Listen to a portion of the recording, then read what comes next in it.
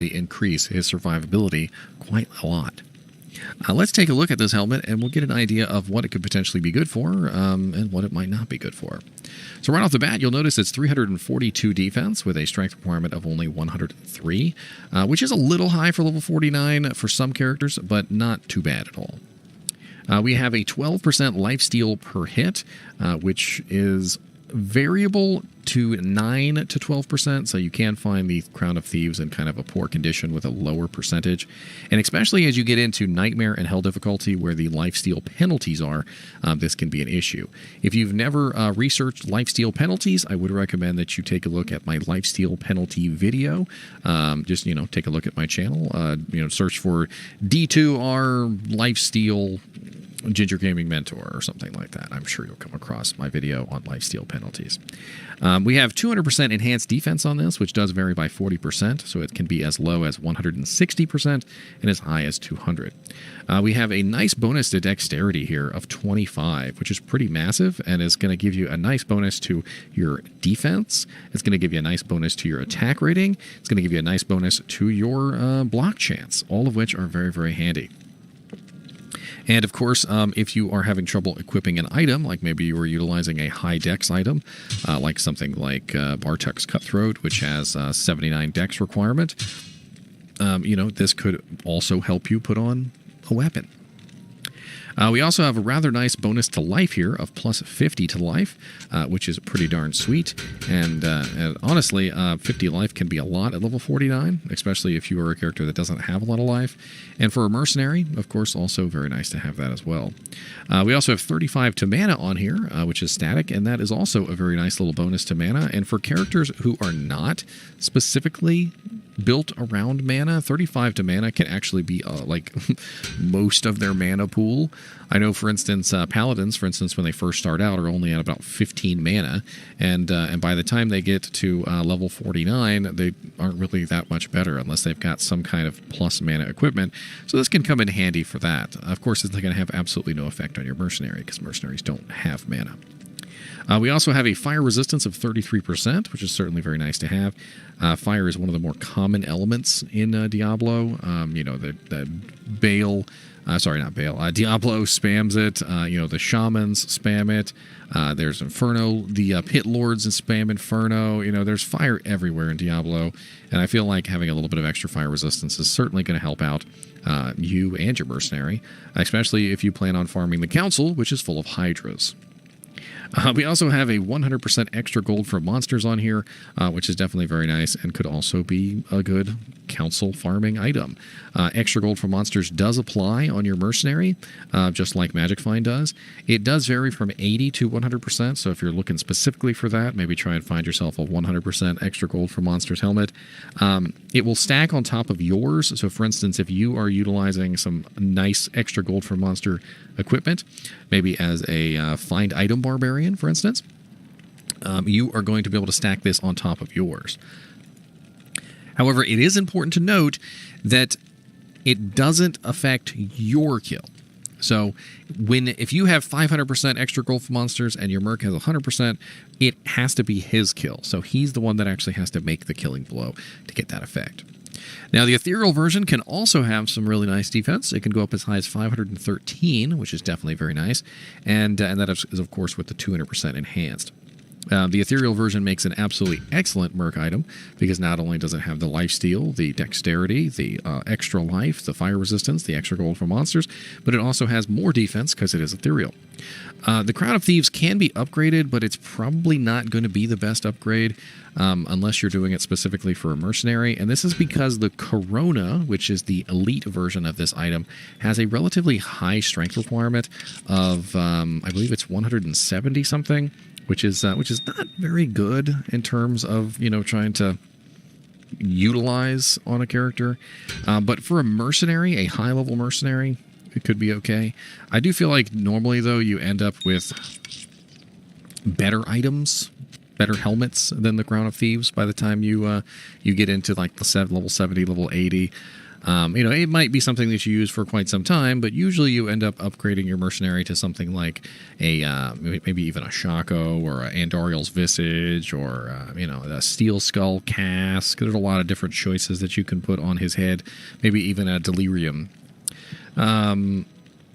So having a really high strength requirement helmet around may not be the best, especially considering the Crown of Thieves is absolutely great for lower level characters, and once you upgrade it, you're not going to be able to get any more use out of it. So let's take a look at it real quickly here, which is 342 defense, 103 strength, level 49.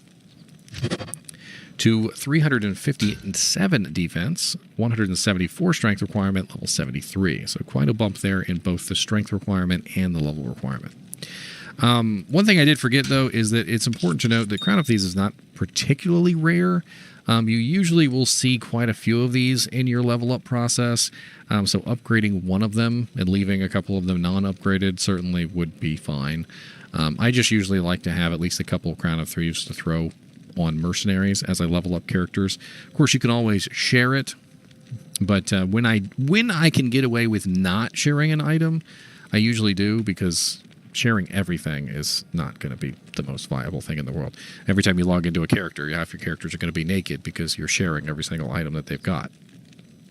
So the ethereal version upgrades from 513 defense, 93 strength, level 49, to 516 defense, 164 strength, level 73.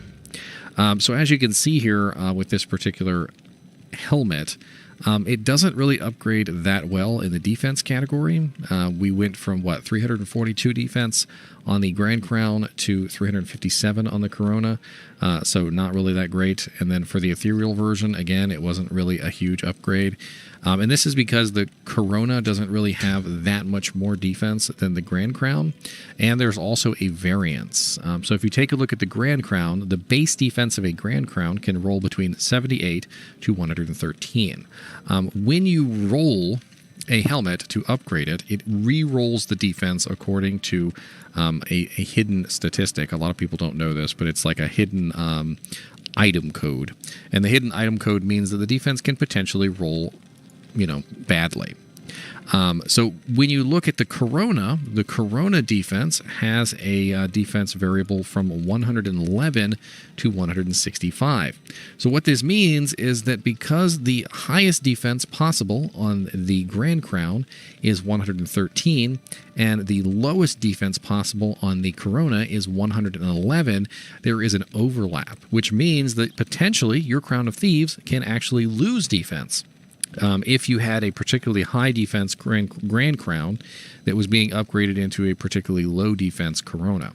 Now, it can actually go up, but not by as much as you would think. So the highest that a Corona can roll is 165, and the highest that a Grand Crown can roll is 113, which is a difference of, let's see here, 113... minus 165. I did say 165, right? Yes. Which means a difference of 52 defense. So if you were to have like the perfect Corona version, you would get a 52 defense bump over the original, which really kind of means that upgrading the Crown of Thieves is probably not a good idea, because most of the time you're going to end up with less defense than when you started. Let's take a look over at Silo's Pen real quick, and we'll have a look and see where potentially you could find this item if you wanted to. So this actually is something that a lot of people search out early on in a ladder, specifically because the Crown of Thieves is just that good of an item for low-level mercs. And getting your hands on one early can make a huge difference in your mercenary's survivability. But assuming, of course, the level requirement on this, let's say we only have about 150% magic find. And let's go over to Silo's Pen real quick. There we go. So on Silo's Pen, we have a drop probability. It looks like Bale is our best bet at 1 in 767. We also have Hell and Dariel, which is 1 in 775.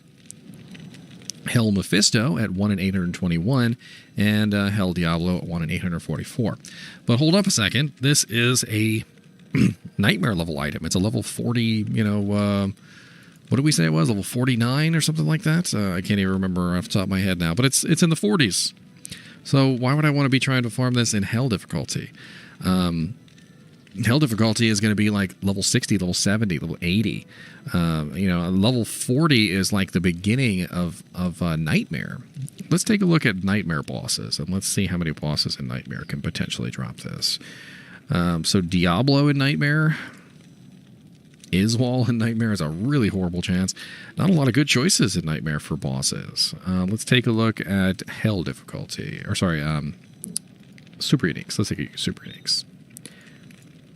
So as far as Super Uniques in Nightmare go, not a lot of good choices either. Pindleskin, Cow King.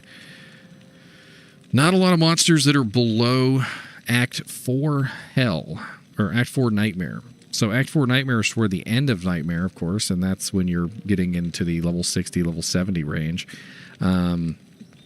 Certainly not a lot of good farming choices for a character to actually find this on level. I've noticed this a lot with the exceptional or the nightmare level items, is that a lot of the times they just have absolutely terrible drop chances in the areas where you would actually want to find them. So, it does look like, unfortunately, as far as Super Uniques go, that you're not going to have a lot of good options.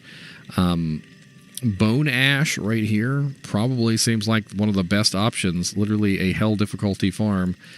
Farming Bone Ash, Rockadishu, Bishibosh, and Treehead Woodfist. That's probably your best bet right here for a low-level farm of this item, because most of the monsters are either way too high level or not really that easy to get to on a regular basis. Bishibosh, Rockadishu, Treehead Woodfist, and Bone Ash are at the very beginning of Hell difficulty and would certainly be easy enough to farm. They also have a really high probability to drop Shaco, Harlequin Crest Shaco, which could certainly be more useful to you than the Crown. I really wish there was a couple monsters in the Nightmare Zone which would have like any real good chance to farm. I mean, theoretically, if you had somebody who could open the portal for you, the Cow King could be an interesting choice to farm at a lower level. But the problem with that is that somebody has to have, of course, beaten Nightmare difficulty and then would have to come back and create the portal for you in Act 1. But that's really the only monster in Act 1 Nightmare difficulty who could potentially drop this item, is the Cow King himself. Anyway, as always, I do appreciate you guys and gals watching my videos, even when we are talking about the Crown of Thieves. And as always, keep watching.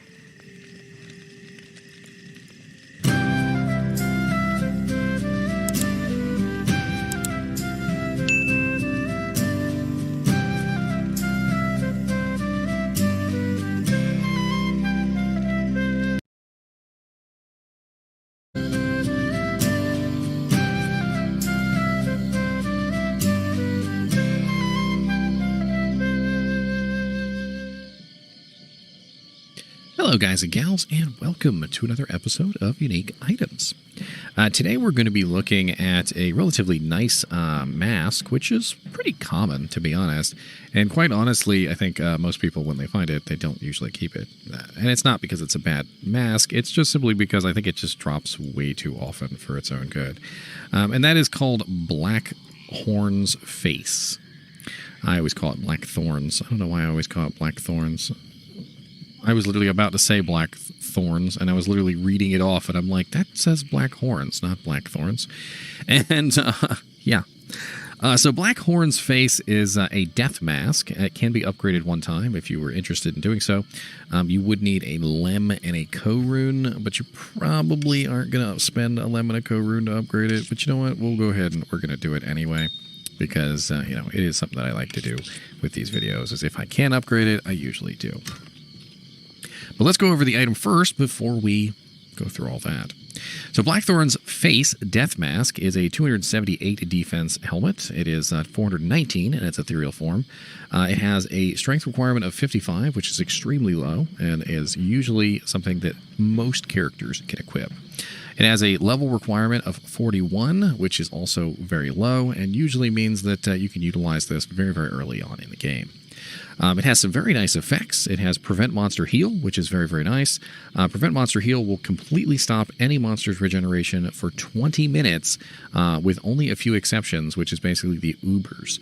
Uber Diablo, Uber Bale, Uber Mephisto, Pandemonium Diablo, and I do believe Uber Lilith, Uber Duriel, and Uber Iswal.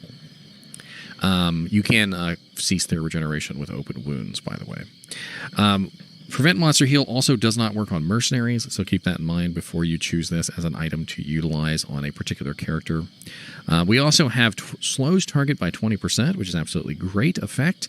It will slow down all monsters' run speed, walk speed, and their attack speed, not their casting rate, by 20%, and it does stack up to 80%, but not directly on top of each other.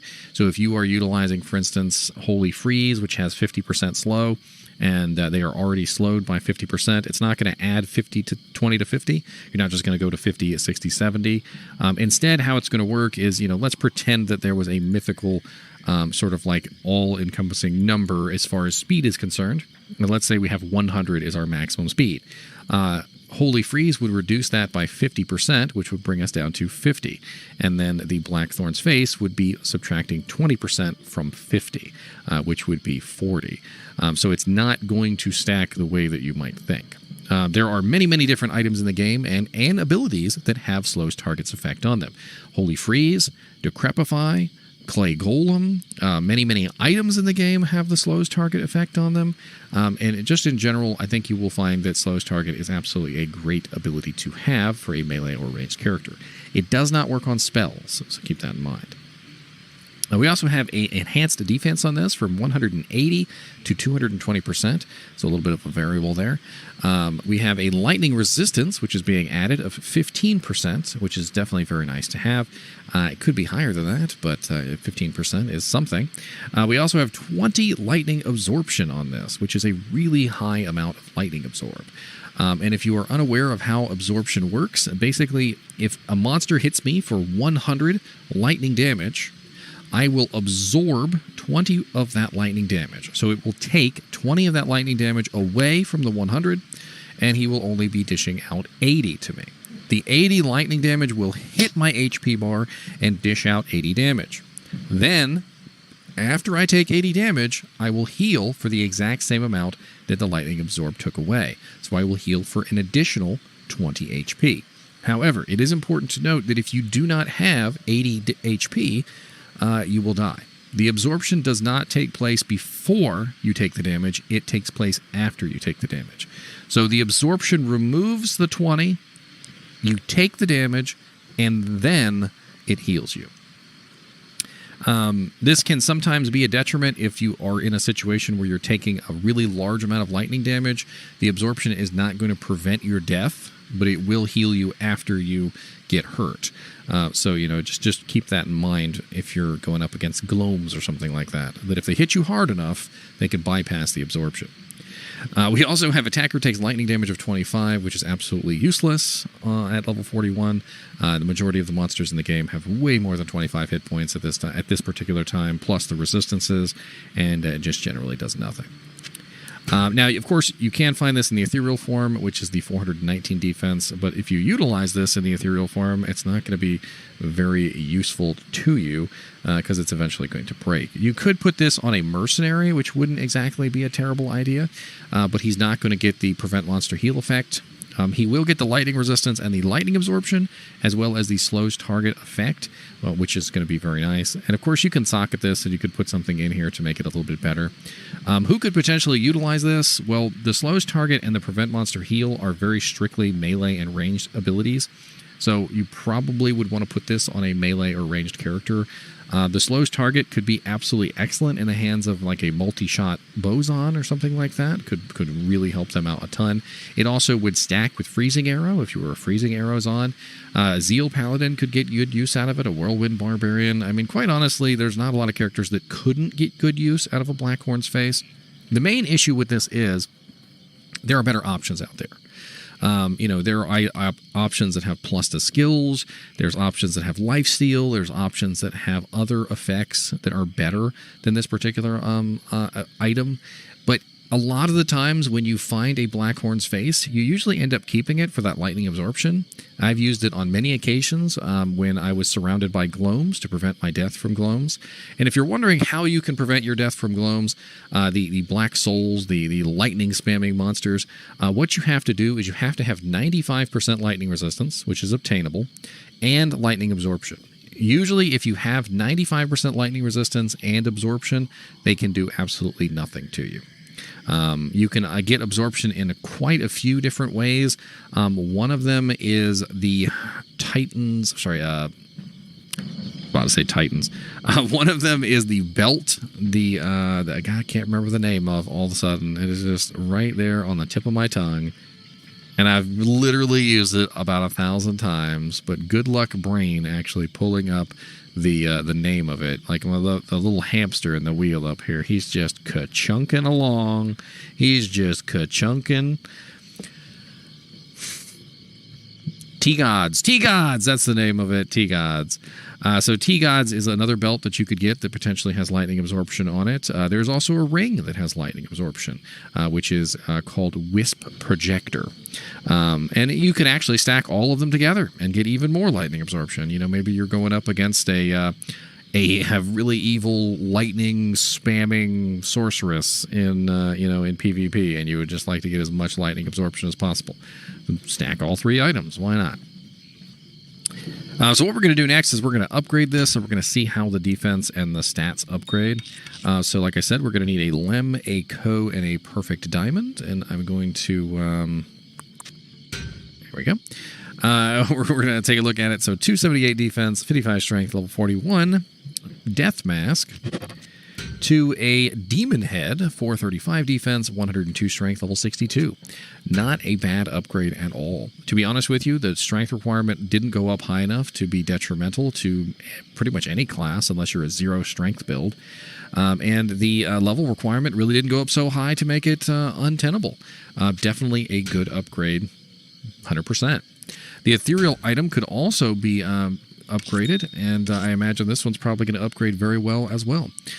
So again, a Lemico and a Perfect Diamond, and we're going to go from the Blackthorn's Face Death Mask, 419 defense, 45 strength, level 41, to the Blackhorn's Face Demon Head Mask, 704 defense, pretty nice, 92 strength, and level 62. That's actually a really nice helmet that you could throw on a mercenary. If you didn't specifically need the like lifesteal effect that you usually have on a lot of stuff, that could be a really nice temporary piece until you get your hands on something like an Andariel's Visage. It's not bad. Well, there's really not a lot more to go over with this particular item. It is a simple item. It doesn't have like Crushing Blow or like Open Wounds or Deadly Strike or any like kind of like crazy effects like that, but it does have some effects which make it pretty useful. On many occasions, on many of my videos, you'll see me with a Blackhorn's Face just sitting in my stash, and the reason is because when I come across those situations where I would like to have some lightning absorption, it's a very cheap and very effective item to get that lightning absorption. In fact, my Conviction Paladin actually ran a Blackhorn's Face permanently. What I did was I actually had built him to be the super tank. He had all of his resistances at 95%, and he also used 3 items to gain absorption. He was using a Dwarf Star, he was using a Ravenfrost, and then he was also using Blackhorn's Face, so that he had lightning, fire, and cold absorption, and that way he was able to absorb every single element, and pretty much he was nigh unkillable. He had 50% physical damage reduction. He had absorption in all 3 elements, 95% resistances, and quite honestly, he hit like a freaking Mack truck in single target because he was using a very nice single target weapon. And that's kind of the very interesting thing that you can do with items like this. Now, of course, instead of Blackhorn's Face, I could have used T-Gods as my belt, but I would have lost a pretty hefty chunk of my physical damage reduction, which was not what I wanted. It all comes down to balancing things out and making sure your character is either A, tanky enough to kill who he needs to kill, and B, does enough damage to kill who he needs to kill. This particular character that I built, he was tanky enough to literally take on anything. He could stand there in the middle of the Ubers for pretty much forever and not take any damage. And he also could kill anything that he came across, which was definitely very fun. Anyway, as always, I do hope that you enjoy these videos, and thanks for watching, and keep watching.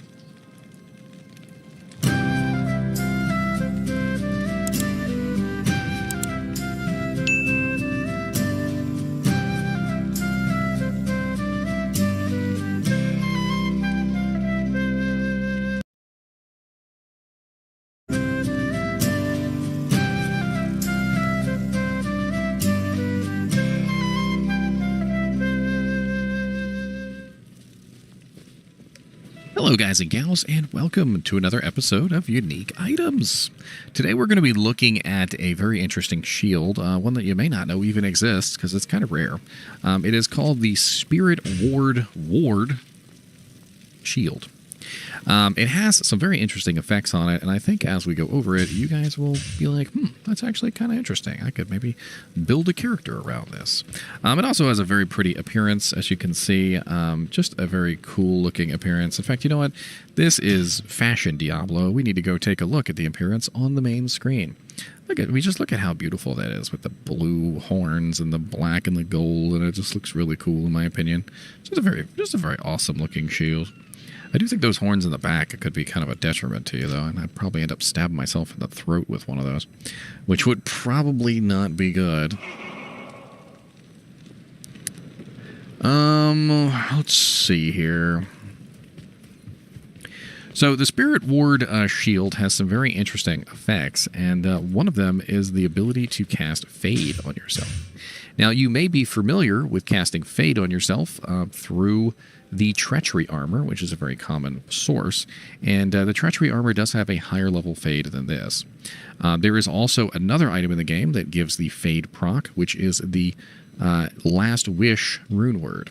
But this is one of them that can be worn on your shield hand, obviously. Whereas the Treachery Armor has to be worn on your body armor slot, and the Last Wish is so ridiculously expensive that most people never obtain one. The Spirit Ward shield is an interesting choice for maybe somebody who would like to have Fade in a different form. Now, right off the bat, you'll notice that it has some pretty nice defense at 478, and the ethereal version is 719 defense, which is certainly not bad. We also have a chance to block of 75% on both of these. Now, it is important to note that it's actually over the cap, so we have a chance to block of 84% for Paladins, 79% for Amazon, Assassin, and Barbarian. 79% is, of course, over the cap, which is why it reads as 75%, because the cap is 75%. However, if you are a Sorceress, Necromancer, and Druid have a cap of 74% with this shield, so it is a relatively nice shield as far as blocking is concerned, but we do have a variance in the blocking because the effect on the shield, which has a 30% increased chance of blocking, does vary by 10%. So it can be 74% for Paladins to 84%. It can be 69 to 79% for Amazon's, Assassin, and Barbarians, and it can be 64 to 74% for Druid, Necromancer, and Sorceress. So it's important to keep that in mind. We also have a relatively high strength requirement on this of 185, which is pretty darn high, a lot higher than the 156 that you would need for a Spirit Monarch shield, for instance. It's just using that as a reference point.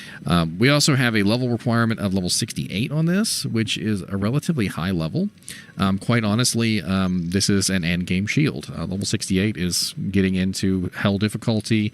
You've probably killed Bale or on your way to kill Bale in Hell difficulty by then. If not, you're getting close. You've probably killed Diablo or you're working toward him. So it's in general, it's a endgame shield.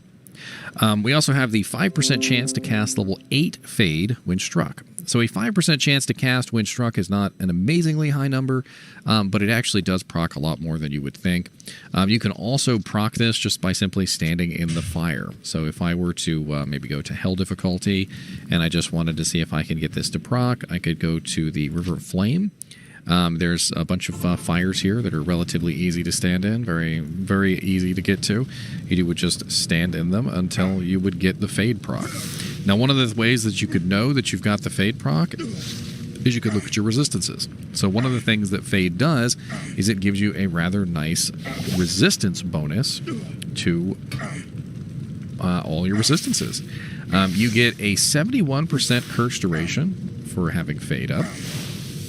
You get a 50% to all resistances, which is going to be added on top of all your normal numbers. As you can see, my resistances just went up to 75%, 75%, 60%, 70, which is very nice, so a nice 50% bonus.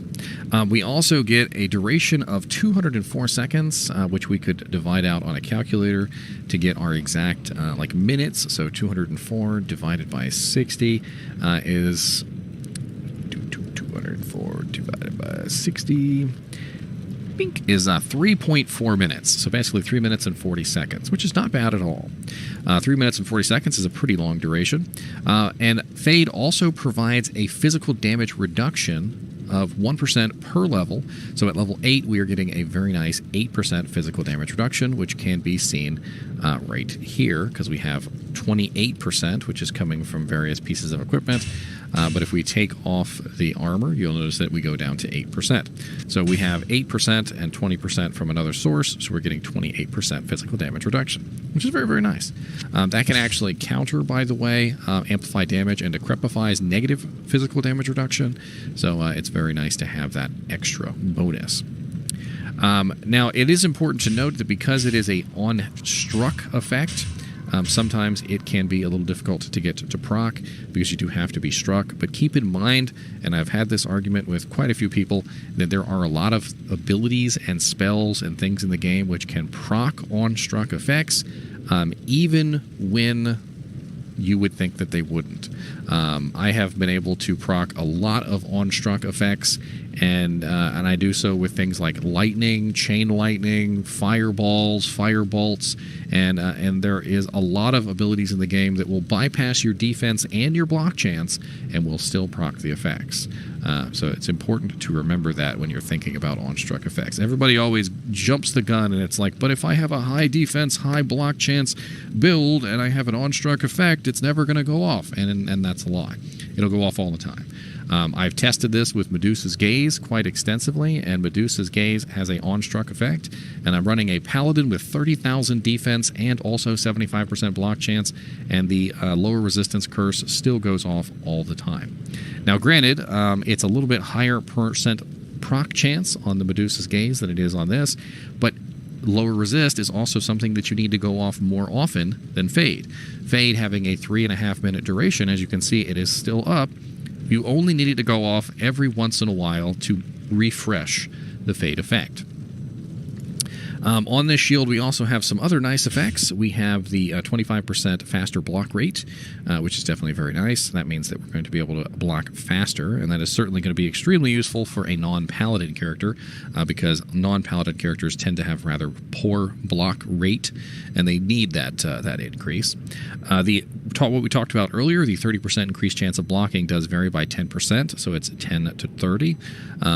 It would be kind of sad if you found one of these and you didn't find the 30% increased block rate, because that's a little bit of an important stat if you're going for capped blocking. We also have all resistances on here of plus 40, and it does vary from 30 to 40. So this is very interesting because not only does the shield give you 50 all res essentially from Fade, but it gives you another 40, 30 to 40 in the form of on the actual shield. So you can theoretically have 50 plus 40 on the shield, so you're 50, 60, 70, 80, 90. So 90% all resistances with this shield. And Mr. Neat, I'm going to have to ask you to come out of there because you're misbehaving. You hear him kecking at me? He's mad at me because I'm telling him he's to stop. I don't know what he's doing in there, but it's really weird. It's weird. You're going to stay out here for a minute. He does not listen. So we have a total of 90% all res on this, and you can theoretically increase it even further. So if I wanted to put an rune in here, an rune is, I believe it's 22 all res and a shield, or we could find a very nice 15 all res jewel with some other effects on it, or you could just simply put a diamond in there for the 19 all res. And you would have a massive amount of resistances that could literally carry you through most of the game. Now, resistances are not the only thing you could do with this shield, but if you could imagine, 90 plus 22 is 112.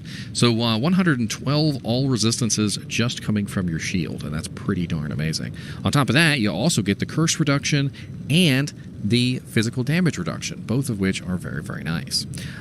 It's important to note also that that curse reduction does reduce the duration of beneficial shrines, because shrines are classified as curses. If you've never actually had a shrine before get overwritten by a curse, and a curse get overwritten by a shrine, well, there you go. That is how you know that they are basically the same thing. So not only do we have all these massive, really nice defensive abilities on this shield, but we also have another defensive ability in the form of cold absorption. So the shield provides you with 6 to 11 cold absorb. Cold absorb is an ability to basically take any damage that comes in from cold and absorb it to your health pool. So how this works is let's say, for instance, we had an ability that was coming in that was doing 100 damage in cold damage. The cold absorb would take 11 points off of the 100, bringing it down to 89. Once the damage is at 89, it would then attack our health orb. It would deal 89 damage to our health orb, and then it would heal us for another 11. Because it's not just taking that 11 damage away, it's taking it away and using it to heal us with it. It is important to note, however, that you have to have enough HP to take the 89 damage. So it's not going to heal you before you get hit. It's going to heal you after you get hit. And this is actually a way that absorb kind of gets bypassed sometimes in PvP. Because if you manage to deal enough damage and the person cannot take the initial brunt hit, the absorption, of course, cannot heal them because they're dead. But, you know, looking at this shield objectively, it just has so many good things going for it. And it is unfortunate that they added in the Paladin-only shields, because if they hadn't added in the Paladin-only shields, it could be a very interesting choice. And speaking of Paladin-only, I have to talk about the smite damage on this shield, which I almost forgot to mention. So this is a elite shield. It is a ward shield, and the smite damage on ward shields is 11 to 35. It's not the greatest. It's the higher damage smite shields are like the spiked shields and the skull, you know, like the bone shields, and of course the Paladin only shields. The ward shield is not one of those higher smite damage items. So an extremely defensive shield, but where could we potentially find this extremely defensive shield? And that's a really good question, because I feel like most people probably never even see this thing because it's that rare. I've actually been looking one for a while, ever since I originally heard about it, and still have not found one. I would like to get my hands on one just for testing purposes, but of course I can always test it here. But let's go over to Silo's Pen and let's look at potentially where we could find this. And where is my window? Bink. There we go. So here we go. We've got a probability of Hell Andariel, 1 in 321 chance with 400% magic find. I'm kind of surprised I haven't found it yet with such a good chance from Hell Andariel. And is this really the right one? No, it's not the right one. Oh, Spirit Ward, not the Ward. I was like, those numbers don't make any sense whatsoever. Of course, there's so many different ward shields. Bink, bink, bink. Spirit, where are you at, Spirit Ward? There you are. One more time. There we go. That's more like it. That's what I remember. So Bale in Hell is a 1 in 2,071 chance. Neelathak is 1 in 15,770. Diablo in Hell is 1 in 16,750. So it does seem like this is an item that's probably going to drop mainly from Bale. And if we take a look at our super uniques, you can see we have pretty crappy probabilities on all these super uniques. I mean, we're talking about the best is like 1 in 15,974, which is Neelathak. Frozenstein, Pendleskin, 1 in 17,000. Thresh Socket, same thing. I mean, and then it just gets progressively worse from there. 1 in 24,000 from Doc Farron. Akmil the Cursed, all these are relatively awful chances, and it just kind of gets even worse from there. I'm kind of surprised that Eldritch even has a chance to drop this item, because his chance is so ridiculously bad at 1 in 192,990. So I guess if you manage to get it from Eldritch, Shank, or Hephaesto, you've pretty much hit the lottery there. It does look like Pendleskin might be the best choice for quick and easy farming, but Bale is definitely the best choice for just simply, you know, the best probability. Of course, he takes a lot longer to kill than Pendle. All right, guys and gals, I hope you enjoyed this episode of unique items on the Spirit Ward Shield. And if you're interested in getting your hands on one of these, good luck. It's going to be a little bit difficult to come by. I can certainly see working this shield into some builds just simply because it's so defensive. But at the end of the day, resistances aren't really the end-all, be-all of every single build. And a lot of the times, you can usually work in resistances in other ways. And do you really want to rely on Fade for the ability to, you know, protect your character? Although it is nice to have that as an overprotection. Keep in mind that you can equip this shield, get the Fade effect, and then, of course, you can unequip it. But the Fade on Treachery is higher level and a little bit easier to get your hands on than this one. Anyway, as always, thanks for watching, and keep watching.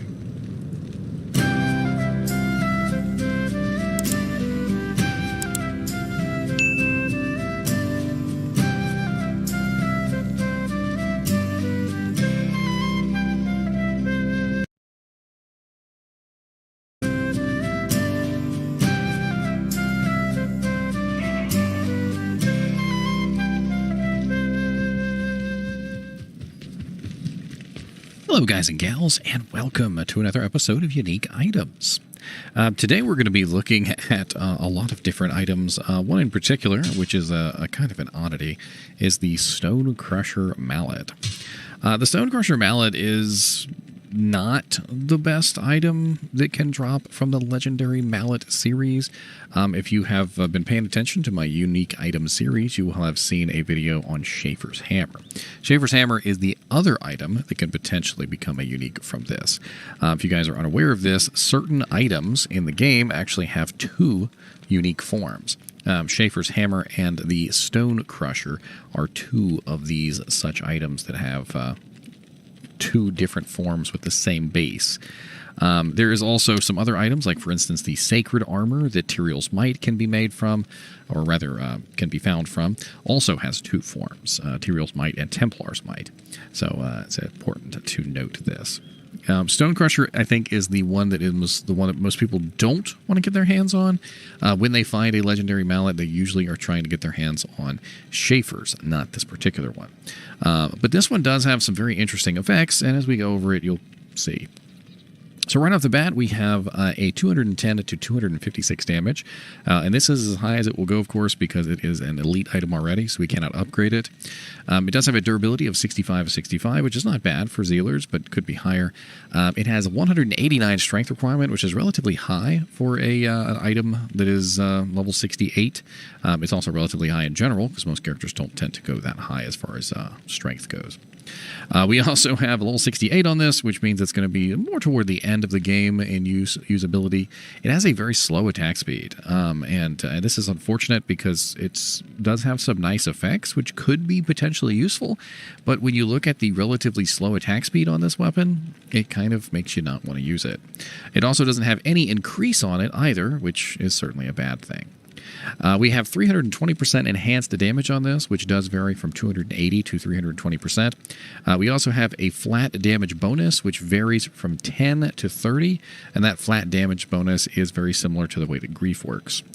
We also have negative 25% target's defense on this, which does mean that any target that you hit will have 25% lower defense than normal. 40% crushing blow, which is pretty massive. It's not as massive as like the cranium bashers, but you know, it's a pretty high amount of crushing blow. We also have negative 100 to the monster's defense per hit. So not only do we have a negative 25% to the target's defense, but we also have a negative 100 defense to the monster's defense per hit as well. So we are getting two separate reductions in the monster's defense, which both add up to a lot of negative defense over a long-term period. We also get a 30 strength bonus on this, which I guess means, you know, you'll have enough strength to wield that sacred armor, which is 232 strength, and also a 50% damage bonus to undead, which is off-weapon ED. I also forgot to mention that the strength bonus varies from 20 to 30. So we can also find this in the ethereal form, and the ethereal form has a little bit higher damage of 315 to 382. And one thing you'll notice about the weapon is it has a pretty nice spread. A lot of weapons will have a very low minimum and a very high maximum, or they will have, you know, just like a huge variance in between the two numbers. But you notice that the variance on the Stone Crusher is not very high. It's a very small variance, which means that your attacks are going to be hitting relatively hard, no matter what ability you're using, and no matter how the ability rolls.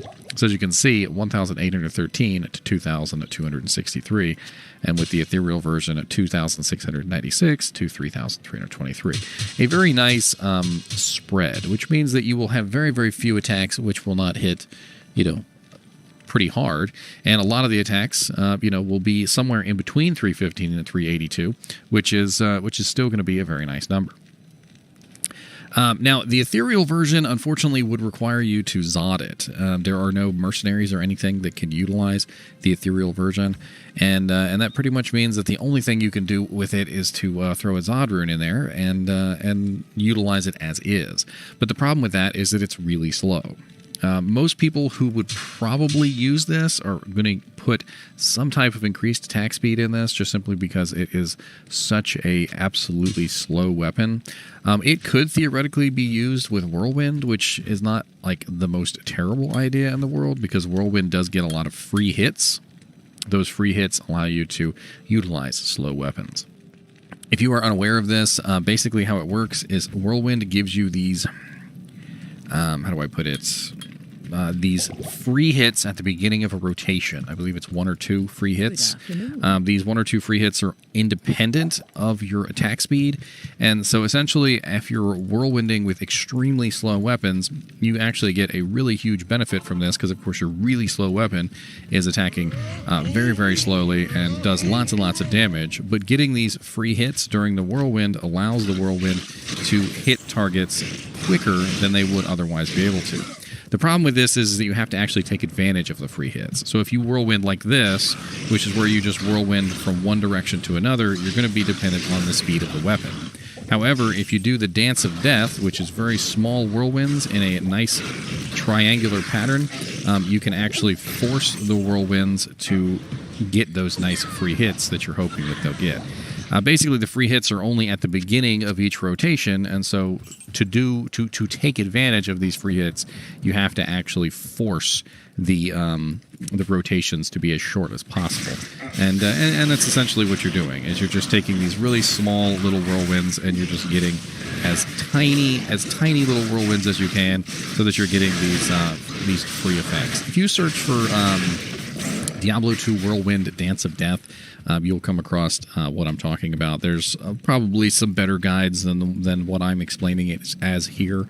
That could get you a better idea of how the Dance of Death works, what the mechanics are behind it, why slow items tend to get a really nice bonus in terms of how the Dance of Death works. But the Stone Crusher Mallet is one of those items that just doesn't really work very well on a lot of builds. The extremely slow nature of it is not really balanced out properly by the hard-hitting nature of it.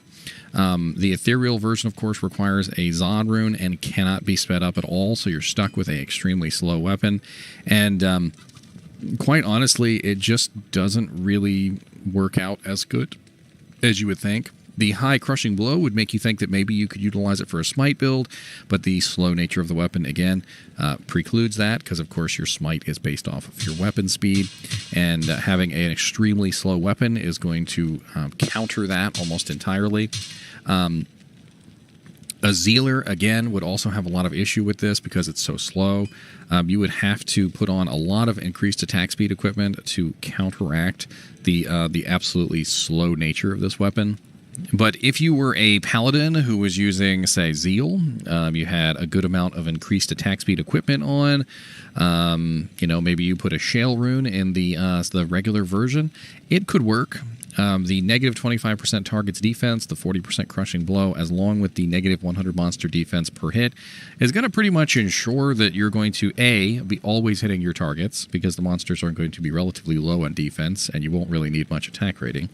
And B, you will also have a relatively large amount of crushing blow as well to add on to that. But it is going to be strictly physical damage, and you are going to have to take that into account.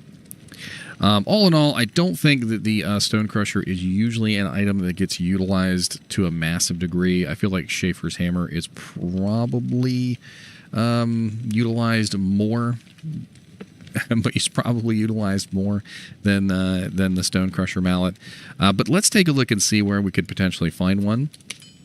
So what we're going to do is we're going to go over to Silo's Pen, which is a website that I like to use for this kind of stuff, and we're going to take a look and see where we could potentially find this if we wanted to. All right, so here we are over on Silo's Pen. We're going to assume 400% Magic Find because this is a relatively high-level item. We're going to look at uniques, and then we're going to grab the Stone Crusher.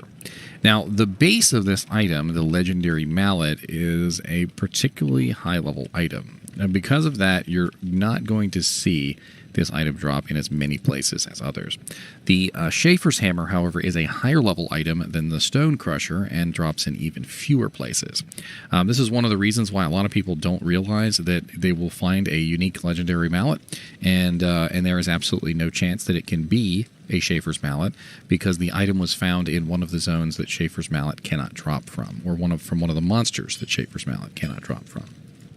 This means that if you have a unique Legendary Mallet, there's a very good chance that if you were in the wrong place when it dropped, it could potentially be... It cannot potentially be Schaefer's Mallet or Schaefer's Hammer. Although keep in mind that there is a feature in Diablo, I don't know if you guys are aware of this, that only one unique of an item can drop in that specific game. So if you are in a game and you get a unique Legendary Mallet, a Stone Crusher, and you identify it, you can actually, believe it or not, go and try and find another one. And if a second unique Legendary Mallet drops, it cannot be a Stone Crusher, and it has to be a Schaefer's Hammer. But you have to be in the right place for that unique item to drop. So it looks like right here we've got Bale with 1 in 1,481 chance, in Hell difficulty, of course. Diablo in Hell difficulty, a 1 in 11,963, and pretty much just the Putrid Defilers and stuff that are in Worldstone Keep. The Defilers have a chance to drop a lot of items, by the way. Usually when you see those, I recommend that you kill them. Neelathak has a halfway decent chance at 1 in 11,278, which isn't too bad. Let's take a look at Super Uniques. And for Super Uniques, we've got Neelathak, Frozenstein, Pindleskin. Not a bad. They're all pretty terrible chances, to be honest. 12,000.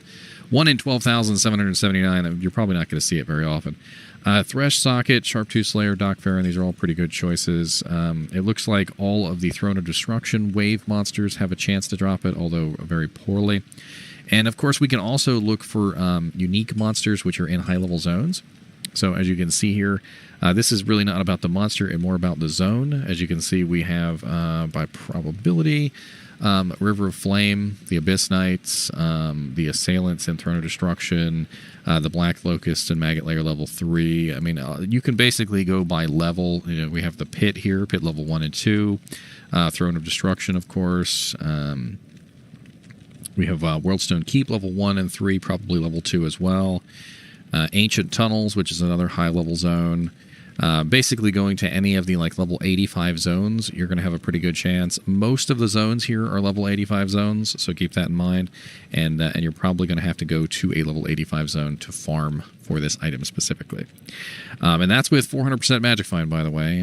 With 0% magic find, your chances are going to be a whole lot worse. As you can see, we go from 1 in 24,000 to 1 in 64,000 by decreasing our magic find by 400%. Pretty huge variable there on the probability. All right, guys and gals, I hope you enjoyed this episode on the Stone Crusher Legendary Mallet.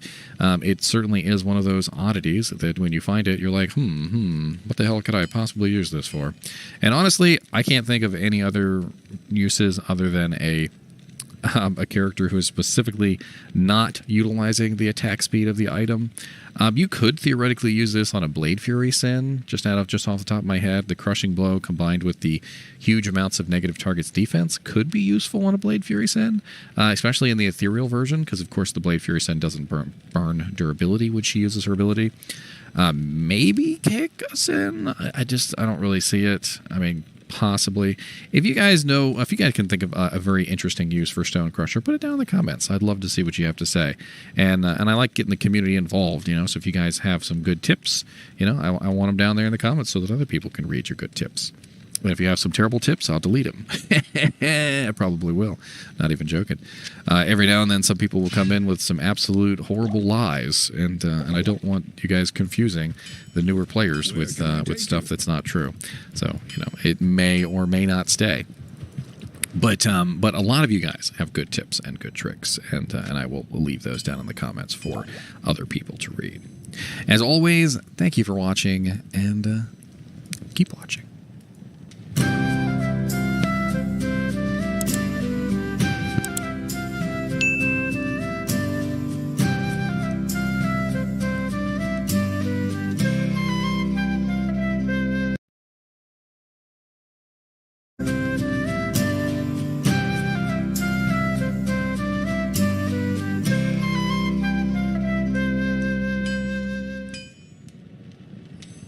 Hello guys and gals, and welcome to another episode of Unique Items. We just did the episode on the Bone Flame Succubus Skull, and now we're going to be doing the episode on the Dark Force Spawn Skull, which is just another interesting item. Now, the Dark Force Spawn Skull is one of the more extreme items on this particular spectrum toward a caster type. It does have rather high variables, though, and unfortunately can be rather poor in certain situations. But let's go over the item together, and we'll talk about what this particular item could be good for. So right off the bat, you'll see that it has 417 defense, which is on the higher end of this particular item. It has a 32% chance to block, which is really low, just extremely low for this particular item. If you are a character who is not planning on building any kind of max block scenario, this is probably a good thing for you. But if you are going to build some type of max block, this shield is going to make it next to impossible. If we have 140 to 180% enhanced defense on this, which does vary by quite a bit. So we end up with anywhere between 357 to 417 defense on this. And it's a 40% variable. We also have other variables on this as well. So it has +3 to summoning skills, which varies +1 to +3. It has +3 to poison and bone, which again varies +1 to +3, and +3 to curses, which again varies +1 to +3. It has 30% faster cast, which is static, and increases maximum mana by 10%, which is really awesome because it just gives you a flat bonus to your mana. As you can see, I have 710, and when I put on the shield, I go up to 754. So a nice 10% bonus, just flat added on. And of course, the more mana you have, the more that it will give you. Now, the really silly thing about this is that despite the fact that Dark Force Spawn is a really nice head for necromancers, the variables on it just kind of make it not so great. doesn't have the +3 that Bone Flame has, but it does have +3 to each individual skill, and you have to find one that actually does have +3 to all 3 trees if you would like +3 to all 3 trees. Now, not everybody particularly cares about all 3 trees. Maybe if you had +1 curses, you wouldn't really specifically care, because most of the time when it comes to curses, you get enough plus to skills on those anyway that it doesn't really matter. And not really a huge downside, but keep in mind that having +3 to all skills is definitely better than not having +3 to all skills, and really this head kind of like has its competition. So Bone Flame is kind of like the in between, and Homunculus is the highly defensive one. And you notice that Homunculus has all resistances 40, very nice block chance. Bone Flame has all resistances 30. I put a P diamond in there. And it has no block chance. And then, of course, Dark Force Spawn Skull has none. Has no block chance, basically, and no all resistances. So very, very interesting here that they decided to go this particular route, where this is the no resistance, no defense, high offensive skill item, because, of course, it gives you the faster cast, whereas this is the high defense, high resistance, lower offense item. Now, if you are looking to find this particular item, I could try and help you with some probabilities. So let's go take a look on Silo's pen, and we'll see what kind of probabilities we have for this particular item.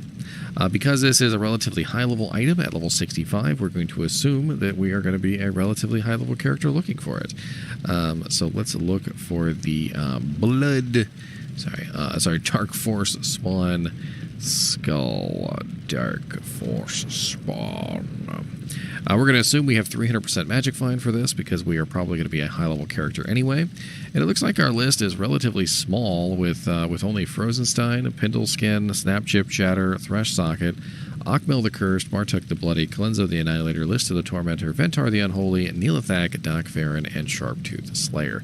And all of them really terrible probabilities. The only ones that have anywhere near decent probabilities are these 4 right here. So Pindleskin might be your best bet, as well as Thresh Socket. Let's take a look at bosses. And again, a really tiny list here. So we're looking pretty much just at Hell, Bale, and Neelathak. And the Defilers, of course, have terrible chances, but they always have a chance to drop everything. They're in Worldstone Keep. So not exactly an easy item to come by already, as you can see, and also not even easy to come by in good shape, because more often than not, it ends up with bad plus to skills, which is certainly not a good thing.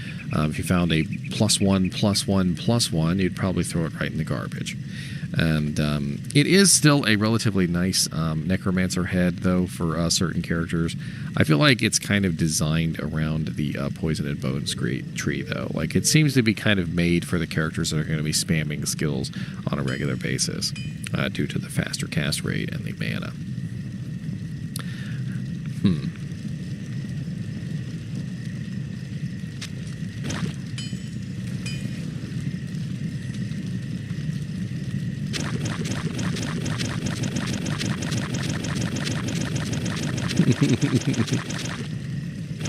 Squish. Squish, squish. Squish, squish. I'm silly, okay? I'm very silly. What kind of characters could potentially utilize this? Let's go over that real quickly just for fun. Obviously, it's a Necromancer-only head, so only Necromancers can utilize this, and it's going to be very specifically characters that are spamming skills on a regular basis. If you are, for instance, a Corpse Explosion Necromancer, you might get good use out of it for faster Corpse Explosions. A Poison Nova Necromancer could potentially get good use out of this, so he can spam his Poison Novas. Poison Nova Necromancers also tend to cast a lot of Corpse Explosions, so faster cast can come in handy in both of those situations. You can also potentially use this very well for a Bone Spear Necromancer, which of course is not bad at all, and Bone Spirit also benefits very nicely from faster cast. I don't really think you need it for much else. I mean, it could come in handy for Teeth if you were using that. I think for PvP it works fairly well in PvP from what I hear. The curses don't really particularly need faster cast, although you could potentially use this for Decrepify, which does have a rather low duration. Being able to spam that a little bit faster could be helpful in certain situations. As far as your summons go, the revives can benefit from faster cast a little bit, just simply because it takes so long to summon a full army. So having a full faster cast can definitely be very handy there.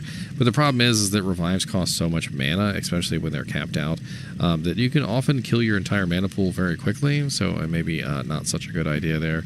You don't really need too much faster cast in the summoning tree. You don't really need too much faster cast in the curses tree. So it really comes down to the poison and bone tree. Are you building specifically any of the poison and bone skills? It could also come in handy if you were a character who is utilizing something other than a necromancer skill. I'm not really sure what that would be right off the top of my head, like teleport, for instance, could come in handy for teleport. Like if you were using an enigma, for instance, that could be useful there.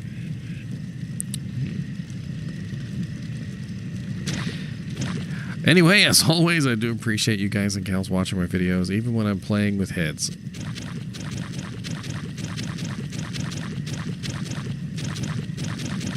Don't you just love those sound effects? Right? And as always, keep watching.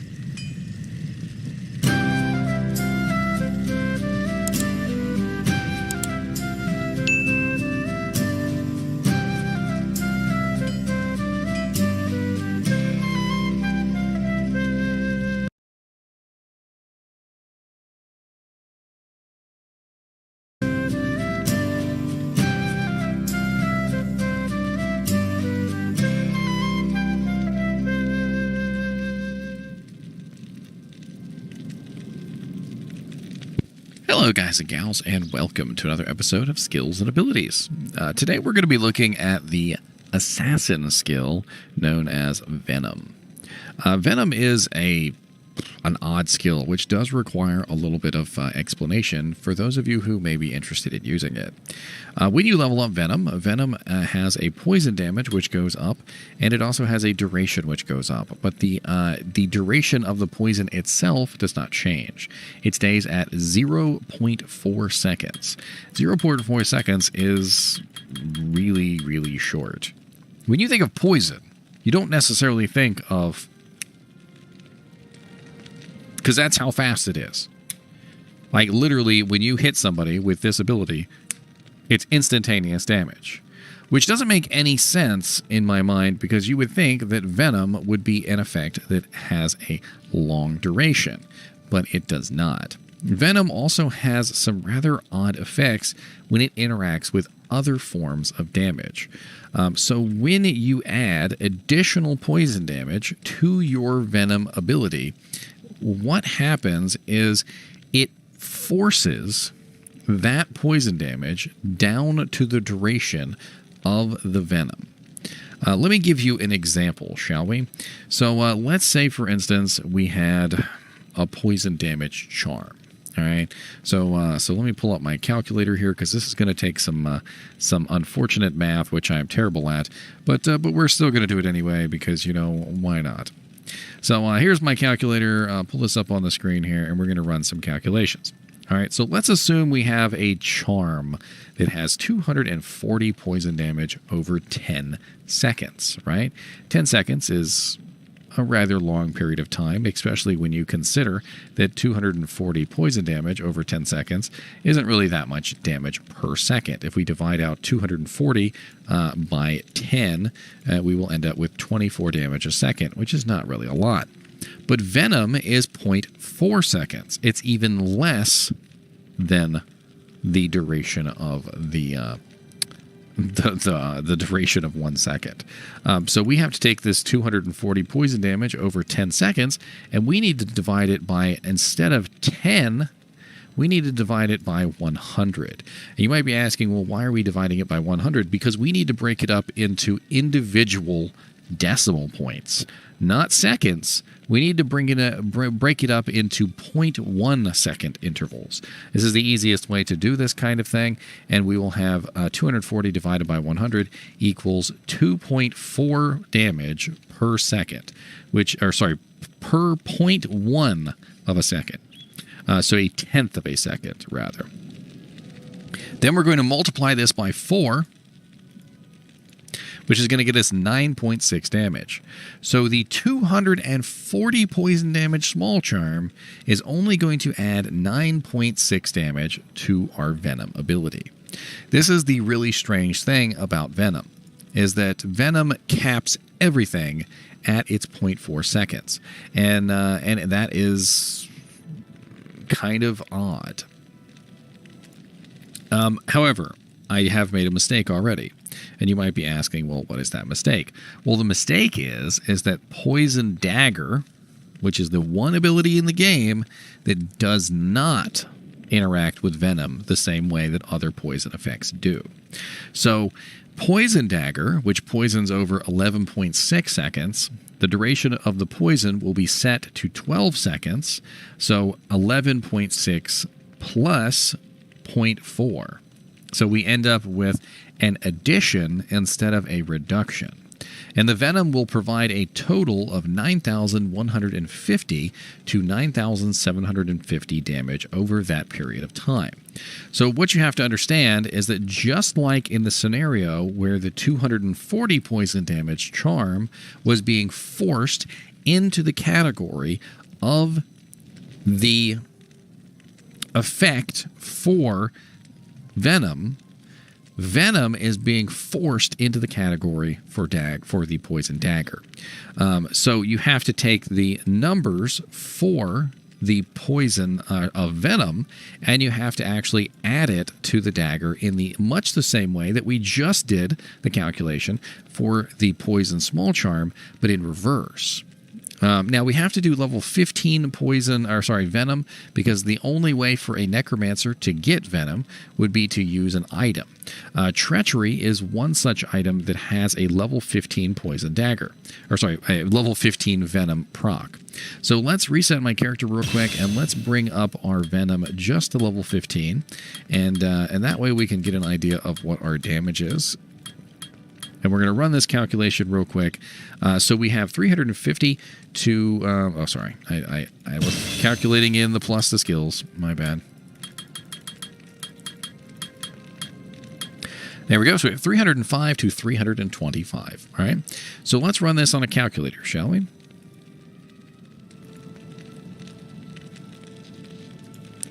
All right. So here we go. We've got the calculator.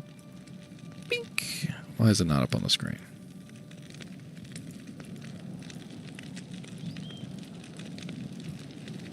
There we go. All right, so we have our 305 to 325 damage, right? Well, the thing here is that because it's over 0.4 seconds, we've got to divide this out and figure out what it would be over the full duration of the 12 seconds for Poison Dagger. All right, so we have to first get it to a second, which is the easiest way to do this, or at least that's the way I like to do it in my head, which is 325 divided by 4, which is going to give us our 1/10 of a second. And then we're going to multiply that by 10, which is going to give us the full second. So in a full second, Venom does 812 damage, 812.5. And then we have to multiply that by 12, which is going to get us our total number over 12 seconds. And as you can see, because of the way that Venom works, because of how short of a duration is, when you stretch out Venom over a longer duration, Venom does a larger amount of damage. But the problem with Venom is that it's only applied on hit and only for 0.4 seconds, which means that you would have to attack extremely fast to make Venom do the kind of damage that it can do when utilized with Poison Dagger. So having Venom on a Poison Dagger Necromancer is actually extremely good because it is going to add a rather large amount of poison damage to your effect. However, any other poison damage, as we just discovered, has to be reduced to the 0.4 seconds that Venom uses. Now, that's not necessarily a terrible thing. It's not decreasing the amount of poison damage that those of charms and items that you have dish out. What it is doing is it's normalizing it to that 0.4 seconds. It's the same exact amount of damage that it would normally do in 0.4 seconds. It's just only applying it for 0.4 seconds, which means that as a venom assassin or a person who is utilizing venom, you want to attack as quickly as humanly possible.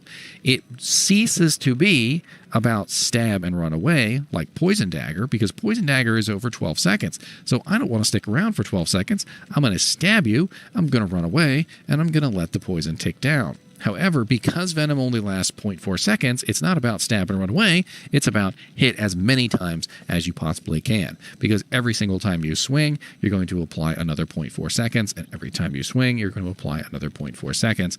And it's going to just rip down HP, because the 0.4 seconds is going to apply a massive amount of damage during that time frame. All poison damage that you have from any source is going to be added into Venom. So let's say, for instance, I was like rocking as many poison damage charms and poison damage items as I possibly could.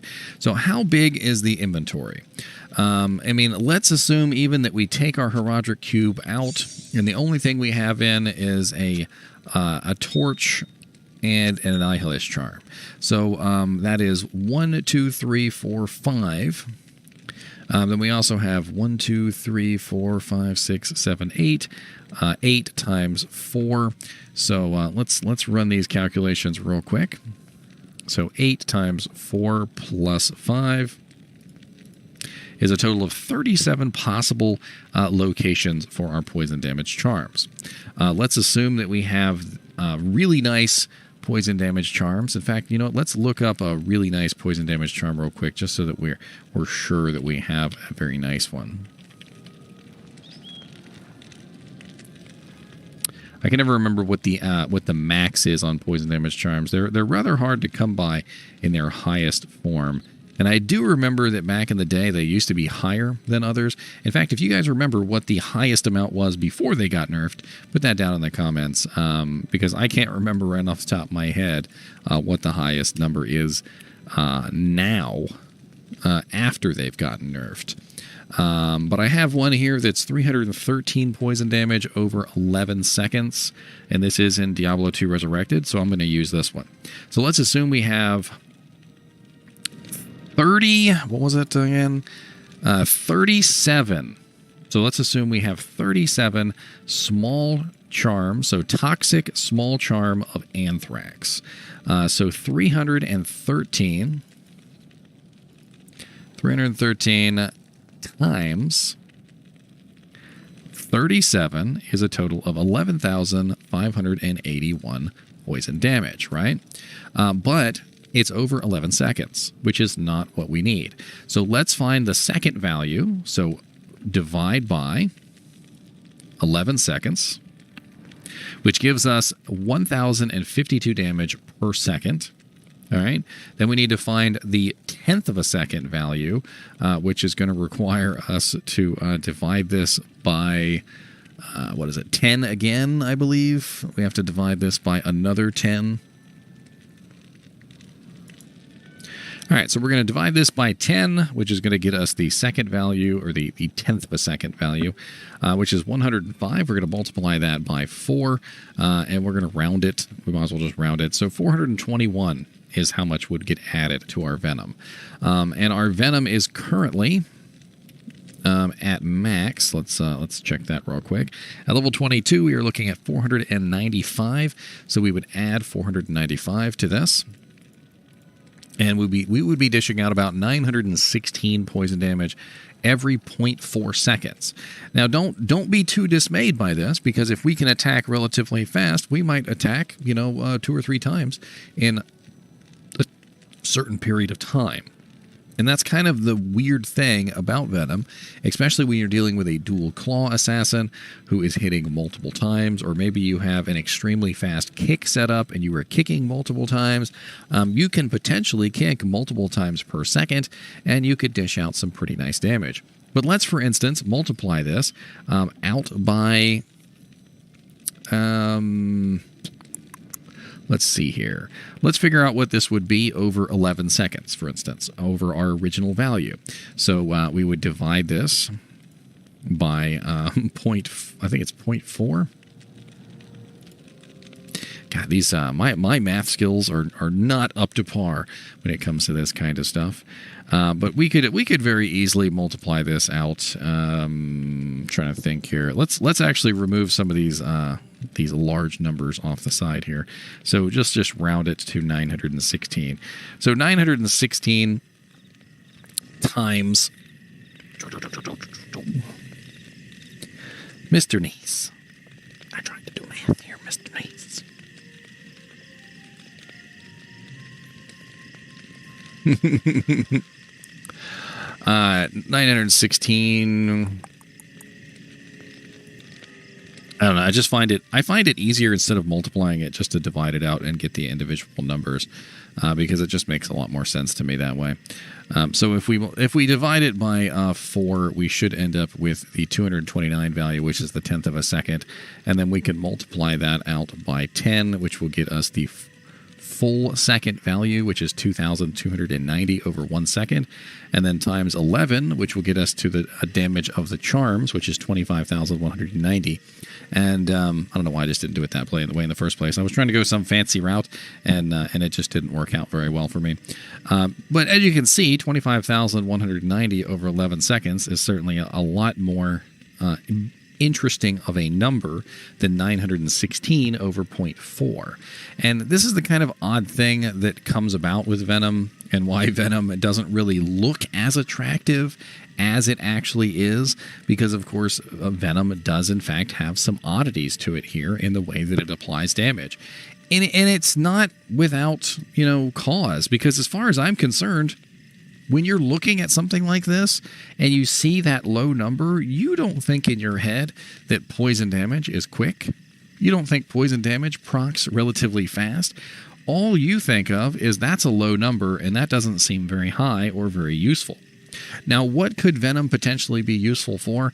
Well, Venom can be useful in whirlwind builds. It can be useful in kick builds. It can be useful in all sorts of builds where you might necessarily want some extra damage.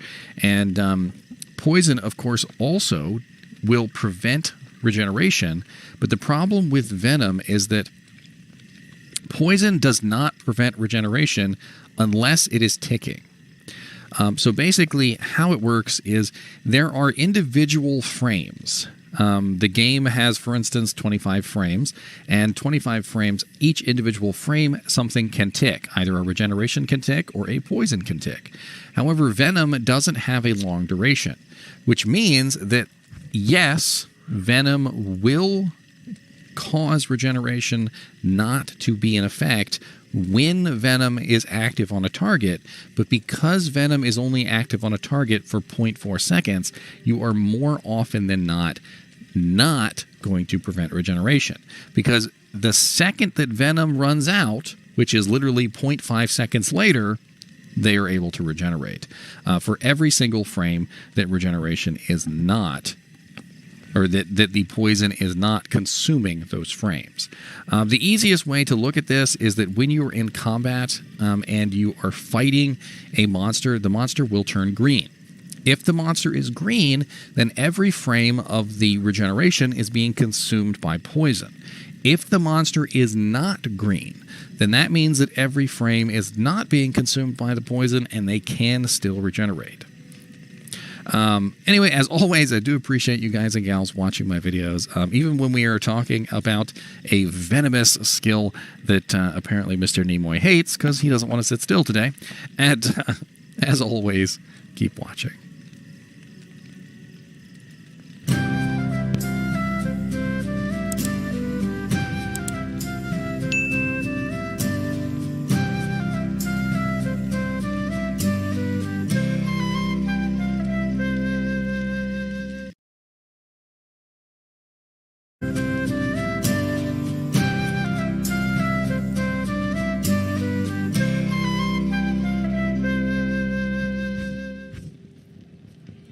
Hello guys and gals, and welcome to another episode of Unique Items.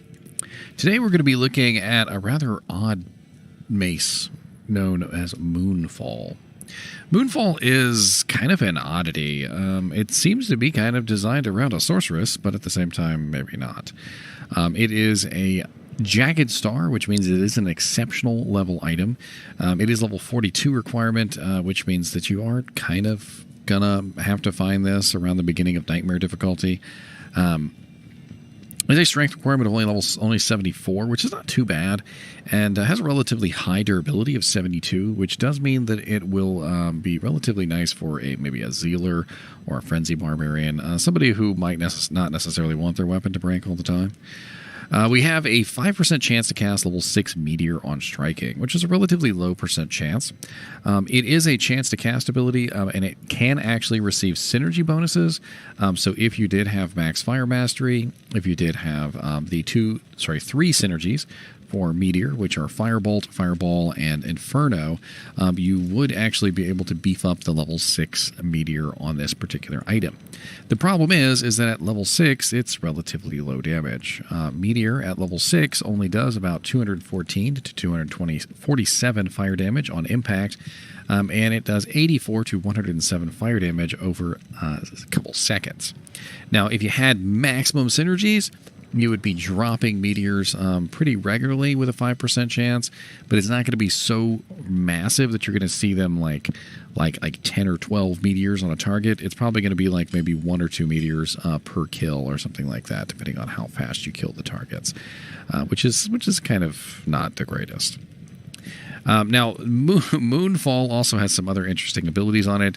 It does have 150% enhanced damage, which does make it relatively nice physically for a level 42 character with 60 to 92 damage. And it does vary from 120 to 150%, so it varies by 30%, which isn't a huge variable. We also get an added 10 to 15 damage, which is just added straight on top. And then we also get a 55 to 115 fire damage added in there too. And as you can see, there's a lot of fire damage going on here. We've got the meteor fire damage. The meteor has the burn attached to it. We've got the fire damage added to the weapon. And it also has some meteor charges as well. We also have the magic damage reduced by 11, which is a pretty large amount of magic damage reduced by. That means that any magic damage that comes in will get reduced by 11 damage straight off the top. So, like, for instance, if somebody hit us with a 100, fire damage ability, a fireball or something, we would just take 11 damage right off the 100, and then it would come in as a lot less. This works really well for low damage attacks. I've noticed that, like, if somebody hits you with a fire bolt that only does like 20 damage anyway, 11 damage off of 20, it means there's only 9 left, and usually resistances and stuff, and it can take care of a lot of the other values, especially if you have any kind of absorption. We also have +2 to light radius, which is negligible. Level 11 meteor charges, 60 of them, which is a lot of level 11 meteor charges. And let's quickly look at what level 11 meteor does. So level 11 meteor is 393 to 437 fire damage, which is better, and 138 to 164 fire damage per second. So if you were a non-sorceress and you were to use this, that's how much damage you would get. If you were a sorceress, you would get synergy bonuses. So if you had Fire Mastery or any of those other abilities, it could definitely come in handy with this. On top of this, we also get 50% enhanced damage to undead, which is a off-weapon ED, and is not to be confused with the on-weapon ED. They're two completely different variables. On-weapon ED is very, very effective, and off-weapon ED is much less effective. So don't confuse the two together. Now, the ethereal version also is very nice at 85 to 130, but unfortunately there's really nobody that can use the ethereal version, because the ethereal version is, of course, a mace class, and there's no mercenaries that could use a mace class item. Which means that if you wanted to use this, you'd probably have to put a Zod rune in it, just in general. Now, there are some other kind of odd alternatives. You could potentially use this on maybe like a Blade Fury assassin for a little while, just simply to get the meteor procs. Blade Fury can proc on striking, but it cannot proc on attack. So you could get meteors with your Blade Fury. The fire damage would also translate through, and the Blade Fury ability does not burn durability. So you could potentially use this on a Blade Fury assassin with at level 42. It could be interesting. There may be better choices than this, but it's an option. Now, we can upgrade this to the elite form, and I'd like to do that real quick just to see kind of what kind of damage this would get. It is, of course, going to go to a Devil Star, which is the elite version. And if we're going to do the normal version first, the non-ethereal version, and you're going to need a Pole rune, you're going to need a Lum rune, and you're going to need a Perfect Emerald to do this. This is going to go from 60 to 92, 74 strength, level 42, to 117 to 147, 44 dexterity requirement, 153 strength, and level 59. At level 59, that's actually not too bad. I'm not like too terribly impressed, but I'm also not like very, very dissatisfied with that upgrade. It's okay. Level 59 is low enough that this could actually still be viable for a little while for you if you didn't happen to have anything better. Unfortunately, the level 6 meteor is probably going to be a lot less effective at level 59 than it was at level 42. And just in general, it's going to be waning off as you level up your character. You're probably going to want to replace this relatively quickly once you get to like level 60, 70, 80, obviously. I mean, these weapons don't really tend to last you very long, so I would keep that in mind. Now, we can also upgrade the ethereal version, which is going to get a nicer damage bump. So we're going to go from 85 to 130, 64 strength requirement, level 42, to 170 to 212, 34 dex, 143 strength, and level 59. Not really too sure about this particular weapon, especially upgrading it to the elite form. A Pull and a Lum rune is kind of expensive for an upgrade that doesn't really seem to be that worth it. I feel like this item seems to be more centered around almost an enchant sorceress. I almost feel like an enchant sorceress could get a lot of fun out of this. Like build an enchant sorceress, upgrade it, turn into a bear maybe with a beast or something, and then just wail on targets with with your high level enchant synergies and meteor, have meteors coming out everywhere. I mean, fully synergized level 6 meteor could do decent damage. You know what? Let's run those numbers real quick, because why not? This is a video about this item. I feel like running those numbers is probably a good idea. So if we take a look at our skill tree, we can reliably see how much damage we're getting. So we're getting 5% for Firebolt and 5% for Fireball. So we're getting a total of 5% fire damage per level for each skill, times 20. So 5 plus 5 is 10 times 20. So 10 times 20 is a 200% increase. And then we also get, let's see here, Inferno damage. So, we could probably just do this on the character. Let's do it on the character, shall we? So, let's go ahead and reset our character real quick. Let's go down to Meteor. All right, and then we're going to level up Meteor to level 6. There we go. We've got level 6 Meteor. And then we're going to get hard points into Fire Mastery, because we would probably also be leveling up Fire Mastery to max if we were Enchant Sorceress. We're going to level up Firebolt and Fireball to maximum. And at level 6, we are looking at 1,702 to 1,964 damage per hit. Also with an average fire damage of 245 to 313 per second. That's actually not terrible. It's a 5% chance to cast, though, which is relatively low. But let's go play around with it, and let's see kind of like what kind of damage we could somehow get out of this. So we're going to obviously have to build up our strength high enough so that we can utilize this, as well as our dex. I was looking at the wrong stat. Let's go ahead and use this one. And then we're going to go ahead and put in the rest of our points into Vitality, just so we don't die. It would be nice if we had a shield laying around. And I do not have a shield laying around. Look at me. Smart. Now, sorceresses, unfortunately, don't have a lot of abilities that will increase their attack rating, but they do have Enchant, which is definitely a nice one. And as you can see, when you enchant, the star goes into that nice horrible red figure.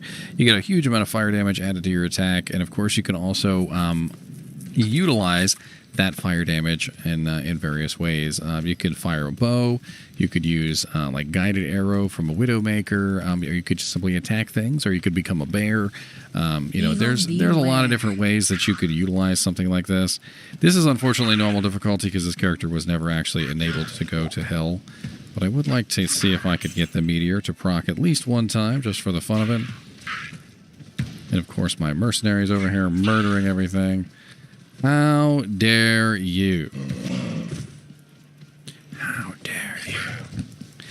Unfortunately, I do feel like 5% is just a little low to actually build a character around this effect. There are other items in the game, though, that do have meteor procs on them, and you could potentially have multiple meteor procs coming from multiple different items. The only downside I see to this is that there is a delay on meteor, and the delay on meteor is going to trigger even with the chance to cast ability. And I don't know if a lot of people actually know that about meteor, but it does actually proc with chance to cast abilities. So you won't be able to cast it in really, really fast succession, even if you had multiple items with meteor procs, just simply because the delay on meteor, which is a relatively long delay, essentially precludes that. And at some point or another, you have to ask yourself, would it just be better if I was just casting the spell myself? Because, well, you know, that would definitely be a little bit better than just simply... Man, Mr. NiNi's always messing up my shirt. I just looked at the camera and I'm like, dang, my shirt's all disheveled. Disheveled. That's what I would call it. Disheveled. I mean, as you can see, we've already killed several monsters here, and I haven't gotten one meteor proc the entire time. And this is something that you're probably going to notice if you use this weapon, is that, oh, there we go. There's our first meteor proc in the entire time. So as you can see, the meteor hits, we get the nice fire damage, and then it's gone. And it's not exactly something that you could, like, build a character around. Unlike a lot of other items, like Windhammer Ogre Maul, which has 25% chance, or... you know, there's quite a few items in the game that have relatively high % chances of items. Like I just recently went over the Earth Shifter Thunderball, which has a, I think it's a 25% chance of fissure. All very interesting ways that you could potentially build a character, but it's just not something that I think would actually work out very nicely, considering that I could just literally just cast the spell. But just out of curiosity, if we were to somehow maybe build a meteor spamming sorceress who, I don't know how exactly I would do this, but let's theory craft for a second, shall we? So we're going to go to Amazon Basin and we're going to look up the meteor skill. Amazon Basin is a website that has all of the items listed that can potentially spawn meteors. So we have chance to cast on quite a few different items. The Hellmouth War Gauntlets have a level 4 at 2% chance, which is not very high. Skystrike Edge Bow has a level 6 at 2% chance. Moonfall Jagged Star has the level 6 at 5% chance. We also have a level 19 with a 2% chance when struck on the Rising Sun, which could be interesting if you were a melee sorceress. I would probably use that. We also have the Rainbow Facet and Destruction Weapon and the Hand of Justice all have when you die effects, which are not going to be very handy. So it does look like there are a couple choices, like maybe you could use the Rising Sun Amulet, the Hellmouth War Gauntlets, and the Moonfall Jagged Star all together. And you would have a total of 3 meteor procs from 3 different items at various levels, which would do their own particular amounts of damage. Not entirely sure that would actually be worth it, but it could be a fun thing to try out just because. Lastly, let's go over where you could potentially find this item if you wanted to find it. So let's go over to Silo's Pen, which is a pretty good place to look up drop chances. And they're going to have to update this website. I wonder if they will, because with 2.4, we've got a lot more new level 85 zones, which won't be on this list. So Moonfall. There's Moonfall right there. And we're going to pretend that we have about 100% Magic Find because we're a level 40 some odd character, so probably not too great at that particular point. We do have the Secret Cow level in Nightmare at 1 in 2,920 on the Cow King. Not a lot of really good options here, especially for somebody who's just entering Nightmare difficulty. A lot of really poopy options, actually. Trying to see if there's anybody in here that would actually be killable in Act 1 or Act 2 when a character would be around the level that would actually want to use this. And Dark Elder, no, that's hell difficulty, so that doesn't do us any good. Let's take a look at bosses real quick, and we'll check the bosses. So we've got hell. Bale in normal difficulty can potentially drop this from a quest as well as normally. That seems like the best option, because in normal difficulty, you're probably around level like 30 to 40 as you're leaving normal difficulty. And 1 in 1,354 chance is actually pretty good for this particular item. In normal difficulty as well, that's absolutely great, because that's where you would want to find this, is normal. And let's see what else we've got here. Not a lot of good options other than that. It does look like Bale in normal difficulty is the main monster that you probably want to farm, but try and find this on level. You know, like as you're going into Nightmare difficulty, wielding this in your hand, that would be your best bet. Of course, best probability at all is Nightmare Mephisto on a quest, and non-quest is Nightmare Mephisto non-quest. Of course, by the time you get to Nightmare Mephisto, you're usually a lot higher than level 42, so I'd keep that in mind. I would probably try to get this in normal before I got to Nightmare, so that it would actually be useful while I was going through Nightmare. But if you were just farming this specifically to just find it, it does look like Nightmare Mephisto is your best bet. Anyway, as always, I do appreciate you guys and gals watching my videos, even when I am the moon falling from the heavens. That's a cheesy joke. Anyway, keep watching.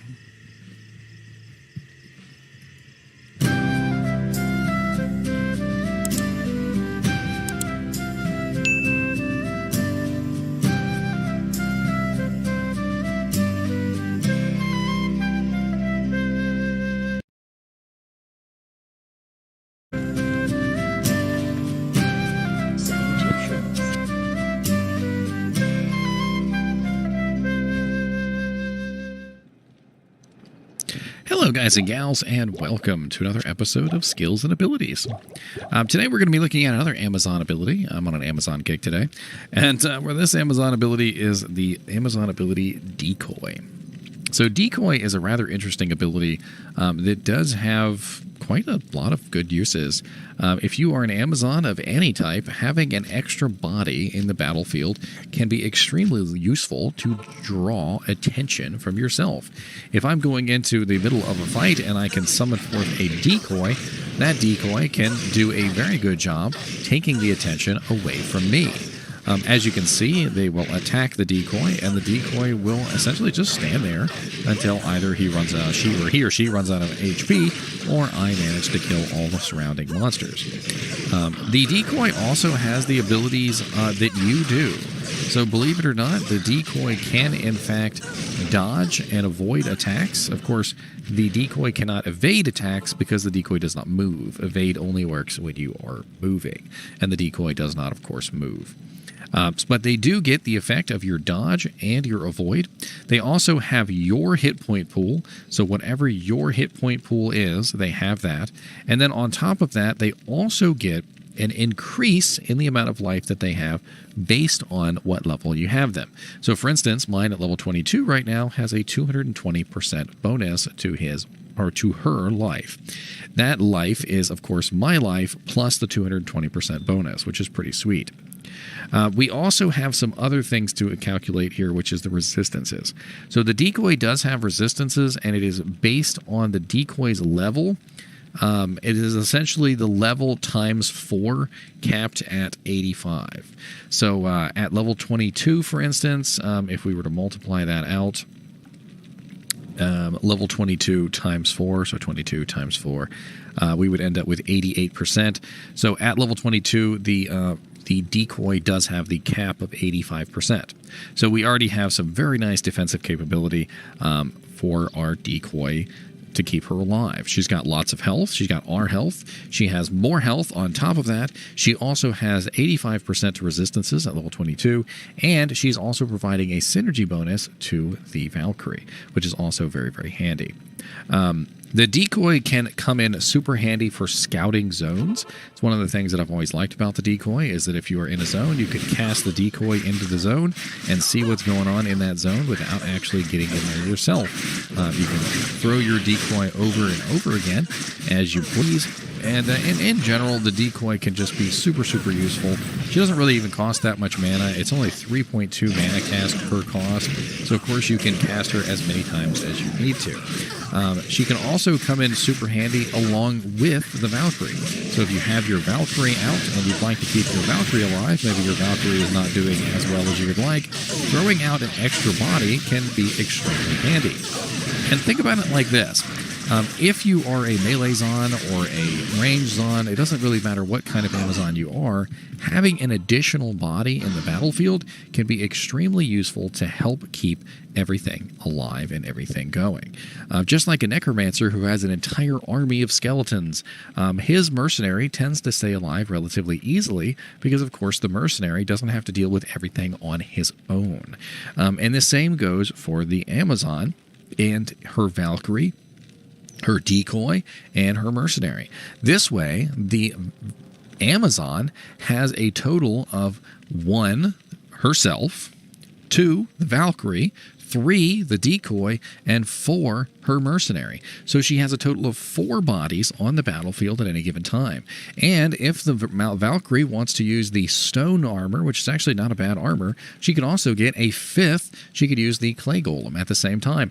And she could have a relatively nice little army of 5 different creatures, including herself, of course.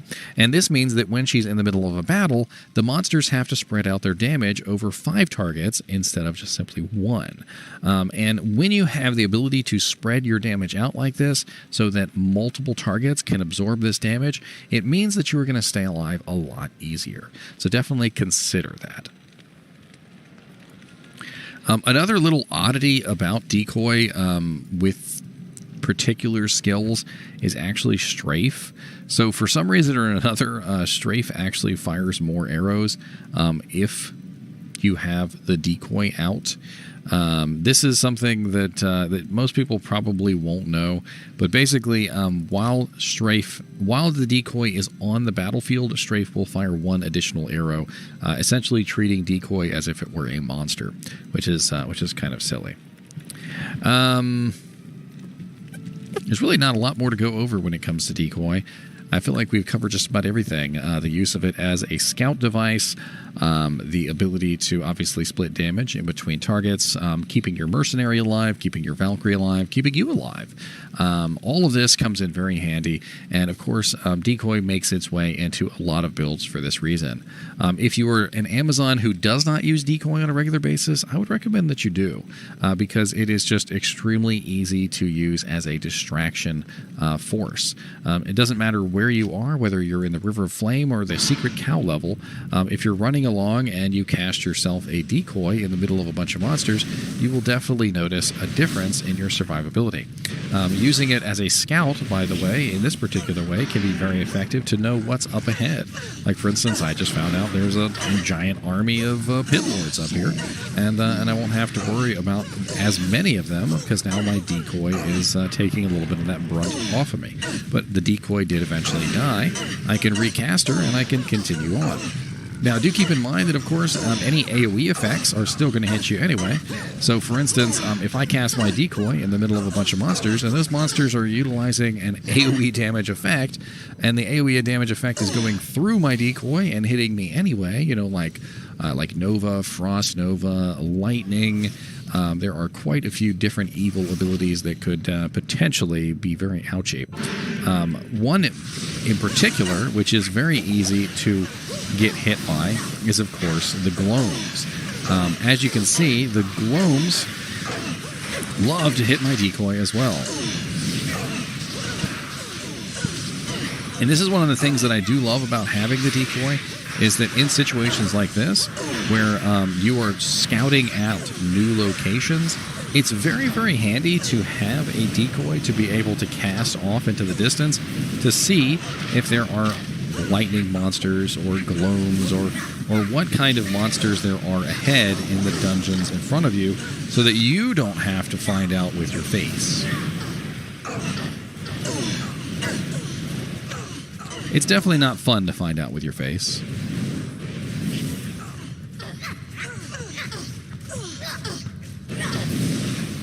And there you go. I managed to find some gloams without having to immediately die to them, which is kind of the overall goal, right? Please don't kill me, gloams. That is the correct way of stating it. Please don't kill me, gloam-san. Anyway, as always, I do hope that you enjoyed this episode on Decoy. It probably wasn't one of the longer skills and ability episodes, but I do feel like I've gone over quite a bit in the 8 minutes that I've been talking so far. Decoy is just an amazing ability. It is also a very nice passive for the Valkyrie, because if you notice, it does actually increase the life of the Valkyrie every time you put points into Decoy. So not only would you be increasing the Decoy's life itself by increasing Decoy, you also increase the effectiveness and usefulness of your Valkyrie in the process. As always, I do appreciate you guys and gals watching my video, even when I have decoyed you away from the game. And as always, keep watching.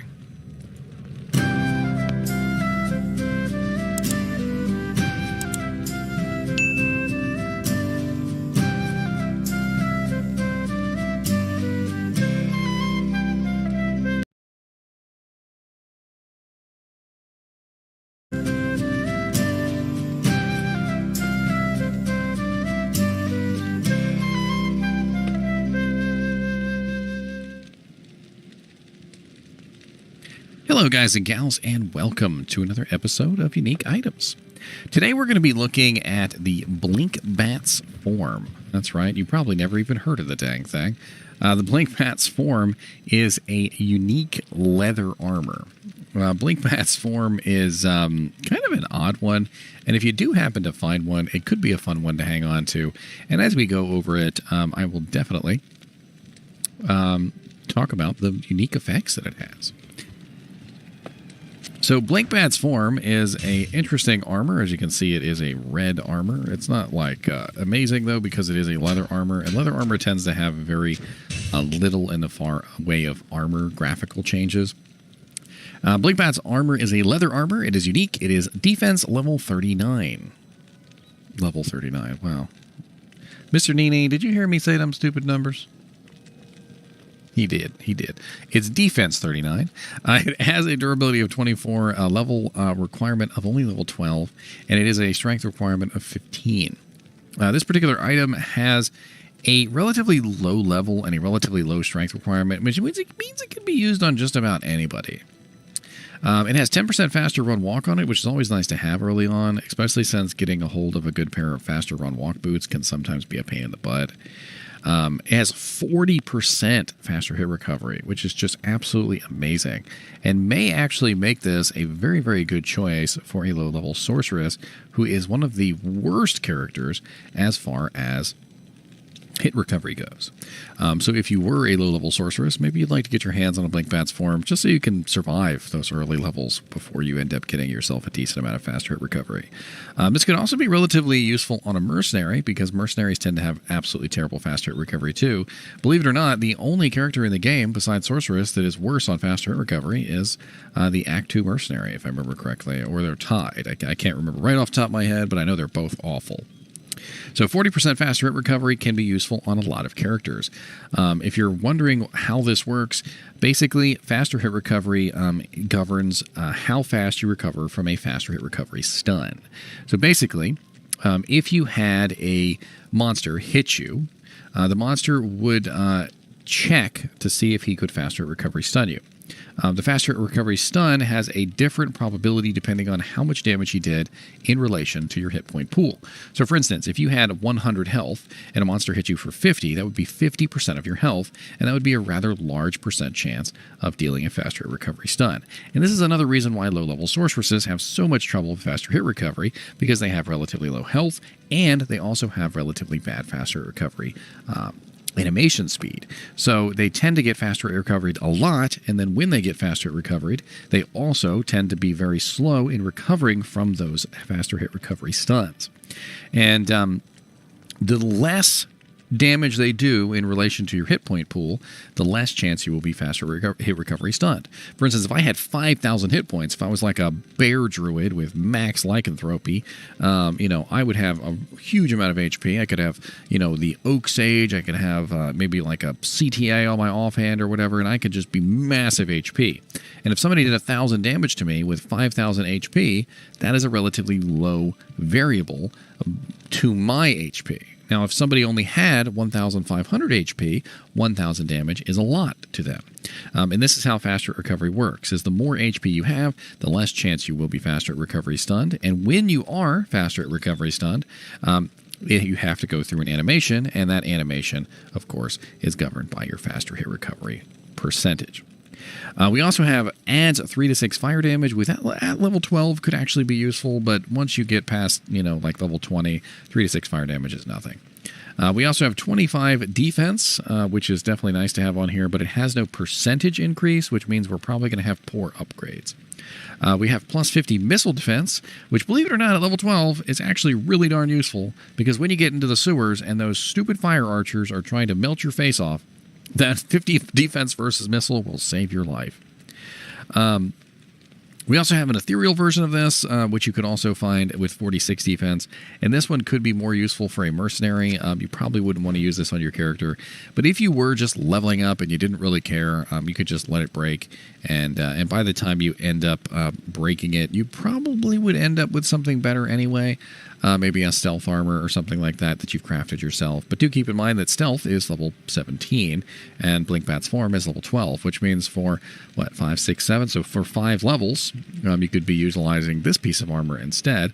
And, just like a stealth armor gives faster recovery and faster cast, as well as faster run walk. So it's almost like this is like a little baby stealth before you get to stealth. We can upgrade this, and we're going to upgrade this today. So let's go ahead and see what kind of upgrades we get on Blinkbat's form. Blinkbat's form normal version is Shale Tal and Perfect Diamond, which is going to go from 39 defense, 15 strength requirement, and level 12 to 149 defense, 43 strength requirement, and level 29. Not a bad upgrade if you had this item and you didn't have anything else. I could see utilizing this for the 40% fast hit recovery. The defense isn't too bad at level 29. I would hope that by the time you get further into Nightmare difficulty around level 40, you've probably got something better by then.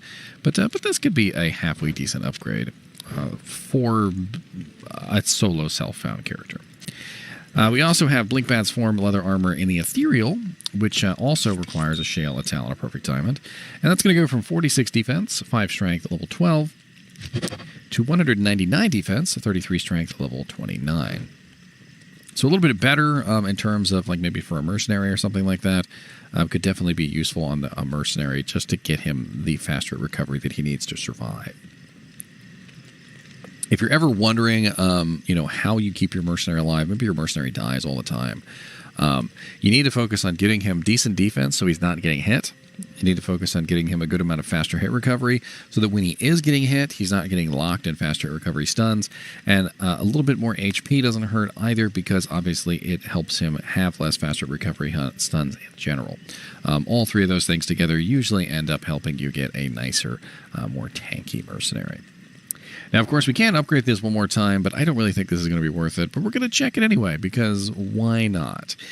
So to do this, you're going to need a Lem, a Co, and a Perfect Diamond, and you're going to upgrade this from the Serpent Skin armor to the Elite form. It's going to go from 149 defense, 43 strength requirement, level 29, to 485 defense, 84 strength requirement, level 62. Now, the defense didn't go up enough to warrant a level 62 requirement because it doesn't have any percent plus on it. That's the reason why the defense isn't going up enough. Blinkbat's form Ethereal is going to go from 199, 33 strength, level 29, to 640 defense, 74 strength, level 62. So as you can see, not really the best upgrade for the third tier, a halfway decent upgrade for the second tier, but honestly I think this is an item that probably should be left at the lower level where it belongs. Let's take a look relatively quickly though at Silo's Pen, and let's see where we could potentially find this item if we wanted to look for a Blinkbat's form. It's a level 12 item, so we're not going to assume very much magic find. We're actually going to put 0. We are going to search for Blinkbat's form here, which should be right. There it is. Bink. All right, and we're going to restrict this to normal difficulty because if we're looking for this item, we're probably looking for this item in normal difficulty. Level 12 is Act 1, by the way, so you haven't even left Act 1 normal, and that's really kind of the funny thing about this armor is it tends to only drop in Act 1 normal or normal difficulty anyway. So we've got a lot of bosses here, but nothing really too great. Duriel in normal can drop this, but a pretty awful chance at 1 in 28,235. I mean, that's just absolute garbage. Not a lot of good probabilities here. Even Quest Mephisto in normal is 1 in 9,518. Awful. That's probably why we never see this item all the time. Let's check Super Unique. Super Uniques might have a better chance here. The Cow King in normal difficulty, 1 in 815. Of course, that is not something that you would be able to farm at level 12. That is way outside of your reach, but it is something that that is a very good probability if you wanted to get your hands on a Blinkbat form. Bone Ash in the Cathedral has a 1 in 11,373 chance. Let's apply a little bit of Magic Find to this scenario. So let's say 50% Magic Find. And our chances are going down quite nicely with a little bit of Magic Find added into the equation. So 1 in 8,067 from Bone Ash. So Bone Ash is actually a relatively easy monster to farm. He is in the Cathedral. He is always in the Cathedral. You can always find him right by the altar. Let me go and show you real quickly, because why not? It looks like to me that's probably your best chance for this particular monster or this particular item. If you really wanted to try and get your hands on a Blinkbat's form, that's actually the right level too. Bone Ash is right around the right level for a level 12 character to get your hands on this. You would probably be level 12 by the time you reached Bone Ash. And this is Bone Ash right here. As you can see, he's always fire and cold immune. Cold immune. He's always cold immune. He's not always fire immune. He does...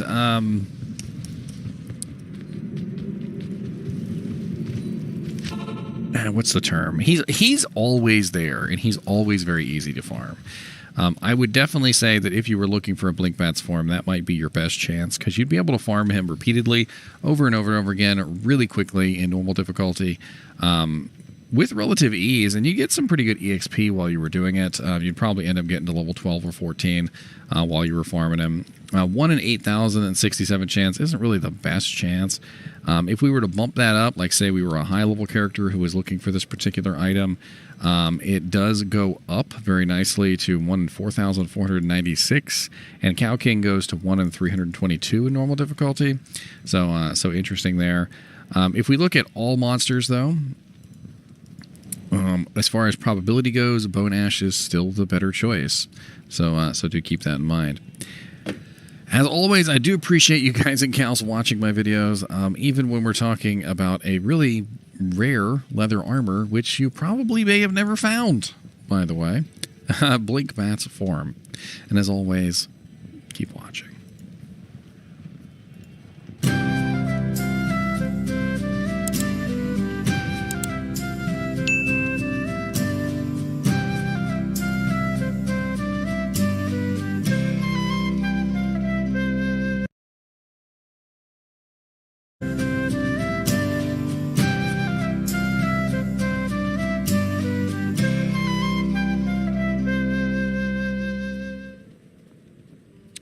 Hello guys and gals, and welcome to another episode of Skills and Abilities. Today we're going to be talking about a rather infamous ability, several abilities actually, for the Amazon called Dodge, Avoid, and Evade.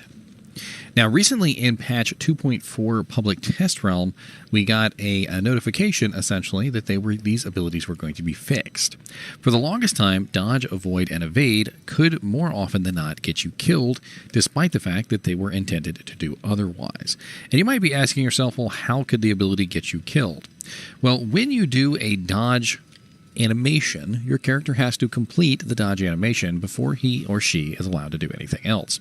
And if you were in the action of doing something else, there is a very good chance that the dodge animation would completely override that, preventing you from attacking, preventing you from running away, preventing you from doing a lot of things that you kind of needed to do.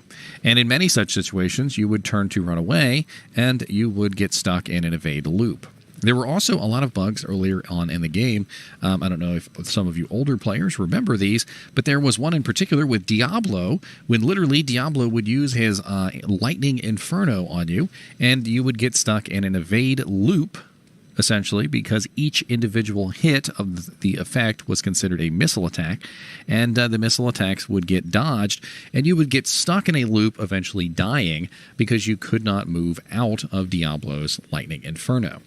This was eventually patched out so that you could not avoid that particular skill anymore, but they never fixed evade, dodge, and avoid so that that didn't happen. Well, in the newest patch notes, we have this line.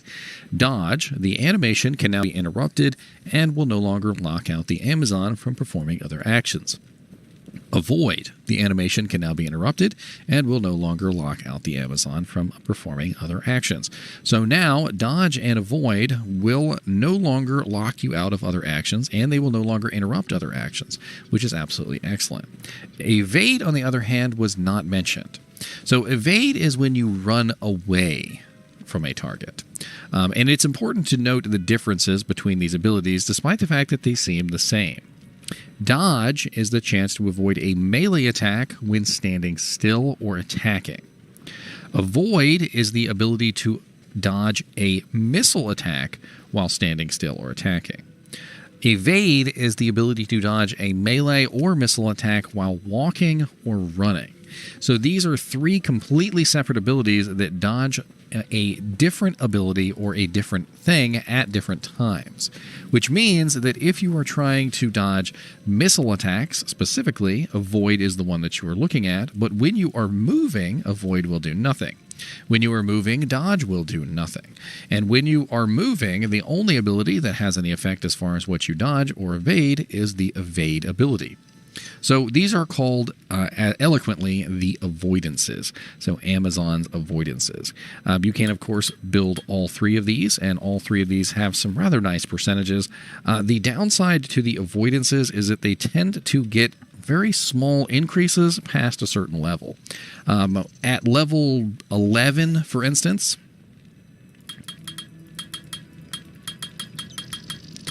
we are looking at a total of 49% chance, 57% chance, and 49% chance, right? But if we take this up another, like 10 levels to level 21, it is not going to increase very much more past that.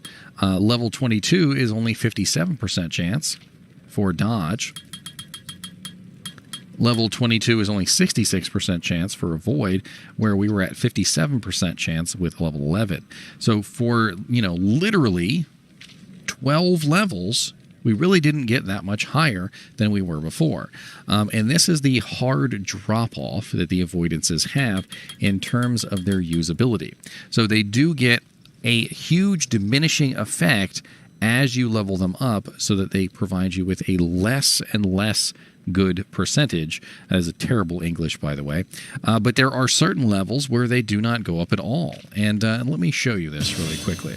So let's take dodge, for instance. You'll notice that there is a certain point at which it will not go up at all for 1 point investment. Right here at level 13, we have level 52% chance, and then the next level is also 52% chance. So, we are looking at no increases at certain levels whatsoever. Here we are with 54% chance, and it's telling us the next level is going to be, again, 54% chance. This makes it so that a lot of people decide not to invest a large number of points in the avoidances. What they usually do is they calculate out their plus to skills, and they will make it so that their plus to skills will bring it up to a decent level without having to worry too much about actually sinking any points into them. Now, there are specific characters that do build these to maximum, and those are usually called passive Zons. Passive Zons are a completely different kind of build, and usually not what you will see on a bow and crossbow Zon or a javelin and spear Zon. Passive Zons are a fun thing that you can do other than a regular Amazon.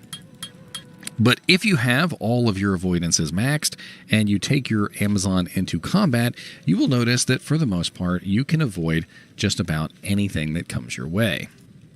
So let's take this character into battle right now. She has level 22 dodge, level 22 evade, and avoid, and level 22 evade. And we're going to take her into a combat situation, and we're going to show you kind of how her character works in terms of keeping her alive for her avoidances. Now, this is on 2.4 Public Test Realm, and because this is on 2.4 Public Test Realm, the avoidance issues have been fixed. And what that means, basically, is that... Ow, he bit me. Little bastard bit me. The avoidances have been fixed on this particular version of the game. So what you are going to see is how it's going to look in 2.4 on April 14th when it comes out, which is essentially the ability to, dodge, avoid, and evade much better than ever before. And for this reason, let's go with a fend build. Why not? That way we can attack while we are in here having a little bit of fun with this.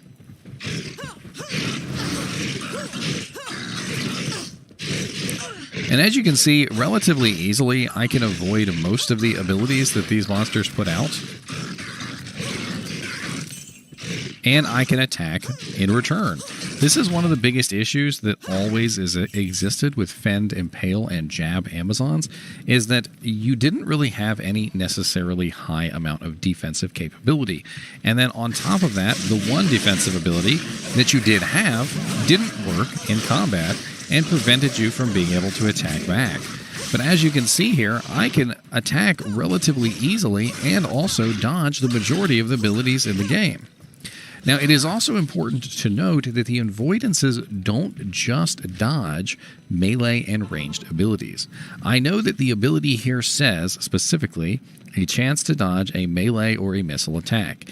And I know that this one says melee, or this one says missile. However, there are a lot of abilities in the game that are classified as missile attacks, despite the fact that they are not missile attacks. And these attacks can be dodged by the avoidances. If we take our character, for instance, somewhere where there are a large number of missile attacks, you will see what I mean. Anything that can be affected by slow missile can also be dodged by the Amazon. Take, for instance, the poison. You will notice that the poison is being affected by slow missile. The Inferno coming out of the Pit Lords is being infected by slow missile. There are a lot of things in the game that get affected by slow missiles, including lightning, charged bolts, all sorts of crazy things that you would not really even think are technically dodgeable, because you would not think that they are considered a missile attack, but they are. And if you ever are curious about whether something is a missile attack, you can always utilize slow missiles to try and figure out whether or not it is a missile attack or not. Missile attacks are kind of a broad term. And this is one of the reasons why I tell people that on-struck equipment is actually much better than you think. Like, for instance, the 20% chance to cast level 15 chilling armor when struck. And the reason is because there are a lot of effects in the game, a lot of spells in the game, which are considered missile attacks that will proc the effect, despite the fact that they are not missile attacks.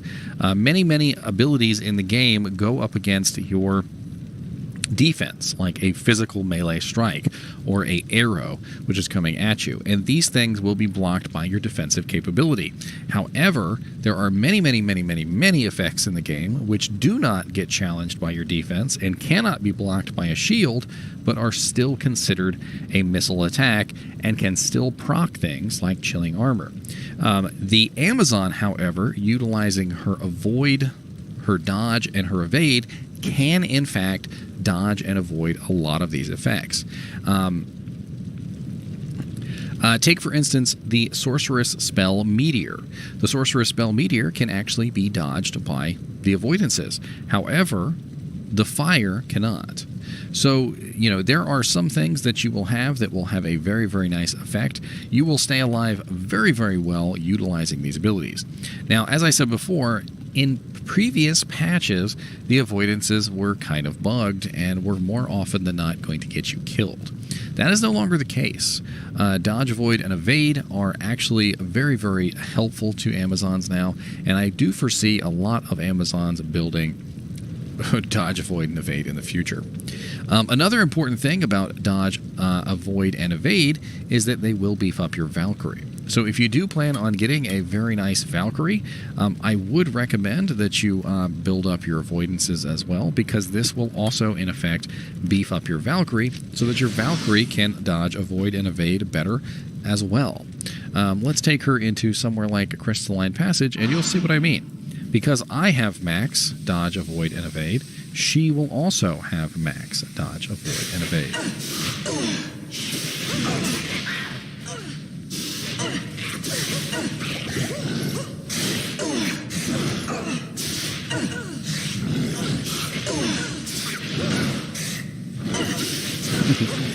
Hey, you see, I'm dodging Bone Spear.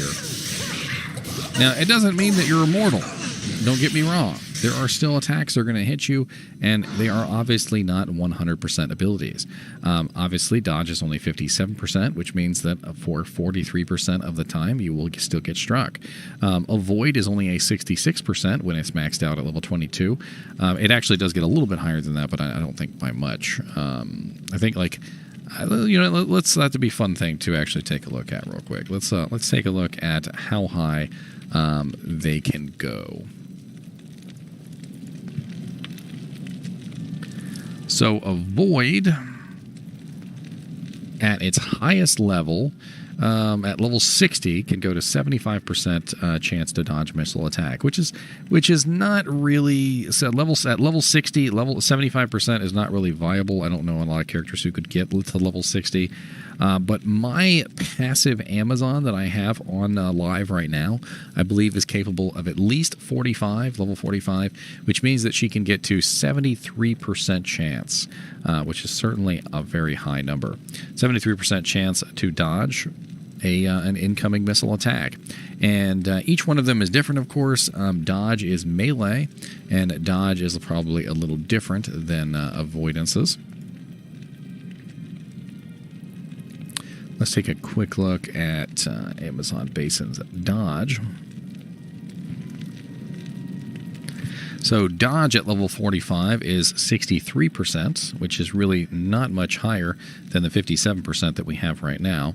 So very diminished returns as far as dodge is concerned. And then evade is at 57%. So I'm going to assume, probably rightfully so, that evade is probably also going to have the same diminishing returns. So we're probably also going to be looking at 63% for evade at level 45. So not much of an increase there. Now, the really cool thing is that since they have fixed Impale, and since they have fixed the avoidances, and since they have fixed a lot of the abilities which have made melee Amazons quite unfortunately no good, they will now in 2.4 be viable again for the first time in a long time, which means that you will see characters building the dodge, avoid, and evade. You will see characters building Impale and Fend, and we will have a whole new resurgence of the melee Zon. And for those characters who are not melee Zons, for those characters who are going to be, Lightning Fury Amazons, which I'm sure will be eminently popular, bow and crossbow Zons, and maybe even a passive Zon, the avoidances will be a staple in their development. I don't see a lot of Amazons not putting points into evades now that they've been fixed, and quite honestly, just amazing abilities all around. As always, I do appreciate you guys and gals watching my videos, even when we are trying to avoid the subject. And as always, keep watching.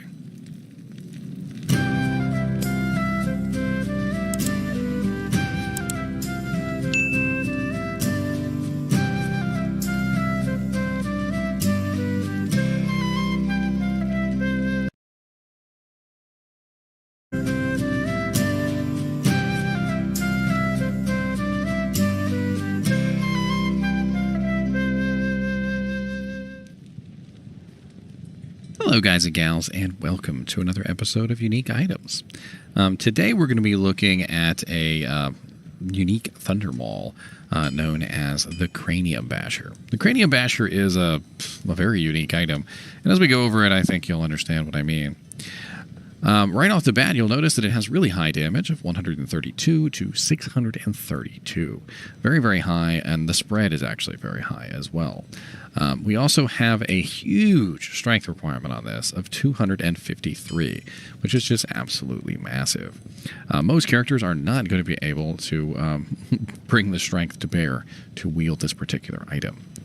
We also have a level requirement that is through the roof. Level 87 on the level requirement is extremely high.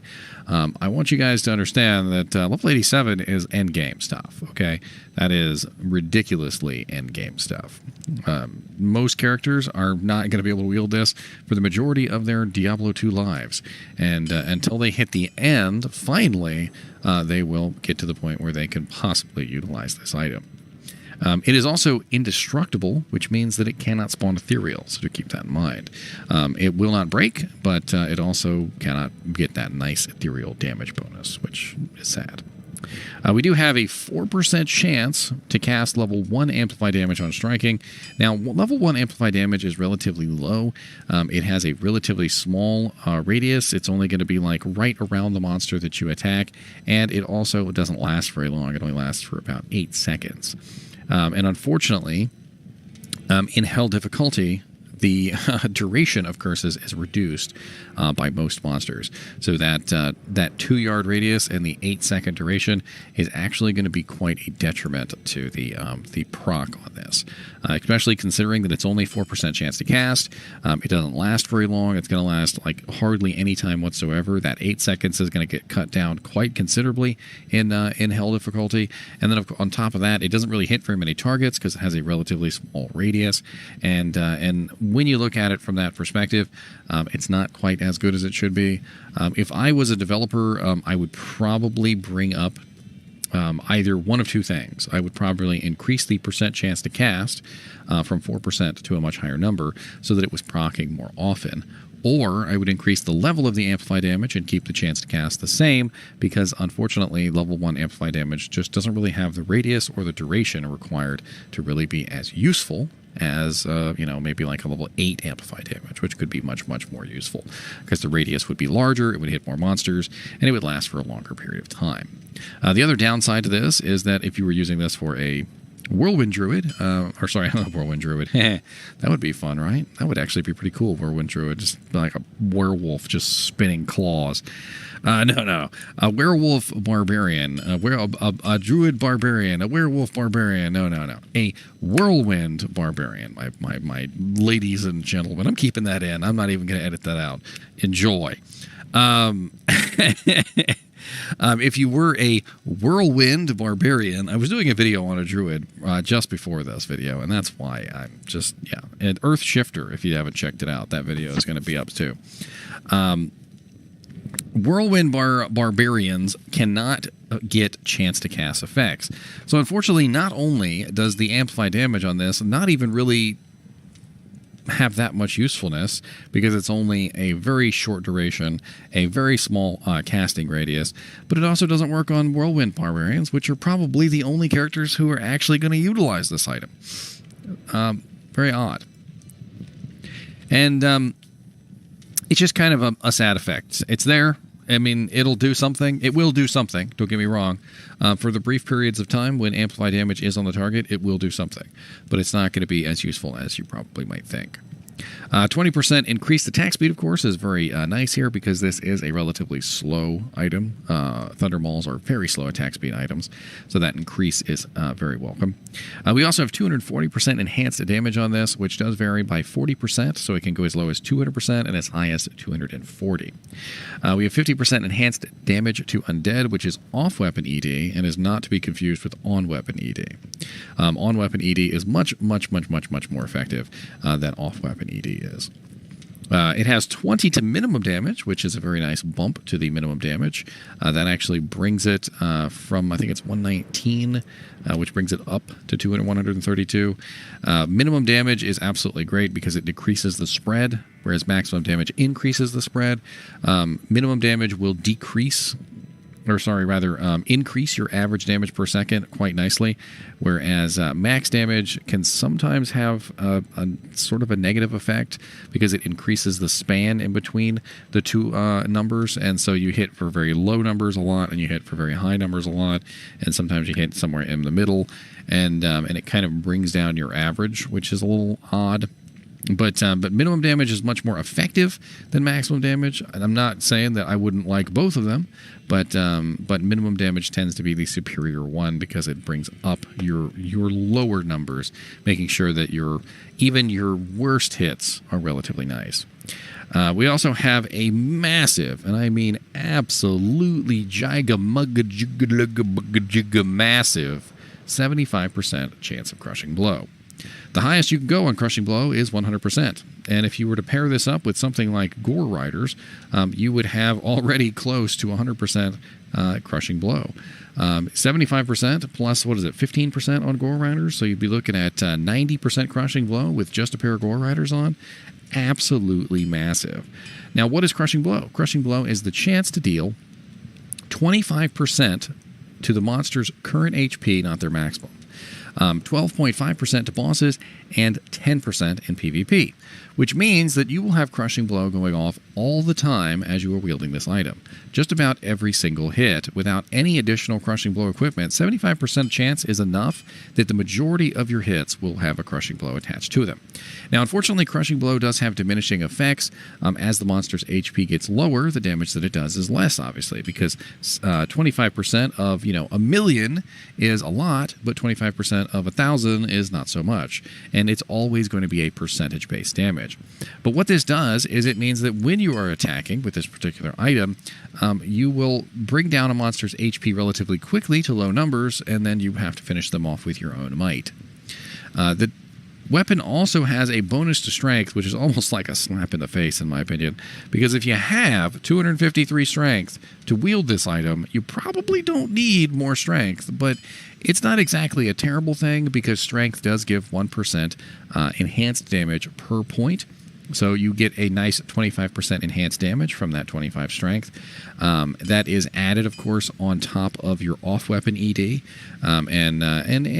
Since you already have 253 strength, that's 253% enhanced damage. And then you have another 25, which is going to add another 25% to your 253.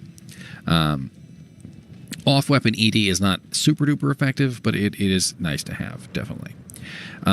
On top of that, we also have all resistances 25, which is definitely very nice because, of course, we are giving up our shield slot for this particular item, so it would be nice to have that extra resistance.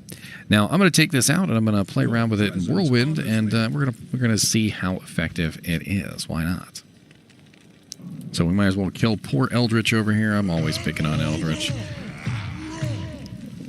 What's up, my buddy?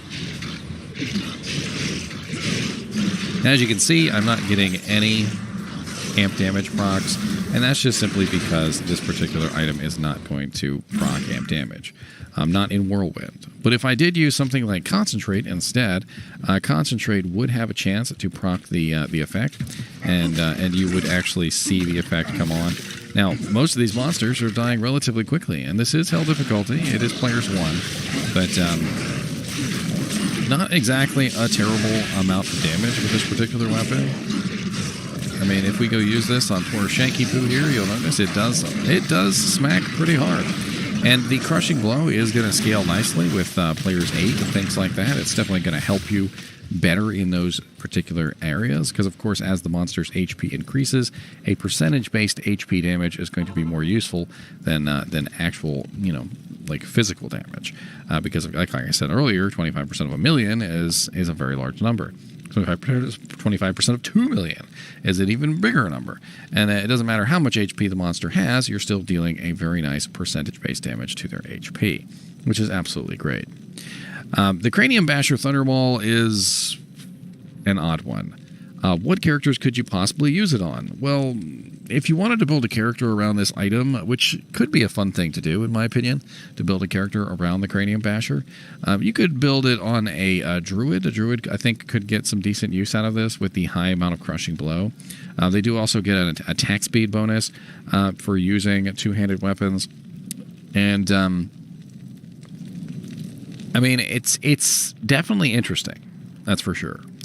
I do feel like there are better weapons in the game than this item. But 75% Crushing Blow is a freaking hell of a lot of Crushing Blow. The Amplified Damage proc could be better, in my opinion, but it's still going to be there, and it's still going to help you out. Even if it doesn't proc all the time, and even if it's not up for very long, when it is, it's going to double your damage during those durations.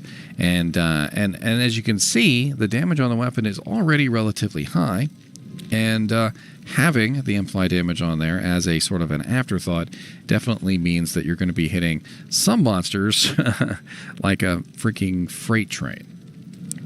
Now, the Cranium Basher Thunderball may be hard for you to come by, and for that reason, we're going to go take a look, and we're going to see where we could potentially find this, and to do that, we're going to go over to Silo's Pen. Silo's Pen is a place where I like to look up these particular things. Now, the Cranium Basher is a Thunderball, and this does mean that it may be very difficult to get your hands on. Thunderballs are a relatively high-level item and only drop from particular monsters.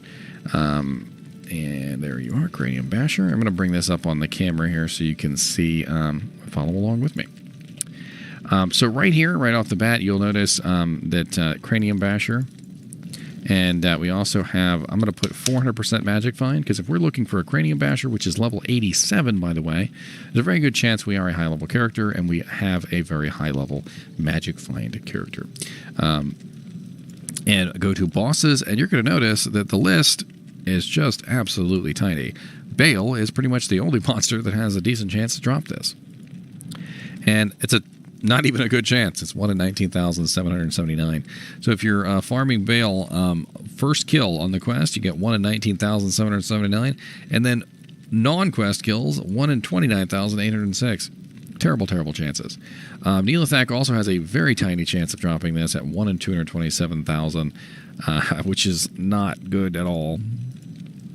For super uniques, the list is really, really tiny. As you can see here, we've got Frozenstein, Pindleskin, Snapchip, Shatter, and then we have the Throne of Destruction monsters, the Bale waves, essentially, and again, Neelathak. Not very good options. If we take a look at unique monsters, there will be a rather large number of unique monsters, but with a rather poor probability. And these are probably going to be monsters that are generally in level 85 zones. From what I can tell here, looking at the list, it may not be all 85 zones, but it's pretty close to just about all 85 zones. So you're looking at mainly Hell difficulty. You're looking at mainly level 85 zones. And in general, it's got to be a high-level zone, like Pit Level 2, Pit Level 1, Throne of Destruction, Worldstone Keep, Maggot Layer Level 3, which is an 85 zone. We've got a lot of different zones in here that are pretty much all level 85 zones. If you'd like to look at a list of level 85 zones, there actually is a list online you can take a look at. I also have a video up of all of the new level 85 zones that are coming in 2.4, so you might want to check that out as well. It is going to be a relatively rare and hard item to find. And if you do find one, I mean, you've got something special. You've got a trophy item. Maybe it's not an item that you're ever going to use. Maybe you'll give it to your best friend who has a bear druid or something, and he's going to absolutely love it. But trust me when I say it's a rare item. It's hard to come by. And if you did come by one, hold on to it. It's a fun little trophy for you to for you to hold on to and be like, hey man, look at this freaking crazy thing I found, and everybody's like, whoa, 75% crushing blow, that thing's nuts. As always, I do appreciate you guys and gals watching my videos, even when I am bashing in craniums, and keep watching.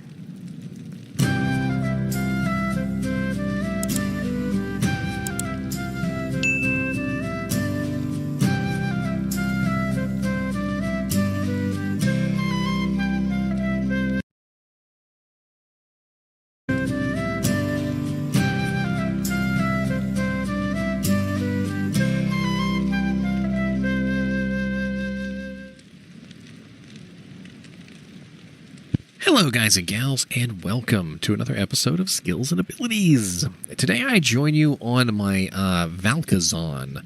Her name is GGM Sapphire, and GGM Sapphire is a character who has built entirely into the passive and magic skill tree. She has absolutely no points in anything other than passive and magic skills. And you might be asking yourself, well, why would you do such a thing? Well, the answer is because I wanted to build the ultimate Valkyrie monstrosity. Yes, I am not even joking. My Valkyrie is literally one of the strongest Valkyries that has ever existed. And to obtain this, I was able to create a character that literally has the highest level Valkyrie that you can possibly cast. I think I might be missing one or two items to get it just a teensy bit higher, but for the most part, I think I've got just about everything still. I am missing my Annihilist Charm, unfortunately, but as of right now, my Valkyrie is capable of being summoned at level 42. That would be level 43 with the Annihilist Charm. I do believe I'm missing one or two things. I'm missing my belt, which would be 44. And then I'm also missing, where's my gloves? I have +3 passive gloves, that's right. So that I can get another point higher. And I have a lot of equipment that is essentially used for no other reason other than to summon the highest level Valkyrie possible. And you might be asking yourself, well, why would I want to summon the highest level Valkyrie possible? What is the point of that in particular, of summoning the highest level Valkyrie possible? Well, she gets really, really strong. Now, I'm going to switch over to the original version of the game here real quick, because I'd like to actually summon her repeatedly. And you might be wondering, well, why in the hell would you summon her repeatedly? Why not just summon her once and be done with it? Well, the answer is that you can actually tell what equipment she is wearing by the color of her weapon, the color of her armor, and also the essentially kind of like the glow about her. So what I am looking for specifically, what I would like her to have, is extremely high damage. Now, to get her extremely high damage, I have to have specific colors on her equipment, and the easiest way to see that is in the original game. The newer game, it's a little bit more difficult to tell. And you might be asking yourself, well, what are these colors? What does it mean? What do you mean her equipment? What is changing? Well, I'm going to go over all of that today, and we're going to talk about it together. So at level 1, when you first summon your Valkyrie, the first thing that she is capable of getting is she spawns with a full plate mail and a spear. At level 2, she gains heavy gloves. At level 4, she gains heavy boots. At level 5, she gains a heavy belt. At level 7, she upgrades her full plate mail to a chaos armor. At level 8, she upgrades her spear to a lance, a rather nice upgrade. At level 10, she upgrades her heavy gauntlets to war gauntlets. Her heavy boots are upgraded at level 11 to war boots. Her heavy belt is upgraded to a war belt at level 12. At level 13, she gets an amulet. She did not have an amulet before. At level 14, she gains a circlet. That is her first helmet. At level 17, she replaces the Chaos Armor with a Sacred Armor. That is the highest defense armor in the game. At level 17, she replaces her lance with a pike, which is one of the biggest upgrades that the Valkyrie will get. This means that she will have a really, really strong war pike. The war pike is the highest damage elite version of the pike. At level 19, she upgrades her War Gauntlets to Crusader Gauntlets. At level 21, she upgrades her War Boots to Mirrored Boots. At level 23, she upgrades her War Belt to a Colossus Girdle. And at level 25, she gets additional modifiers for her amulet from 4 to 6. And at level 27, she upgrades her circlet to a tiara and gains more modifiers on her tiara as well. A lot of these upgrades actually upgrade her abilities from normal items to magic, and then magic items to rare items. So at level 7, when she goes from a full plate mail to a chaos armor, that is the first time she obtains a rare armor. When she upgrades from the spear to a lance, her spear turns into a rare lance, and so forth and so on. So at level 27, she has a rare tiara. At level 25, she finally gets a rare amulet. At level 23, she finally gets a rare Colossus Girdle. And at level 21, she finally gets a rare pair of mirrored boots, and so forth and so on. So as you can see, the higher level your Valkyrie is, the stronger her equipment is. But the problem is that her equipment is random. It doesn't matter how many times you summon her, her equipment is always going to be a random assortment of equipment.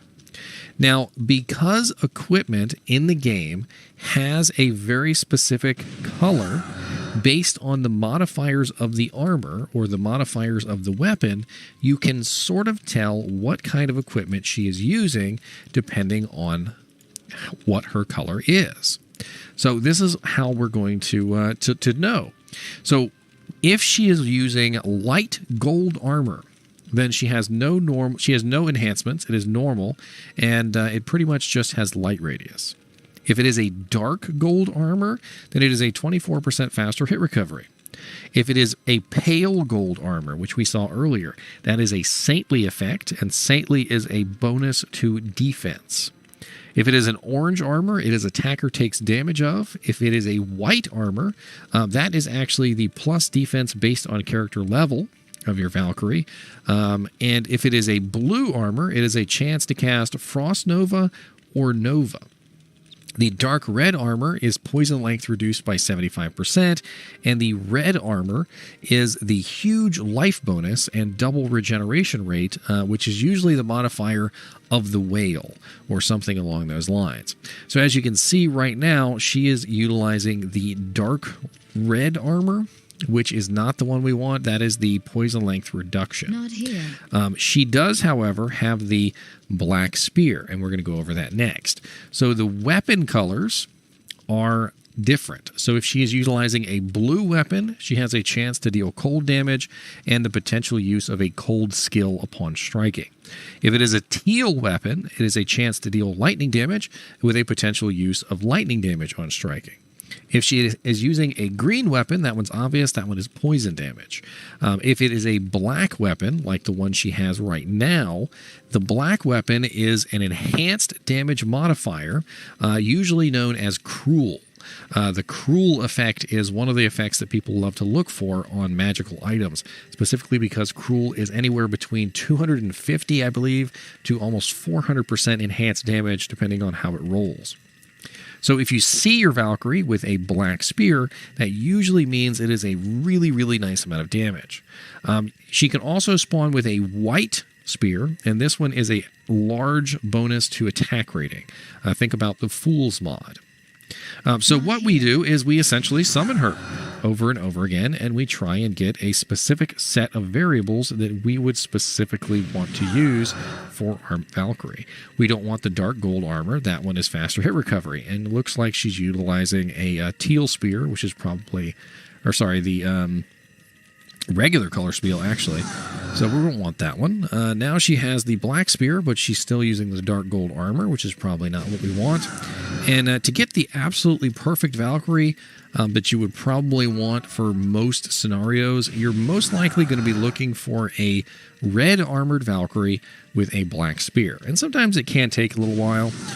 In 2.4, they did facilitate this a little bit nicer because they decreased the delay in having to spawn your Valkyrie, which is definitely very nice, which means you can go through this process a lot easier, and you can try and find your ideal Valkyrie a lot quicker than you could before. In the original or the new version of the game, it's a little bit more difficult to see the color of the Valkyrie's weapon. It's not so difficult to see the color of the Valkyrie's armor, but the weapon color is definitely a lot harder to see in the new version of the game than the old one. And you could sit here and you could try this for a very long time to get your perfect Valkyrie, but you really eventually you kind of just give up and settle for something like maybe I'll end up with the black spear but not the red armor, or maybe I'll end up with the red armor but not the black spear. Either one is nice, but having both together makes for a much tankier Valkyrie in general. And if you've ever wondered that, if you've ever summoned your Valkyrie one time and you've just been like, wow, this Valkyrie is absolutely amazing, why is she so ridiculously tanky? That is your answer to the question, believe it or not, is that believe it or not, there are Valkyries that will be tankier than others, specifically because of those scenarios. Now, there are other things to go over when it comes to the Valkyrie. Not only can you beef up her strength, but there are also specific levels that are very important for her. If you would like to use the Valkyrie as a tank, get her to level 17. That is the point at which she obtains the War Pike, and it is going to increase her damage exponentially and make her a lot more useful in general. So if you would like to have a useful Valkyrie, level 17 is the bare minimum that I would recommend so that you can have a very, very useful Valkyrie. As you can see, mine has absolutely no trouble killing things. She is actually surprisingly good at killing things, and a little bit too good, in my opinion. She's better than me in most scenarios, but I mean, that was kind of the goal, was to make a Valkyrie that could literally just kind of do whatever she wanted and kill whoever she wanted. She can literally tank Ubers, by the way. She has absolutely no trouble tanking Ubers. That's how ridiculously tanky and ridiculously strong she is right now. Now, the Valkyrie does obtain lots of benefits from other abilities. So as you beef up yourself, your Valkyrie will also get those abilities herself. So, for instance, when you beef up Critical Strike, she will get the Critical Strike. Hard points only, mind you. So plus to skills does not give your Valkyrie these buffs. It has to be hard points. When you beef up Penetrate, she will increase her attack rating. When you beef up your Dodge, Avoid, and Evade, her Dodge, Avoid, and Evade will go up. Also, she gains life every time you put points into Decoy, which is also very nice for her because it gives her a massive bonus. As you can see, at level 40, she has a life of 5,632, which is pretty darn nice. 2,400% attack rating increase, a damage increase of 975%, defense bonus of 390%, and she costs 64 mana to cast. Now, I wouldn't recommend specifically building your Valkyrie as tanky as my Valkazon, but it definitely comes in handy to have just a massively awesome tanking Valkyries on as this. Now, there are some downsides to her. Most notably is that she's relatively slow in her kill speed. And I've always noticed this about her, is that she doesn't attack very fast. But when she does hit, she hits really hard. I am hoping that the increases to Impale, the change to Impale, will have a very nice effect on her in the coming patches.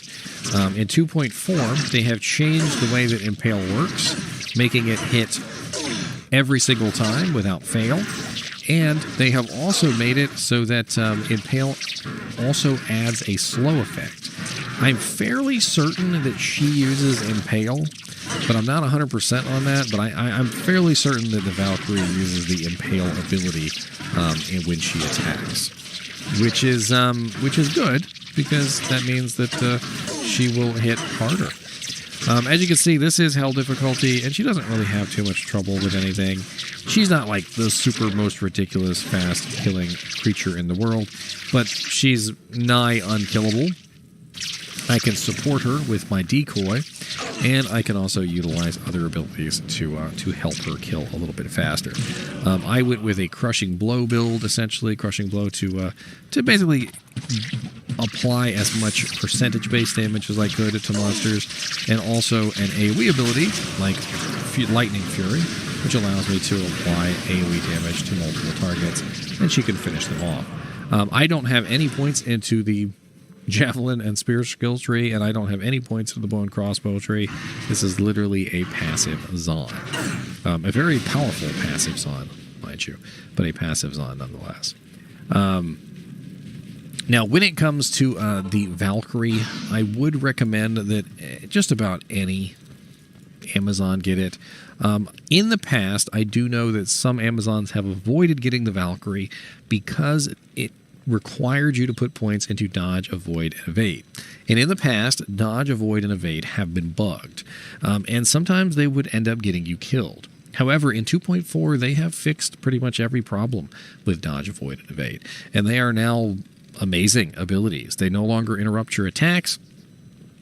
And the animation for dodge, avoiding, and evading can now be interrupted by abilities, which makes them kind of no-brainers. and opens up the ability to utilize the Valkyrie more often on some builds which you might have been avoiding them on. Now, the Valkyrie also is available on certain items. So there are 2 items in the game. The first one is the Harmony Missile Weapon. It is a rune word that has a random value between 2 and 6 to Valkyrie, and this will allow you to summon the Valkyrie. The other is the Peace Armor, which has a % chance to cast a Valkyrie on striking. It's a level 15 Valkyrie with a 2% chance to cast, which is pretty cool. So if you were to utilize the Peace Body Armor, you would get a free Valkyrie, and if you utilize the Harmony Missile Weapon, it will actually give you Valkyrie, and you can utilize the Valkyrie that way. Do keep in mind, though, that I have noticed that with the Peace Body Armor, the Valkyrie will desummon if you don't actually have the Valkyrie skill, at least 1 point into the Valkyrie. And the Harmony Missile Weapon also has some bugs where the Valkyrie will despawn as well. I'm not sure why in particular he or she will despawn, the Valkyrie will despawn. Specifically, it doesn't seem to be something that should happen, but it does. Technically, if you have the skill, and that's what Harmony gives you, is it gives you the skill, you shouldn't technically be having the Valkyrie desummon, but it does. The Peace Body Armor, on the other hand, though, just simply casts Valkyrie. And a lot of the times when you're wearing the Peace Body Armor, you may not even be an Amazon, and the Valkyrie just pops up, and then all of a sudden will just disappear again right after it casts. I do find the Peace Body Armor to be a little obnoxious, because what happens is the Valkyrie is constantly being summoned, and when the Valkyrie is summoned, the Valkyrie also dies.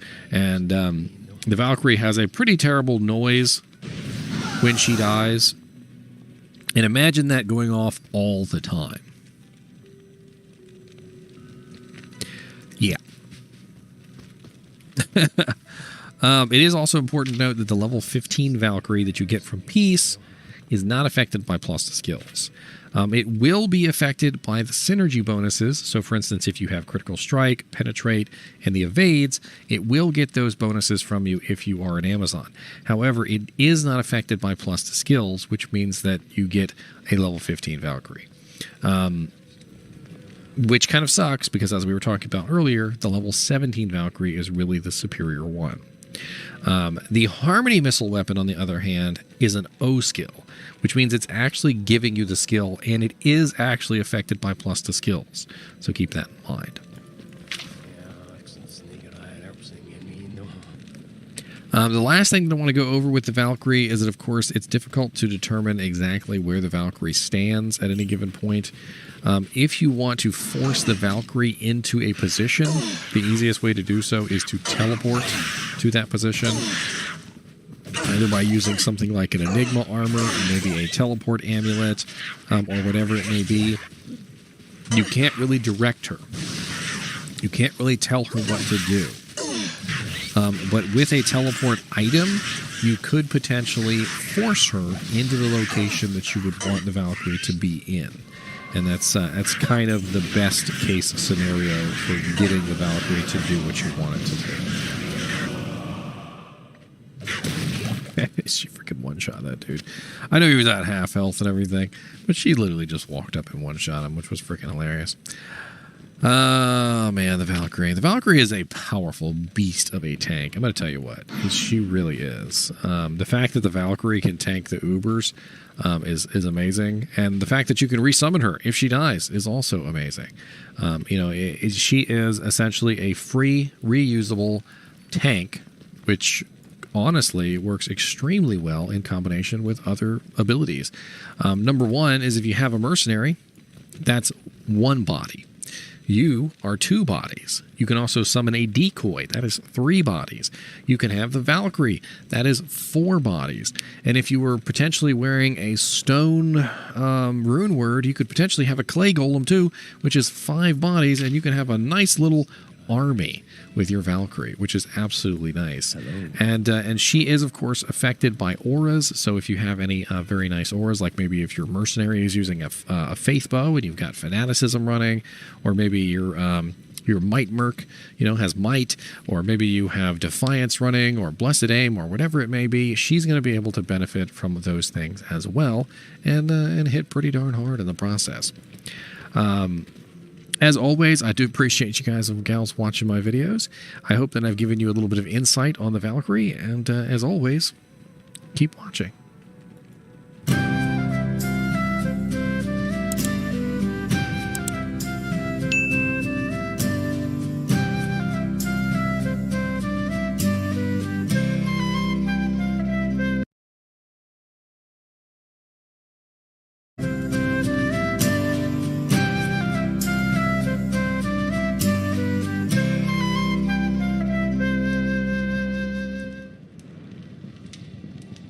Hello guys and gals, and welcome to another episode of Skills and Abilities. We're on a Necromancer, so we might as well do a Necromancer ability. I just finished Teleport, and I was thinking to myself, you know what?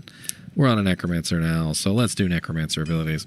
And you know what? We're going to start out with a really, really nice one, which is Corpse Explosion. Corpse Explosion is an amazing ability. It is hard to undersell Corpse Explosion, just simply because Corpse Explosion is so ridiculously powerful, and it's hard even to explain Corpse Explosion to anyone who is not aware of how powerful it is, because it doesn't really have numbers on it. It doesn't say, oh, this ability does 500 to 1,000 damage. It doesn't say this ability does 10,000 to 50,000 damage. It doesn't say this ability does 600 million to 700 million damage. And believe it or not, it can do all those numbers and more. And the reason is because Corpse Explosion is a percentage-based damage, which means that it goes off of the percentage of the monster's HP of the corpse that's being exploded. Now, unfortunately, because Corpse Explosion is a ability that is only capable of being used when something dies, it tends to be really slow in certain situations. So you have to work on a reliable method to take out those targets. In other words, if you can't reliably kill them, well, then who is going to reliably kill them? Because, Corpse Explosion isn't going to do that for you. Corpse Explosion is going to accelerate the rate at which things die. So as things begin to die, Corpse Explosion will accelerate that exponentially. However, you have to obtain the first couple kills to start the chain of events. So what does Corpse Explosion do exactly? All right, so let's read off the ability first, and then we'll talk about it. So casts on a corpse of a slain monster, it explodes, damaging nearby enemies, and it does 70 to 120% of the corpse's life. I currently have it at level 27, and it has a radius of 11.3 yards at level 27. Now, the radius of Corpse Explosion does go up as you increase the level, but the damage does not. Okay, so the ability is always going to do 70 to 120% of the monster's HP, but the radius increases as you increase the skill level. At level 1, it's only a radius of 2.6 yards, and for the most part, it's not going to hit anything. It's only going to hit the monster at directly beneath the explosion, and maybe the monsters that are like standing over the corpse looking at it. As you level it up to level 2, it goes to 3 yards. At level 6, it's 4.3 yards. At level 10, it's 5.6 yards. At level 20, it's 9 yards, and so forth and so on until you get to where I'm at right now, which is level 27 at 11.3 yards. And if I swap to my actual real equipment, which has lots and lots of plus to skills, I go even higher and can get that radius up even more. Now, you might be asking yourself, well, why would you want to increase the radius? Well, because it does a massive amount of damage. I want you to think about it like this. Let's say you have 20 cows, all right? All 20 cows have 10,000 HP. And one of those cows dies, and you explode that cow's corpse. That corpse will deal 70 to 120% of that corpse's life, okay? So if you have a 10,000 HP cow, 70% of 10,000 is 7,000 damage. There are 20 cows nearby. One of them died to give you a corpse, and you can dish out 7,000 damage to 19 cows, which is a lot of freaking damage. The larger the radius is, the more the explosion will be useful, and the more the explosion is useful, the more things die, and the more things die, the more corpses you have, and the more corpses you have, the faster things die. And that is really all I can say about corpse explosion, is that it literally is an exponential death rate depending on how many corpses you have within range. Take, for instance, Hindleskin up here. I'm going to curse him, and I can't use Corpse Explosion until something dies. But as soon as Corpse Explosion is available, I'm going to start exploding corpses. Why not? Here we have another group of monsters. And I'm going to start exploding corpses over here. And everything is going to die.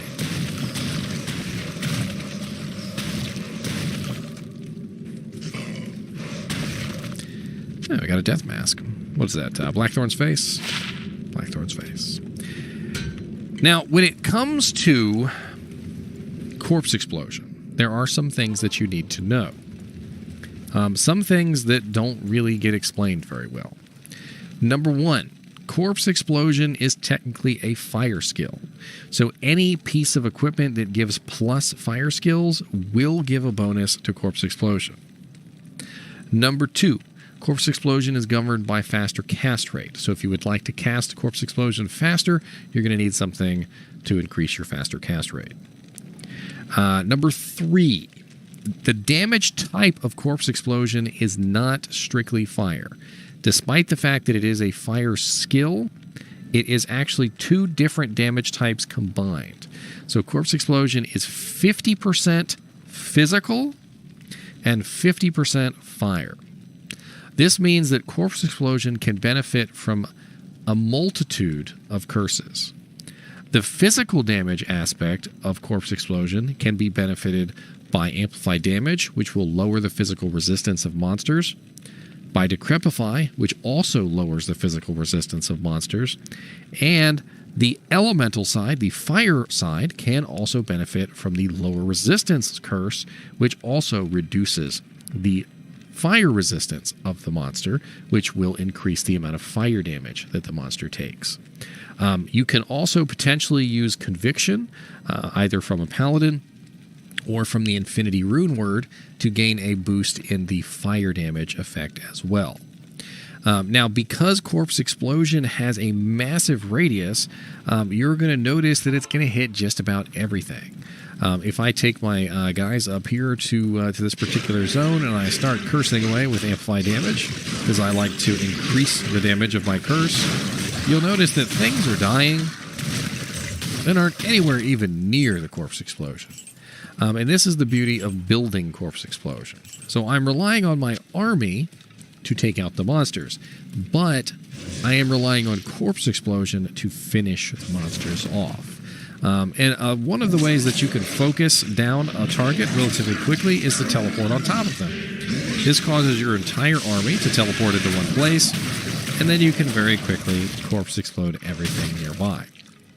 Now, the downsides of this is that, number one, you need corpses. So if you don't have corpses, you're not corpse exploding. The majority of the bosses in the game do not have corpses near them. Baal does not have corpses for you to take advantage of. Diablo does not have corpses for you to take advantage of. Duriel does not have corpses for you to take advantage of. And Dariel does have corpses for you to take advantage of, and she's one of the few. So keep that in mind as you think about Corpse Explosion, because Corpse Explosion, although it is an extremely powerful ability, it also has some very serious downsides. It is also important to note that with Corpse Explosion, you can sabotage yourself. And you might be asking yourself, well, how can I sabotage myself with Corpse Explosion? Well, if you have any type of effect that will cause a target to shatter, cold damage, holy freeze, freezes target effects, if you have them equipped on your mercenary, if you make an iron golem out of something that has freezes target on it, if you are, in a group with players that have freezes target and they are shattering corpses on a regular basis, anytime a corpse is shattered, it cannot be used for a corpse explosion. If the corpse has already been violated in some way by another ability, you will also not be able to use it. Redemption on the Paladin will consume corpses.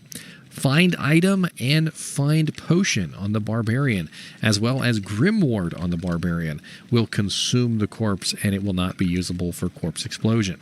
Your own skills, as in Raise Skeleton and Raise Skeletal Mage and Revive, will also affect corpses, because every time that you summon a skeleton, that corpse is no longer usable for Corpse Explosion. And this becomes a very interesting mini game of juggling the corpses and trying to utilize them all to their best extent. There are other abilities, like the Druid has Carrion Vines, which will eat the corpses. There are also items in the game which prevent corpses from being used at all. One of those such items, which is relatively common, is called Nature's Peace. And Nature's Peace has an effect called Slain Monsters Rest in Peace. Now, when you are utilizing a Nature's Peace ring, none of the corpses that are gotten from this effect can be utilized for any of the corpse-related abilities. And this is important because as a necromancer who is utilizing this particular ability, that is probably the last thing that you would want to do, is to put on an item which would deliberately cause the corpses to be unusable. And there is another such item. Actually, there's a couple, but I actually do have one of them right now, Tyrael's Might, which is on my Sapphire Amazon. And let's go take a look at this real quick so that I can show you how this effect works and why it would definitely be detrimental to a corpse-exploding necromancer.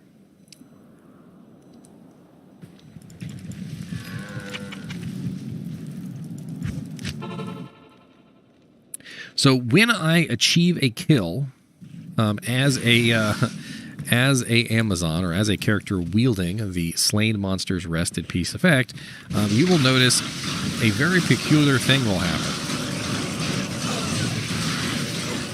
Notice it seems like their souls are leaving their body, right? This is an effect of Slain Monsters Rest in Peace, and this basically means that the corpse is no longer reusable by any corpse abilities in the game.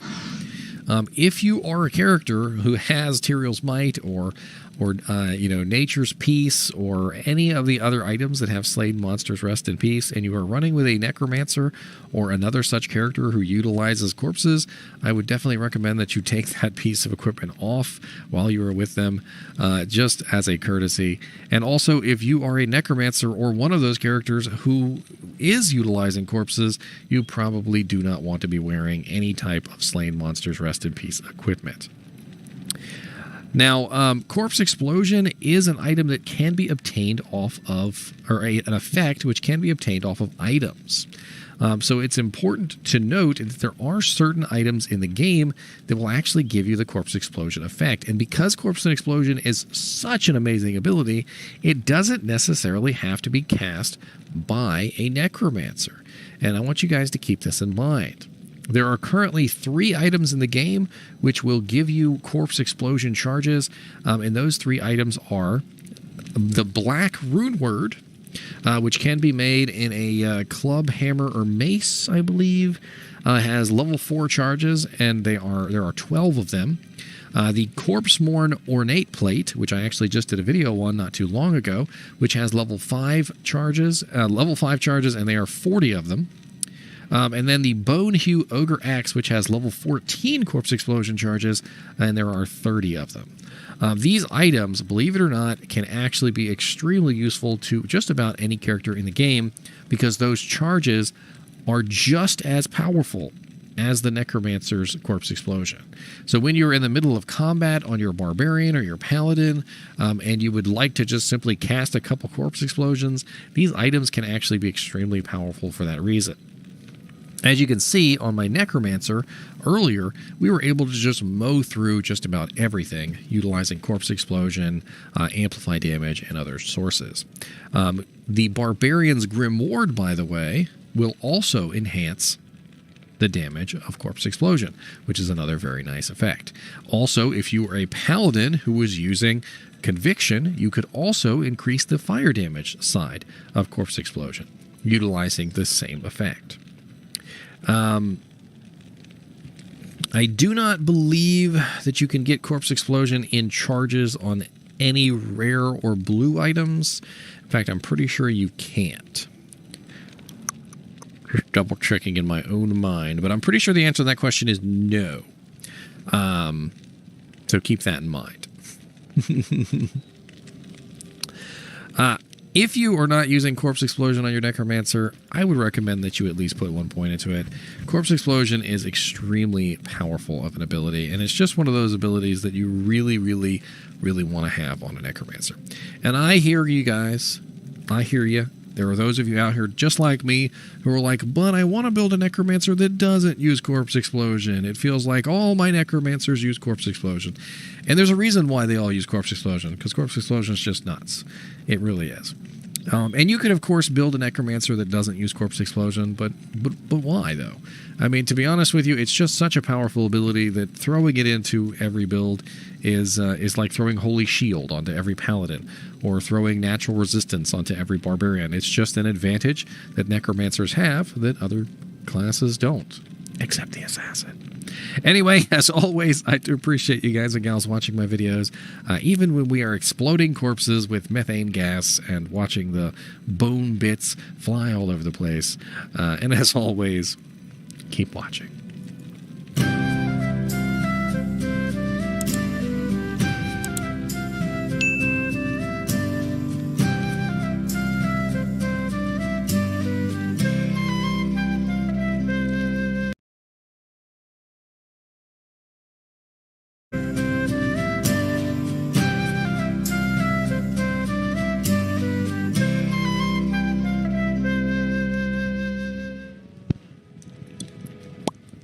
Hello, guys and gals, and welcome to another episode of Skills and Abilities. I felt like we should cover a fun one today, and what are we going to cover today? Well, we're going to cover teleports. Teleport is an interesting ability that, quite honestly, is sought after by most characters in the Diablo 2 world. I personally think it makes the game too easy, which is why you won't see me use it very often. But I do think it is an amazing ability, and it is definitely a good one to have on a character. There is a lot to go over with Teleport. Most notably is Teleport's ability to be interrupted by faster hit recovery stuns. So first off, let's just go over what Teleport does. Very, very basic, right? Sure, most of you know what Teleport does by this point, but just in case you're unaware, obviously Teleport will allow you to teleport from your original location to the place where you click. So the further away you click, the farther the distance is. The shorter you click, the shorter the distance is. You can also teleport into town, but you cannot teleport out of town, which is kind of interesting. And it was actually something that was used to trick people out of items for quite some time.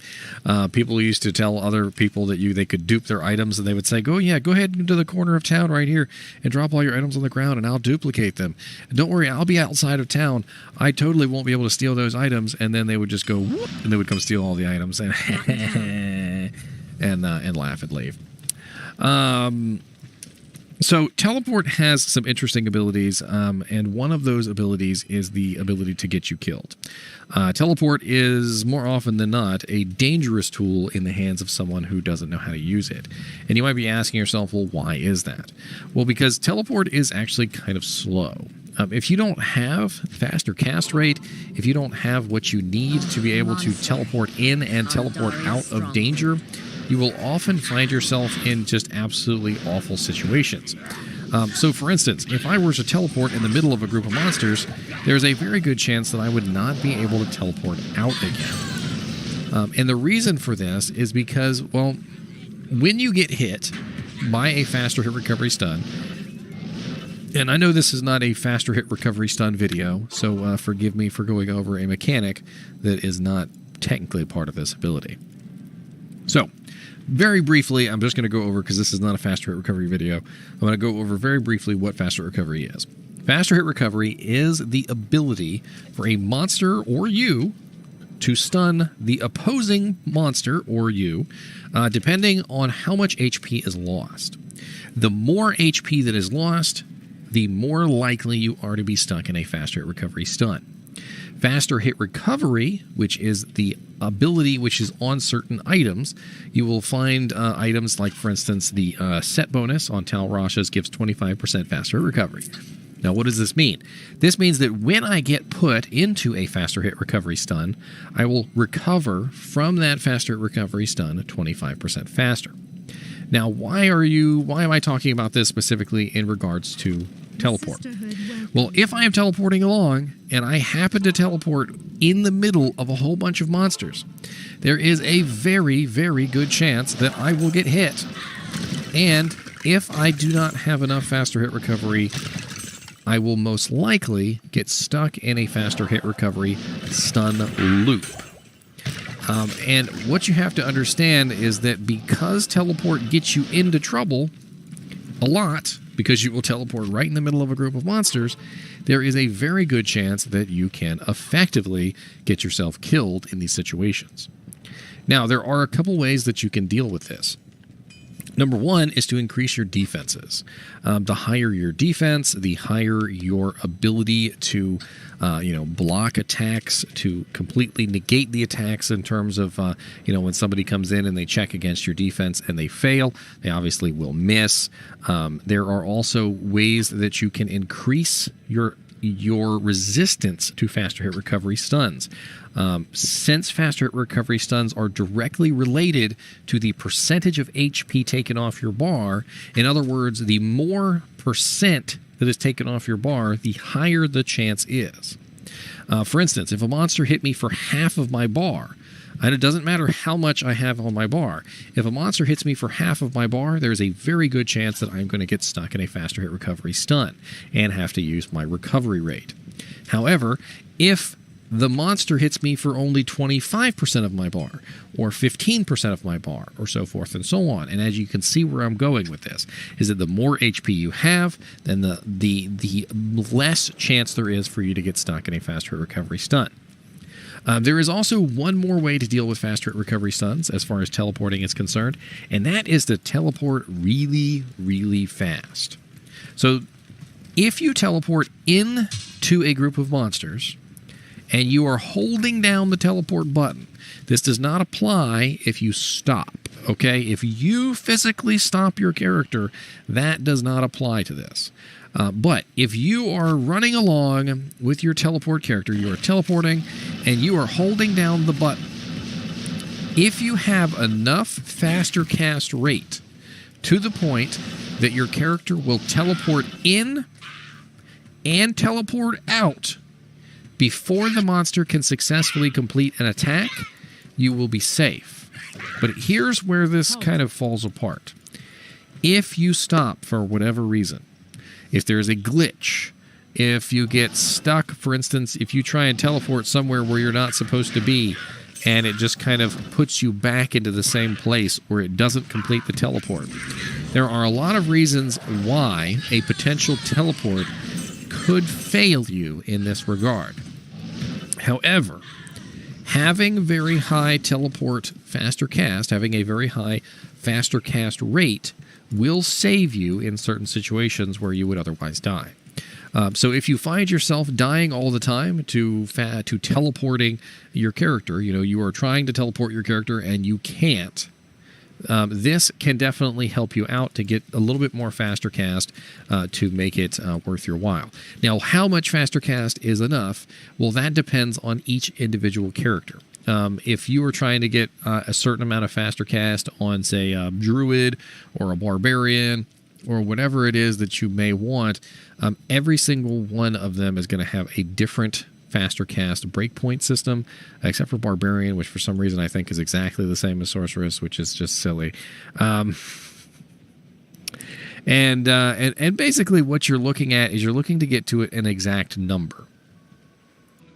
Now, let's start with a Sorceress, and I'm fairly certain this is the right number for the Sorceress. You need at least 63% faster cast if you want this to work with teleport. If you want to be able to teleport in and teleport out before the monster completes an attack, for Sorceress, you're going to need at least 63%, which I believe is 9 frames. Let me double check this real quick. 63%, yes, 9 frames. So you're going to need at least a 9-frame faster cast with Sorceress if you want to teleport safely.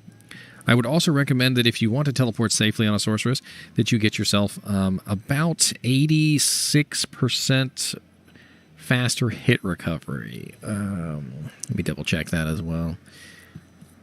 Yeah, about 86% faster recovery is pretty easily obtainable and is honestly a good number for Sorceresses. Every character is different, though. Every character has different breakpoints for faster cast rate and for faster hit recovery, and so you're going to have to look at each individual character, by themselves. What else is teleport good for except for getting around? If that's all that's good for, just getting around faster, or skipping over a river of lava or a lake or something like that, then that doesn't seem quite right. What else potentially could teleport be good for besides just simply getting around quickly? Well, the answer to that question is actually in different classes. So there are definitely a lot of other classes in the game. Obviously, you've got barbarians, assassins, you've got necromancers, you've got paladins, you've got all sorts of different characters. Well, everybody usually has a mercenary, and also, dang, that snuck up on me. And everybody usually has some type of minion. Like the Amazon has the Valkyrie, the necromancer has his army, the golems and the skeletons that revives. The druid has his bear and his wolves and his he's got his spirits and his little vines and everything. And every single character in the game kind of has their own specific reason why teleport could potentially be good for them. And I'd like to take a minute and show you what I mean. All right, so to demonstrate how useful teleport can be to a non-sorceress class and how it can be useful in a way other than just simply making yourself go fast, gotta go fast, Sonic the Hedgehog, I'm going to bring you to my Necromancer. So this is my Necromancer. His name is Naked Mancer because I originally played him using only Magic Find equipment. So here we are, and I have my army. My army is spread out all over the battlefield, right? So everywhere that my army can possibly be is not where I want them to be. I would rather them be, sort of with me than wherever they would like to be.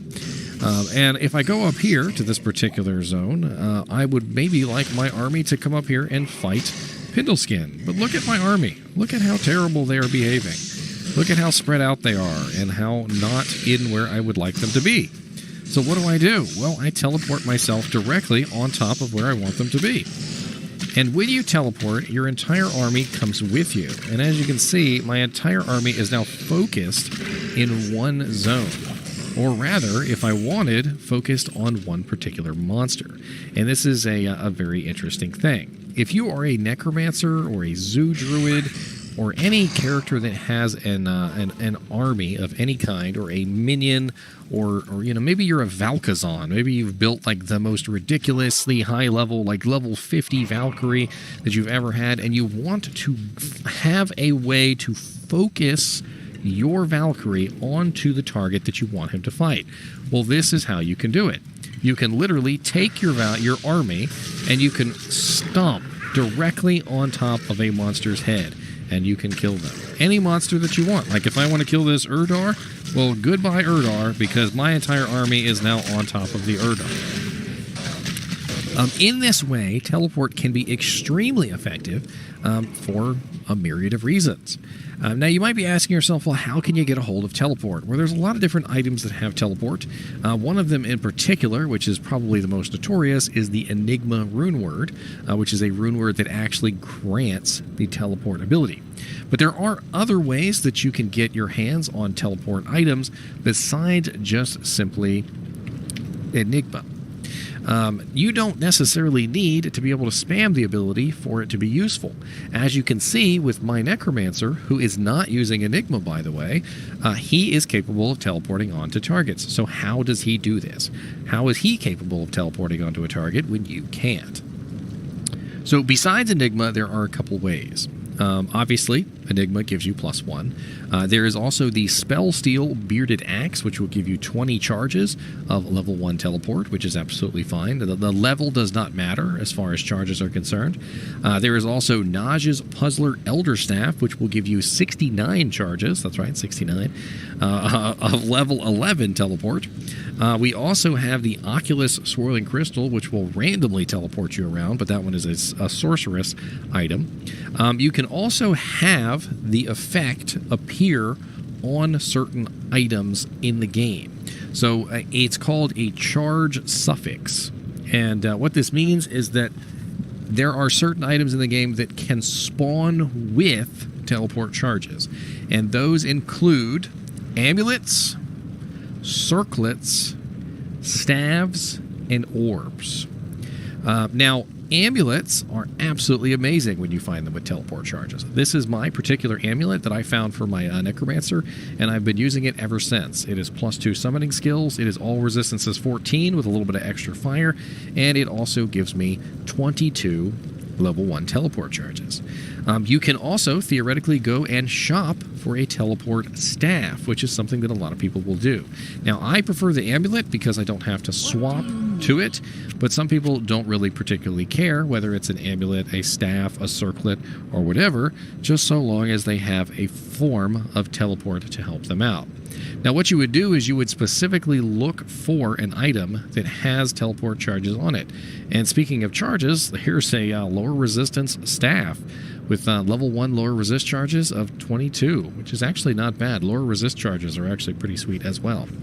And what you would do is you would go in and out of shops repeatedly until you found one that had teleport charges, and you could buy it. There is an exact level that you can go to, and you can find teleport charges. I believe Ormus, I want to say Ormus in normal difficulty is one of the best ones. So if you created a game and you went to Ormus in normal difficulty, you can usually shop him relatively easily. And what I mean by shop him is you have to actually go to him and you have to check his inventory, and then you need to leave town. If you've never done this before, it does require either A, you to be alone in the game, or B, for everyone to leave the town. And you might be asking yourself, well, why is that? And that is basically because if you do not leave town, if there is still one person left in town, his inventory will not refresh. All right? It doesn't matter how you leave town. You can leave by waypoint. You can walk outside of town.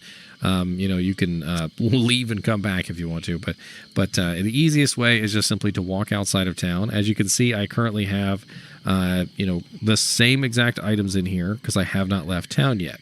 But if I walk over here to the exit, make sure that I see the notification that I have left town, see, entering Spider Forest, and then immediately walk back in and check Ormus's shop again, he will have a refreshed shop. This is what's called shopping, essentially.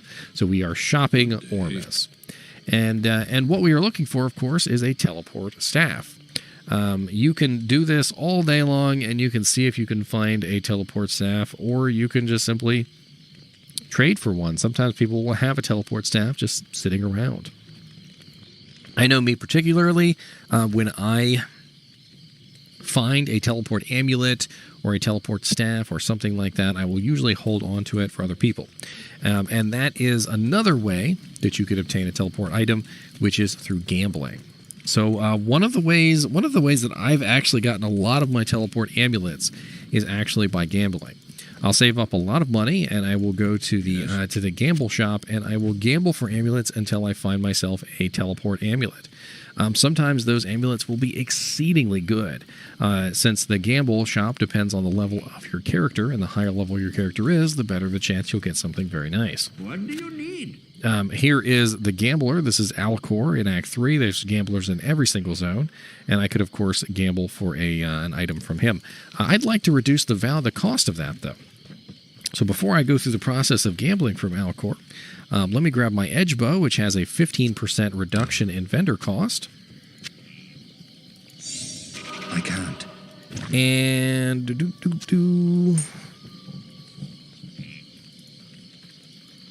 and we will also grab my Geeds, which also has a reduction in vendor cost. So I will have a total of 15% and 15%, which is a reduction of 30% in vendor costs for this item. And as you can see earlier, when it was 63,000, and now it is only 44,100. And I'm going to gamble for a couple amulets. Let's see what we end up with. So no good, no good, no good, no good, no good. No good.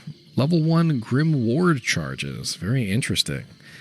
Grim Ward, if you guys are aware, is the one that makes all the monsters run away. It has gotten a really nice synergy bonus, but unfortunately, without the synergy bonus, it's not really much use.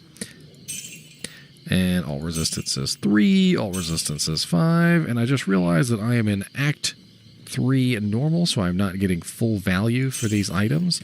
And I would like to get full value for these items.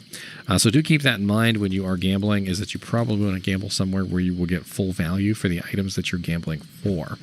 And you know what? Let's do a little bit more gambling. This is a fun little video. Let's see if we can grab ourselves a teleport item. Because I feel like that's the point of this, right? Is to see if we can grab a teleport item relatively easily. I've already done the staff before in another video, but I don't think I've grabbed a teleport amulet before in a video. And you guys can get a little bit of gambling out of it. Who doesn't like to gamble? May I help you? Come on, Geed, let's do some gambling. And +1 to Amazon with Holy Bolt charges. 26% Magic Find amulets. Energy and all res. We got +1 Sorceress with attract charges. It's actually not bad. Attract charges are actually pretty useful for a character who doesn't have any kind of tanking, so we'll hold on to that. And nothing good. +2 elemental, nothing good. +3 cold skills. I probably shouldn't have sold that, but that's okay. I saw blue. Which, by the way, your teleport amulet, if you do happen to get one, is most likely going to be blue. So do keep that in mind. +1 Assassin, all resistances 4. Not really that great, with tornado charges. Meh. But as you can see, it's worth 35,000 gold, though. And that one's terrible. +1 Amazonian. Oh, wow. +3 cold skills with 51 life. Terrible. Terrible. Keep on. You know what? I'll hang on to that cold skills one. All resistance is 23. So no luck on the teleport amulet. I think I'm out of gold. Maybe I have enough for one more. Two more. Oh wow, +2 druid with 22% magic find. Not bad. +2 druid with 22% magic find. That could be useful in a magic finding druid. Maybe for a zoo druid. I think in the head here. Yes. Anyway, as always, I do appreciate you guys and gals watching my videos, even when it's a 21-minute video on teleporting. I hope I've given you some insight on what teleport could potentially be used for, and, you know, maybe you'll think about grabbing a teleport amulet for your necromancer. As always, thanks for watching, and keep watching.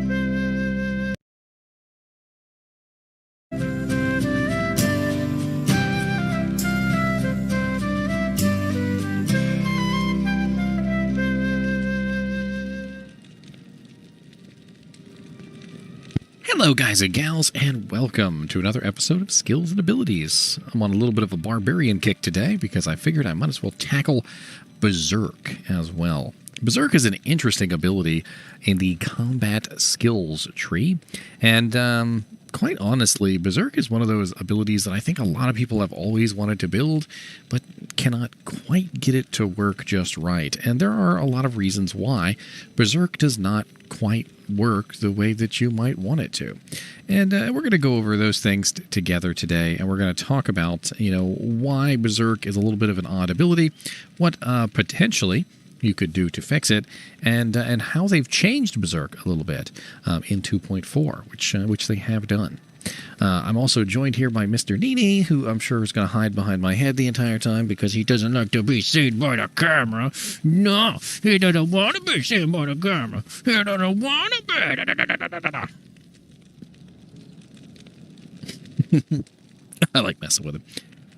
So Berserk is a ability that converts all of your damage, your physical damage, into magic damage. Now, magic damage is one of the most powerful types of damage in Diablo 2. And you might be asking, well, why is that? Why isn't fire the most better? Why isn't lightning the best? Why isn't ice the best? You know, why isn't physical damage the best? Well, the answer is because most monsters have resistances to those. But most monsters actually do not have any resistance to magical damage whatsoever, which makes magical damage one of the strongest types of damage in Diablo 2, which is why characters like the Bone Spear and Bone Spirit Necromancers, the Hammered In, and also the Berserk Barbarian can be among the hardest hitting and strongest characters in the game. The problem with Berserk is that Berserk, well, has some very big downsides to it. And as we go over it together, I think you'll start to understand what those downsides are. So right off the bat, let's just read the ability. A powerful but reckless attack that increases damage and attack rating, but decreases defense. Maximum level reached. Mana cost 4, so it's not bad on mana. Current skill level is level 29, base 20, attack rating 520%, a pretty massive attack rating bonus. And let's go ahead and put the skill on here so we can actually see it. So you can see I have a pretty massive attack rating of 9,560 without really trying to make my attack rating go extremely high. I could also potentially put in a mastery.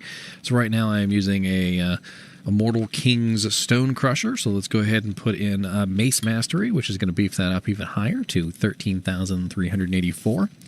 And then when we take a look at the ability, we also have some other things. We have magic damage, so plus 570% magic damage. So a huge bonus to the amount of magic damage that we put out with this ability. Because Berserk converts its damage after, not before, after all the calculations take place, you actually do get pretty nice bonuses in damage by increasing your physical damage, because once your physical damage has been calculated, that's when Berserk goes through the process of converting all of that physical damage into magical damage. So we can also get effects from the synergies. Now, one of the things that they changed with Berserk, and the reason why they changed it was because it made no sense. In original 2.3 or before, Berserk had a synergy with Shout, which was the defense increase ability. Okay? Berserk takes away all your defense. So it never made any sense for Berserk to have a synergy with an ability that was increasing your defense when, you know, you were, of course, losing all your defense by using the ability. So they changed the Shout synergy. It is no longer Shout, and instead it is Howl and Battle Orders.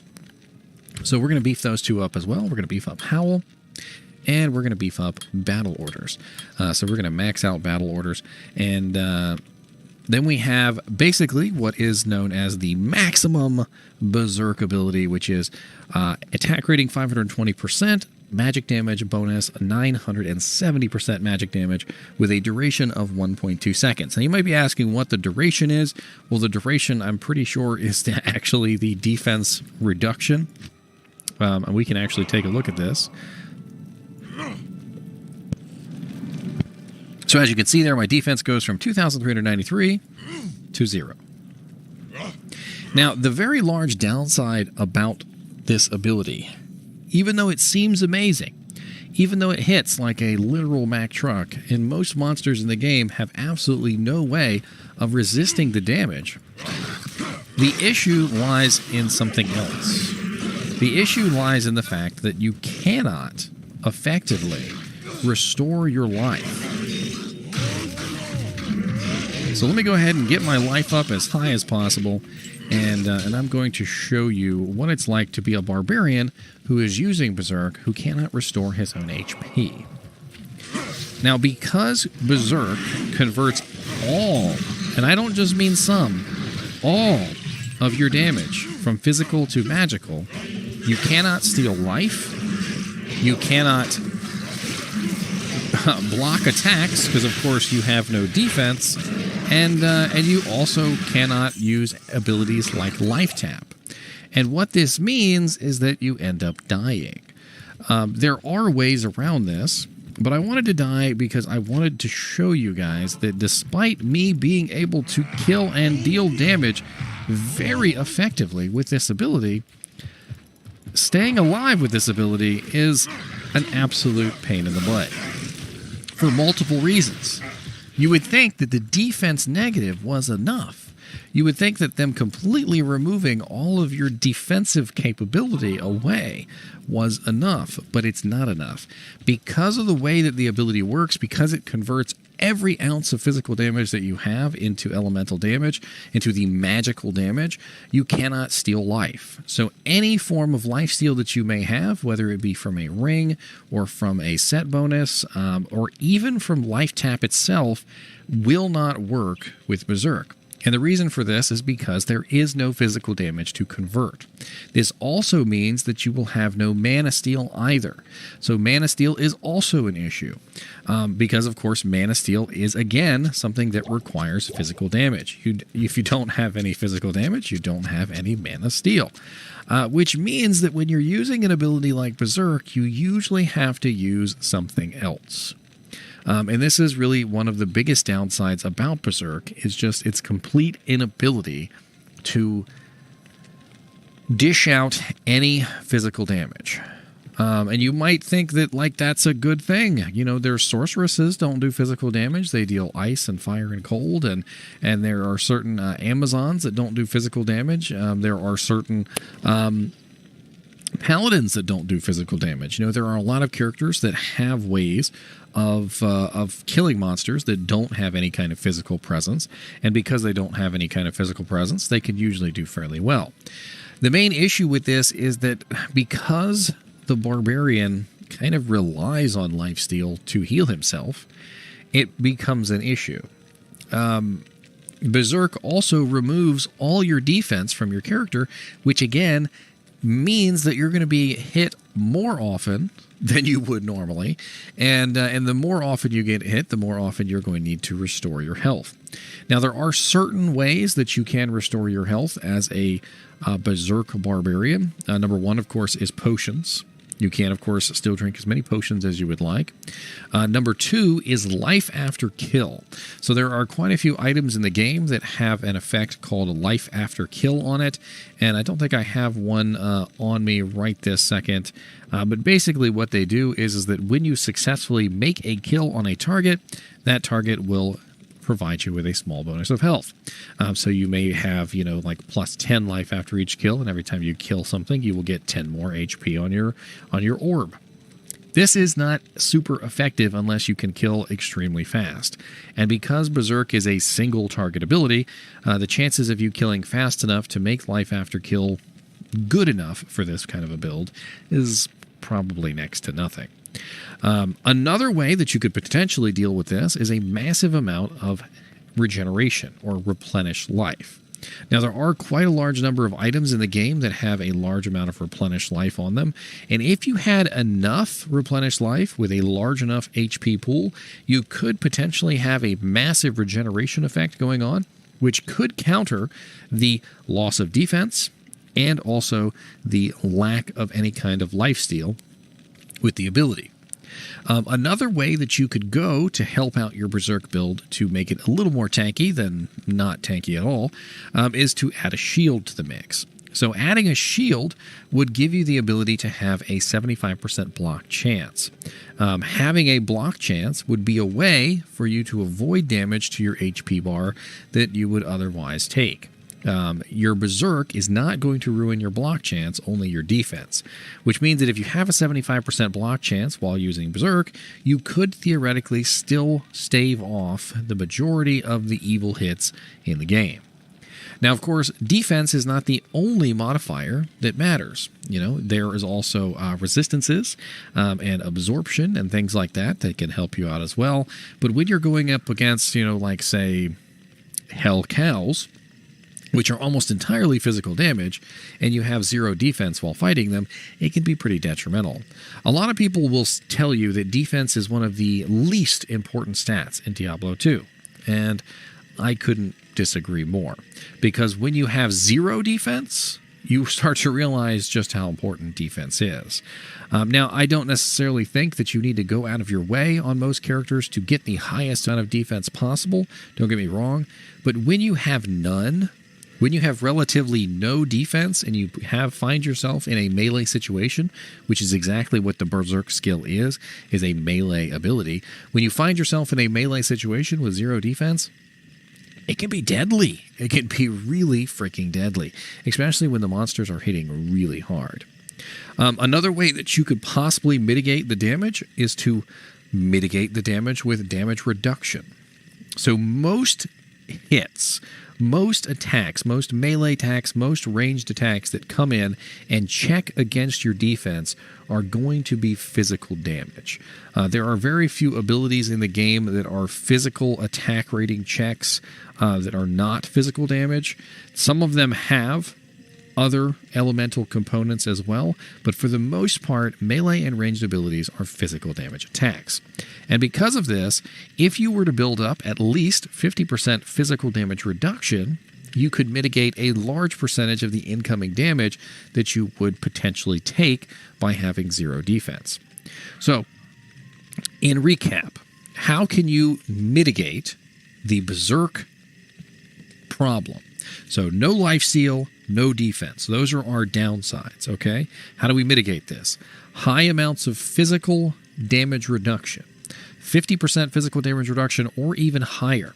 And you might be asking me, why am I saying higher than 50% when 50% is the cap? Because you would be overprotecting yourself versus curses like amplified damage and also decrepify. So Decrepify reduces your physical resistance by 50%. So as soon as you are cursed with Decrepify, your 50% damage reduction just goes back down to 0. And Amplify damage is a negative 100% physical damage reduction. And as soon as you are cursed with Amplify damage, again, your physical damage reduction is now at negative 50%. And you are a 0 defense barbarian who's getting beat the crap out of.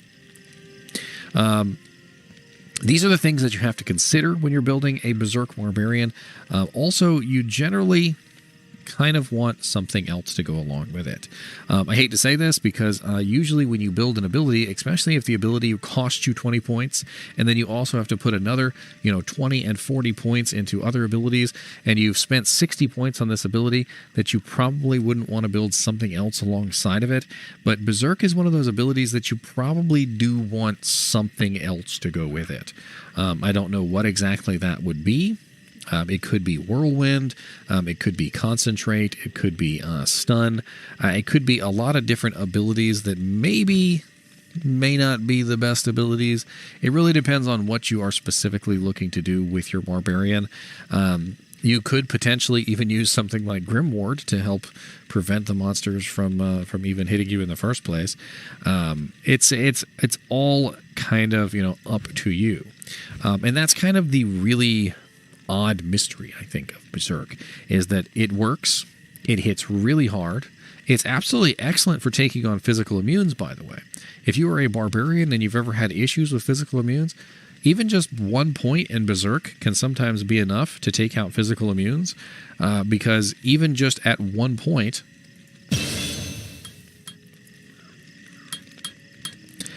you'll see that it still converts 225% of your physical damage to magical damage, which means that pretty much everything that you've got, for the most part, is going to be magical damage every time you hit a target with Berserk. You might not have the attack rating that you need, or you might not have, specifically the abilities that you might want. But as you can see, I'm dealing out 2,301 to 3,328 Berserk magical damage with only 1 point. Only 1 point in Berserk, which is not bad at all. And this is something that you might want to consider, is that as you look at ways to get rid of physical immunes, Berserk is definitely an interesting choice. That's not something that you're going to want to spam on a regular basis, don't get me wrong, but as a one-off, finishing off a physical immune target, it can certainly be helpful to have at least 1 point in Berserk. Also, because Berserk shares a synergy with Battle Orders, which is right here, something that a lot of barbarians build, most barbarians are probably going to have Battle Orders in their repertoire, which means that your 1 point in Berserk is going to be the equivalent of about 495% magical damage, give or take, depending on what your plus to skills are. And it makes it a very interesting choice for a lot of builds, especially if you're going down for Whirlwind anyway, because if you are going down for Whirlwind anyway, it's only 1 point. Not bad at all. I hope that I've given you guys a little bit of insight on the way that Berserk works, on perhaps what you could potentially use it for. Maybe you've always wanted to build Berserk, but you never really quite understood, what particularly you could do with Berserk to make it work out. Maybe you just never really could get past the lifesteal problem or the inherent negative defense problem. And I hope I've given you a little bit of an idea of what potentially you could do. As always, thanks for watching, and keep watching.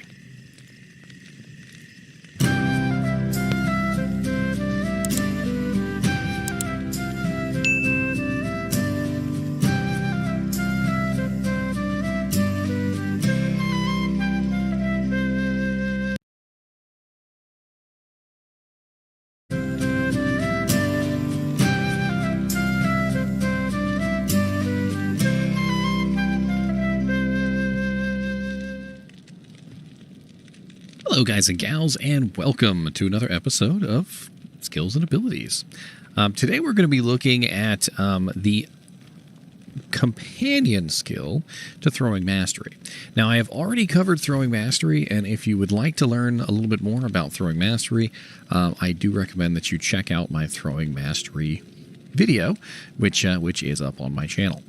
This video, however, is not going to be about Throwing Mastery itself, but is going to be about Double Throw, which is the companion to Throwing Mastery, and allows you to throw your weapons at an increased damage amount, as well as give you some attack rating in the process.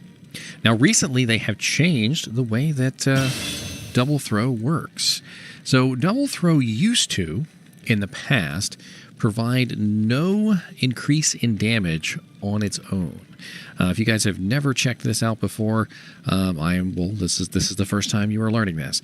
So Double Throw did not actually get any increase in damage in the past before 2.4, which comes out on April 14th, by the way. And it only got a synergy bonus of plus 8% damage per level from Double Throw.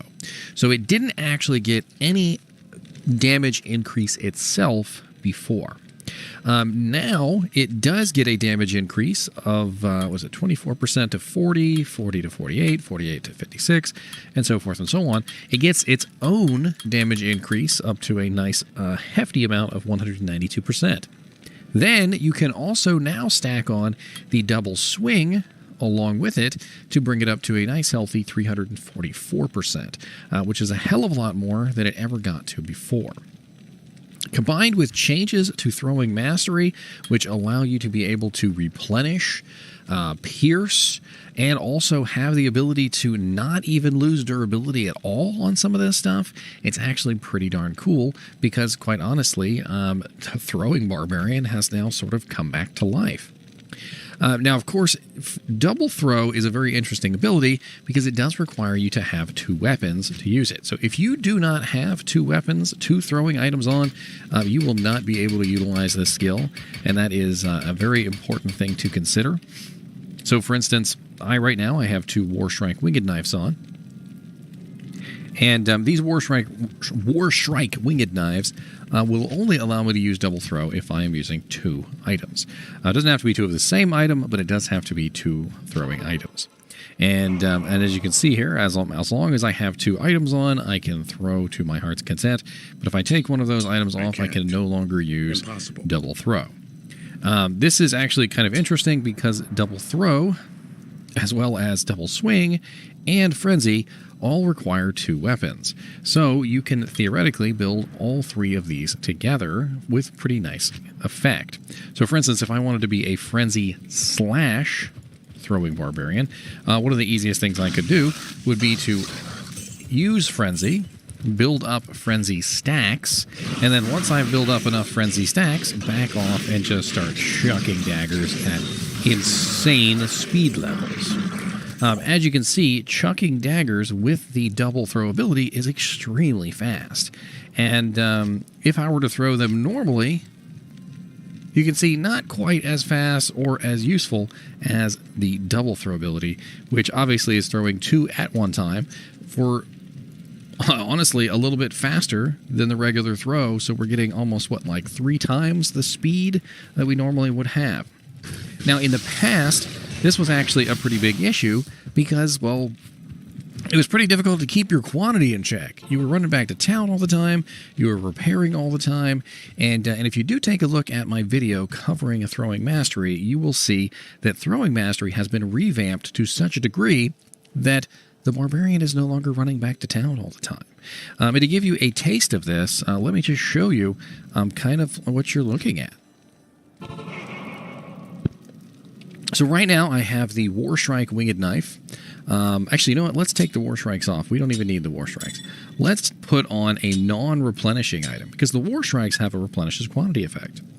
We're going to put on a non-replenishing ethereal Gimmer Shred, which means it will eventually break.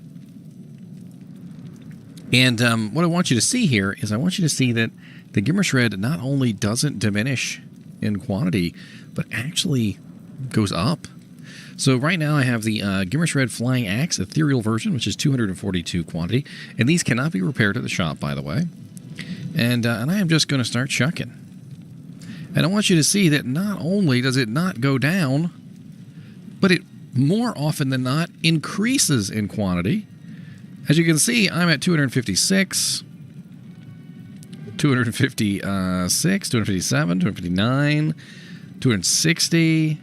I mean, I could do this all day. I can literally do this to the point where I will have absolutely no issue running out. Now, in my testing with Throwing Mastery, a lot of the things that I've found out is that, well, critical strikes do in fact replenish quantity, but so does Deadly Strike.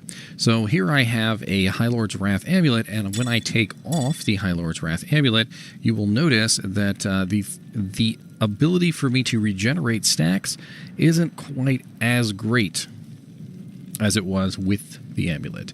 It still works, but it definitely works a lot better with the amulet than it does without it. And in some cases, you'll notice that it actually starts to decrease if my rolls are terrible. So with the Warstrike winged knives that have 50% Deadly Strike on them, combined with the 37% on the High Lord's Wrath, you can actually effectively just throw these forever with absolutely no deterioration whatsoever in the quantity, which is pretty amazing. I never expected it to be that ridiculous, and who knows, they might actually balance it out at some point, because quite honestly, that's really ridiculous. And you're going to run out of mana long before you're going to run out of throwing items. Not only that, but just having these amazing piercing abilities has really kind of upped the game,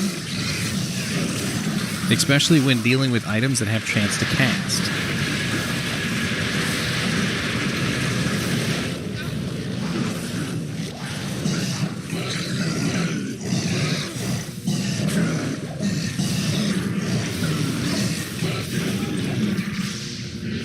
Now, there, of course, are better items than just simply the ones I'm wearing.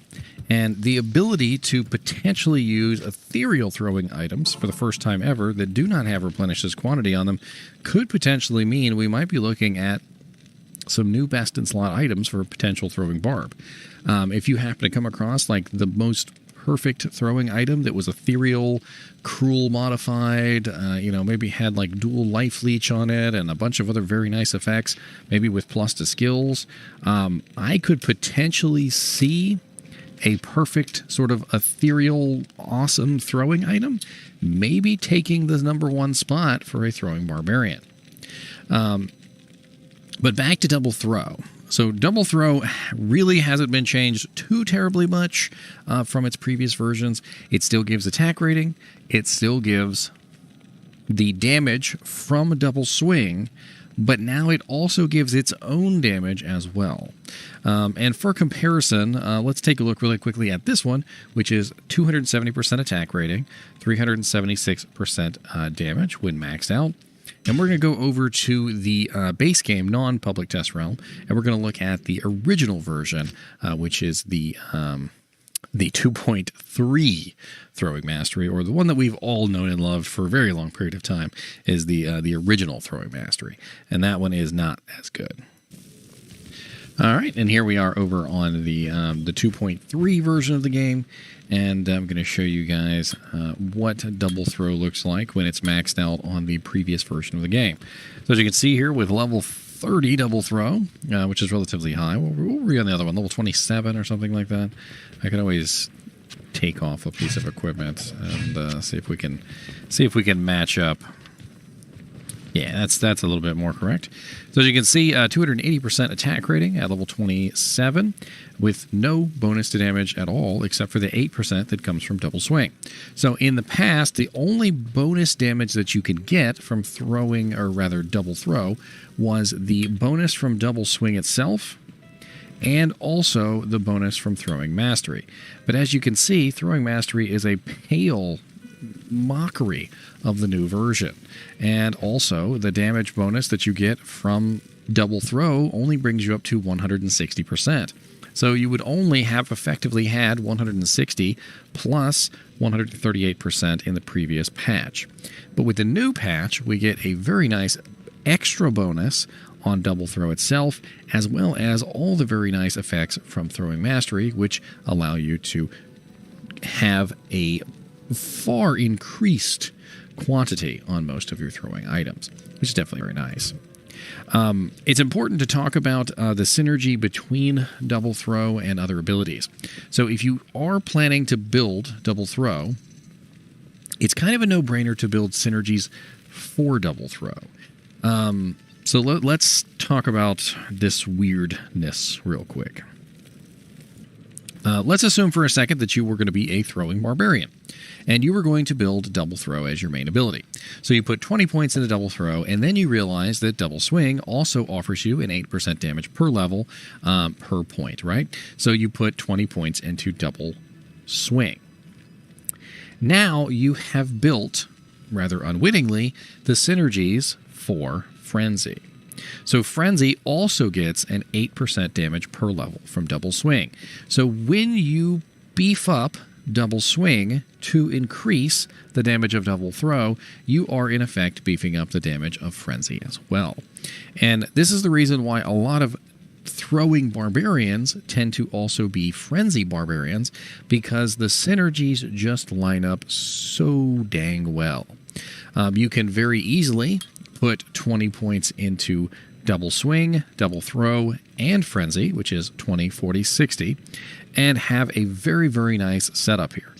Usually what people will do is they will use Frenzy to gain the attack speed bonus. Now, it is important to note that the damage bonus on Frenzy does not transfer to other abilities, which is rather unfortunate. You will lose the damage bonus. However, if you use Frenzy and you build up stacks on Frenzy, you will be able to build up attack speed for your double throw, which is one of the reasons why people will like to build Frenzy along with double throw. And this also gives them a melee attack, which they can use in conjunction with their double throw ability. It's also very important to note that when throwing an item, you will always be using throwing mastery. It does not matter what this throwing item is. It could be a throwing dagger, it could be a throwing spear, it could be a throwing axe, but when thrown, it always uses throwing mastery. However, when you use your throwing item as a weapon, for instance in double swing or Frenzy, it is using the spear, axe, or dagger mastery instead. So in those situations, you may want to, if you're going to double build, for instance, double throw and Frenzy together, which is very common, you're probably going to want to put at least 1 point into the appropriate mastery of the throwing items that you plan to use. And since they have changed sword mastery to blade mastery in 2.4, we can now use blade mastery to increase the damage of throwing daggers. And I'd like to show you that as well. So let me hop back over to 2.4 and I'll show you that real quick. All right, so here we are back on 2.4, and in 2.4 you'll see that sword mastery has been changed to blade mastery. So it is important to note that if you're using throwing daggers, like the Warshrank Winged Knife, it will apply as a dagger class weapon.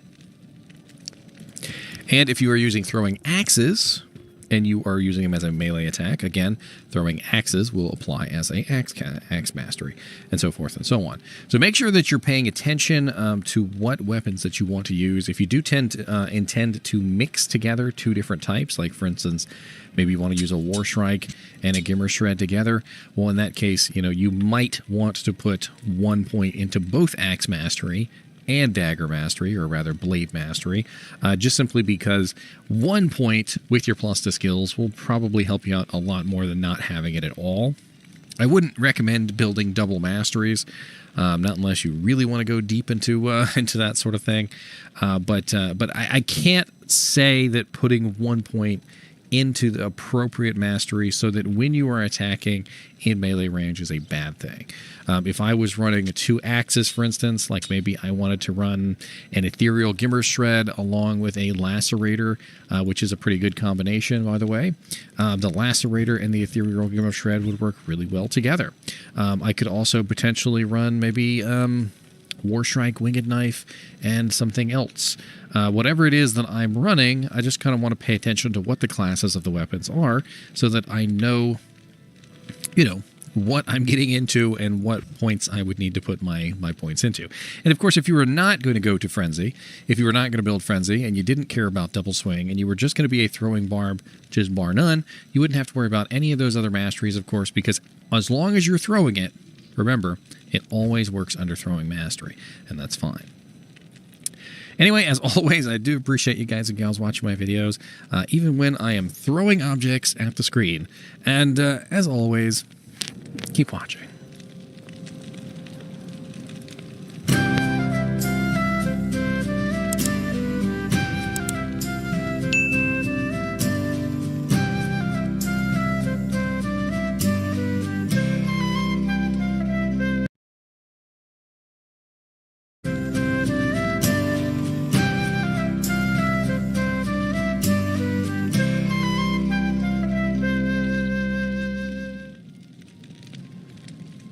Hello guys and gals, and welcome to another episode of Skills and Abilities.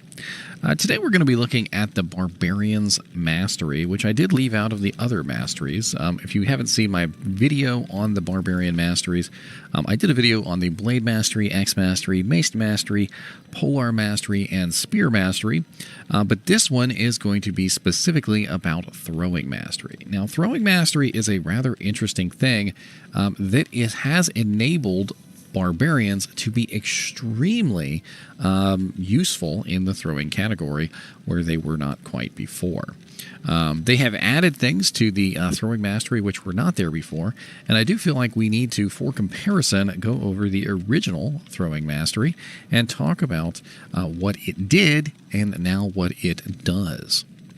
So originally, Throwing Mastery only did three things. It increased the damage of the abilities with off-weapon ED. It increased the attack rating bonus of the attacks, and it also gave you a % chance to do critical strike. So what have they added? Well, they have added three things. They added a % chance to pierce to critical strike, which is very, very effective. It does seem to cap out around 47 to 50%.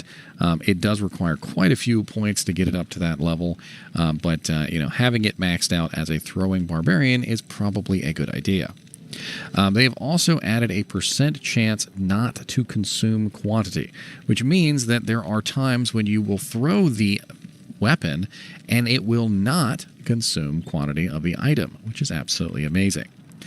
They have also added a chance to replenish quantity on critical strike.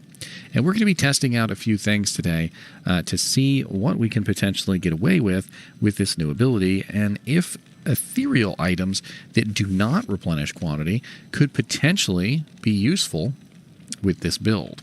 So what I've prepared is two sets of items. I have here some Gimmer Shreds. Gimmer Shreds are non-replenishing items, and I have an ethereal and a non-ethereal Gimmer Shred. And the purpose of these is to determine whether or not the ethereal item can maintain its durability without the replenishing quantity effect. I also have here the War Strike Winged Knife, which has a 50% deadly strike and a 50% piercing attack. And the reason why I have these here is because I want to see whether or not the replenishment effect on critical strike will have an effect on deadly strike. Deadly strike and critical strike are two very similar abilities. And I'm curious as to whether the 50% deadly strike on the War Strike Winged Knife will have a similar effect to replenish the quantity. And to test this out, what we will do is we will actually diminish the quantity of these completely, and then we will go play around with them and see if we can replenish them utilizing the critical strike, or rather the deadly strike, which is inherent on the item. All right, so the first test is definitely going to be with maxed out Throwing Mastery. Be utilizing maxed out Double Throw. And we're going to play around with Double Throw, and we're going to see how this rolls with the Ethereal Gimmer Shreds. So basically what I want to do is I want to see if I can maintain or even gain quantity from my Gimmer Shred that is ethereal, the one that of course cannot repair itself. And I also have the non-ethereal Gimmer Shred here, which also cannot repair itself. And we're going to see how long it takes for these to break, or whether they break at all, or even if they gain quantity. So right off the bat, let's keep in mind that these are at 240 and 231 respectively. Now, it is also important to note that throwing them not at monsters is more likely to cause it to degrade. So if you can think about this in a certain way, think about it like this. If I'm not hitting a monster, there's no chance of a critical strike. And if there's no chance of a critical strike, then there is every chance that I will, unfortunately, I'm going to lose quantity. So far we are at 240 on Gimmer Shred, and we are at 246 on the non-ethereal version. So we definitely have gained quantity on the ethereal version.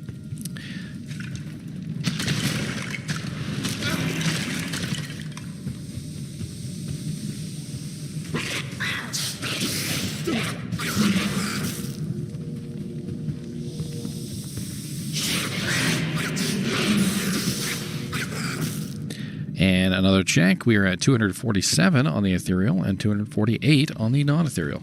So we are 100% gaining quantity while we throw these, and it could potentially make ethereal versions of items that do not have a replenished quantity effect useful now.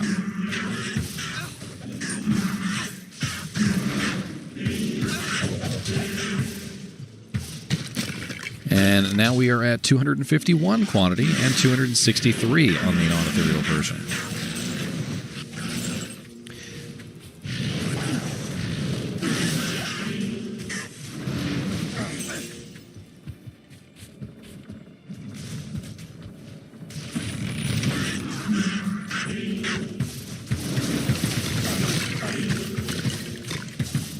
So I think the answer to question number one, which is, can we potentially use a non-replenishing ethereal weapon as a throwing item on a throwing barbarian, utilizing the new mechanics? The answer to that question is yes. So now we're going to answer another question, and that question is going to be a slightly different one, and that is, does critical strike, does the chance to replenish on critical strike also apply to the chance to replenish on deadly strike? All right, so for this reason, we are going to switch out to War Strikes, and the purpose of switching out to War Strikes is to give us a rather large percentage of Deadly Strike. We need as much Deadly Strike as we can possibly get so that we are triggering Deadly Strike almost on every single proc. All right, and so for this purpose, we are going to diminish the quantity of the War Strikes down to as low as possible. And to do this, we're obviously going to throw them. That is the easiest way, and I now have a Chinchilla as a hat, ladies and gentlemen. We are just going to throw them off as fast as we can. They are extremely fast items, and they will burn down really, really, really quickly. As you can see, I'm having a little bit of trouble burning them, though. They are at 300. It must have to do with the chance not to... what is he doing up here? He's playing with my ponytail. Mr. NiNi, leave my ponytail alone, please. This is interesting. I'm trying to burn the items. I'm just chucking them as fast as I possibly can at nothing, mind you. In fact, these guys are annoying the ever-loving crap out of me over here. Hold on. Just please, no. Just sit down. Just stop shooting arrows at me for half a second, please. I'm not interested in what you're selling. All right, no solicitation. No solicitations. No solicitations. All right, let's try this again with less solicitations. So as you can see here, I've got 300%, 300 quantity on these, and they're not decreasing. They're not decreasing at all. Maybe you don't necessarily have to hit a target. Maybe that's kind of an oddity. Let me try taking off High Lord's Wrath, which is a chance to deadly strike. I'm still not burning any quantity whatsoever. They are remaining relatively high. All right, so let's try Gimmer Shred, because they do not replenish. God, there are just so many monsters around here where I don't want there to be monsters. Just die already in a burning ball of flame. And Mr. NiNi, quit trying to jump down. All right, so let's see how the Gimmer Shreds do. 248.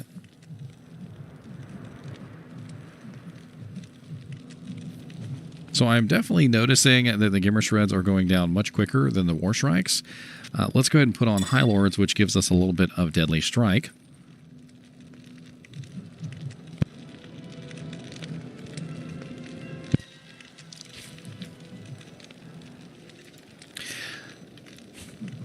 So we definitely are losing quantity while we are throwing these without the Deadly Strike.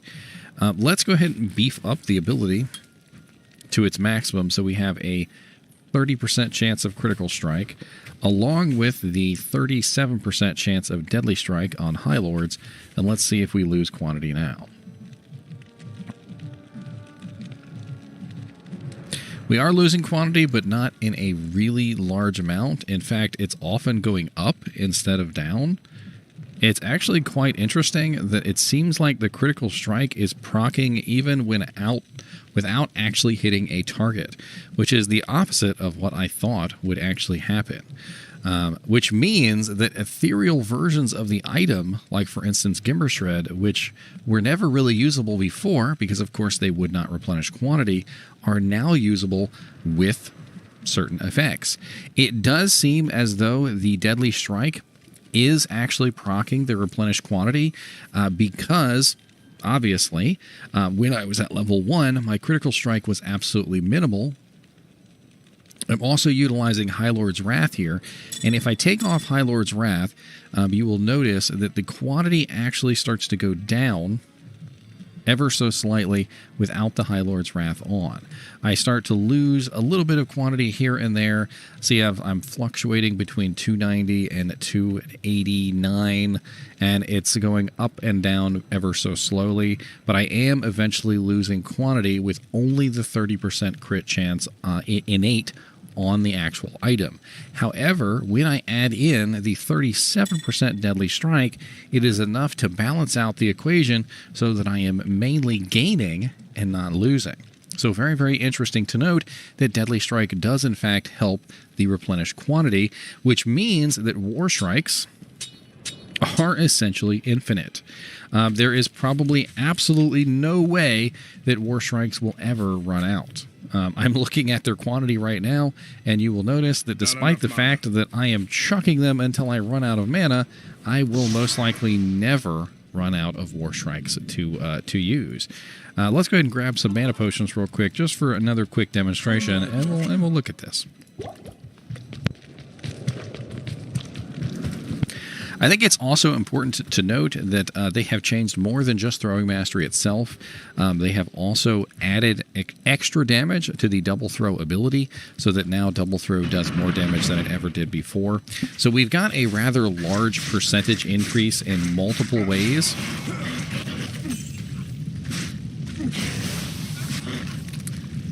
But as you can see here, my War Strikes are not diminishing in quantity at all. Even if I were to take off, for instance, High Lord's Wrath, which gives me 37% Deadly Strike, I'm still not going to lose durability. It does seem that really all you need is the 30% crit from Throwing Mastery itself, combined with about 37% extra Deadly Strike. Because if you don't have the Deadly Strike, I have noticed that it does eventually decrease. 30% crit by itself is not enough to perpetuate forever the weapons.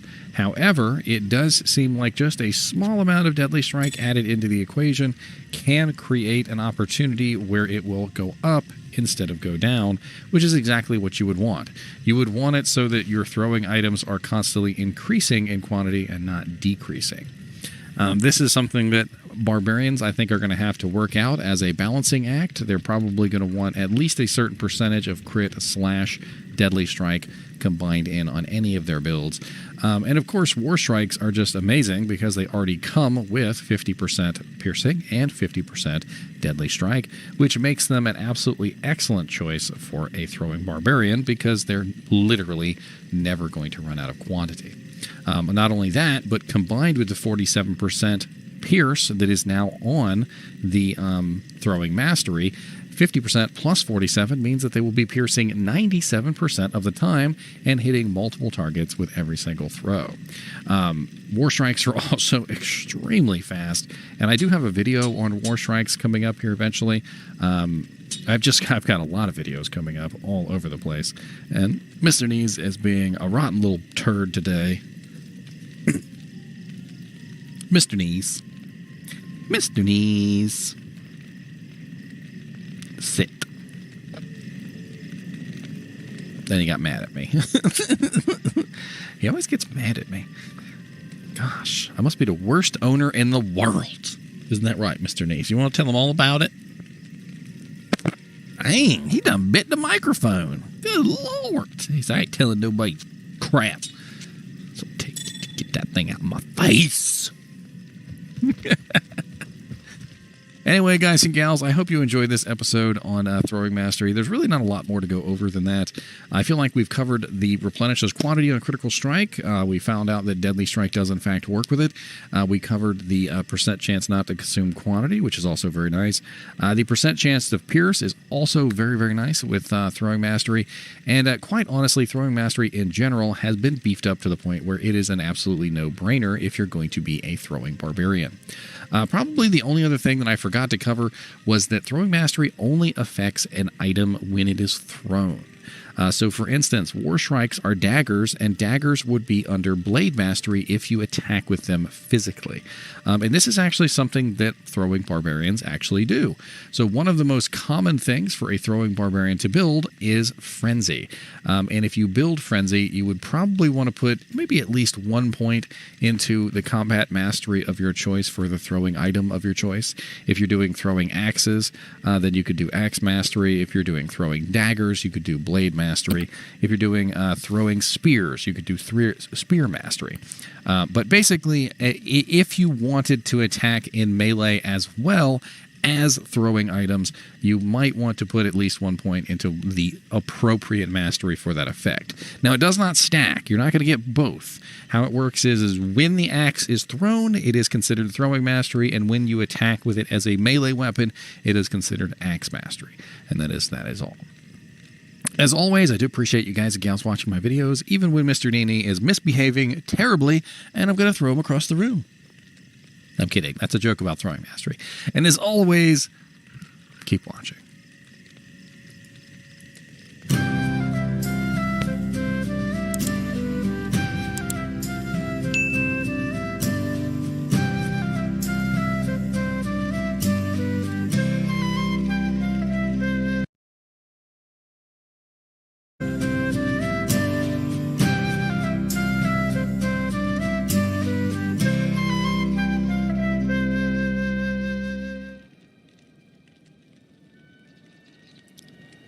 Hello, guys and gals, and welcome to another episode of Unique Items. Today we're going to be looking at Lycander's Flank. Lycander's Flank is a Amazon-only spear that is actually pretty darn sweet. And if you intend to build a Fend Amazon, if you intend to build a Impale Amazon, if you intend to build a Spear Amazon, like the Lightning Tree, there's the Lightning Spear attacks and the Charge Strike and things like that. All of those abilities can work fairly well with this particular spear, whether it's Jab, Impale, Fend, Power Strike, Charge Strike, Lightning Strike. They all work relatively well with a Lycander's Flank. And it is a very interesting spear. It's a very big weapon. I mean, it's just very massive, and it does have, unfortunately, rather low durability, only 25. But I have noticed this with pretty much all of the Amazon only spears as well as the spears in general. For some reason, spears just tend to have relatively low durability. I don't know why. It does have relatively nice damage for level 42, which is 143 to 335. There's also an ethereal version, but unfortunately you would not be able to use the ethereal version due to its low durability, as well as the fact that it's not indestructible until much later in the game when you got a Zod rune. So we're going to put that aside for right now. It does have a dexterity requirement of 98 and a strength requirement of 115, which isn't too bad for level 42. It's relatively fast with a fast attack speed. It has +2 javelin and spear skills. This is actually an innate effect on ceremonial pikes. It does go as high as 3, but unfortunately this particular unique item does not. So this one only goes to +2 and it is static. We also have +2 to Amazon skills, which is very nice. So you get a total of +4 to javelin and spear skills. Plus 30% increased attack speed, which is, of course, what makes this a much faster item. We also have an enhanced damage, which varies from 150% to 200% enhanced, which is very nice. We also have a added damage of 25 to 50. And then on top of that, we have lifesteal, which does vary from 5% to 9%. And if you were going to use this on a physical damage Zon, I would probably recommend trying to get the 9% version with a 200% ED, just simply because it does make a pretty big difference in a physical damage character's ability for the extra damage and the extra lifesteal. Also, 5% is relatively low, whereas 9% is very nice. We also have a 20% enhanced defense on this, which means that when you put it on, you do get a nice bump in defense. As you can see here, I'm 2,428, and that brings me up to 2,913. And this is something that Amazons definitely do need because they don't tend to have a kind of defensive mechanic other than the evades. We also have 20 to Strength and 20 to Vitality, both of which are very nice. 20 to Strength is, of course, going to give you a nice bump to the ability to equip your gear. Strength also gives you 1% off-weapon ED per level. Off-weapon enhanced damage is not as good as on-weapon enhanced damage, but it definitely does help a little bit. And then we also have the 20 Vitality, which is going to give us a nice amount of life as well, which is very nice. As you can see, I go from 584 life to 644 life when I put this on. Now, Lycander's Flag Ceremonial Pike can be upgraded. This is only an exceptional level item. And to upgrade this, you are going to need a Pull Rune, a Lum Rune, and a Perfect Emerald. Pull, beak. We've got our Perfect Emerald. Bink, and we've got our lummy lum runes. I know I got some lum runes left around here somewhere, don't I? Yes, I do. All right, so to upgrade this, we're going to upgrade the normal version first, and then we're going to upgrade the ethereal version next. So we're going to go from 143 damage, 335 on the top end, with durability of 25, sometimes that changes, a dexterity requirement of 98, a strength requirement of 115, and a level requirement of 42. To Lycander's Flank Matriarchal Pike, 129 to 482 damage, same durability, 149 dex, which is really high, and 132 strength, which is pretty high considering it also requires 149 dex, and a level requirement of 67. Now, 67 is not so bad. It could potentially be useful at level 67, although later on in the game, when you hit level 70 and 80 and 90, you might be looking at some various other items as you go along, so keep that in mind. Now, Lycander's Flank does have some downsides to it. It does not have any resistances on it, and of course, by using it, you are also consuming the shield slot, which means that you are losing out on a rather large amount of resistances. So do keep that in mind as you think about Lycander's Flank, because you're going to have to solve your resistance issues with other items. Now, the ethereal version can also be upgraded, and it could be potentially Zodded, which would make it a relatively high damage item. And to do that, you, of course, are going to need another Pull Rune, another Lum Rune, and another Perfect Emerald. Perfect Emerald, Pull Rune, a Lummy Rune. This one's going to go from 203 to 477, 88 dex, 105 strength, and level 42. to 180 to 698 damage, 139 dex, 122 strength, and level 67. So as you can see, a fairly nice bump in damage there between the two. I mean, we go up quite a bit on the minimum from 129 to 180, which is, what is that? 130, 40, 50, 60, 70, 80, so about 50 extra damage on the minimum, and quite a large bump on the maximum from 482 to 698. Very, very nice there. That's a little over 200 extra damage on the top end. Now, of course, you would have to socket this, and you would have to Zod it if you wanted to use this on your Amazon. And because it is an Amazon-only spear, you obviously cannot use this on a mercenary. What builds could potentially use this? As we talked about earlier, this particular spear is very useful for a charge strike, lightning strike, fend, impale, jab, and power strike builds. That's really what this is made for, is these particular builds right here. You're not going to be able to use it with the poison javelin, lightning bolt, plague javelin, or lightning fury, and of course you're not going to be able to use it with any of the bow and crossbow skills. It does work very well with the passive skills, though. You're going to want things like critical strike, you're going to want things like penetrate. Pierce is not needed for spear skills. You are probably going to want the dodges, though, to dodge, avoid, and evade. Those are all very, very handy. And quite honestly, you may also want inner sight to bring down the defense of the targets around you so you can hit them easier, especially if you're using Fend. Now, the Lycander's Flank might be something that you might be specifically looking for, and let's try and figure out where you could potentially find it. So we're going to go over to Silo's Pen, and we're going to take a look and see where you could potentially find this item, and what it could be, you know, what's a good place to farm for it. Now, it is a level 42 item, and we're going to look at under those auspices, because obviously if we're building specifically a Spears on, we may want to find this as we're leveling up. So let's assume we have about 150% magic find. I feel like that's fair for a level 45 character, and we're going to look at bosses. So the first thing we're going to do is cut out the hell difficulty bosses, even though those are the best chances. So we'll look at that in retrospect. So if you were trying to farm this later on, there are some good drop chances from the hell bosses, but we're going to look at the nightmare bosses. At level 45, you tend to be around Act 2 nightmare difficulty. That's essentially where you end up being. Mephisto can drop this in nightmare difficulty, a 1 in 2026, so that's not bad. And for the most part, it does look like most of these bosses are hell difficulty bosses, or too far into nightmare difficulty to be useful for farming purposes. I mean, you could potentially farm Nightmare Mephisto, but Diablo in Nightmare is going to be far past level 42. Bale in Nightmare is going to be far past level 42. Obviously, Bale and Diablo in Hell difficulty are also going to be far past level 42. Let's take a look at Super Uniques.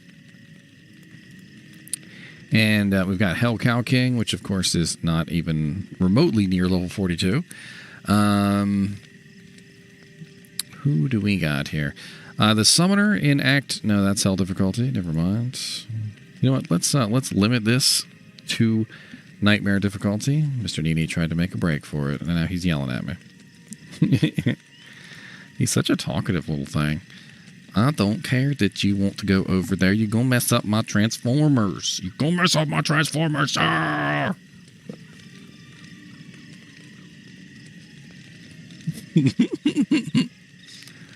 Aggressive head patting.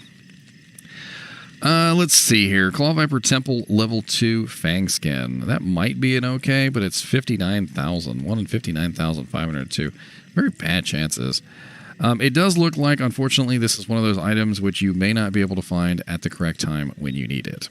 So instead of looking at monsters that could potentially drop this on the right level, let's just simply look at what our best probability is if you wanted to farm this item.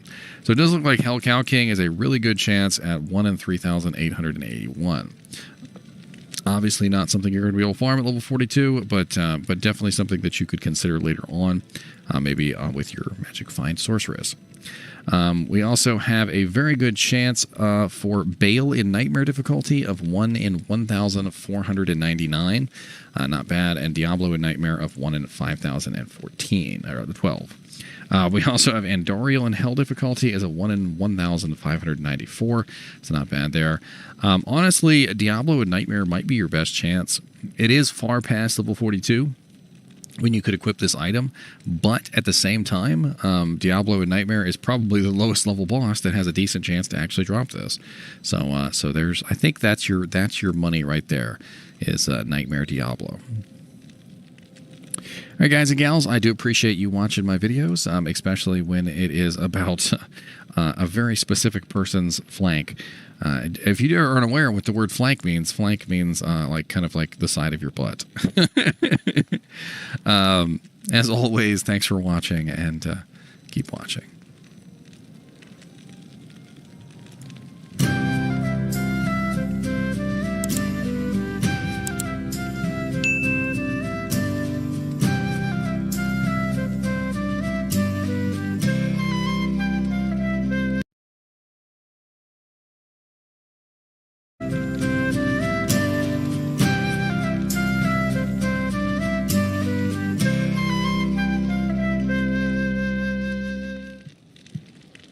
Hello guys and gals, and welcome to another episode of Skills and Abilities. Today we're going to be looking at the Barbarian skill known as Iron Skin. Iron Skin is a passive ability which can be utilized by any barbarian, really, and quite honestly is just a no-brainer as terms of points.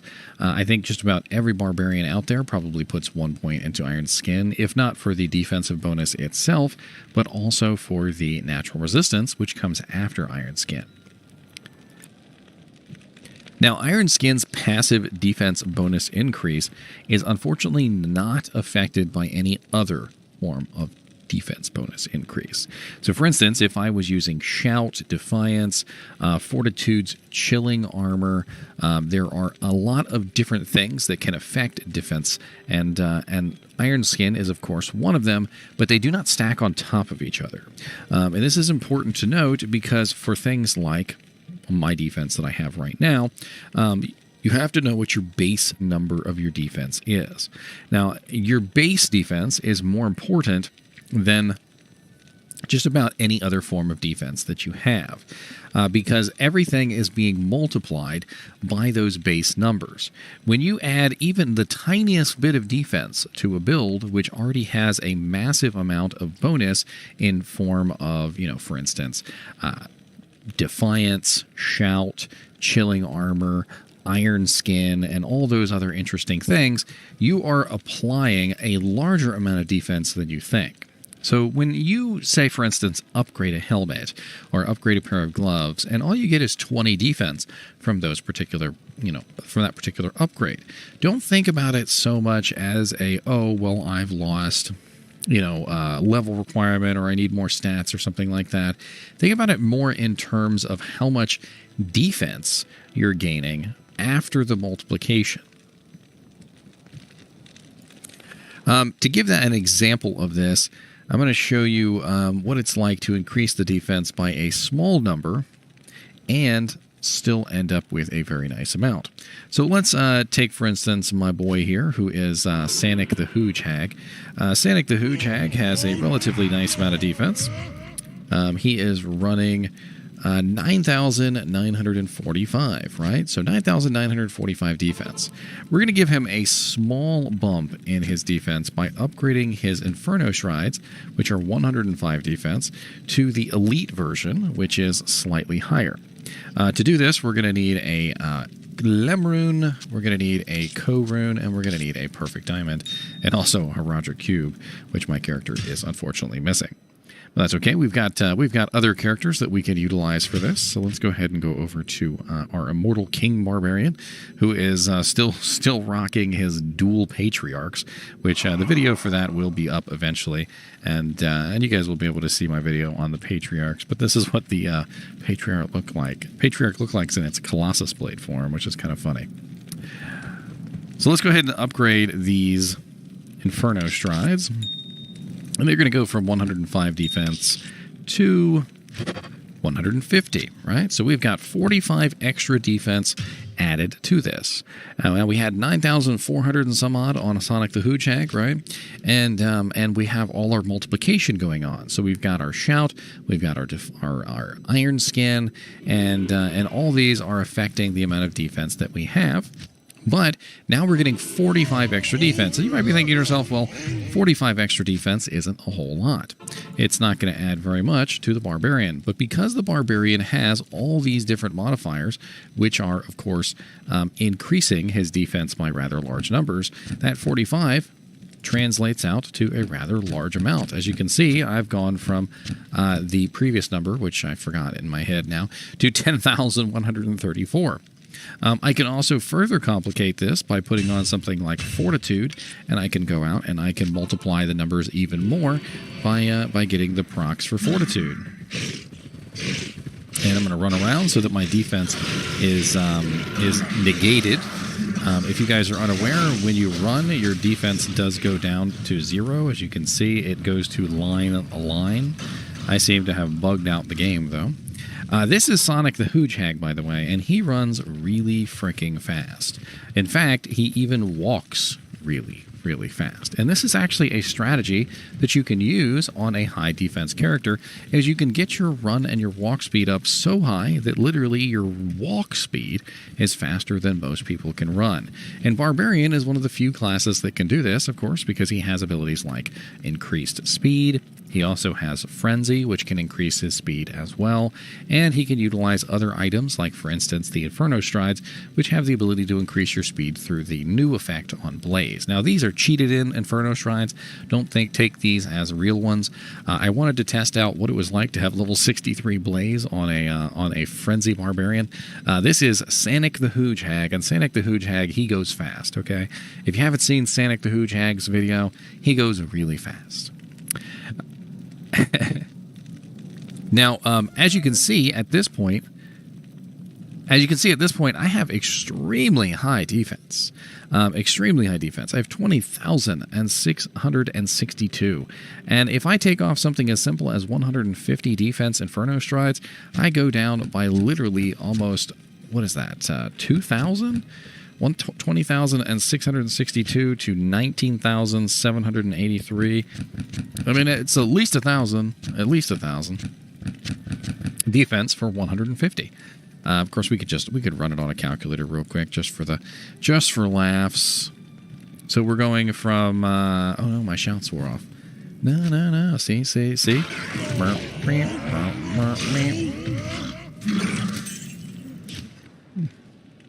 Gotta get my shouts back. All right. So we're going from 19,957 to 19,108.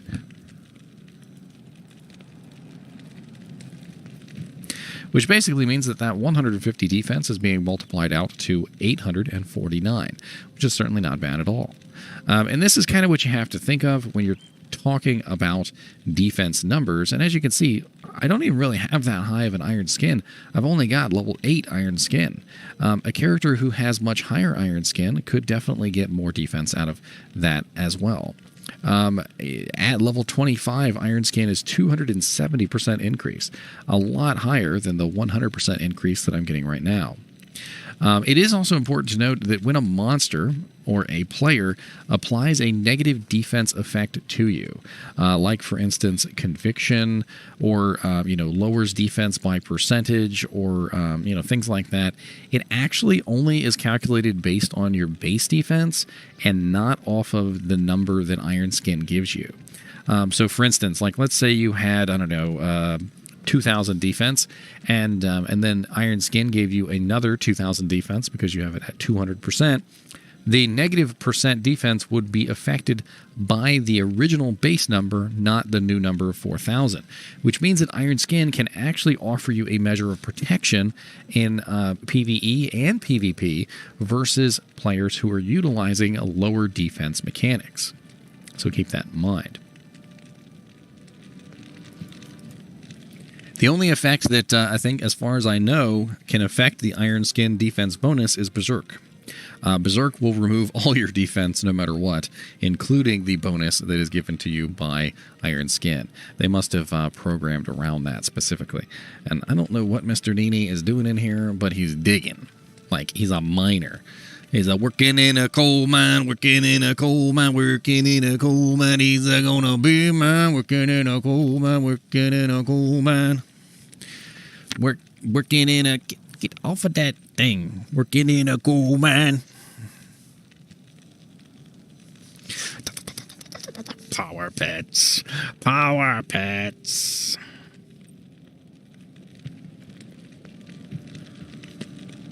So there's really not a lot more to go over when it comes to Iron Skin. Let's just go over it one more time just to be sure that we've got it all. So Iron Skin provides you a defense bonus, which is not affected by other defense bonuses. The defense gained by Iron Skin is not affected by negative effects like Conviction and lowers defense by percentages. It can be used in PvP relatively effectively to protect you from other players who are utilizing such effects, like for instance a Conviction Paladin or a an Amazon or something like that who may be using percent lowering defense mechanics. We also have the natural resistance skill, which is after Iron Skin, which is very, very, very effective for barbarians, and of course means that you are almost always going to put at least 1 point into Iron Skin. It's just really a no-brainer.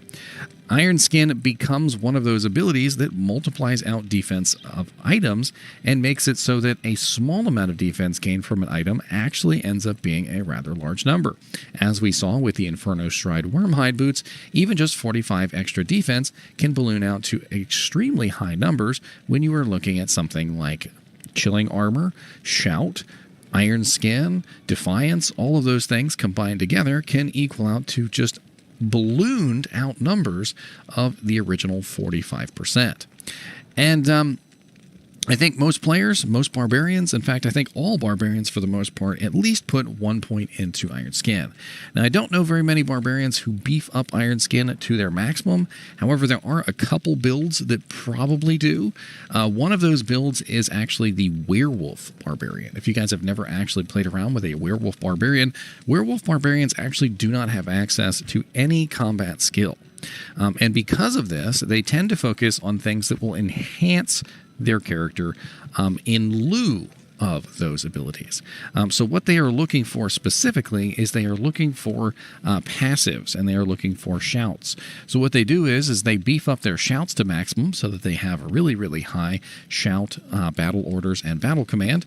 They also beef up their passives so they have very high Iron Skin, very high natural resistance, and they max out a particular mastery.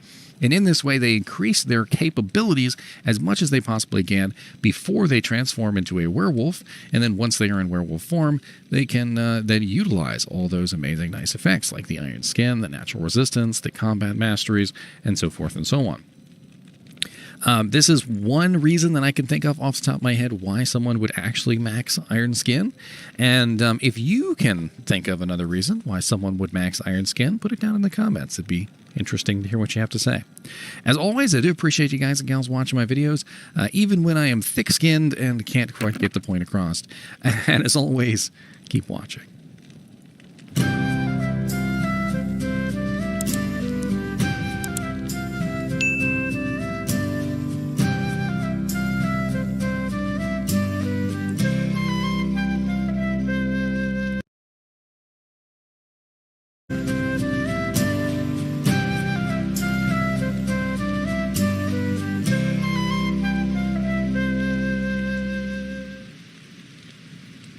Hello guys and gals, and welcome to another episode of Skills and Abilities.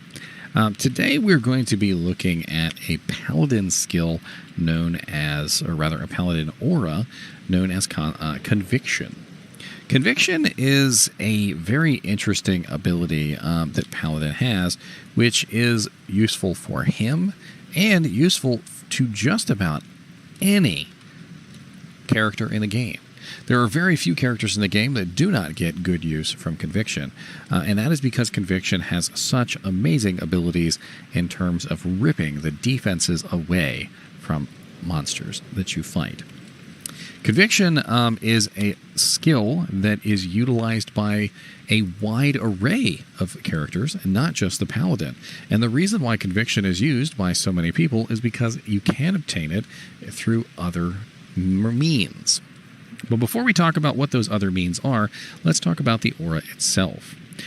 So conviction is an aura that will cease to gain any more benefit at level 25. Once you reach level 25, it actually does not gain any more benefit whatsoever. It does not go up in its radius, it does not go up in its negative resistance, and it does not go up in its negative defense. This is important because when you are building a conviction paladin, it is important not to waste points into conviction past the point where it is useful. Level 25 is the point at which it ceases to get any more bonus effect after that level. You could potentially put it at level 26 just so that you would have a higher level conviction than somebody else who is putting theirs at 25, and we'll talk about that later. There are certain monsters in the game that have conviction. You will find them as you go around, and conviction can be extremely powerful. There is also a specific monster who is very well known, known as Uber Mephisto. Uber Mephisto is in Uber Tristram, and Uber Mephisto has a really high level of conviction as well. He actually runs, if I remember correctly, it's level 20 conviction. I just want to double check that just to be sure, but I'm fairly certain, yes, he runs level 20 conviction. Now, the thing about conviction versus conviction is that they do cancel each other out. So if I, for instance, am going up against a monster who has a relatively high level of conviction, but mine is higher than his, mine will cancel his out almost completely. It depends on the levels. So if mine is level 19 and his is level 20, it will only act as a level 1 conviction. If mine is level 21 and his is level 20, mine will cancel his out completely, and mine will work as a level 1 conviction, and so forth and so on. Which is why having level 25 conviction is so valuable against Mephisto, because level 25 conviction will completely cancel his out and still give you 5 levels of effect on Mephisto. As far as I know, over-leveling conviction by a little bit also has a good effect here because it gives you a little bit extra of a buffer versus another monster who has conviction. This conviction versus conviction is a truly interesting thing, and I have used this to great effect myself to completely cancel out Uber Mephisto's conviction in my regard. Now, what does conviction do that makes it so amazing? Well, conviction applies a negative defense to all monsters surrounding you. That negative defense does, of course, go up with level, and it starts out at a very meager negative 49%, which is not really that meager. It goes up to 56%, 61%, 66%, and so forth and so on, until it hits level 25, and at level 25, it is 92% negative, which is just amazing. Well, 94% according to my game here. Negative 94% is a lot of negative defense. And you have to imagine that at negative 94%, most monsters in the game have relatively no defense left whatsoever, which means that you don't really need a lot of attack rating to hit them. So this can be good for any melee or ranged character who relies on attack rating. It can be good for skeletons. It can be good for minions. It can be good for mercenaries.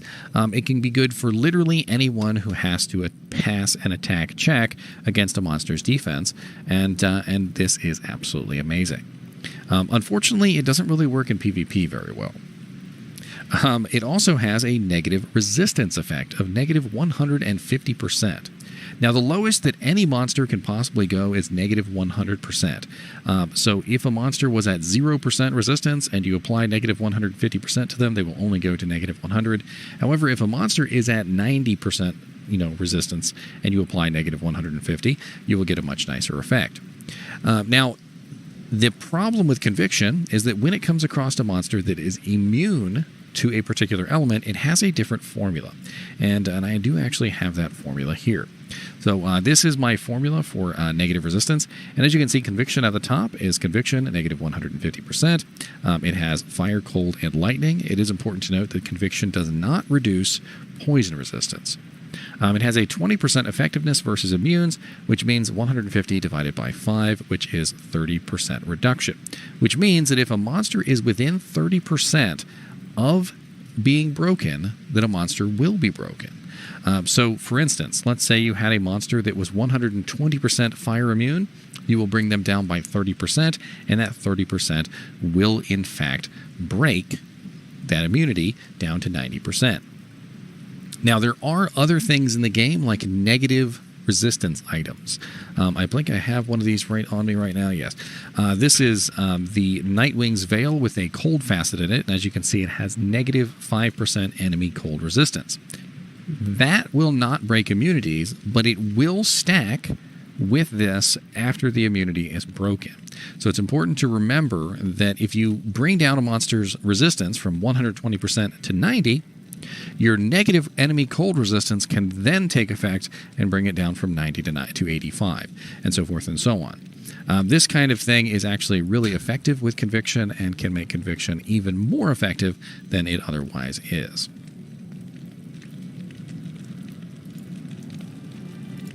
Now, unless you are a Paladin, you are not going to have Conviction at level 25. The other way to obtain Conviction is with the rune word Infinity. Infinity is a very expensive rune word that requires the runes Bur, Mal, Bur, Ist. 2 Bur runes, a Mal rune, and a Ist rune, which is extremely expensive. Most people will not get their hands on an Infinity rune word. I don't want to fool any of you guys into thinking that you have a chance of getting your hands on an Infinity, like that. So many other YouTubers will go through the process of telling you that this build requires an Infinity. And then when you try to get your hands on one, it's next to impossible unless you want to break out your wallet. Now, and I mean that, like most of the people I think that have their hands on an Infinity usually end up paying for them. So Infinity does have Conviction on it, and it is level 12 Conviction. Level 12 Conviction is a negative 83% defense, monster defense, and a negative 85% to maximum resistance. So we have to apply the same calculation to the negative 85%, and if I remember correctly, it comes out to minus 17 to the maximum resistance of a monster. Which means that if you have a monster who is 110% resistant to an element, and you apply your level 12 Conviction to the monster, it will bring the monster down by 17, which is below 100 and will break the resistance, but only just barely. You're talking about like 93% resistant to that element. And if the monster is 120% resistant to that element, Infinity will not break the immunity. It is also important to note that Conviction tends not to break cold immunities. I don't want any of you guys to get the false impression that you can go out with an Infinity polearm or maybe a second character and have like a level 25 Conviction Paladin in tow and that you can break immunities. You cannot. 90% of the time, you cannot break cold immunities. I don't know why they balance the cold-resistant monsters in this way, but for the most part, cold-resistant monsters are unbreakably cold immune. There are very, very few monsters in the game that can be broken by Conviction with cold resistance in mind. Lightning and fire, on the other hand, get broken all the time. And to give you guys an idea of what kind of stuff I run, to give you the impression that I know that the majority of the cold immune monsters in the game don't break, I'm going to tell you. My Conviction Paladin runs negative 150% Conviction. He also runs a Medusa's Gaze, which is a level 7 lower resistance proc. And even with level 7 lower resistance and level 25 Conviction, I still cannot break most cold immunes. Now, it is important to note that when you apply both Conviction and lower resistance together, they both still suffer penalties. You would think that if Conviction broke the immunity, lower resistance would be able to break the immunity further. But essentially how it works is if a monster is immune to an element, lower resist and Conviction both get applied the penalty whether or not the immunity is broken or not. So if you come across a monster who is 110% fire immune and you apply your Conviction to the target and break the immunity, lower resistance is still applied the 20% effectiveness penalty, which is rather unfortunate. It will still bring the monster's resistance down further, but only at the reduced penalized value. So keep that in mind as well. This is the reason why negative enemy lightning or negative enemy fire or negative enemy cold resistance is so powerful. Now, when it comes to a cold sorceress specifically, cold sorceresses don't need negative resistance. So a cold sorceress gets less use out of conviction than most characters do. However, you could use a infinity polearm mercenary on a cold sorceress to greater effect by just simply not putting points into cold mastery. You might say, well, why is that? Well, if you don't put points into cold mastery, you're going to need negative resistance in some other form, and utilizing conviction as your form of negative resistance is an interesting way to go about it. It would free up other skill points that would allow you to utilize those skill points elsewhere and maybe make a very nice hybrid build. However, I don't recommend building any character around an infinity polearm, just simply because they are that hard to obtain. If you are looking at building a character, especially a fresh character for ladder, and your idea of your ladder character is an infinity polearm, I'm going to stop you right here, and I'm going to go, whoa. Build your character without the infinity polearm. Find a way to make your character work without that polearm. If you manage to get one, if you manage to get your hands on an infinity polearm, good for you. Then build your character around that polearm later. But don't build your character around the infinity polearm before you get your hands on the infinity polearm. You will be disappointed. What skills is conviction very good for? Well, any skill that applies elemental damage, it can be extremely good for. One on the paladin specifically that stands out is vengeance, and I will be doing a video on vengeance for another day, so that's not something we're going to be covering right now. But right now we're just covering conviction. Conviction also works very well with Holy Fire, Holy Freeze, and Holy Shock. The downside is that you can't really have both with native use. There are items in the game, like for instance the rune word Dream, the rune word Dragon, the rune word Hand of Justice, which will provide you with these auras so that you could potentially use Conviction along with these auras. And this is a very interesting way that you can combine, say for instance, Conviction and Holy Shock together for a very nice effect. I think that's just about everything that needs to be covered for conviction. If you have any questions about conviction, anything specific, feel free to write them down in the comments, and I'll do my best to answer. As always, thanks for watching, and keep watching.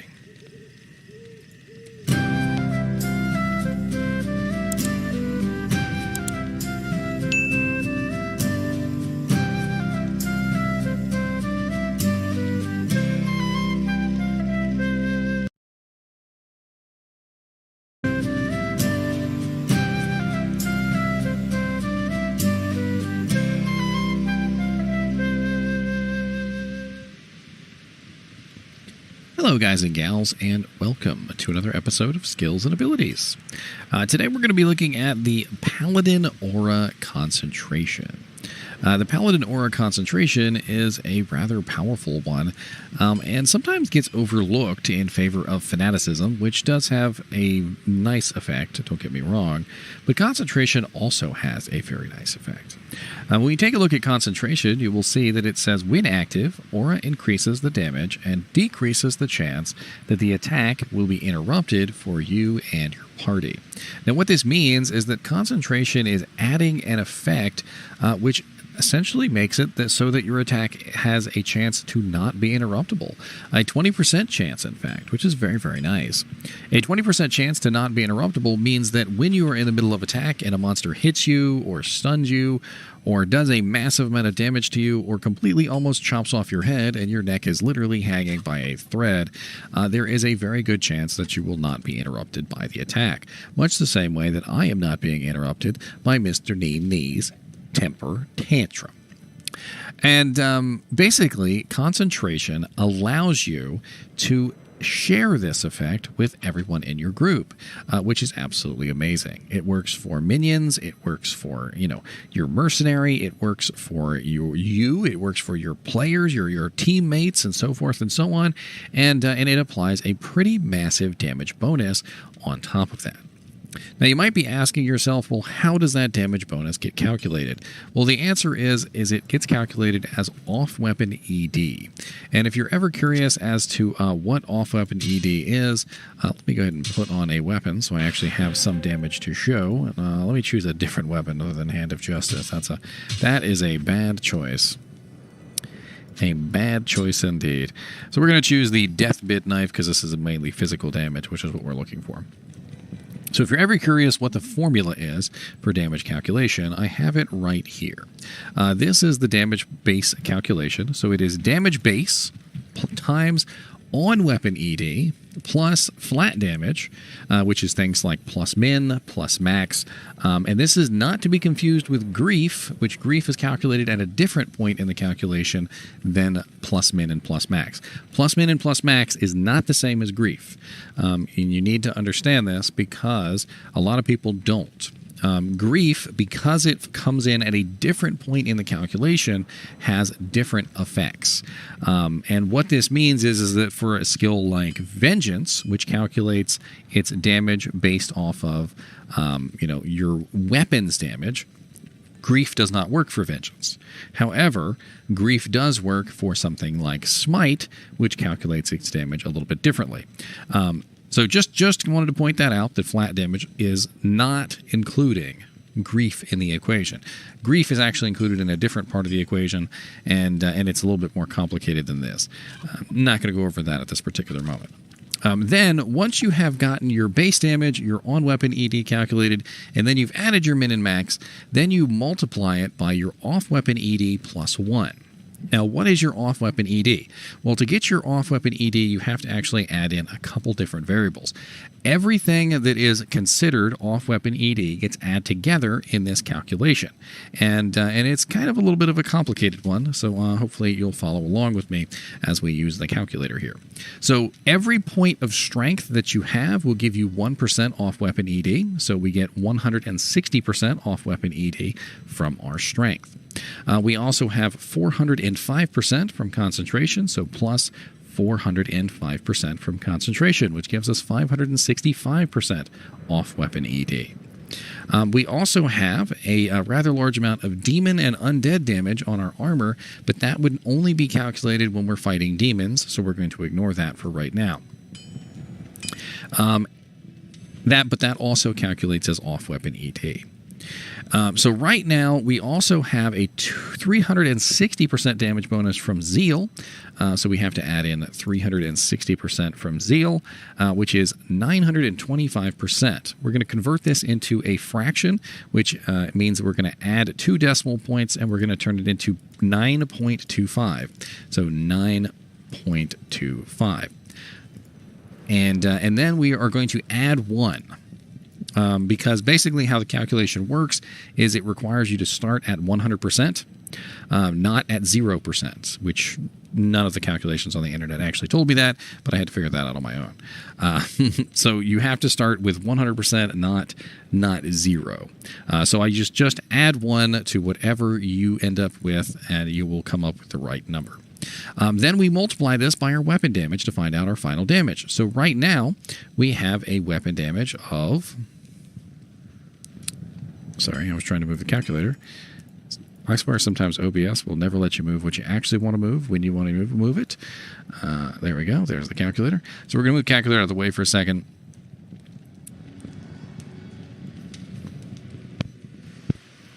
And our weapon damage is 226 on the top end, right? 226 on the top end.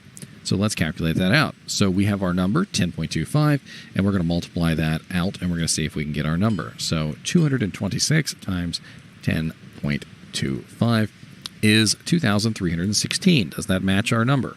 And no, our number is 2,454. So we're off by a little bit, and that's probably because we have some form of plus min or plus min max damage from somewhere. There may also be something else in the calculation which we have not taken into account, and that does happen. Calculating out your min and your max damage can sometimes be a pain in the butt, especially if you have elemental damage in the equation. So any form of elemental damage can be an issue. Any form of alternate damage, like magic damage, fire damage, cold damage, ice damage, all of which can mess up the calculations. Like, for instance, the cold damage on Ravenfrost does not calculate into that effect. The lightning damage on High Lord's Wrath does not calculate into the off-weapon ED, and so forth and so on. And so as you put in these other things into the equation, it's going to get a little bit off. Also, you have to make sure that you're calculating in your strength, which I did, but I seem to have missed something along the way. Of course, with plus to skills, you get more bonus points into your concentration, and all of this can add up to a really large amount. Now, there is another hidden effect for concentration. And before we go into that, let me also point out that concentration's off-weapon ED does stack with might. So if you have, for instance, a mercenary that is running might, you will get the 300% plus the 450% or whatever level your mercenary is at. Same thing with fanaticism. Fanaticism also has off-weapon ED. And if you had all three of the effects together, you would get all of the off-weapon ED together in tandem. And what are you doing, Mr. NiNi? So another hidden effect of concentration, and I'm pretty sure this was actually a bug back in the day, and it never got fixed. It was that concentration will apply its off-weapon enhanced damage to Blessed Hammer at a reduced rate of 50%. So if you are utilizing Blessed Hammer, Blessed Hammer has a magic damage of 324 to 329 at level 27. With concentration, it goes up to a much higher number than that. And that is because of the off-weapon enhanced damage. Notice that my hammers are now 1,053 to 1,069, despite the fact that they only say 324 to 329. And if I take off concentration, and I put on something like Might, which supposedly does the same thing, you will notice that the damage of my hammers is identical to what the tooltip says on the character screen or the skill screen. And this is because Might and Fanaticism do not affect the Blessed Hammers, but concentration does. And I'm pretty sure that this was a bug back in the early versions of the game that just never got patched out, and now we have Hammerdens everywhere running around like little cockroaches. I'm kidding. But I think it has gotten to the point these days where a lot of people would like to see people play other characters other than Hammerdens. It's not necessarily that Hammerdens is a poor class or that people think that Hammerdens are, something that nobody wants to play. It's just that they are a little bit too powerful for their particular type of build. They're also very party-based characters. Say for instance I was a Conviction Paladin and I was running with a Hammerden. What benefit does my Conviction give a Hammerden? The negative resistances does not increase his damage at all. The negative defense does not make his hammers hit more often. In fact, Conviction, for the most part, is relatively useless to a Hammerden. It might help out his mercenary, and that's about it. What help does a Hammerden give to his group? Not really that much. For the most part, the Hammerden is at the front of the fight, and he is spamming his hammers. The only effect, really, that the Hammerden gives anybody around him is the concentration aura, which is a nice aura, don't get me wrong, but for the most part is useless to any character that is not a melee or a ranged character. So if I am a sorceress, for instance, who is utilizing spells, the only effect that I get from concentration is the 20% chance uninterruptible. And this is one of the reasons why I kind of dislike Hammerdens just in general, just simply because they're not very good party characters. In fact, most of the time when I'm playing with a Hammerden, I feel like I'm playing by myself. Now, concentration affecting Blessed Hammer is an extremely powerful ability, and of course you can beef up concentration even higher to increase the effect, but beefing up hammers is going to have a larger increase than beefing up concentration, because in general the base of the damage is going to have a larger effect than the bonus. Of course, beefing up both of them is eventually the goal, and getting as many plus the skill points as you can in this regard can certainly be very useful. Now, what if you are not a paladin and you would like to get your hands on the concentration aura? Well, you can. Concentration actually comes in two different forms. One of them is an old rune word known as Pride, and it is only creatable in pole arms. This has a concentration aura of level 16 to level 20 on the item. There is also a new rune word, which has only just come out with 2.4, and probably will not be available in 2.4 except for on ladder. It is called Mist, and I actually do have a downloadable version on my YouTube channel. If you find the Mist video, you will find a downloadable file of basically a mock version of the Mist rune word so that you guys and gals can play around with it. But do I not have Mist? I do not have Mist on this character, despite the fact that this is the character who is supposed to have the Mist rune word. Look at me just being absolutely silly. But Mist is a new rune word that does have the concentration aura on it as well, and this is another way that you could potentially get your hands on the concentration aura. It has level 9 concentration aura when equipped. It is a bow rune word, Cham Shale Gull Thul If. It is actually a very nice rune word, and I would suggest that if you haven't heard about that rune word yet, to go check it out, because it is really, really cool. Now, why would you potentially want concentration on a non-paladin character who is not slinging around hammers? Well, the answer to that question is because of the chance uninterruptible and the bonus damage. When you put a Pride polearm on a Act 2 mercenary who is also using Might, you can stack together the Might aura with the concentration aura, and then you could potentially be utilizing something like Beast, so you would have Might, concentration, and fanaticism all running at the same time. And why would you potentially want to do this? Well, there are a lot of reasons. Maybe you want to buff up your army. Maybe you are one of the new zoo druids and you're trying to buff up your army to maximum potential. Maybe you are a necromancer who utilizes a massive and wide army of skeletons. Maybe you are specifically a melee character who would really like to get a hold of the Chance Uninterruptible. Chance Uninterruptible is a pretty big thing, believe it or not, and if you've never had an ability which is uninterruptible before, I would recommend you play around with abilities like Smite, just so that you can get a really good feel for what an uninterruptible ability is. Smite cannot be interrupted, and because Smite cannot be interrupted, as you use it, you will notice that Smite is just extremely powerful. You can walk up to a monster, you can bash him in the face, and he really can't really do much about it. And the ability to make just about any ability have even just a small chance to be as ridiculously OP as Smite is, which is the chance to be uninterruptible, is really, really nice. Probably the only redeeming characteristic of the Hammerton in a group setting, which is rather silly.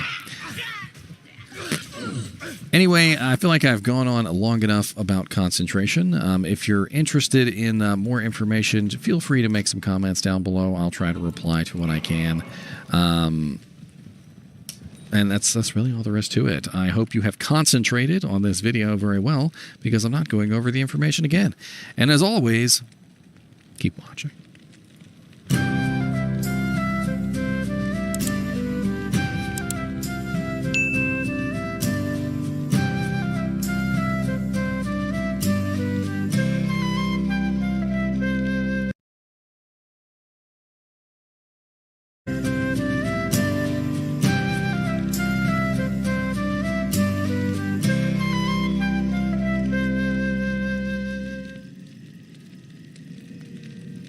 Hello, guys and gals, and welcome to another episode of Unique, or I forgot what video I was doing there for a second, Skills and Abilities.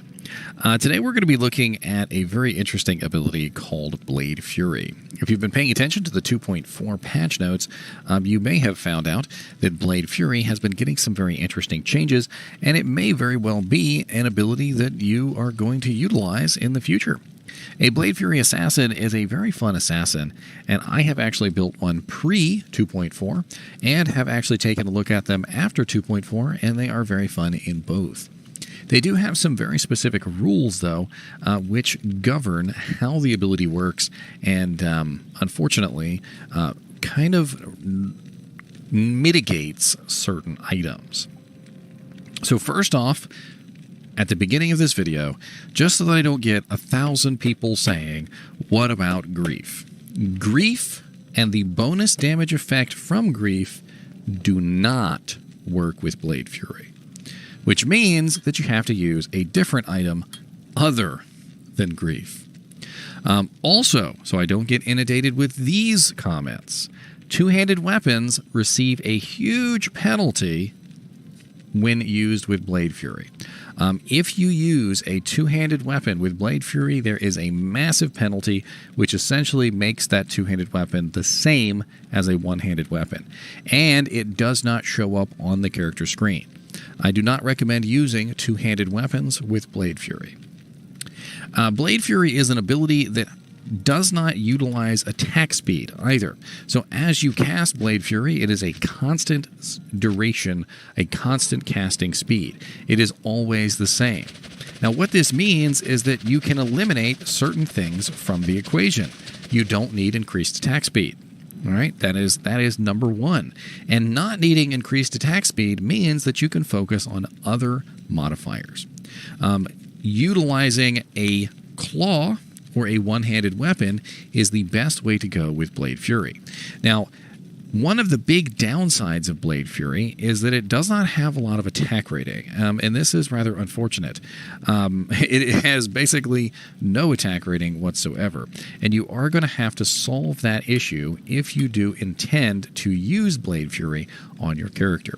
You'll notice that I have maxed out Blade Fury right now, but my attack rating is only 830. Now, one way you can do this is you can get attack rating through the Claw Mastery skill, which will increase your Blade Fury's attack rating because, of course, it increases all effects from claws. However, if you are not using claws, that is a downside. You are going to have to get your attack rating from another source. Now, my particular Blade Fury Assassin is using the rune word Death. Death is actually an amazing rune word for a Blade Fury Assassin, and there are certain reasons for this. Most notably is the fact that Blade Fury gains most of its damage from the weapon itself. You notice that it has a 75% weapon damage penalty on it. It says throw spinning blades to slice up your enemies. Maximum level reached, 75% weapon damage. Minimum mana required to cast 3. Current skill level 22, base 20, attack rating plus 10%. They did add a very tiny attack rating bonus on there. Damage 585 to 595 bonus. So what this means is that we get a pretty massive amount of damage from our weapon itself. Having an ethereal weapon is a huge boost to the amount of damage that we can do. I'd like to take you over to my Blade Fury Assassin, but unfortunately my Blade Fury Assassin on live does not have access to the synergy bonuses which have been added in 2.4. As you can see, on Blade Fury, they added a 10% damage per level on Blade Sentinel, a 10% damage per level on Blade Shield synergies to Blade Fury. They also added those same synergies to the Blade Shield and Blade Sentinel in retrospect, which means that all of the blade skills are now tied together, much in the same way that, all of the lightning skills are tied together, or like specifically like Phoenix Strike and Fists of Fire and Claws of Thunder and Blades of Ice are all tied together. And the reason why they've done this, I think, is because they actually wanted to turn it into a fun spec, and they have turned it into a pretty interesting spec. Now, we are going to have to wait until April 14th before we get final patch notes to know whether or not all of this is going to stay. They may make final balance changes, and we need to keep our eyes on those. However, Blade Fury has some very interesting effects that can be utilized to make this a very strong item. Number one, Crushing Blow works with Blade Fury. However, because Blade Fury is technically a ranged ability, it does suffer from the ranged penalties. So if you are aware of how Crushing Blow works, Crushing Blow removes 25% of the monster's current HP, and 12.5% of boss's current HP, 10% in PvP. However, for ranged attacks, it is 12.5% of monsters' HP, it is 6.25% of boss's HP, and it is only 5% in PvP. But that does not make it any less effective, because as Blade Fury hits the target, it will do a pretty massive amount of Crushing Blow damage, especially considering it is an extremely quick ability where you can fire multiple effects and hit multiple times per second.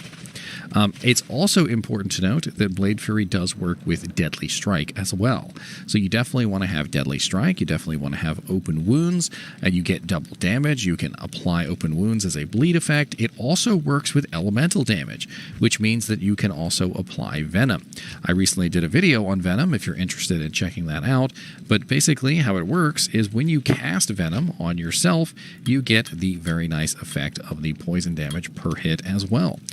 So having Venom up can certainly be extremely useful. The other interesting thing about Blade Fury is that because Blade Fury is not affected by increased attack speed, when you are choosing which one of these, Burst of Speed or Fade that you would like to use, Fade is generally the one that you will choose, because since increased attack speed does not work with Blade Fury, you get the very nice effect of having the huge bonuses to your resistances and physical damage reduction that Fade offers you. Blade Fury is just a really interesting ability to build because, quite honestly, there's not a lot that works with it, and it kind of ties your hands. And with your hands tied, you have to come up with other alternatives on how to build your character properly so that you can, of course, make the best out of the Blade Fury assassin. Now, there are some ways that you can get around the attack rating issues. Having a weapon with ignores target's defense can certainly be useful, but of course this isn't going to help you on bosses. Stacking charms that give you plus to maximum damage and plus to attack rating can be extremely useful. It's one of the easiest ways, I think, to build attack rating in this particular situation. So what you would probably do is you would have a lot of plus 3, plus 22 AR, plus 3 max, plus 22 AR small charms, and you would fit as many of those in your inventory as you could. You would also use things like Raven Frost, which give large amounts of attack rating.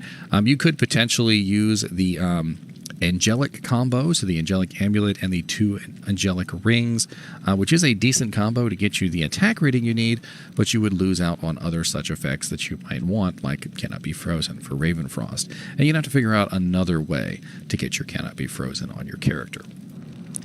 Now, one of the very interesting things that I found out when I was building my own Blade Fury Assassin was that I felt like I was in a really good situation to put points elsewhere. Since I only had to put on my original Blade Fury Assassin, which was 20 points in Blade Fury, I had a lot of points to stack elsewhere. Now you do have to invest 20, 40, 60 to get the full Blade Fury effect, but that also means that you have the added benefit of being able to use Blade Sentinel and Blade Shield.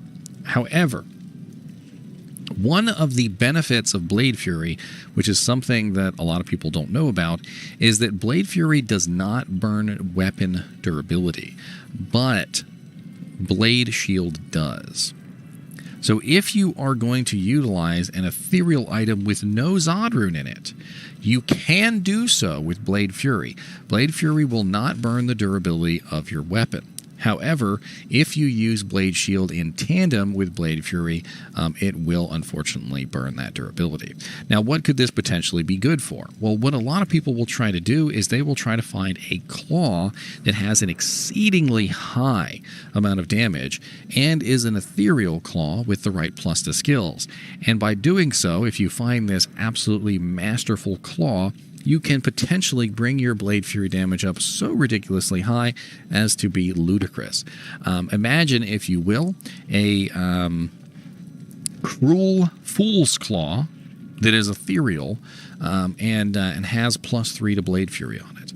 The amount of damage that you could get from such a claw would be absolutely massive. And even though this isn't really going to be a good representation of the future of the Blade Fury Assassin, I would like to take you over to my Blade Fury Assassin and at least show you how she performs. All right, so here we are over on live, and my character unfortunately has been gear stolen from. A lot of the times when it comes to my characters, I will share equipment across multiple characters. But this is the weapon that I was telling you about, the Death Weapon. It has a massive amount of Deadly Strike, 42%, a massive amount of Crushing Blow, 50%. It is also ethereal and indestructible, and it works extremely well with this particular build. With a massive 228 to 461 damage, it just is perfect for this build.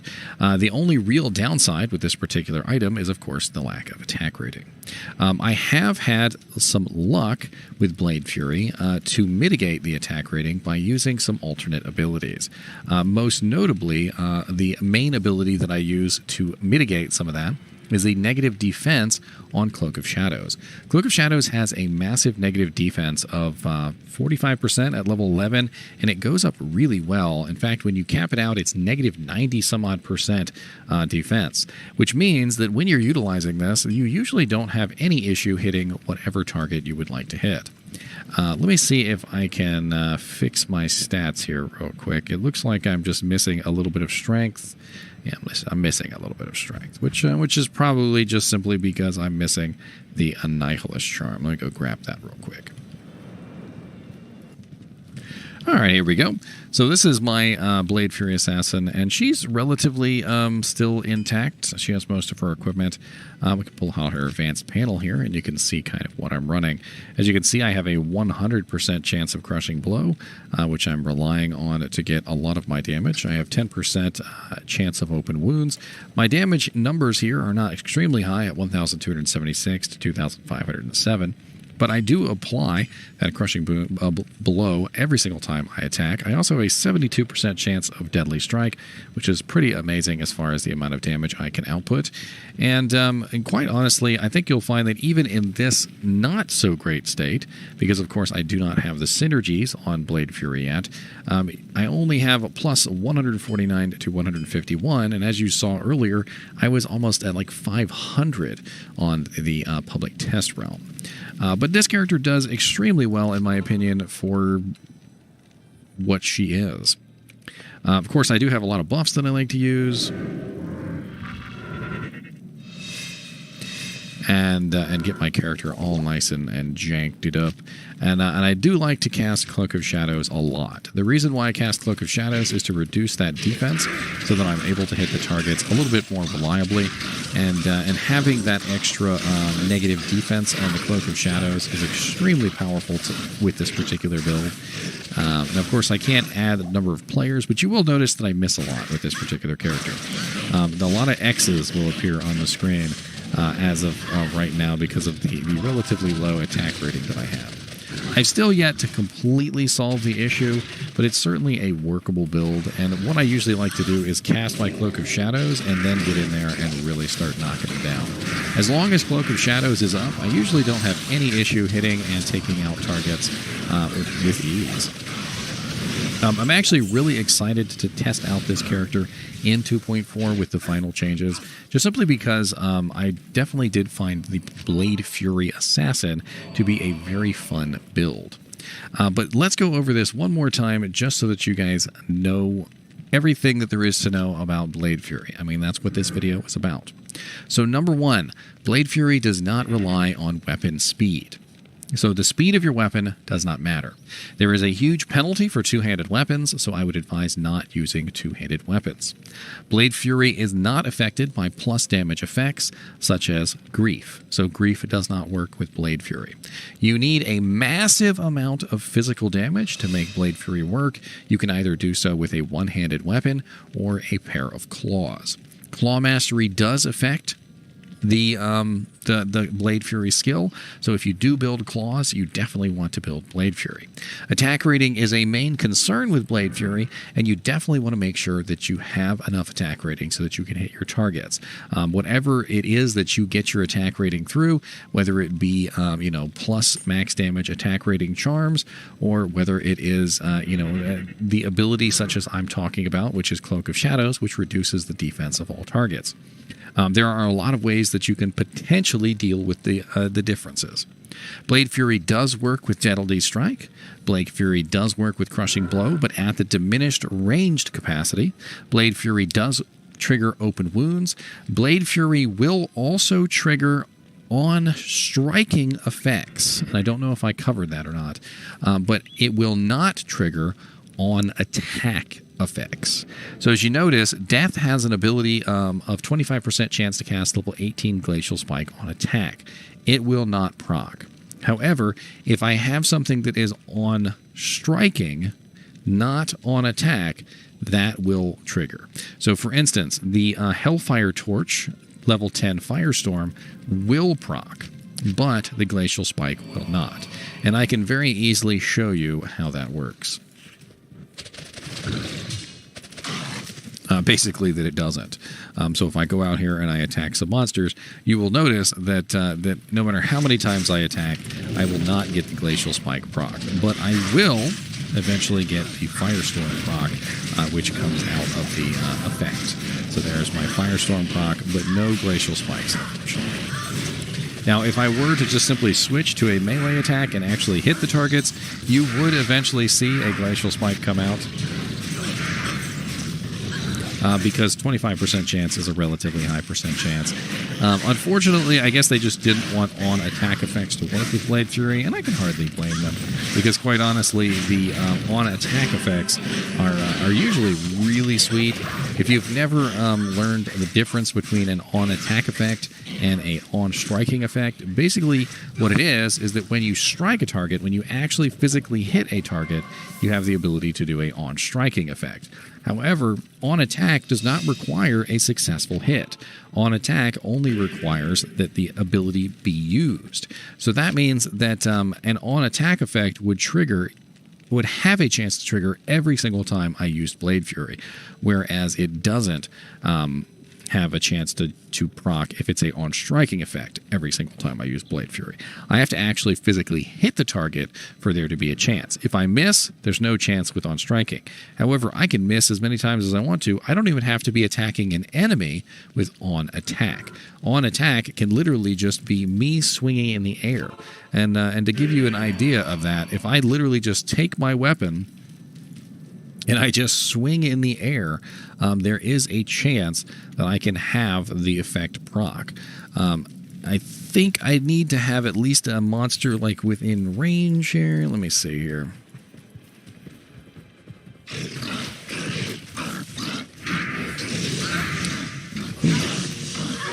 That's a different effect. My attack rating is garbage, by the way. I can't even hit half these targets with the with this ability. I can't even hit them. But you did see the Glacial Spike go off several times there. It's kind of hard to see it because it does, of course, go off instantly and then hit the target instantly because I'm in melee range. It would be a little bit easier to see if it were a ranged weapon because you would see the travel time of the Glacial Spike before it hit the target. But because I'm already in melee range, it literally just comes out and immediately explodes in a kind of like a cloud of ice. Anyway, I hope that you guys have enjoyed this episode of on Blade Fury. One of the ways that you can increase Blade Fury, by the way, pretty massively is off-weapon ED, and that is why my character is using a large amount of off-weapon enhanced damage. I have Fortitude, which is 300%. I'm using a 78% in a Moser's. I'm also using more enhanced damage, 38% in the G-Face. I have as much off-weapon enhanced damage as well as other sources like plus maximum damage as I can possibly get to beef up that amount as much as possible. And that's really what you do with abilities like this. When your hands are tied and you can't do anything in terms of increasing your attack speed or, cheating and using weapons like Grief, which are absolutely broken, you have to use your brain and figure out other ways to make your character stronger. In the future, I look forward to all the Blade Fury assassins running around throwing shurikens at everything. I think it's going to be fun. And as always, thanks for watching, and keep watching.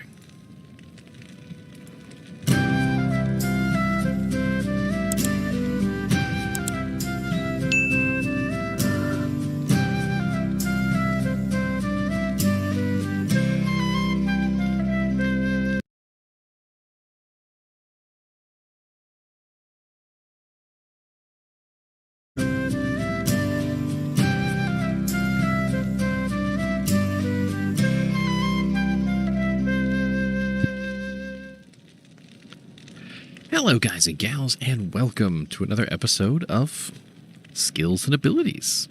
What we're going to be looking at today is a Necromancer's curse, and I feel like this is an important one because a lot of people usually like to use this particular curse. It has some interesting abilities, and it also has some interesting downsides, and that is Decrepify. Decrepify is one of those weird curses that doesn't really have a lot of benefit to being leveled up. I don't know why exactly they decided at some point with the Necromancer that they were going to make all these curses that really didn't have a lot of good reason to beef them up.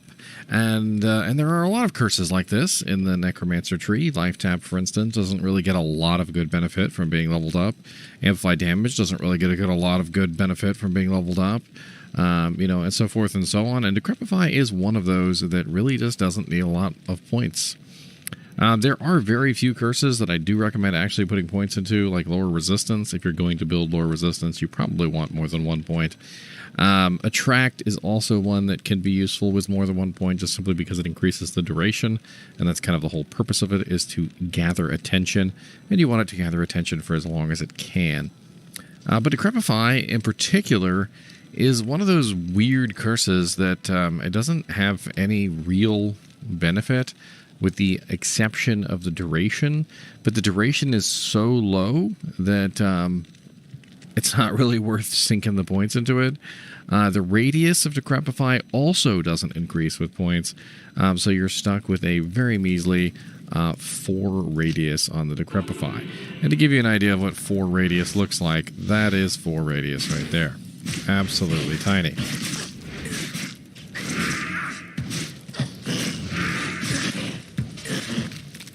Now, the beautiful thing about Decrepify, though, is that it does provide you with some very nice effects. Decrepify is something that you will have to deal with also when you are fighting certain monsters, like, for instance, Bale in the Throne of Darkness, or whatever it's called, will also cast Decrepify on you on a regular basis. So what does Decrepify do? Well, until recently, you couldn't see what Decrepify did. It just kind of told you vaguely what it did. Didn't actually tell you the exact stats. Well, in 2.4, they actually added it to the tooltip so that you can see what it does say: enemy damage negative 50%, attack speed negative 50%, run walk speed negative 50%. So basically how this works, and I don't know why they decided to put it that particular way, because it's a little bit different than that, but it is essentially the same thing as Amplify Damage. So you notice Amplify Damage says damage taken plus 100%, and this one says enemy damage negative 50%. So what we have here is we have a negative 50% enemy damage coming in to you. We also have a plus 50% damage, which is not listed here for some reason. Even though it says it on the tooltip, it says curses a group of enemies to make them slow, weak, and take amplified damage. It doesn't have the amplified damage listed here. That's very interesting. It should say plus 50% damage to the cursed target, but it doesn't. But basically, it's just like amplified damage, except it's half the value. So it's 50% increase to damage, which actually functions as a negative resistance, which means it can break resistances. And you might be wondering what the formula is for that. Well, I actually have it right here. I'm pretty sure I have it right here anyway. There we go. So as you can see, amplified damage is negative 100% physical resistance at 20% effectiveness, which means it reduces a monster's immunity by 20%. So if a monster was 100% immune to physical damage, you would bring them down to 80%. Decrepify, on the other hand, is only negative 50, and at a 20% effectiveness is only a 10% reduction, which means a 100% immune physical resistant monster would go down to 90. However, keep in mind that if the monster is 110% physical resistant, you would not break them because they would still be at 100. They have to be at 99 to be broken. Now, when a monster is not immune, you get the full effect. So if a monster is 90% physical resistant and you curse them with Decrepify or Amplify damage, you get the full rated value. But it does more than just amplify damage that the monster is taking. It also decreases the damage output that the monster has by 50%. It decreases their attack speed and their run-walk speed, which is essentially a slows target by ability. So it is essentially the same thing as the Clay Golem. You notice here the Clay Golem says slows targets by 69%. So it is a slows target by effect, and it does actually stack with Clay Golem, Holy Freeze, and other such items that have slows target by them. Decrepify can be extremely effective. The cap on slows target by the way, is 80%. And it does not stack like one right on top of the other. So like you notice that our Clay Golem is 69%. 69%. It's not going to just go 69 plus 50. It's going to reduce the number by 69%, and then it will also reduce the number again by 50%. So let's use a theoretical number of 100 minus 69% is going to, of course, be 100. It's going to, of course, be I typed that in wrong. 31, right? And the cap is, of course, going to be as low as 20, so it can't go any lower than 20. We're going to take 31, and we're going to subtract 50% from 31, and we're going to end up with 15.5, which means that's too low. So with the Decrepify and the Clay Golem at the same time, we would hit that 80% cap relatively nicely. You wouldn't need any other slows target by between the two. However, Decrepify is just an extremely terrible ability as far as duration is concerned. At level 1, with no plus to skills, Decrepify only lasts for 4 seconds. It's also important to note that in Nightmare and Hell difficulty, the duration of Decrepify goes down. In fact, the duration of all curses goes down in Nightmare and Hell difficulty. This is something that basically all monsters have, is kind of like a resistance to curse duration, and it is something that you have to take into account as you go to different difficulty settings.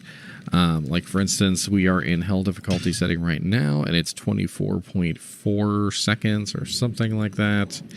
Let me go to normal real quick. Sometimes it will show you the duration increase, and sometimes it will not. I can't remember. Let's see. Attract is 134.4. I'm fairly certain some of these will show and some of these won't.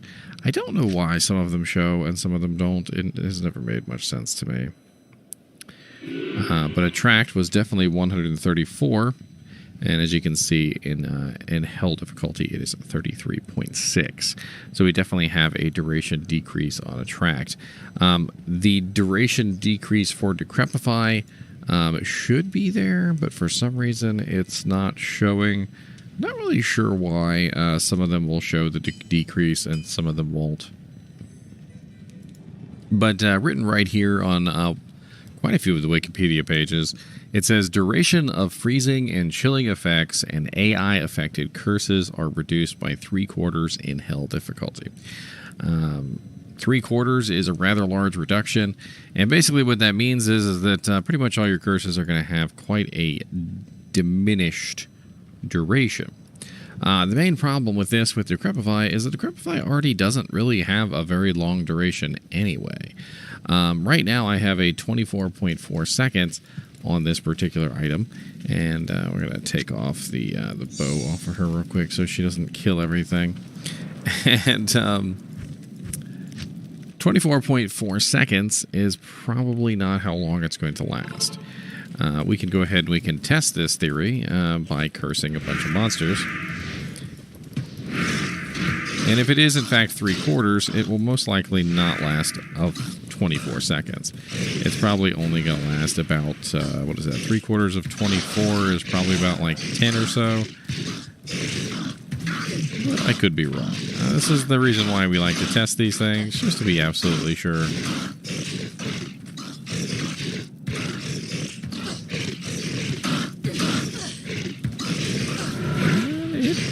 Oh, there you go. It just went down. So 1 1,000, 2 1,000, 3 1,000, 4 1,000, 5 1,000, 6 1,000, 7 1,000, 8 1,000, 9 1,000, 10, 11, 12, 13, 14, 15, 16, 17, 18, 19, 20, 21, 22, 23, 24, 25, 26. There you go. Yep.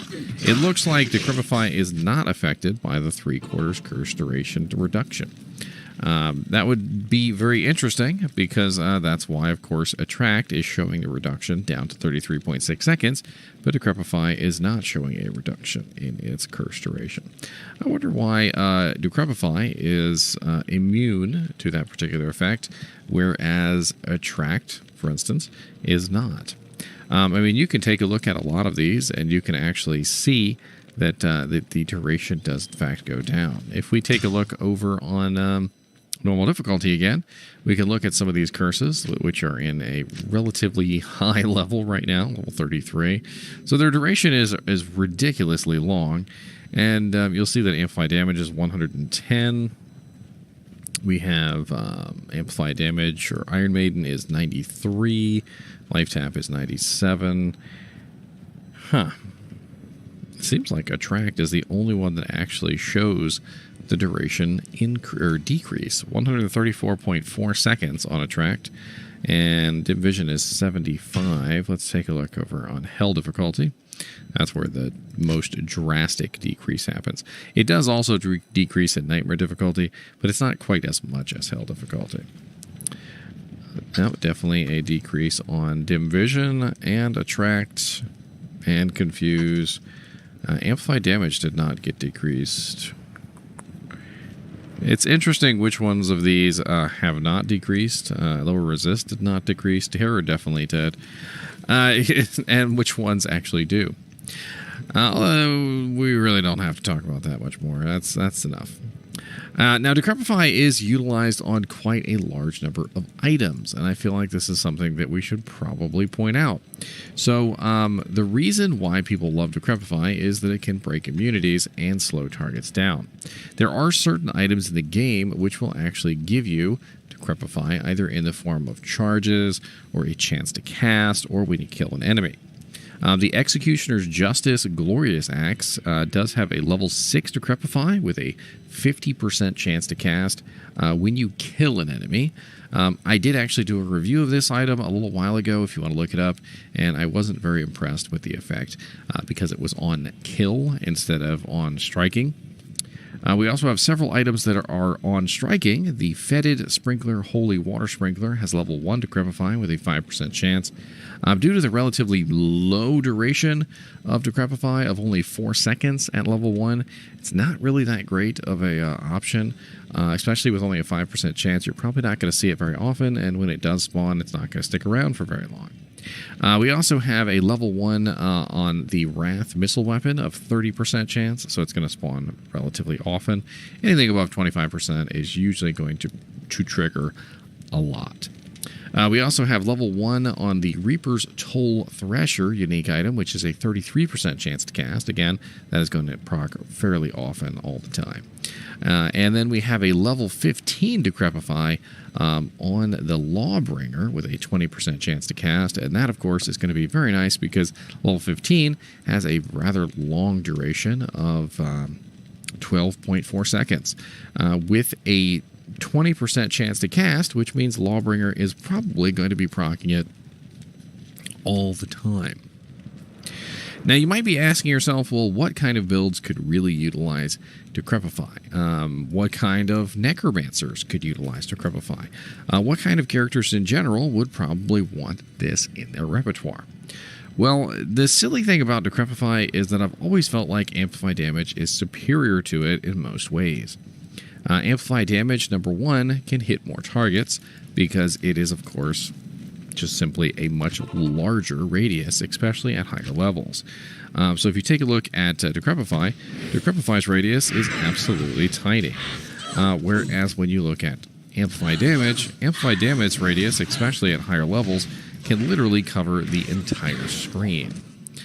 So as far as the ability to get Amplify Damage on targets and keep it there, Amplify Damage definitely wins out.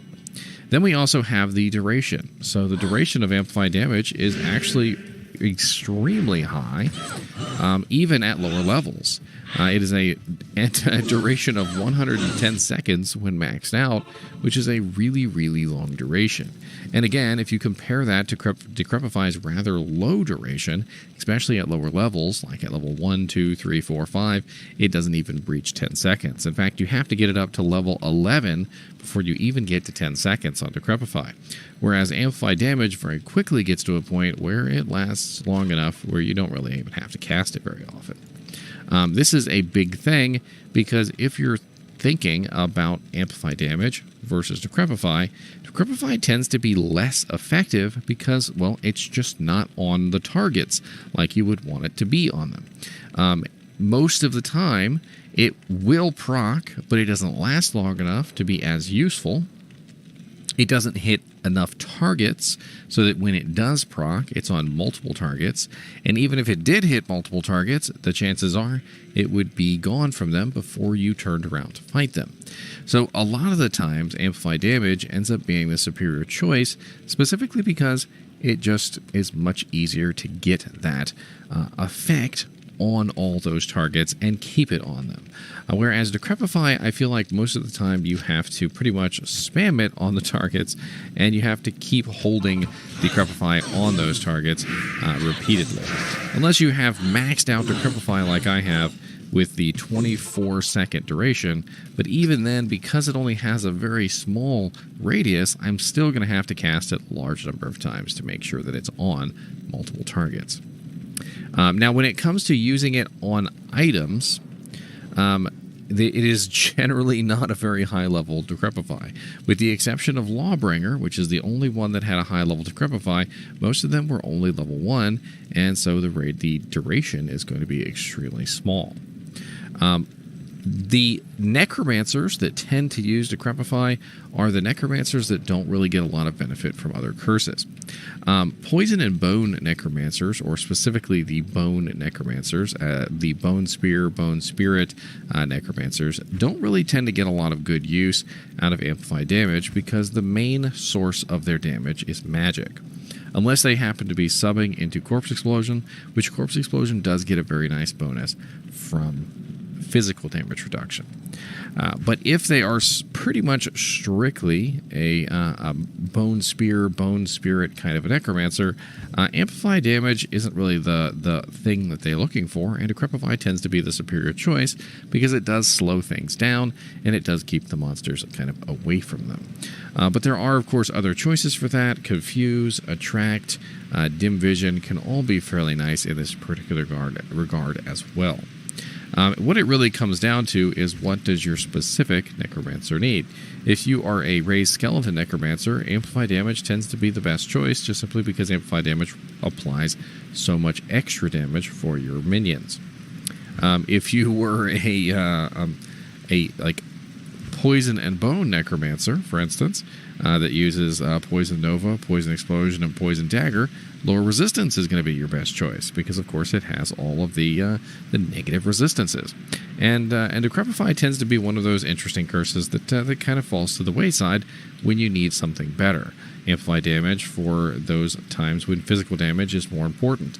Lower resistance when times when lower resistance or the negative resistance is more important. Even things like Attract, Confuse, and Dim Vision can overwrite Decrepify in certain situations. Like, for instance, if you just needed to get the monsters off of you, Confuse can be very handy for that, as well as Attract. Now, the beauty of Attract is that it can be cast with Decrepify, whereas Confuse cannot. So you could potentially have Attract up on one or two monsters and Decrepify up on the rest. It is also important to note that Decrepify can cause certain bosses not to teleport. Bale, in particular, who is a absolutely nasty teleporting monster, a terrible teleporting monster. He teleports all over the battlefield. When you Decrepify him, he cannot teleport. And this is a well-known fact along most of Diablo. But if you are unaware of this and you happen to be a necromancer, I would recommend that you pull out your Decrepify curse for Bale because it will prevent him from teleporting away and make him a lot easier to kill because, of course, your army won't have to chase him down the entire time. There's really not a lot more to talk about with Decrepify, except for maybe Weaken's role. So Weaken has recently been buffed to provide a larger negative percentage of damage than Decrepify does. So Decrepify has a negative 50% enemy damage effect, which basically means that if I curse a monster with this effect and he hits me with a physical damage attack of 100, he will only deal 50 damage to me before it encounters my defenses. Weaken, however, has gotten a buff of, I think it was like 1% per level or something. It used to be 33%, and so as you can see now, it's negative 76%, which does mean that the new Weaken, when maxed out, can actually potentially reduce damage even further than Decrepify ever could. Of course, Decrepify also has the slowest target by effect on it, which means the monster is attacking slower, and so I think Decrepify still wins. But it is important to note that Weaken is a much larger radius, and it is also a much longer duration. So in those regards, it could still edge out over Decrepify just simply because you could hit a larger group of monsters with it than you ever could Decrepify in its wildest dreams. You would have to spam Decrepify a ton of times to get the same effect that Weaken is giving you with just simply one cast. I don't really know if there's anything else to talk about with Decrepify. I feel like I've gone over just about everything. But if there's anything that I missed, feel free to talk about it down in the comments. I'm always happy when you guys put your particular viewpoint on things, or you let me know that I forgot something. I actually enjoy that kind of stuff. I'm not the kind of YouTuber who hates people who come in and tell them that they're wrong. In fact, tell me I'm wrong. I will argue with you. I will look at your evidence, and if I believe that I am wrong, I'll even put out a correction or something like that, or remove the bit of the video that is wrong. And a lot of my older stuff, I'm sure that I've said some stuff that's wrong before as well. Anyway, I think I'm going to wrap this video up. It's already been about 22 minutes, so we're going to go ahead and say my finishing remarks on Decrepify. Decrepify is a great curse. It is absolutely amazing to have in your repertoire. It is, however, a 1, 2, 3, 4 point skill, which does mean you need 4 points to get down to it. A lot of the times, if you can, find a wand specifically that has Decrepify on it so that you can save yourself the points of going down to it. Most people will not put any additional points into Decrepify, and usually having like +3 Decrepify on a wand along with your plus to skills is more than enough, especially if you find a very nice white base. If you haven't actually taken a look at the white rune word, I'd recommend you go take a look at that. I have a video up on that rune word. But you can potentially find a very good white base that has Decrepify on it, so then you don't have to spend those 1, 2, 3 points into Decrepify. I would say 3 and not 4 because everybody usually puts at least 1 point into Amplify damage, as it is the first curse on the tree. Another good one to have on a wand or something like that, like a necromancer head, is lower resist, because lower resist is a much larger endeavor. As you can see, it requires 1, 2, 3, 4, 5, 6, 7. So 7 points just to reach lower resistance with 1 point. So having lower resist on a wand is also a good idea. As always, I do appreciate you guys and gals watching my videos, even when I am decrepit. And as always, keep watching.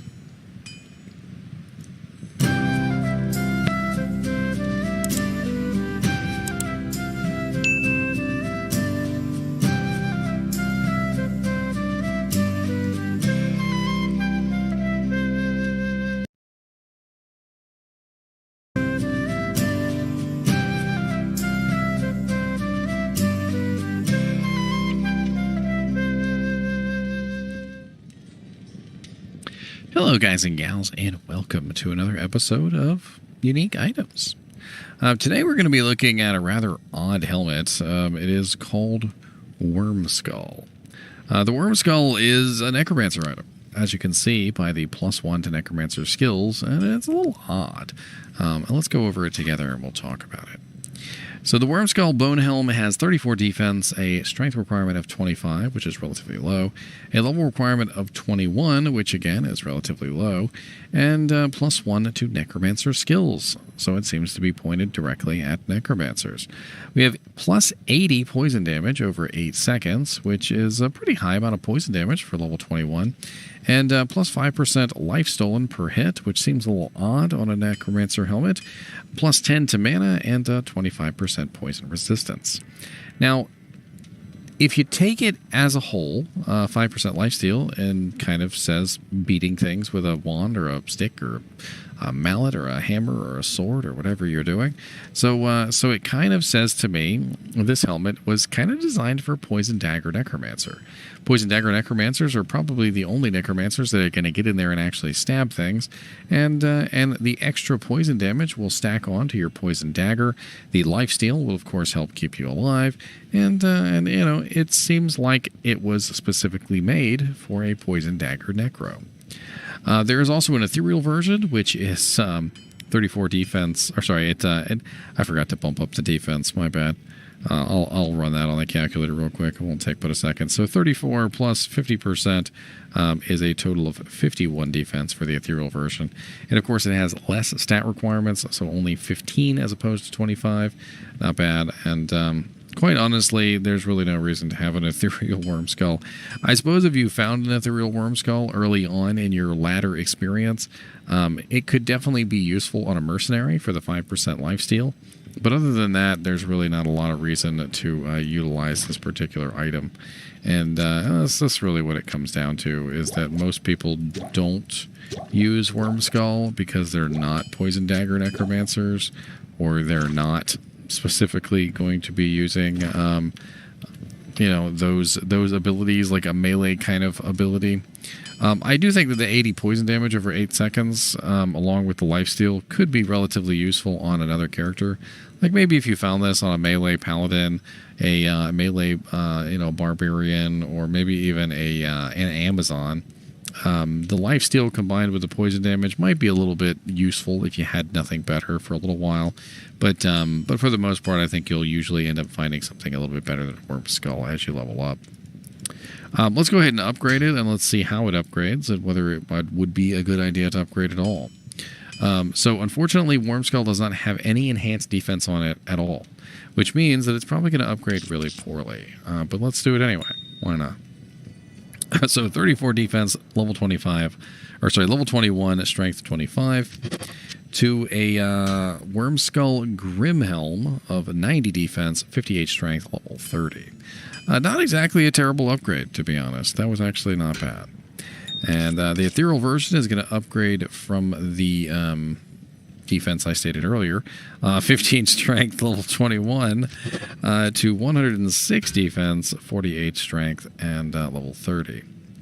Not exactly good upgrades, honestly. Maybe if I was actually using this on a Poison Dagger Necromancer and I was kind of relying on that defense, could be useful. Let's go ahead and upgrade this to the 3rd tier, because why not? Usually this upgrade goes poorly, so we'll see. Unfortunately, how it works is a lot of the times the elite version, because it has a rather high variance on defense, it can actually downgrade the defense. So it's going to go from 90 defense, 58 strength, level 30, to 109 defense, 106 strength, level 75. So a pretty terrible upgrade, to be honest. And the ethereal version is going to go from 106 defense, 48 strength, level 30, to 219 defense, 96 strength, level 75. Not exactly the greatest upgrades in the world, and quite honestly, Wormskull is probably better left in its original form. It's level 21 form, the Bone Helm. Now, if you were specifically trying to find yourself a Wormskull Bone Helm, maybe you're trying to collect, maybe you are building a Poison Dagger Necromancer and you'd like to get your hands on one, let's take a look and see what we can find.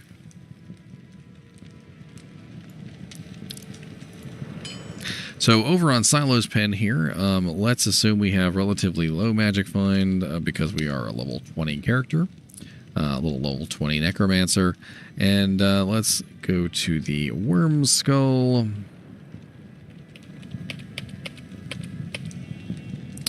Bink. And we're also going to look at normal difficulty because quite honestly, that's when this helmet is going to be most useful, is normal difficulty. So we're going to look specifically at normal difficulty monsters. Not a lot of really good choices here. Durance of Hate level 3, Brem Sparkfist apparently has a decent chance at 1 in 19,000. As well as the council. The whole council has a pretty decent chance. So it looks like you could farm the council in normal difficulty, and you could also farm Mephisto in normal difficulty, because I'm also seeing Mayfair Dragonhand and YN Voidbringer on this list. That actually might be a pretty good choice, because you're usually around level 20 by the time you get to Mephisto in Act 3. And we also have... No, Mephisto's not on the list. That's interesting. But Diablo in normal has a 1 in 503 chance, so he might be a pretty good monster to farm. Not bad at all, honestly. And Bale also 1 in 541. I do feel like the Council and Nightmare Mephisto probably be your best choices. The Council and Nightmare Mephisto, those are pretty good shots. All in all, I just don't really think that Wormskull has a lot of uses. It is a niche use item. It is specifically pointed at Poison Dagger Necromancers, and that's kind of its issue. Usually when you have an item that's specifically pointed at a very specific character, and not only a very specific character, but a very specific build of that character, it tends to be one of those items that is kind of poo-pooed on, unless you're actually playing that build. And that's kind of where Wormskull falls. It's not just a Necromancer helmet, it's a Poison Dagger Necromancer helmet. So unless you're actually building a Poison Dagger Necro, well, poo-poo on you. As always, I do appreciate you guys and gals watching my videos, even when my head is full of worms and I keep messing up my lines. And as always, keep watching.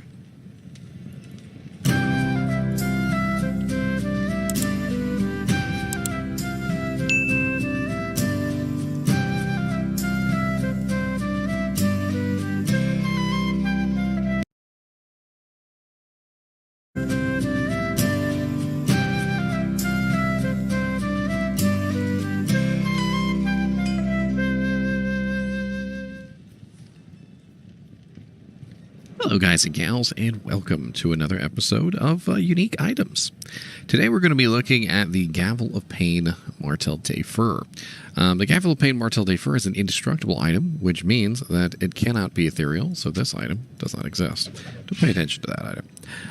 The Gavel of Pain Martel de Fer is 170 to 287 damage. It is 169 strength requirement, which is relatively high for its level requirement of only level 45. The damage is very nice, but the level requirement and the strength requirement are a little odd in comparison to its effectiveness. It could be very useful to a barbarian or well, pretty much just a barbarian. The slow nature of this weapon would make it very painful to use on something like a shapeshifter druid. There's definitely some interesting choices with this item. We'll go over that as we continue. As you can see, it is indestructible. It does have a 5% chance to cast level 1 Amplify damage on striking. Now, Amplify damage is a reduction in the monster's physical resistance of 100%, and at level 1 it still provides 100% reduction, but it only has a radius of 2 yards, and it only lasts for 8 seconds. So the Amplify damage on here might not be particularly useful, especially since it only has a 5% chance to cast, and it only lasts for 8 seconds. You might not get it to proc as often as you would like. We also have a 5% chance to cast level 1 Iron Maiden, which complicate things, because unfortunately that means that the Amplify damage, when it does proc, could potentially be overwritten by Iron Maiden. Now, what is Iron Maiden? Iron Maiden is the ability to, when you're hit, reflect damage back to the target. Now, at level 1, which is what this provides, Amplify damage is 200% returned in a duration of 12 seconds. Iron Maiden is 200% returned in 12 seconds. And as you can see, just relatively low procs, low level procs, low radius, low everything. They're not particularly the greatest procs in the world, but if you need amp damage, if you need some way to kill physical immunes, this could be an interesting choice. It also has 160% enhanced damage on it, which does vary a little bit from 130 to 160%. And with a weapon like this that hits really hard, that 30% can be a big deal. We also have a adds 12 to 30 damage, which is just a flat addition. And then we also have the attacker takes damage of 26, which is a lot of attacker takes damage of, and will actually stack with the Iron Maiden, which isn't like too terrible. And at level 45, you might see that Iron Maiden and the attacker takes damage of 26 do a decent amount of damage to targets. But the main issue is that most monsters around level 45 are going to have too much HP for that to be really effective. The Amplify damage charges could be useful, but there's only 3 of them. I don't know why they decided to do only 3 charges. But they are level 8 Amplify damage charges, which is a heck of a lot better than the level 1 Amplify damage charges on this particular item. And level 8 is going to be a 6.6 yard radius, so you're going to be able to hit a lot more targets with it, and it does have a 29-second duration, so you will get a little bit more use out of those 3 charges. Now, I don't know exactly how much those charges are to repair, so we're going to go ahead and utilize them really quickly, and then we're going to go repair it and see how much they cost per charge. I think that's a good plan.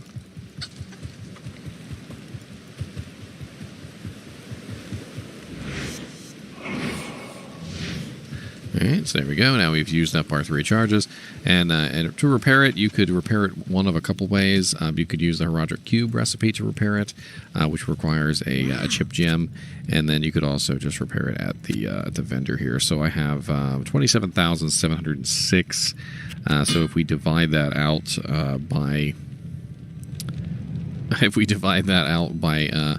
by charges, so 27,000. Let's just round it to 28,000. I don't even care. 28,000 divided by 3. So you're looking at like close to 9,000 gold per charge. That's pretty expensive, to be honest, for just amplify damage. Although it could be handy to take out some physical immune monsters. 30 seconds is a pretty long time. But the complication here is that your Amplify damage level 1 on here and the Amplify damage level, or the Iron Maiden level 1, can both overwrite your higher level Amplify damage and ruin the effect.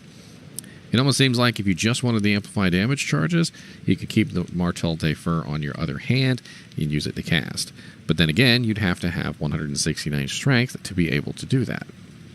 The weapon also has 50% enhanced damage to undead, of course, which is off-weapon ED, and off-weapon ED does not work as well as on-weapon ED, so do keep that in mind. Off-weapon ED is a completely different formula, and if you'd like a more thorough explanation of what off-weapon ED is, I do have a video that I just released on Might, And one of the things I did with the might video was I went over exactly what plus damage calculations and off-weapon ED is. Specifically because obviously the might aura is all revolving around plus off-weapon ED. So I wanted to make sure that people got a good idea of what off-weapon ED actually was as they looked at the might aura, in the future. Now, the Martel Dafer is a mid-tier item. It's a nightmare level item or an exceptional level item, whichever term you like to use. And being level 45, I do feel like it has a decent place. But being a very slow weapon, it tends to be just not really used by a lot of characters. When I mean really slow, I mean like really slow. This weapon is very, very, very slow. And when you're in the middle of combat and you're trying to utilize this weapon, it can be a pretty big deal. There are some interesting uses that you can have with this particular weapon, like, for instance, a Whirlwind. Whirlwind doesn't really care too much about your weapon speed, specifically because it gives you free hits. There is a whole thing about Whirlwind that it actually will give you free hits at the beginning of a chain, which is usually why people will do short Whirlwind bursts instead of long Whirlwind bursts, because they get these free hits. And very slow weapons actually tend to get more damage for short Whirlwind bursts. If I remember correctly, the Dance of Death is something like this. It's 1, 2, 3, 1, 2, 3. And you don't really want to make very big swathing movements because you're basically relying on the free hits that Whirlwind is giving you. If you make big swathing movements, then you have to rely on the attack speed of your weapon, and that's not necessarily what you're looking for. I probably wouldn't use this on a druid just simply because of how slow it is. I'm not really sure exactly what characters could get very good use out of this. I mean, maybe a charge paladin could have some fun with this, just simply because it has amplified damage on it. It's relatively nice damage. It looks pretty cool. It has a very interesting looking graphic. It kind of reminds me of like a carnival hammer. Now, of course, you can upgrade this weapon one tier to the Thunder Maul. Now, the downside of upgrading this to the Thunder Maul is that the strength requirement is going to go through the roof. You think the 169 strength requirement on this thing is bad right now? Well, trust me, it's not compared to what it's going to go to. So let me move myself out of the way, and we'll take a look at what this weapon looks like when it's upgraded to its elite tier. So to upgrade this, you are going to need a Pull, a Lum, and a Perfect Emerald. And it is going to go from 170 to 287, 169 strength requirement, level 45, to 97 to 498. Notice the bottom end drops out on the damage because that's the Thunder Maul. 253 strength requirement, which is massive. Not a lot of characters have 253 strength just lying around. And level 72 requirement. Probably not the best item to upgrade.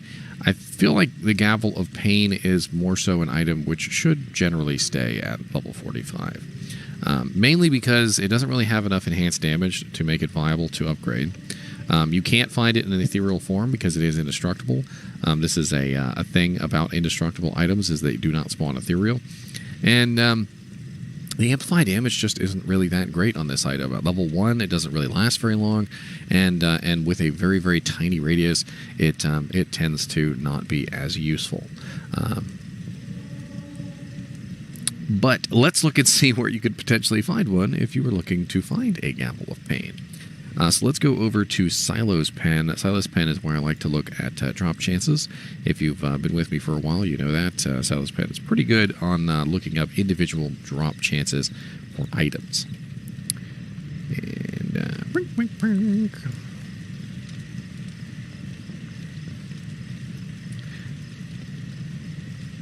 All right, so we're going to go to level 45. So let's assume that we're looking for this around level 45. So let's say we have about 100% magic find, which seems about fair. We are looking for a unique item. Oh no. We're looking for a unique item, and we are looking for the Gavel of Pain. Quite a cool name, though, doesn't it? The Gavel of Pain. Like, what weapon are you using? Oh, I'm using the get through drift. Well, which one are you using? Oh, I'm using the Gavel of Pain. The pain. What does it do? It's painful. That's right. Pain. It's the Gavel of Pain. I hate when they do that. Just because the is in the beginning of the word doesn't mean you need to categorize it by THE. Should NiNi hide behind my head, isn't he? So we're going to look at bosses first. Let's take a look and see what the drop chance is for bosses. And, let me bring this up a little bit bigger, shall I? And that way you guys can see it a little bit better. Yeah, that's better. All right, so we're going to sort by probability here, and we're going to look and see what our best chance of finding this item is. We're going to ignore the quest flags because those are quest-only kills, which means that that's only the first time you kill the boss and not the subsequent times. Andariel is the only boss that has the same drop chance for both quest and non-quest kill, so we can take her quest kill. But it does look like Nightmare Bale is the best possible boss chance at 1 in 1,423, and Hell Andariel at 1 in 5,015.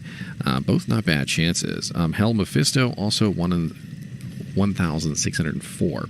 Now, the problem with all these is that they're too high level. By the time you reach Andariel in Hell difficulty, you should be around like level 60, maybe even level 70, depending on how you've played your character. And just in general, that's way too high level for the Gavel of Pain. Bale in Nightmare, similarly, by the time you kill Bale, you're usually around like 50, 55, 60, and that's not really a good spot either. So let's look a little bit further, shall we? We do have Nightmare Diablo, which could be around the right level, maybe. I mean, usually when I start Nightmare difficulty, if I'm doing everything correctly, if I'm leveling up right, if I'm not skipping anything or rushing, I'm usually around level 40, 45 by the time I hit Nightmare Andariel. And I'm not seeing a lot of good choices here for specifically farming this to actually try and utilize it. I mean, Nightmare Mephisto is a little bit past when you start Nightmare, obviously. That's 1 in 5,610. And that's the quest kill. The non-quest kill is a lot less at 1 in 8,482. Let's take a look at only Nightmare difficulty real quick. Just to get an idea of who maybe you could fight for this particular item. Let's take a look at super uniques. Pretty terrible chances across the board for super uniques. So it does look like this item may suffer from one of the common maladies of a lot of items, and it might be the reason why you don't see a lot of people using this particular weapon. And you might be asking me what I'm talking about. Well, what I'm talking about is that it's a level 45 weapon that doesn't tend to drop around level 45. And I've noticed this on quite a few occasions that certain items, for some reason or another, are more heavily linked to Hell difficulty, despite the fact that they would be better used in the beginning of Nightmare. I mean, if you take a look at a chart of where you should technically be at any given point, you would, not be level 45 in Hell difficulty. I actually have such a chart, believe it or not, and let me bring it up on camera here real quick. So here is my my generalized chart. Now, of course, this is overly simplified. There are, of course, different areas which are higher level and different areas that are lower level in certain zones. But for the most part, if you are leveling properly, if you're not skipping around and having somebody power level you, you should generally be at these levels when you reach these particular goalposts. As you can see, a level 45 character would be basically in about Act 2 Nightmare difficulty if they were following the kind of the correct procedure. As I said earlier in the video, you're usually around level 45 by the time you kill Andariel in Nightmare difficulty. So, under that assumption, let's go back to the Silos pen. We're going to very quickly look and see what potentially we could farm in Nightmare Act 2 difficulty. So we're going to go to Nightmare, we're going to look at Super Uniques, and we're going to see what monsters are in Act 2 that could potentially drop this item. Now, the chances of these monsters is terrible. 1 in 11,000, 1 in 15,000. I mean, those are just god-awful chances. Act 2 difficulty. Looking at nothing. All right, let's go to bosses.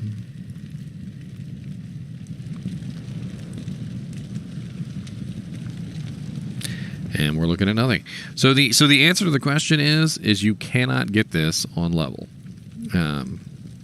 Not the greatest thing in the world. But if we were actually just trying to find the item and we're not worried about actually finding it on level, do keep in mind that we are looking at your best probable chance is Hell Andorial or Mephisto in Hell difficulty. Those are your two best chances. We also have Diablo in Hell can drop it, but of course all of these are going to be far after your character actually gets a chance to fight any of these monsters. And this is especially potent in ladder, because if you wanted to get your hands on this item at any particular point, the item obviously isn't going to help you out very much when you find it after you're, like level 60 or 70 or 80, and you're moved on to bigger and better items. Anyway, as always, I do appreciate you guys and gals watching my video, even when it is a painful one like this about the Gavel of Pain. And as always, keep watching.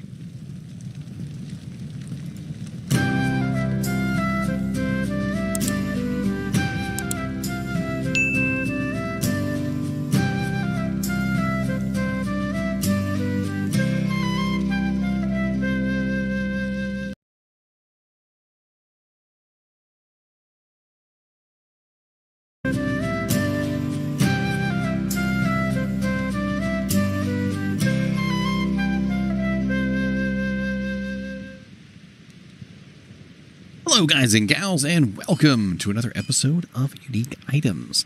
I figured since we were getting into 2.4, and one of the big buffs of 2.4 is the Throwing Barbarian. The Throwing Barbarian is going to come back to life, my friends. And one of the best Throwing Barbarian items, pretty much bar none, is the Lacerator Winged Axe. The Lacerator Winged Axe has some very nice effects, and as we go over them together, I suppose Mr. NiNi didn't want to go over them, we will talk about what you could potentially use it for, what builds you might want to squeeze it into, and so forth and so on.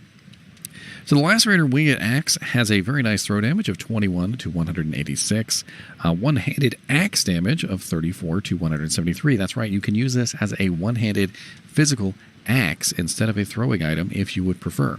So if maybe you are a frenzy barbarian or a zeal paladin or something like that, and you would just like to use this for the effects, you totally can. It has 270 of 270 quantity. This is the new quantities, by the way. The old quantity, I think, was much lower at, 180.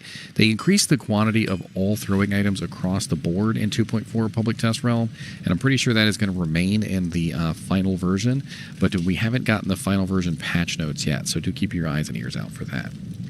We have very nice attack speed on this. It is a very fast attack speed item. It is 33% chance to cast level 3 amplify damage on striking, which is pretty darn amazing. Not only is it providing you with a relatively nice level amplify damage, it also has an extremely high % chance of proccing it. So we are looking at a 3.3 yard radius on this with a duration of 14 seconds. Now do keep in mind that duration does decrease in Nightmare and Hell difficulties respectively. We also have a very nice 30% increased attack speed, which is of course why we're getting a very nice attack speed on this item. And we have a relatively nice 210% enhanced damage. Now that is a variable of 150 to 210%, so it does have a 60% variable on that. So do see if you can get yourself a nice lacerator with a higher percent enhanced. We also have 33% chance of open wounds on this, which does mean that it will prevent the monsters from healing. So open wounds is a damage based on character level, a bleed effect, if you will, that increases the higher level your character is. It lasts for 8 seconds exactly, and during the duration of open wounds, the monster cannot regenerate. We also have Prevent Monster Heal on here, which lasts for 20 minutes. And Prevent Monster Heal is absolutely amazing, but does not work on certain bosses, like the Uber Diablo and Uber Mephisto and Uber Baal and Pandemonium Diablo that are in various zones in the game. So it's nice to have both, which basically means that you get a very nice prevention of the monster's regeneration. So most monsters that you attack with the Lacerator will not regenerate. You also get a very nice amplified damage, which doubles all physical damage that you output. And then on top of that, we also have hit causes monster to flee 50%, which means that most monsters will run away from you instead of trying to beat you up and kill you, which is also very, very nice for a throwing item. This also, unfortunately, means that it generally doesn't make a very good melee weapon unless you are a character who wants the monsters to run away. Frenzy Barbarians actually don't do too bad with hit causes monster to flee because they can chase down monsters really easily. We also have replenishes quantity on this, which does replenish 1 in 4 seconds. And the really cool thing about this is that you can find an ethereal version, and the ethereal version will replenish its quantity and will never break. This means that we have a higher damage on the ethereal version of 31 to 279, and a very nice one-handed damage of 49 to 260. This is an axe class weapon as well as a throwing class weapon, which means that not only do you have access to the axe mastery, which could potentially bring up the damage while used in frenzy, but you could also build up throwing mastery, which has been buffed significantly in 2.4. If you guys are unaware of this, this is the new Axe Mastery. Axe Mastery provides a relatively nice amount of attack rating and damage, like it always did, as well as a critical strike chance, but now it also gives you a 47% chance to pierce, which means that your axes will go through the target and hit the one behind him, as well as a 57% chance not to consume quantity at all, and a chance to replenish quantity on critical strikes, which is definitely very nice. And of course, if you have a 30% critical strike from throwing mastery, that means that you're going to get your items back relatively quickly.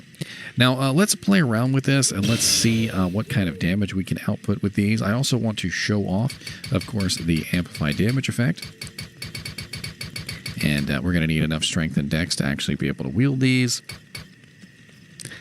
And 22.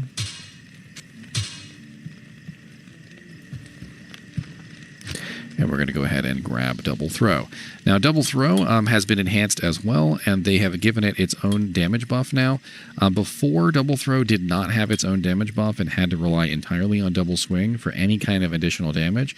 Now it has the Double Swing synergy as well as its own bonus damage, which means that it gets a very nice increase in general. You'll notice that now I have some pretty decent damage, but when you combine it with the fact that I am, of course, utilizing a very nice amount of amplified damage as well, you're going to notice that it's definitely going to smack really hard. Once the amp procs, once the various effects proc, it's definitely going to be a lot better than you think. And let me make sure I've got all my synergies in here. And then we'll go ahead and we'll beef up the cries as well.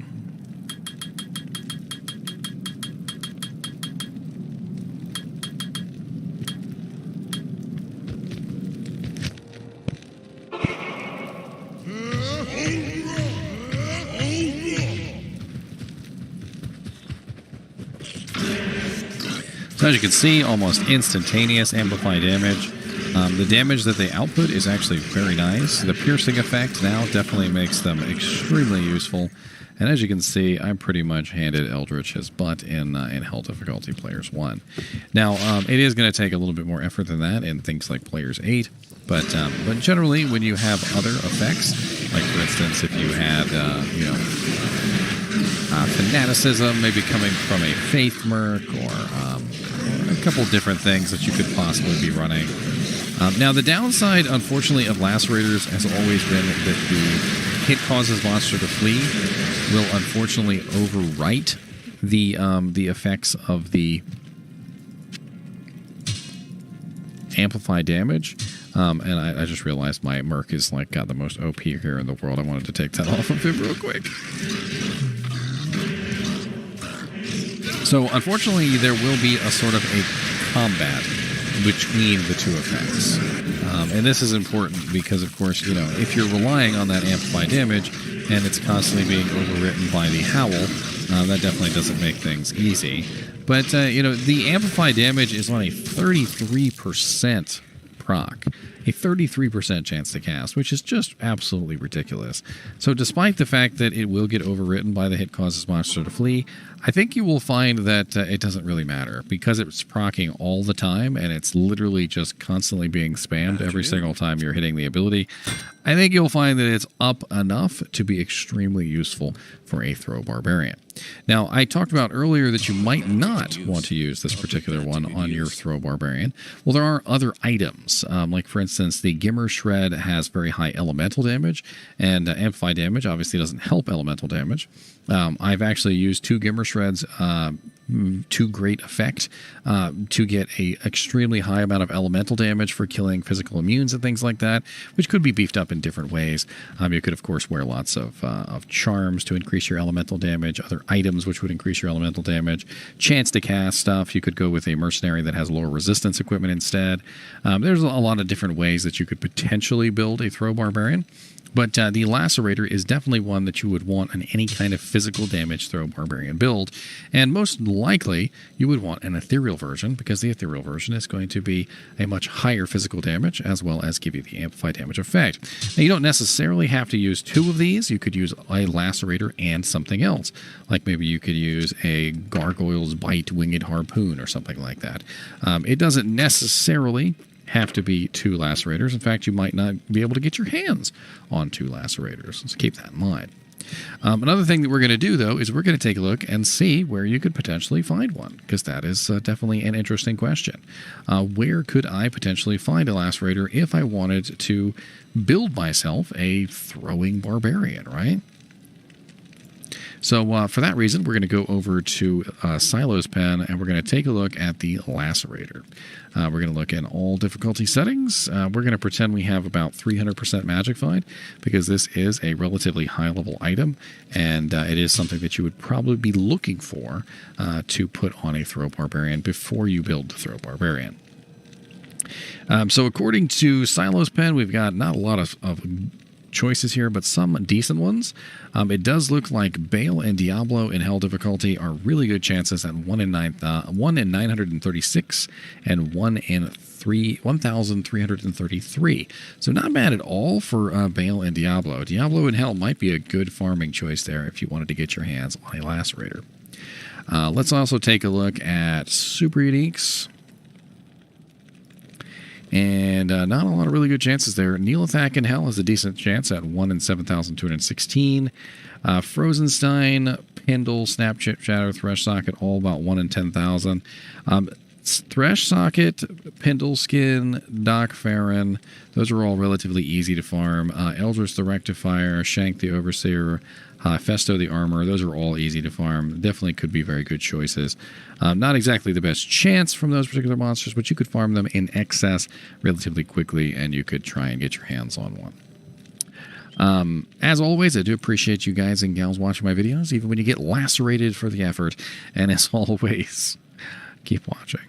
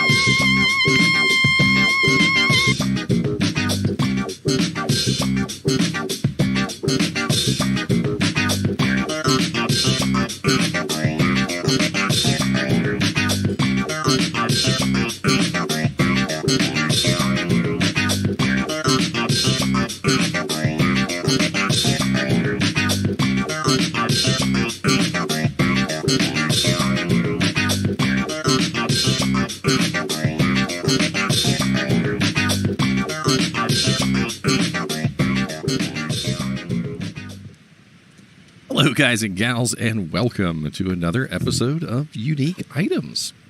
Today we're going to be looking at the Dirk Diggler, the Diggler Dirk, the Diggly Dirkliness of digging.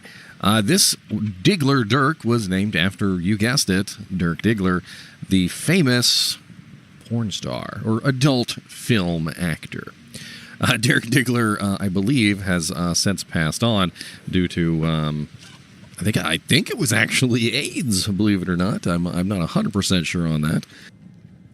According to the internet, he died of a drug overdose on July 17th, 1981. I don't want to say in his honor, but I have created my own version of the Dirk Diggler. This is Dirk Diggler, as you can see. And he's wielding himself a Diggler Dirk.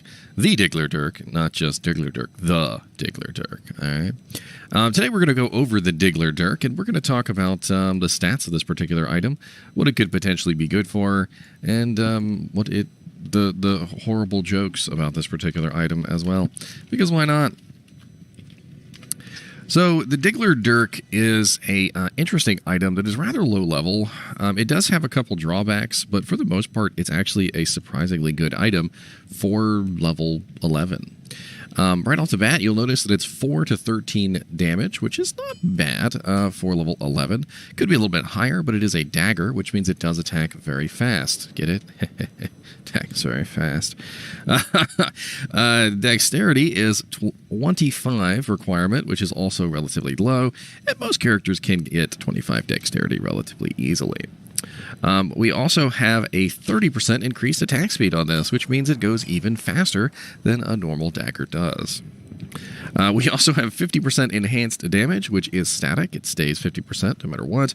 We have ignores target's defense on this bad boy, which means that you don't need attack rating to hit most monsters. There are very few monsters in the game that ignores target's defense does not work on, and you can pretty much sum them up in one word: bosses. Ignores target's defense does not work on bosses. It will not, however, guarantee a hit, and this is the interesting thing about ignores target's defense, is that it actually just removes attack rating as a calculation within the formula. However, you still have to be the right level to be able to hit a target. Level difference is actually one of the main reasons why people will miss. If you're like a level 60 character and you're trying to attack a level 88 monster, there is a rather large level difference between the two of you, and because of this level difference, you will unfortunately not be able to dish out any damage to them because you will miss more often than not, even with things like ignores target's defense in the equation. We also have a bonus to dexterity, which is always very nice to have. It will increase your attack rating, a little bit of defense will be added, and you will also get a rather nice bonus to block chance. He's literally coming out of my arm. Look at this. He is just absolutely rambunctious today. We also have cold resist 25% and fire resist 25%. And in normal difficulty, 25% fire and 25% cold is actually a lot, considering that you actually start with a 0 instead of negative numbers like in Nightmare in Hell difficulty. And for its purpose, the Diggler Dirk is actually quite nice.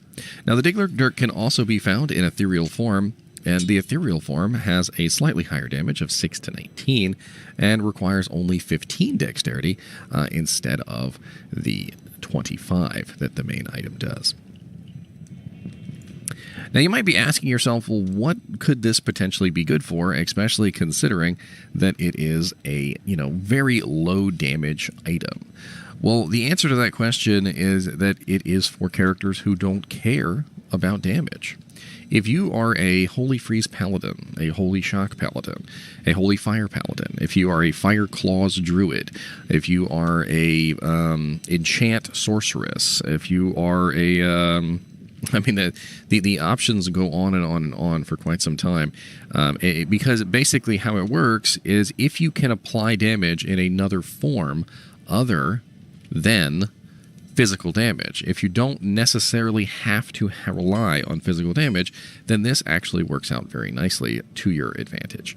Get it? To your advantage. What is he doing exactly today? This is the first time he's ever done this. I think he found out he could come out of my armhole, and now he's just like living in my armhole. Get over there. You can, of course, socket the Diggler Dirk, and you can add something else to make it even better. You could add a Shale Rune to make it even faster, so you can hit really, really nicely. Or you could go with maybe something that would increase the damage, or more resistances, or any other things. I don't know what he's doing right now at all. Why are you climbing through my microphone? What is wrong with you? Sir. You want to fight? We're going to fight today. You want to fight? We're going to fight. That's what I thought. He does not want to fight.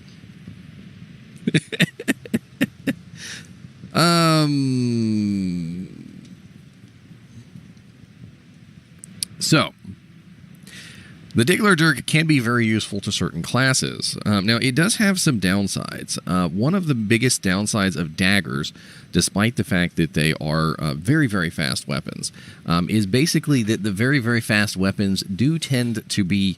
they do tend to be very short-ranged, and they also tend to be very low damage. So another downside, besides the low physical damage, is that the daggers tend to have a very, very tiny range and require you to get within, a closer distance than most other weapons.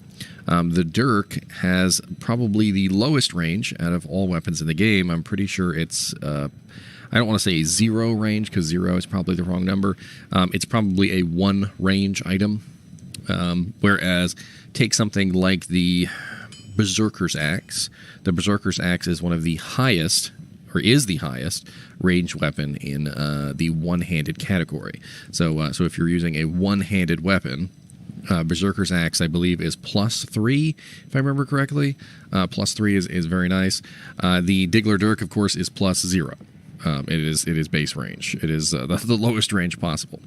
Now, this is not necessarily a huge issue for a lot of characters. I mean, most characters who are melee characters are going to be getting in there in the thick of it anyway. But it does cause a little bit of an issue when you are dealing with the monsters that constantly run away from you, and I have seen this happen. But in 2.4, they are actually introducing a patch where essentially monsters that are running away from you and slowly exiting your maximum range, you won't have too much of an issue with. There's always been a bug where literally the slowly walking away monster is unkillable, and they have actually changed it now, so the slowly walking away monster is not quite as unkillable as he was before. Now, we can upgrade the Diggler Dirk, and we can make it into a different item.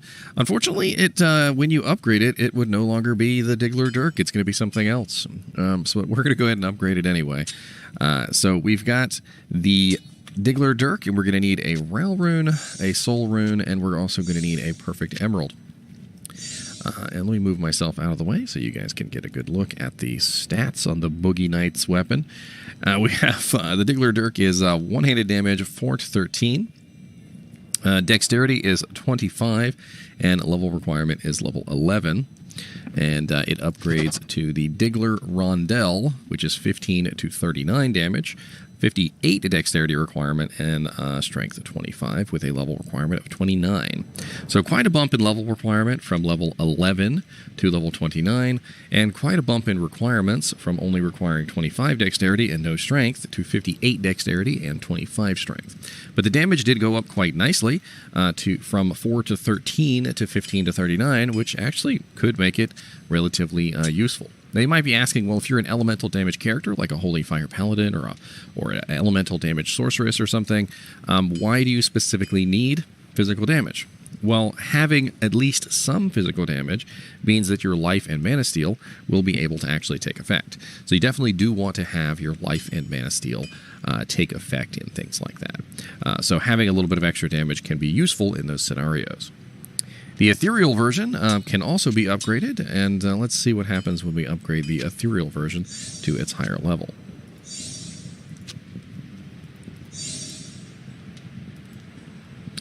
So it's going to go from 6 to 19 damage, 15 dexterity, level 11, 22 to 58 damage, 48 dexterity, 15 strength, and level 29.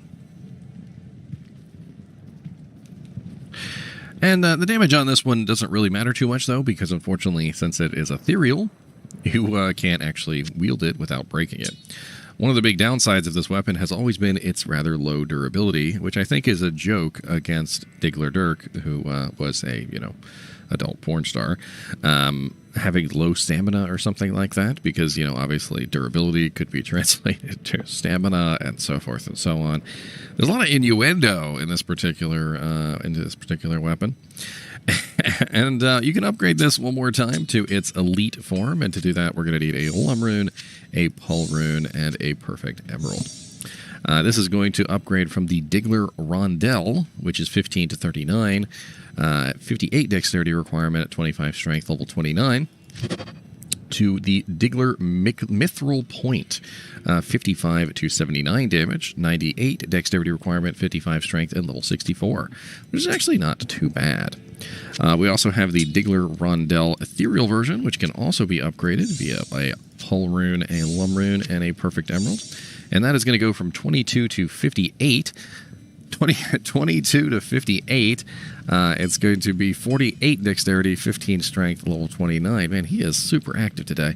And it upgrades to the 82 to 118 damage, which is actually kind of nice.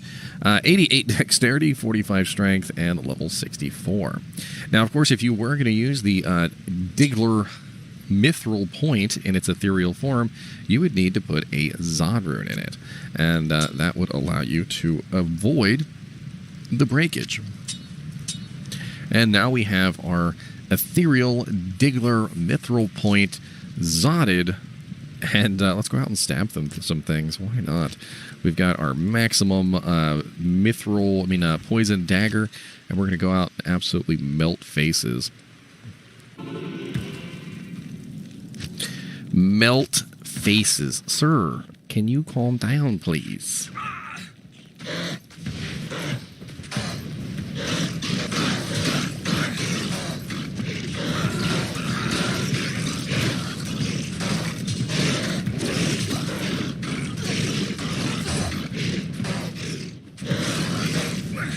As you can see, pretty much absolutely no problem murdering just about anything with this dagger. I would have a little bit of issue with bosses as far as attack rating is concerned, but for the most part, with the lower resistance, the relatively fast speed of the weapon, I definitely have no problem getting in there and hitting just about every target with my poison dagger. And I can cast my lower resist on multiple targets. It's like a hamster in a wheel. I mean, he is a rodent, but he's not a hamster. He's so much more intelligent than a hamster. But man, he's absolutely nuts today. I swear he treats my shirt like it's his own personal domain.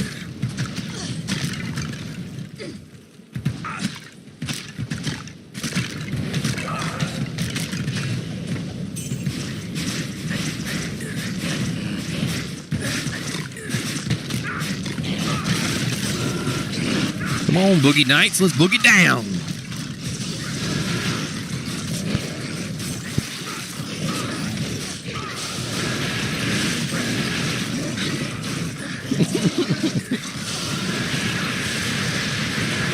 I hope y'all are amused at me fighting with my Chinchilla, because that's pretty much what's going on right now. He wants to go over there and mess with all my Transformers, and I don't want him to mess with my Transformers. And literally, we are just fighting over it. Like, he just keeps running toward it, and then he throws a temper tantrum for a little while. Right now he's throwing a temper tantrum, and then in a little while he will decide that he wants to get back over there again. Despite my efforts to stop him, and it's no.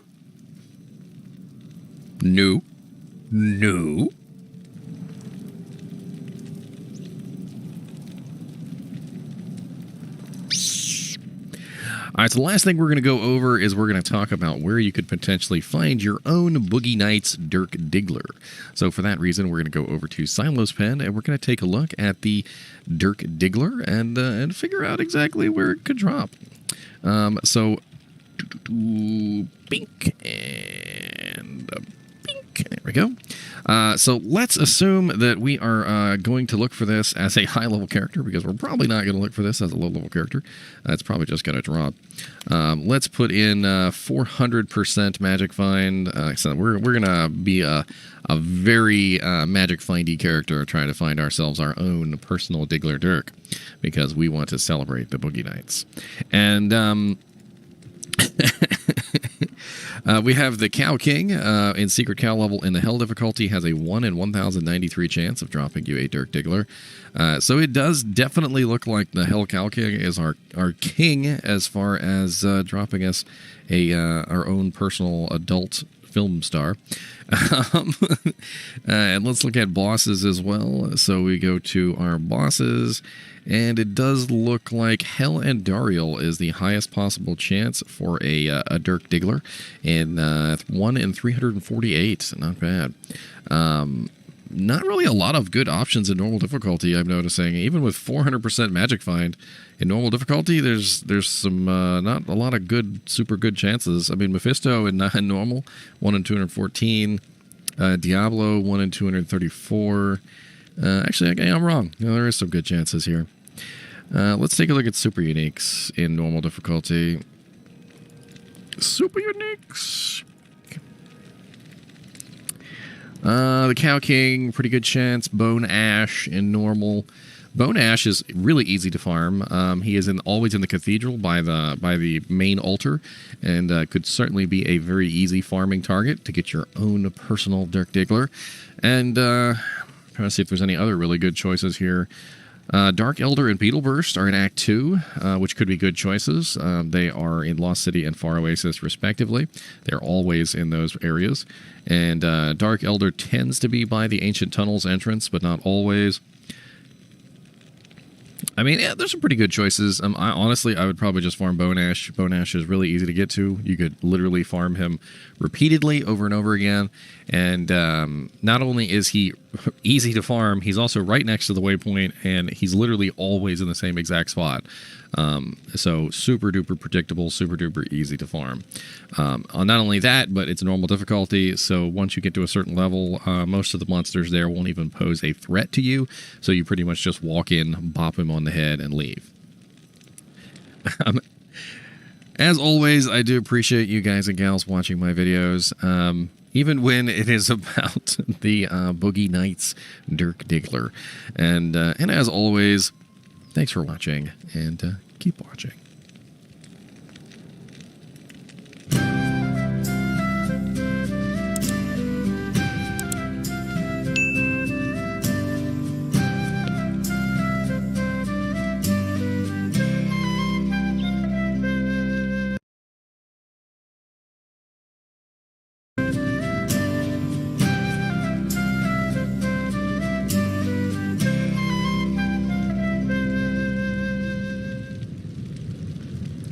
Hello guys and gals, and welcome to another episode of Unique Items.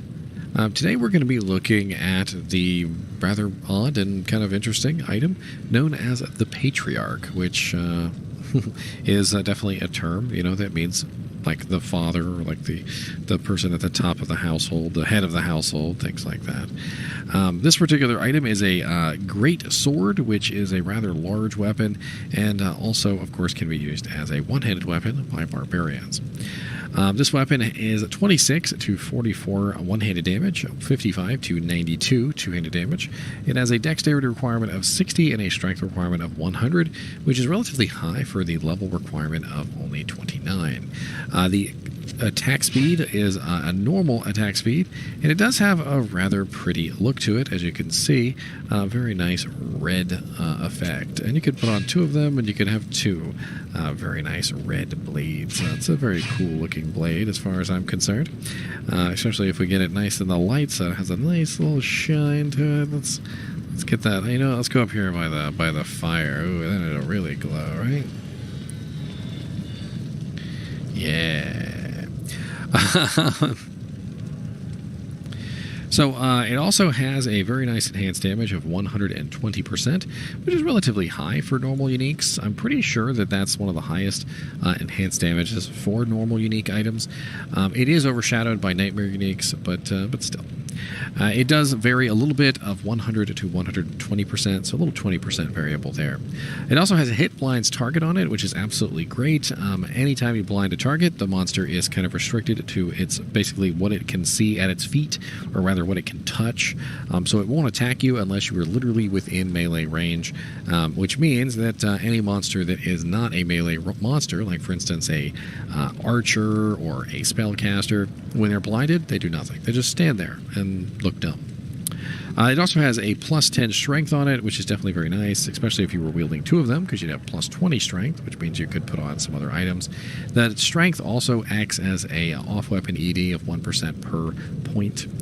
We also have damage reduced by 3 and magic damage reduced by 3, which is going to cut any damage that comes in by a flat 3, which is not super duper useful by level 29, but it's still going to help keep you alive, especially if you were using two of these, because they would stack for a total of plus 6 damage reduced by and plus 6 magic damage reduced by.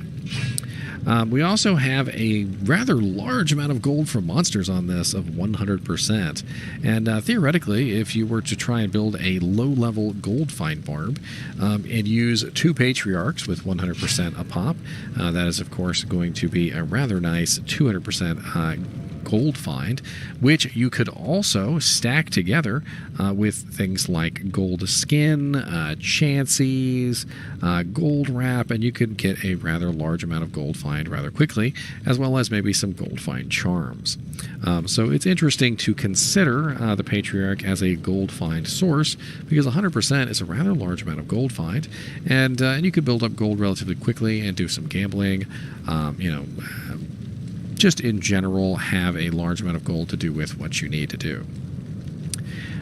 You can, of course, upgrade these, and if you upgrade this to the Nightmare difficulty, the Exceptional, you're going to need a Ral Rune, a Soul Rune, and a Perfect Emerald. It's going to upgrade to the... I'm trying to remember what the name of the Exceptional version is, but I guess we're going to find out, won't we?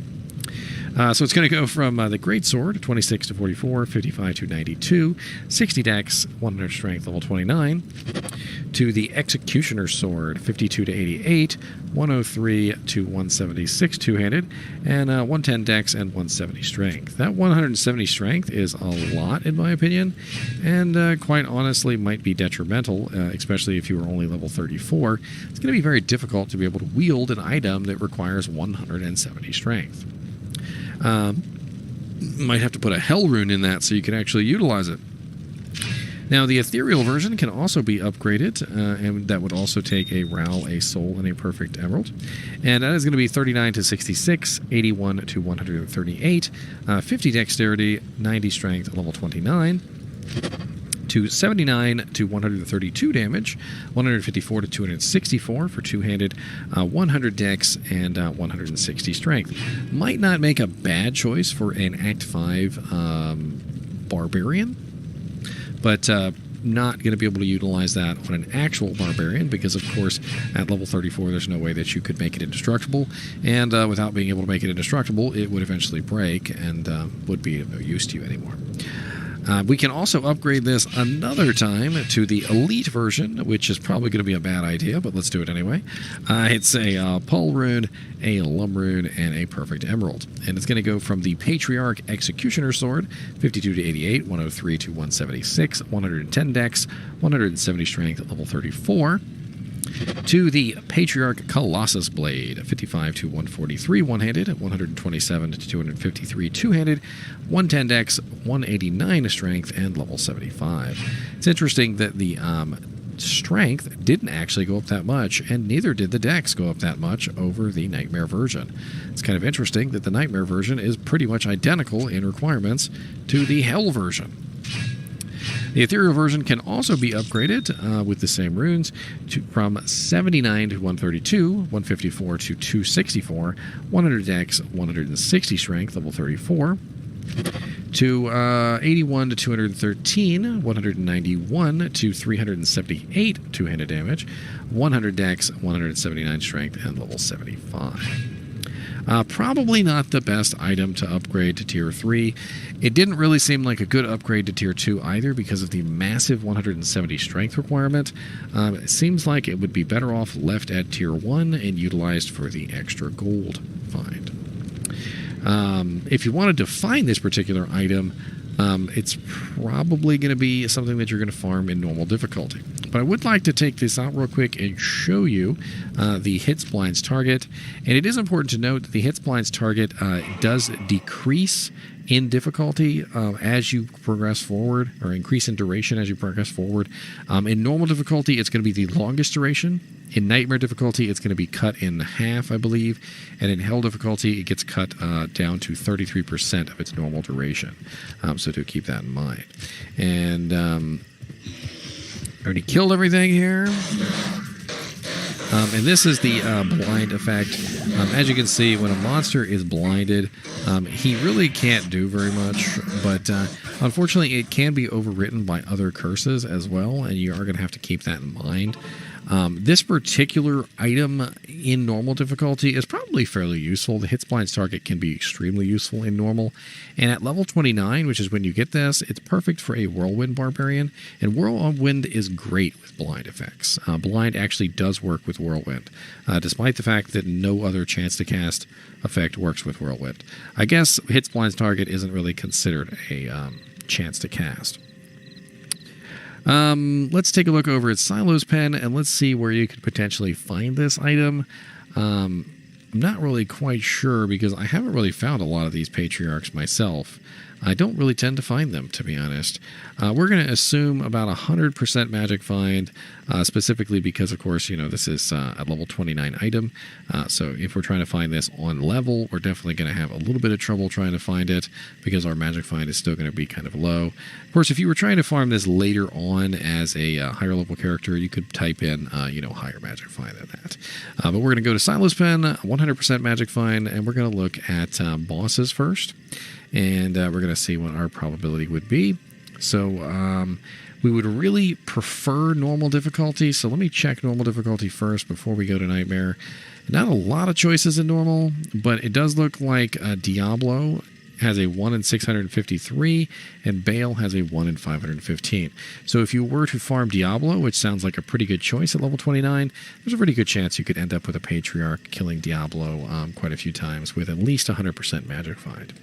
Let's take a look at super uniques as well in normal difficulty and see what kind of probability we've got here. It does look like Pindle has a halfway decent chance at 1 in 6,000. Thresh Socket at 1 in 6,000. So those are two monsters that you could farm relatively easily. Neelathak is 1 in 4,000, and Neelathak is actually pretty easy to farm. I actually have a video up for Neelathak if you guys are interested. I go over exactly how to find him, how to know exactly which way to go depending on what map variation you get, and if you learn my technique, I think you will find Neelathak relatively easily every single time without fail. As always, I do appreciate you guys and gals watching my videos, and if you're interested in the Patriarch for some type of gold find build, put it in the comments down below. I'd be interested to hear what you have to say. And as always, thanks for watching, and keep watching.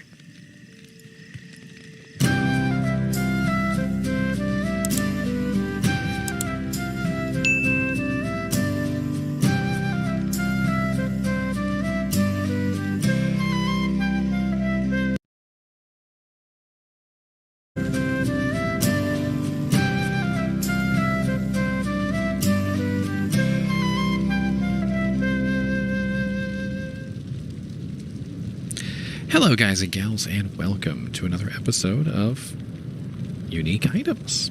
Today we're going to be looking at another throwing item, and this one is a rather nice multi-spectral weapon known as Gimmer Shred. Gimmer Shred is, quite honestly, a very amazing weapon, just simply because it allows you to bypass physical immunes at a point when you're going to encounter them on a regular basis. As we go over this item, I think you'll get the idea that Gimmer Shred is a pretty amazing weapon, not only as a throwing weapon, but also as just simply a weapon to use for like a Paladin Zealer or a Frenzy Barbarian or any other character who might like a little bit of extra elemental damage in their repertoire. So right off the bat, you'll notice that it has 46 to 204 throw damage, which is pretty nice. 52 to 201 one-handed damage, which is also very nice. It has a strength requirement of 88 and a dex requirement of 108.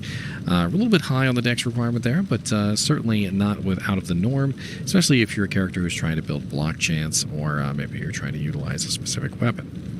88 strength is not bad either, very low actually for level 70, and level 70 is relatively high for this weapon, but it is a relatively nice weapon, so I can understand it. It has very fast attack speed, of course, because it is a 30% increased attack speed item, and it is also a normal attack speed item to begin with. So combined between these two things, it tends to be a very quick weapon. We also have a 210% enhanced damage on this, which does vary between 160 to 210%. And we also have some really nice elemental damage here. So we've got 218 to 483 fire damage, 29 to 501 lightning damage, and 176 to 397 cold damage with a 4-second duration. On top of that, we also have an increased stack size, which is a bonus of 60, and on 2.4, all of the stack sizes have been increased from their original numbers back in 2.3. So instead of a stack size of 240, now we have a stack size of 330 on this particular item. Now, Gimmer Shred can also come in a ethereal form, which is 68 to 306 damage, 77 to 300 on the melee, and unfortunately, it does not have a replenishes quantity effect. Now, I'm actually kind of interested in this because Barbarian has recently gotten some very nice changes. One of them specifically is the ability to replenish quantity on critical strike, as well as the ability to not consume quantity, 57%, while utilizing a very high level of throwing mastery. And I'm interested to find out whether or not throwing an ethereal item could potentially work if you end up with enough crits, if you end up with enough non-consuming abilities, and so forth and so on. So we're going to test this real quick, and we're going to play around with the idea that potentially a throwing item of ethereal nature might be okay if you're hitting the targets. So we have to make sure we're actually hitting things with the item. This is the important thing here, because I was actually working this out in my mind, and I'm like, well, if you just walk outside and you just throw these, just willy-nilly, there's a very good chance that you could potentially waste all of the axes. However, if you went out and you threw them at a target that you knew you were going to hit, like 100% chance, or rather 95% chance, there's a very good chance that you could potentially regenerate your stacks. You also have the ability to pierce targets, which means that if you went to a place where there was a large number of monsters, and you threw your item, through a large number of monsters, piercing through multiple times, there's a very good chance you could end up with, quite a few hits on targets, which could potentially add up to a large number of regenerations.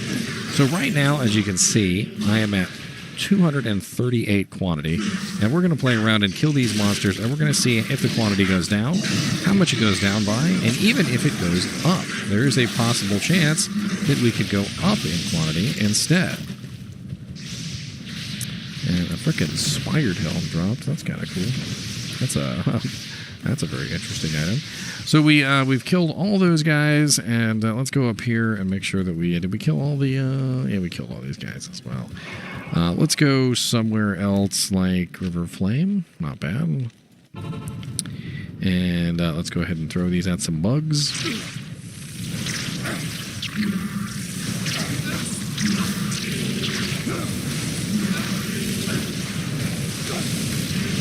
Definitely got a lot of hits going on here. Definitely doing pretty good as far as damage is concerned. And quite honestly, having a lot of fun murdering some stuff. I'm not even using double throw. I could be using 2 of these, of course, and getting more damage. But I really just kind of want to test out the quantity on this to see if ethereal throwing items that don't replenish quantity could potentially be a source of interesting effect for barbarians. So we fought quite a bit, we threw quite a large number of axes, and we are currently at 232 quantity. Not bad. Not bad at all, actually. I feel like that's actually a pretty sweet amount of loss there. I even feel like if we were in the right place, like for instance, maybe if we went to like Stony Field or something, where there's a rather large number of small monsters which could potentially pierce through and hit multiple targets. Also, you have to consider that there's a very good chance that if we have more piercing equipment, like for instance a razor tail to increase our pierce, we would be piercing more often and hitting more targets, which is more potential chances to restore stacks. And in those situations where we have the potential to restore stacks, we could essentially regenerate the quantity on an item. It just depends on how we attack, and we don't want to make sure that, we want to make sure that we're not wasting anything. I think that's the important thing, is that we've got to make sure that we're not just throwing them willy-nilly off into the darkness. They have to be hitting targets, and they have to be piercing targets, and they have to be hitting multiple targets. And it could be very interesting to play around with the entire idea of balancing essentially an ethereal item, which once broken would be gone forever. If you could potentially make sure, that when you're using it, you're hitting the targets. You just have to make sure that when the icon pops up that it's getting low on durability, that you maybe go to like normal Act 1 or something, and just find a big group of monsters and throw one axe through like a big giant swath of monsters, hitting multiple targets in a row would probably do a pretty good job to regenerate the quantity. I do notice that the quantity doesn't go down very much. As you can see, I threw off quite a large number, and I'm still only at 231 out of 238 when I started. So I've only lost 7 quantity out of all those axes that I've tossed. Not bad. Now, the throwing axes, these Gimmer Shreds, can be used as melee weapons as well. The massive amount of fire, lightning, and cold damage can be absolutely crucial in finishing off physical immune monsters. If you're a Zealer or something like that, or a Frenzy Barbarian who's just having trouble with physical immunes, and you can get your hands on 2 Gimmer Shreds, or 1 Gimmer Shred if you're a Paladin, put them on, use it to kill the physical immune monster, and then swap back to your melee set. It's really not a difficult thing to do. It's a very small item. It's easy to carry around with you, and it certainly is a very powerful one to have on hand. I always like to have a Gimmer Shred laying around just in case for things like this. There's also another interesting thing you can do with Gimmer Shreds, which is you could put it on a Elementress Sorceress who uses Cold Mastery, Fire Mastery, and Lightning Mastery. Cold Mastery, Fire Mastery, and Lightning Mastery will enhance the damage on this. The Fire damage will get boosted by Fire Mastery, the Lightning damage will get boosted by Lightning Mastery, and the Cold damage will get boosted by Cold Mastery. So when you throw a Gimmer Shred as a Sorceress, and you probably would have Enchant as well, you'd be doing a pretty massive amount of multi-spectral damage, which you could enhance with other items on your character. It's actually a pretty interesting idea, and I played around with it a while back, a Gimmer Shred Sorceress throwing axes, and it was kind of an interesting build. I had to build a lot of, specifically like elemental damage charms and whatnot, and most of my equipment had elemental damage on it in some form or shape or another to also enhance, and I also had some chance to proc abilities and so forth and so on. I wouldn't say that it was like the best build ever, but it was viable and it worked. All in all, Gimmer Shred is definitely one of those very interesting items that is fun to get your hands on, and let's talk about getting your hands on it, right? So let's take a look over at Silo's Pen, and let's see potentially where we could find ourselves a Gimmer Shred, because, if we're building a throwing barbarian, there's a very good chance we would like to get our hands on one of these. Now, as a high-level item at level 70, I feel like 300% Magic Find is a good number to run with, because most characters, by the time they're getting to level 70, 80, they've usually got a pretty decent amount of Magic Find. And we're going to ignore the quest flags, and we're looking at Mephisto in Hell at 1 in 529. Not a bad chance there. Diablo in Hell and Baal in Hell all have really good chances to drop you a Gimmer Shred. And not really a lot of other good choices. I mean, Bloodraven in Hell in normal difficulty, it's actually not a bad farm choice because she's so easy to get to. 1 in 6,236. Not really a great drop chance, but if you were a lower level throwing barbarian and you were just trying to get your hands on a Gimmer Shred early on, might be a good choice to farm Blood Raven. Let's take a look at super uniques real quick, and let's see what kind of monsters we can come up with here. We've got the Cow King in Hell, a very good chance there. We've got the Countess in Hell, which is a pretty good farming spot for runes. So if you're already farming her for runes, there's a very good chance you could end up with a Gimmer Shred on that run. We also have Cold Crow, who's in in Act 1 Hell difficulty. Very easy to get to. Dark Elder and Beetle Burst, also very easy to get to. Those are in Lost City and Far Oasis, respectively. And Bonebreaker, who's in the Crypt. So we were talking about Blood Raven earlier, right? So Blood Raven and Bonebreaker are pretty much right next to each other. So you could farm Blood Raven and Bonebreaker over and over again. That's a pretty easy farm. And Corpse Fire in Hell difficulty. And the Den of Evil also has a pretty good chance. So not bad choices there all around. It's very interesting choices as far as drops go.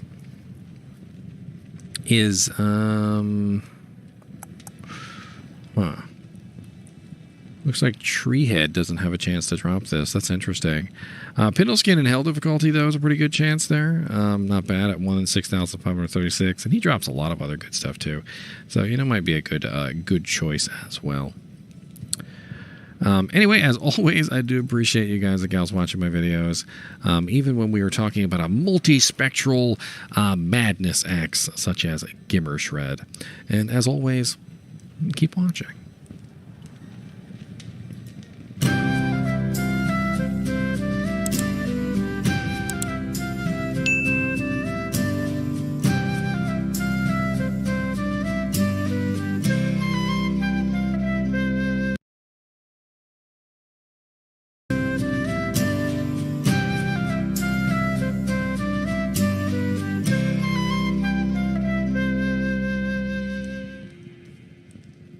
Hello guys and gals, and welcome to another episode of Unique Items.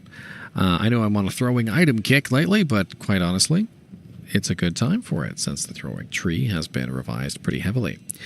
Today we're going to be looking at a pretty powerful unique item known as Warstrike.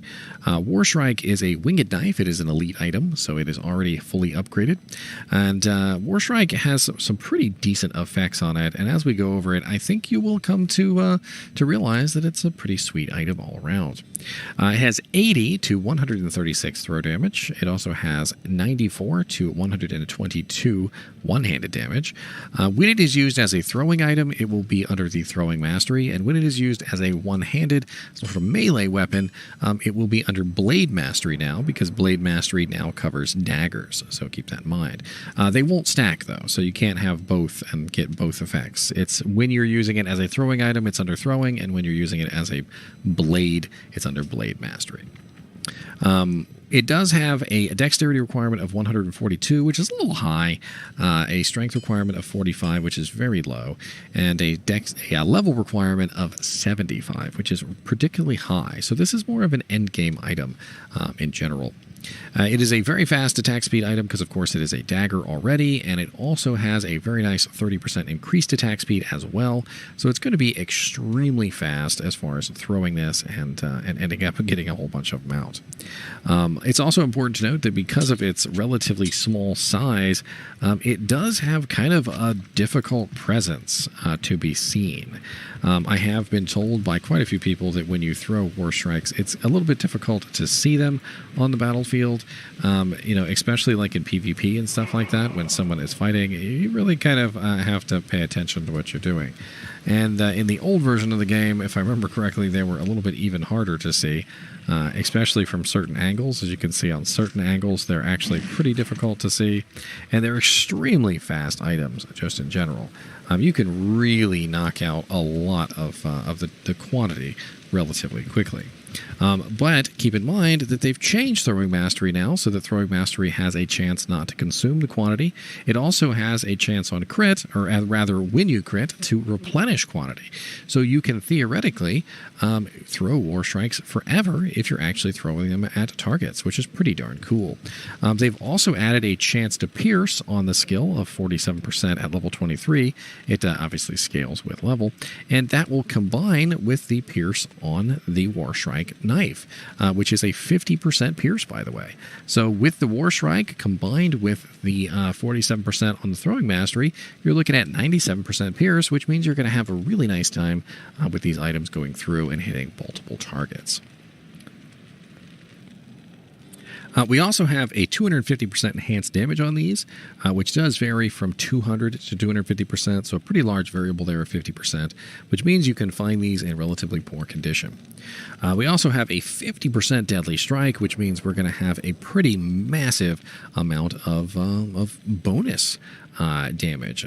Deadly strike is basically the chance to deal double damage, and it does in fact stack with the critical strike that comes from throwing mastery, and we have a 30% chance of that. Now, it doesn't just stack right on top of each other. You don't get 50% plus 30 equals, 50, 60, 70, 80. Instead, how it works is critical strike will roll first, and then deadly strike will roll second, and as long as one succeeds, you will get double damage. There's no quad damage. But it's still very nice to have both.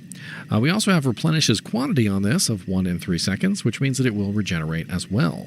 And if you've noticed, the maximum stack size on Warstrike used to be 200, and now it is 300 because they have increased the stack size on all throwing items in 2.4, which, by the way, comes out on April 14th. Actually, it might be past that by the time this video comes out. We also have Warstrike Winged Knife Ethereal version, which is 119 throwing damage to 203, 140 one-handed damage to 182, and it has a dexterity requirement of 132 with 35 strength. And because of the replenishes quantity effect on this, it probably will never run out, especially when combined with the throwing mastery. And if we take this over somewhere and we play around with it, let's go to Glacial's Trail. Why not? Doesn't really matter where we go, and we'll chuck some knives. And as you can see, very nice damage on these. There's also a Nova effect, which for some reason I completely missed. It has a 25% chance to cast level 9 Nova on striking. Now, Nova is not exactly known for its high damage, but it is known for its AoE damage. At level 9, we're looking at a 50 to 85 damage Nova effect, and this 50 to 85 damage is, of course, at everything nearby, which means that we get a relatively nice proccing damage of, just constant lightning hits. And you'll see the Novas go off all the time, and they'll constantly be hitting multiple targets.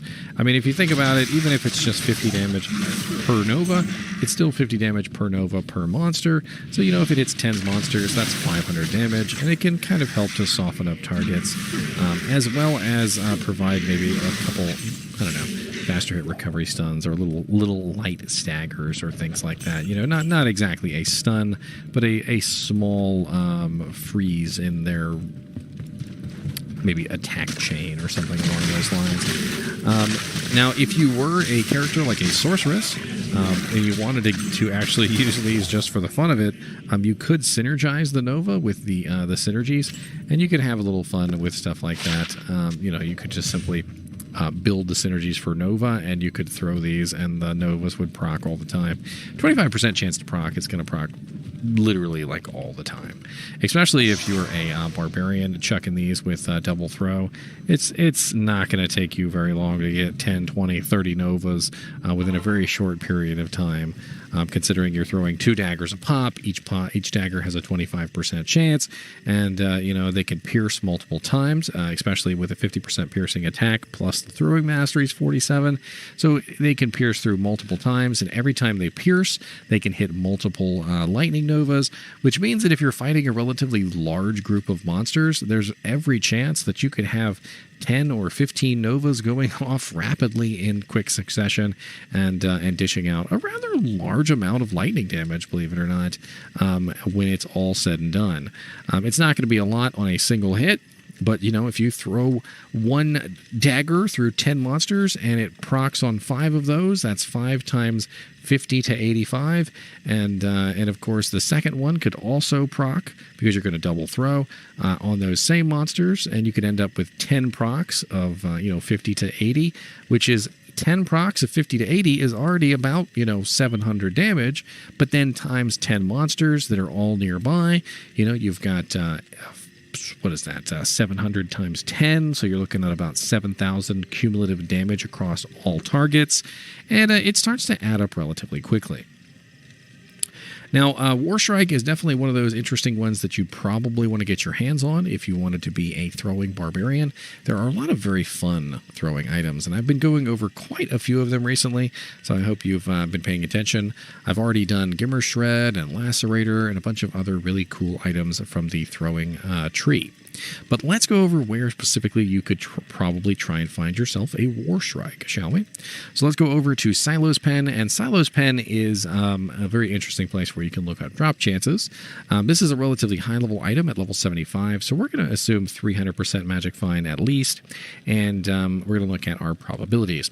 So as you can see here, Bale in Hell difficulty, 1 in 1,129, Diablo in Hell difficulty, 1 in 1,294, and Mephisto in Hell, 1 in 8,520. So not a lot of really good chances here. I mean, you're pretty much looking at Diablo is probably your best bet because Bale is a little difficult to farm. And super uniques, not a lot of really good choices here. Neelathak in Hell, if you're searching for keys anyway, that could be a good choice. If you're interested in learning how to get to Neelathak easily every single time, I have a video up on my channel that goes over exactly how to find Neelathak with 100% accuracy every single time, very fast. I go over the method as best I can, and I explain it in a way that I'm hoping that most people will understand. And once you get it down, to be honest with you, you'll probably never have an issue finding Neelathak again. As for the rest of these guys, 1 in 13,000 is pretty crappy chances, so that's like the best one. But Doc Farron does have a decent chance. Pindleskin, Thresh Socket, Eldritch the Rectifier, Shank the Overseer.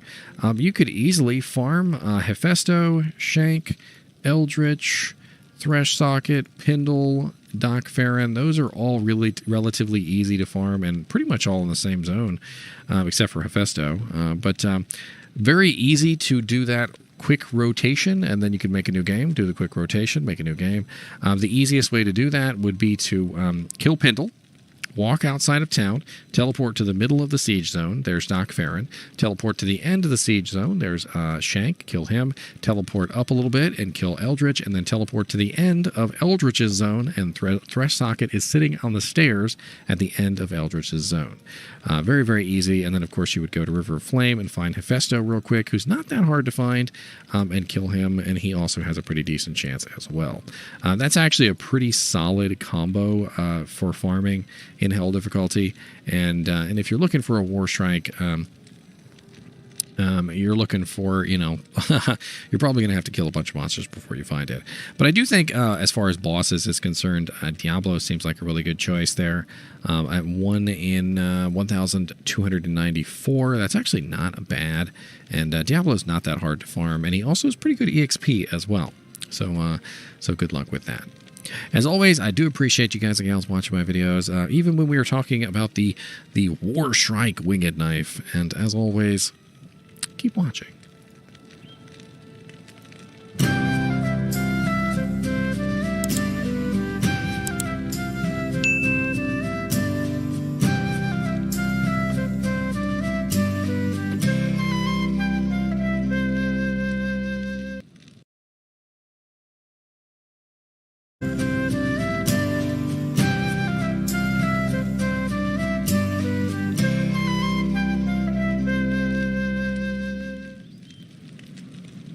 Hello guys and gals, and welcome to another episode of Unique Items. Isn't that right, Mr. Cow? It is. Mr. Cow kicks it, yes. Today we're going to be looking at another throwing item. I know I've been doing a lot of throwing items, but I kind of wanted to finish them all off since I'd already done pretty much all the throwing, like axes and daggers. And this one in particular is the Death Bit Battle Dart. This is a lower level throwing item. It's definitely good for a lower level throwing barb. And it has some interesting effects, and we'll go over them in today's video. So right off the bat, you'll notice that it's 30 to 67 damage, which isn't particularly high, but for level 44, it's fine. 22 to 44 one-handed damage, which is basically, 44 is basically right about when you're getting to Nightmare difficulty, so it's the beginning of Nightmare difficulty. We have 52 dexterity, 25 strength requirement, which is not bad at all, and only level 44.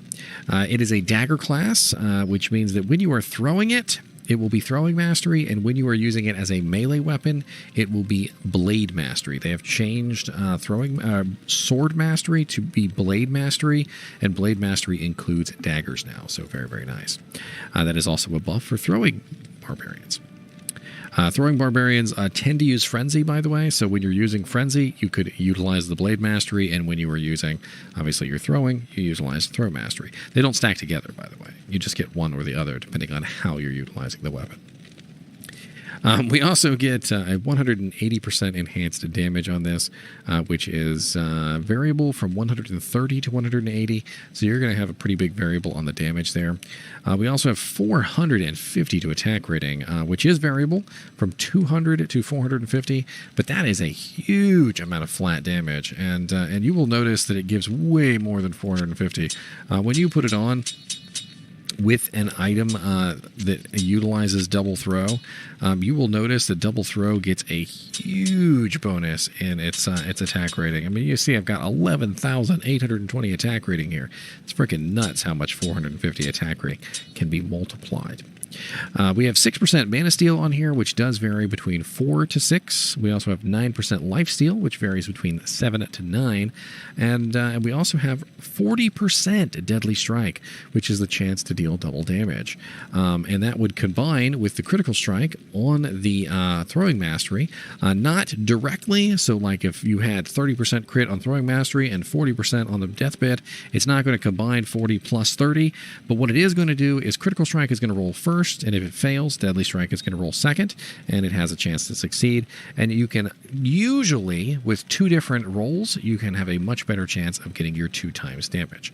It's not going to combine for 4 times, unfortunately. We also have replenishes quantity on this of 1 in 4 seconds, and this means that if you find the ethereal version, you can utilize that as well. So the ethereal version is 44 to 100 damage for throwing, 33 to 67 for its one-handed damage. It has a dexterity requirement of 42, which is really low, and a strength requirement of only 15. If you haven't noticed, the quantity has increased. So back in the old days, it used to be 160 max stack size, but in 2.4 they have increased the maximum quantity for all throwing items by a percentage. So now it is 240, which is really nice. Now, the Deathbed Battle Dart is a exceptional level item, which means it can be upgraded. To upgrade it, you are going to need a Pull rune, you are going to need a Lum rune, and then you are going to need Perfect Emerald. This will upgrade it to the elite version, which is going to increase the level and the dex and the strength requirement by quite a bit, so do be aware of that. And we're going to go over that right now and see what we end up with, whether it's a good upgrade or whether it's a not so good upgrade. So we start out with 30 to 67 damage, 22 to 44 one-handed, 52 dex, 25 strength, and level 44. To the Deathbit Flying Knife, 64 to 151, 64 to 151 one-handed, so identical one-handed and throwing, 141 dexterity requirement, 48 strength, and only level 55. So a absolutely excellent upgrade for the Deathbit Flying Knife. Only 11 levels on the upgrade there. Very good upgrade as far as damage is concerned, and also the only one that really got high was the dexterity requirement at 141, but quite honestly that's not too terrible considering throwing daggers and throwing weapons usually have pretty high dexterity requirements. The ethereal version can also be upgraded, by the way, and this one is going to go from 44 to 100 damage, 33 to 67 one-handed, 42 dex, 15 strength, level 44, to 95 to 226 throw damage, 95 to 226 one-handed, 131 dex requirements, 38 strength, and level 55. So not bad at all.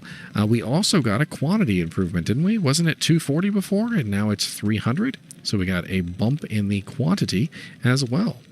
Very, very interesting upgrade there. I'm not entirely sure that it's worth a Paul rune and a Lum rune, but if you were a throwing barbarian and you happen to have an ethereal deathbit flying knife with decent stats, it might be worth the Paul, the Lum, and the perfect emerald to upgrade this to the elite version.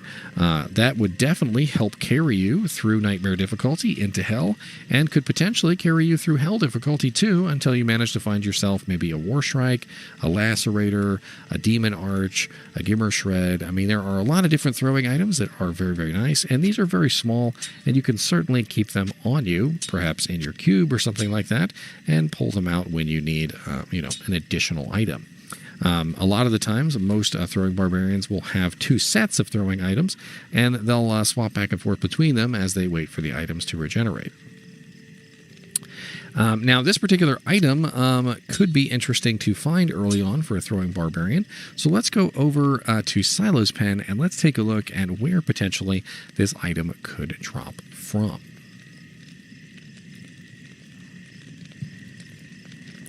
So here we are on Silo's Pen, and since it is a relatively low-level item, I'm going to assume, let's say 150% magic find. I feel that's a decent amount. We're going to look at bosses, and we're going to see where we could potentially find one of these kind of on level. So the beginning of nightmare difficulty is really what we're looking at. And you know what? For that reason, let's go to nightmare difficulty. And let's look strictly at nightmare bosses. So Duriel has a pretty good chance, but you can't really farm him very effectively. He does have a 1 in 2,101 chance, though, which isn't bad. The Summoner, he's also not easy to farm, but I guess if you were specifically trying to farm Duriel, that you would kill the Summoner first, because you'd need to figure out which tomb Duriel's in, and then you would kill Duriel. It could be an interesting farm there. It is nightmare difficulty, so it wouldn't be too difficult. Really kind of depends on what weapon you've got, or what kind of character you're on. Mephisto and Nightmare is relatively easy to farm, but maybe not for a level 44 character who doesn't have a death bit yet. Let's check these super uniques. So the Cow King in Nightmare is relatively easy to get to if you have somebody who can open the portal for you. You can access that in Act 1 Act 1 Nightmare. But you'd have to have someone open the portal, and you would also actually have to be capable of killing the Cow King at level 44, which might be difficult. Ancient Ka the Soulless is also there, but he's rather difficult to farm. He's in the False Tomb, and it's hard to figure out which one that is. Stormtree is easy to farm. He's always in Lower Kurast, right near the entrance. Eldritch the Rectifier in Nightmare is pretty easy to farm. He's always right there next to the waypoint. So it looks like there's a pretty easy Act 5 Nightmare farm, which is kind of out of reach for a level 44 character, but it could be a good one to try and get this particular item. Eldritch, Shank, Doc Farron, those are really good sources. I'm trying to see, is Pindle on the list? I don't see Pindle. Where's Pindle? Yeah, Pindle. So you could do Pindle, Doc Farron, Shank, and Eldritch, and probably Thresh Socket. Yep, Thresh Socket too. All those are pretty good choices, as well as Hephaestus the Armorer. He's a pretty decent choice as well. Maybe not the best probability, but it really kind of depends on what you're going for, how high level you are, what you're capable of farming. I mean, if the only thing that you're capable of farming is, one of the bosses in Nightmare difficulty, like maybe you can kill Mephisto, you can moat trick him or whatever, then maybe that's what you'll do. You'll just moat trick Mephisto, Endurance of Hate level 3, and that'll be what you do to try and get yourself a death bit. Bink. As always, I do appreciate you guys and gals watching my videos, even when we're paying death in bits. That's a terrible joke. As always, thanks for watching, and keep watching.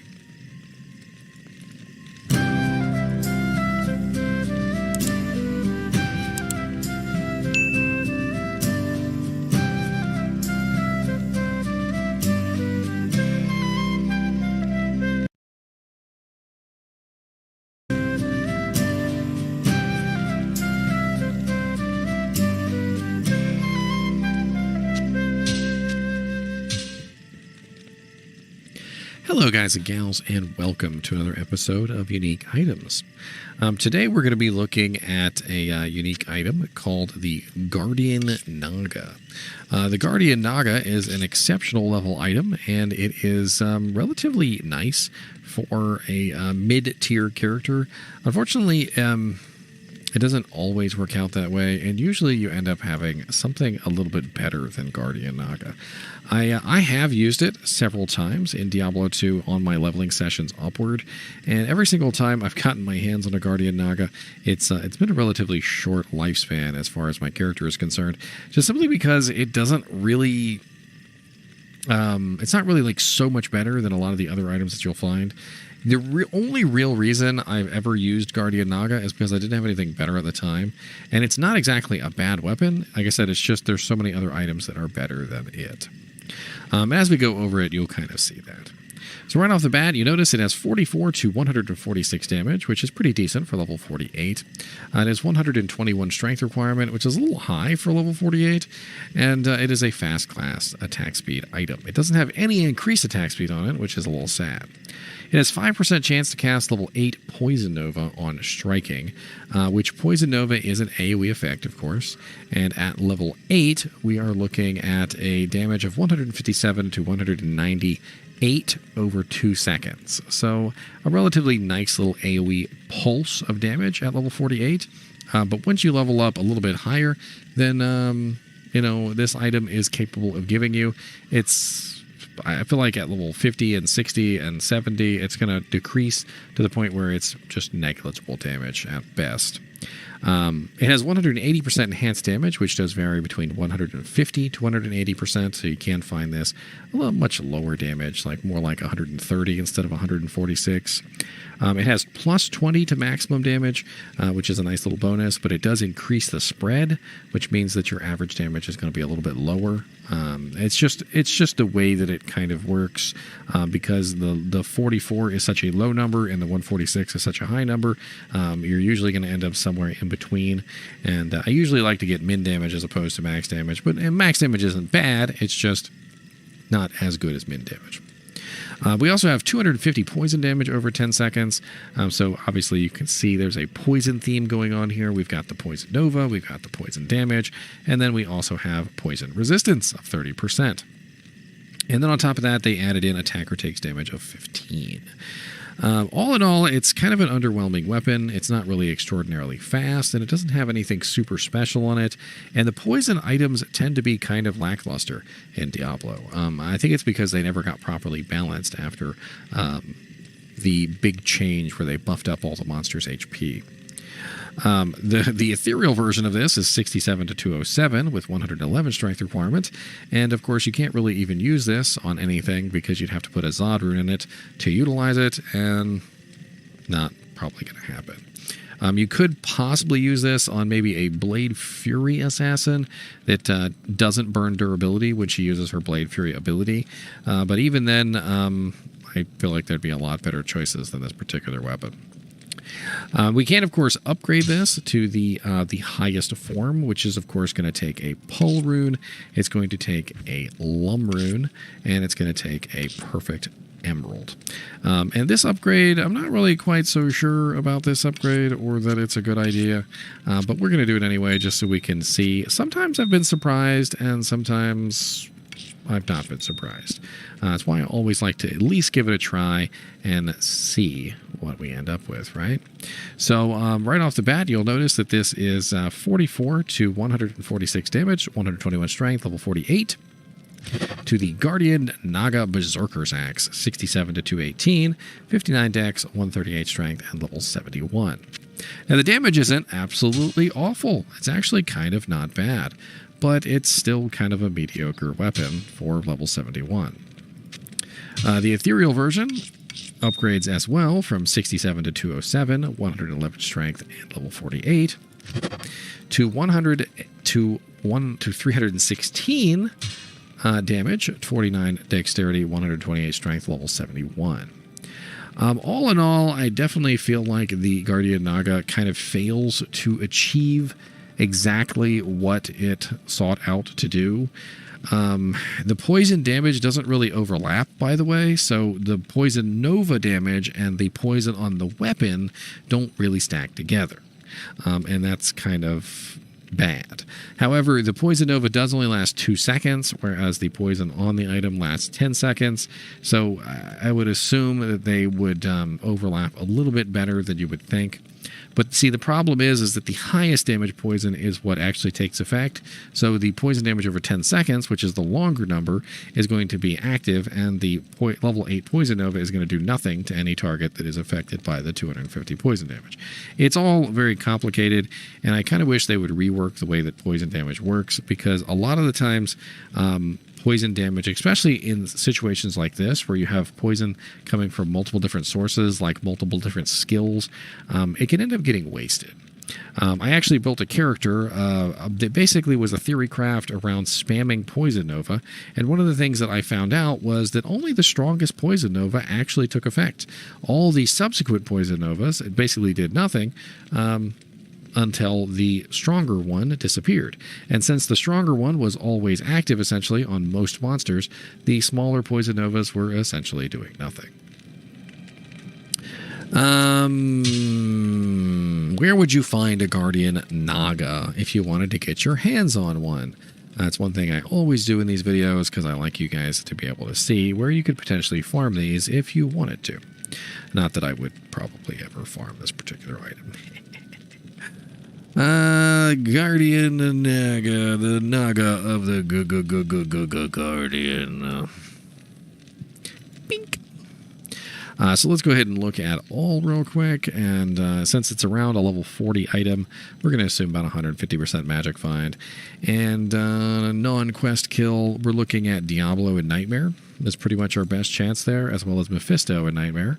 And Dariel in Hell, which is a little bit too high level for this item. I definitely wouldn't be farming it if I was already in Hell difficulty.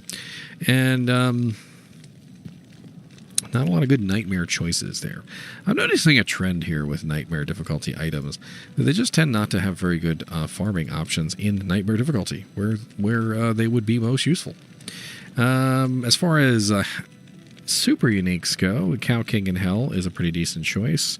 Of course, again, there you're like level 60 or 65 by the time you reach that point, so not going to be very useful as a weapon by that point. Battle Maid Serena is in Act 3. I mean, you'd be better off with Mephisto. Eldritch the Rectifier in Nightmare difficulty, I mean, I guess, but you'd probably be like level 50 or 60 by the time you reach there, and again, the weapon might not be any use to you. Trying to see if I can find any monsters whatsoever that could potentially farm this, like in Act 1 or Act 2, but there's really not a lot of good choices as far as Nightmare is concerned. It does seem like this is one of those items that you're probably not going to find on the way as you level up in the correct zone or, at the correct time, and that's pretty sad. Anyway, as always, I hope you will guard my YouTube channel with your likes, comments, and subscribes. And thanks for watching, and keep watching.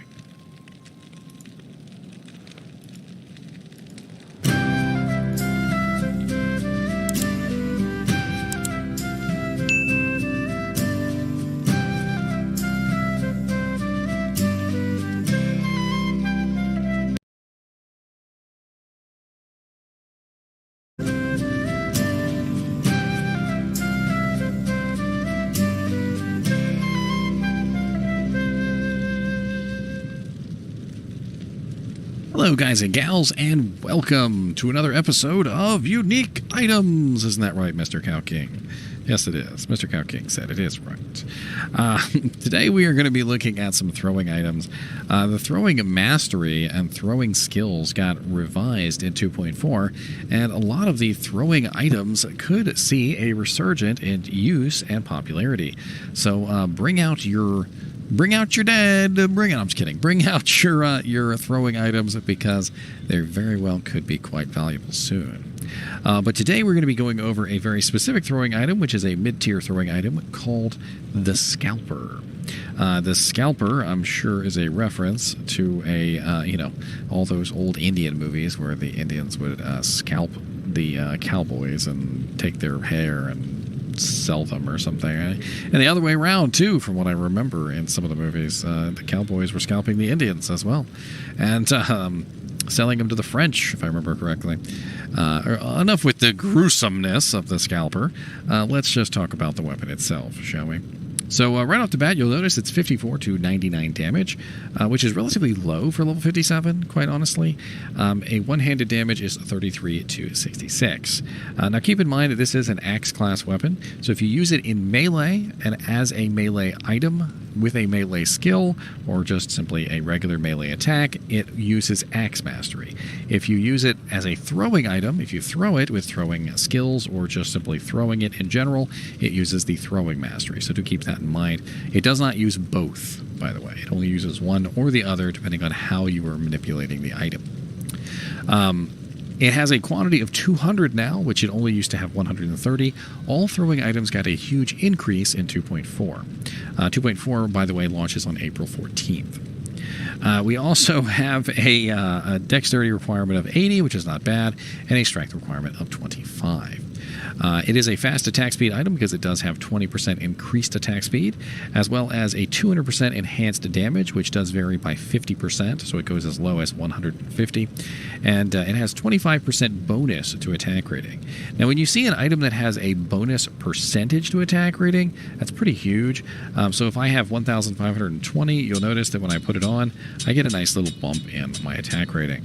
But you do need a flat attack rating to make that work. So things like Raven Frost, which have 250 attack rating on them, will get a nice bump from the 25% that you have. But if you have no flat attack rating numbers, that 25% is going to do relatively nothing.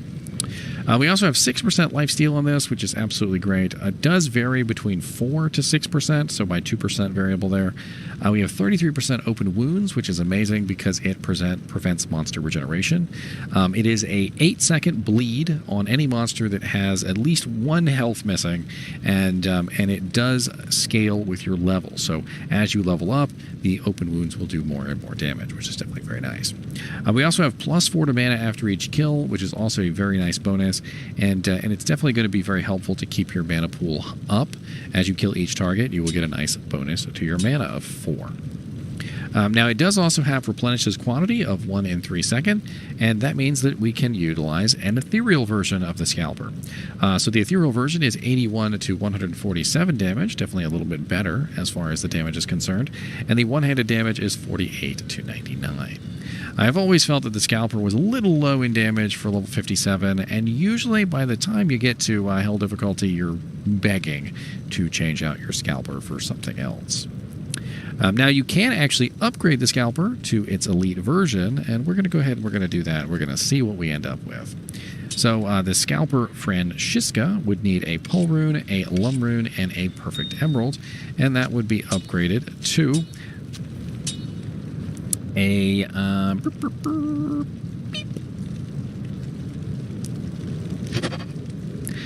Flying Axe of 45 to 198 damage on the throwing, 51 to 195 on the one-handed, which isn't bad, a dexterity requirement of 108, which is a little high, and a strength requirement of 88, which is not bad at all, and only a level of 64. So a fairly nice upgrade there for the Scalper Flying Axe. Definitely a lot better than the Francisca, and could definitely come in handy for a throwing barbarian with a relatively minimal level upgrade from 57 to 64. So definitely something that you could consider if you were going to build a throwing barbarian in the future. The Scalper Francisca Ethereal version can also be upgraded, and let's see what we end up with here. So we have 81 to 147 throw, 48 to 99 one-handed, 70 dex, 15 strength, and level 57. To 66 to 297 throw damage, 75 to 291 one-handed damage, 98 dexterity, 78 strength, and level 64. So not bad upgrades at all for the Scalper Flying Axe. In fact, if I was a throwing barbarian and I didn't have access to some of the other throwing items in the game, this could definitely be a very solid choice as I level up into Nightmare and Hell difficulty. Level 64 is basically right about there where you're getting into Hell difficulty, and the damage on this is pretty nice for the beginning of Hell difficulty. Granted, you're going to run into some physical immune monsters and things like that, but you're going to have to come up with some creative choices to try and get around those particular monsters. These could also be utilized very well as one-handed weapons, I feel like, for a Frenzy Barbarian or maybe even a Zeal Paladin or something like that. It's a halfway decent weapon that could work as a stopgap until you get something better. 75 to 291 damage is certainly not bad at all, and the replenishes quantity will keep it from breaking. Not bad. Let's see where we could potentially find this item if we wanted to. So we're going to go over to Silo's Pen, and we're going to take a look at Silo's Pen and see what kind of monsters, bosses, and so forth that would be good to kill to find this. All right, so I'm going to assume we have about 200% Magic Find. That seems fair for a Nightmare level character. We're going to look at bosses first, and we're going to go by probability. We're going to ignore the quest flags because those are one-time only kills. And it does look like Bale in Nightmare is our best chance at 1 in 506, with Andoriel in Hell coming in very close with 1 in 539. I do feel like Andoriel in Hell is probably the better choice there as far as farming partners. Trying to see if there's any like Nightmare level monsters, but it doesn't look like it. But I mean, honestly, quite honestly, Mephisto and Andoriel in Hell and Bale in Nightmare are all really good choices. I feel like those are pretty good choices as far as farming partners are concerned. And also Diablo in Hell difficulty if you really wanted to go that far. But if you were a throwing barbarian who was just leveling up for the first time, it's probably going to be either Bale in Nightmare for leveling purposes or Andoriel in Hell. Let's check super uniques real quick just to see what kind of super uniques we could potentially farm for this. Nightmare Cow King is not bad at 1 in 1082. We also have Pindle Skin in Nightmare at 1 in 5770. That's actually not bad at all. Bishy Bosh in Hell difficulty, Rockanishu in Hell difficulty, Treehead Woodfish, the Bone Ash. These are relatively easy to farm monsters in Hell difficulty Act 1, as well as Cold Crow is also very easy to get to. Those are all relatively easy to farm monsters, including Bonebreaker. They also drop some very nice items, like for instance, you can get Harlequin Crest Shaco from them. So definitely a good combo there. You could farm Bonebreaker, Cold Crow, Bone Ash, Treehead, Rockanishu, and Bishy Bosh in Hell difficulty, right basically in Act 1. And they're all, like I said, they're all relatively easy to get to, and they're all relatively easy to kill. So good choices there all around. Anyway, as always, I do appreciate you guys and gals watching my videos, even when I am apparently scalping people. Don't steal my red hair. And as always, thanks for watching, and keep watching.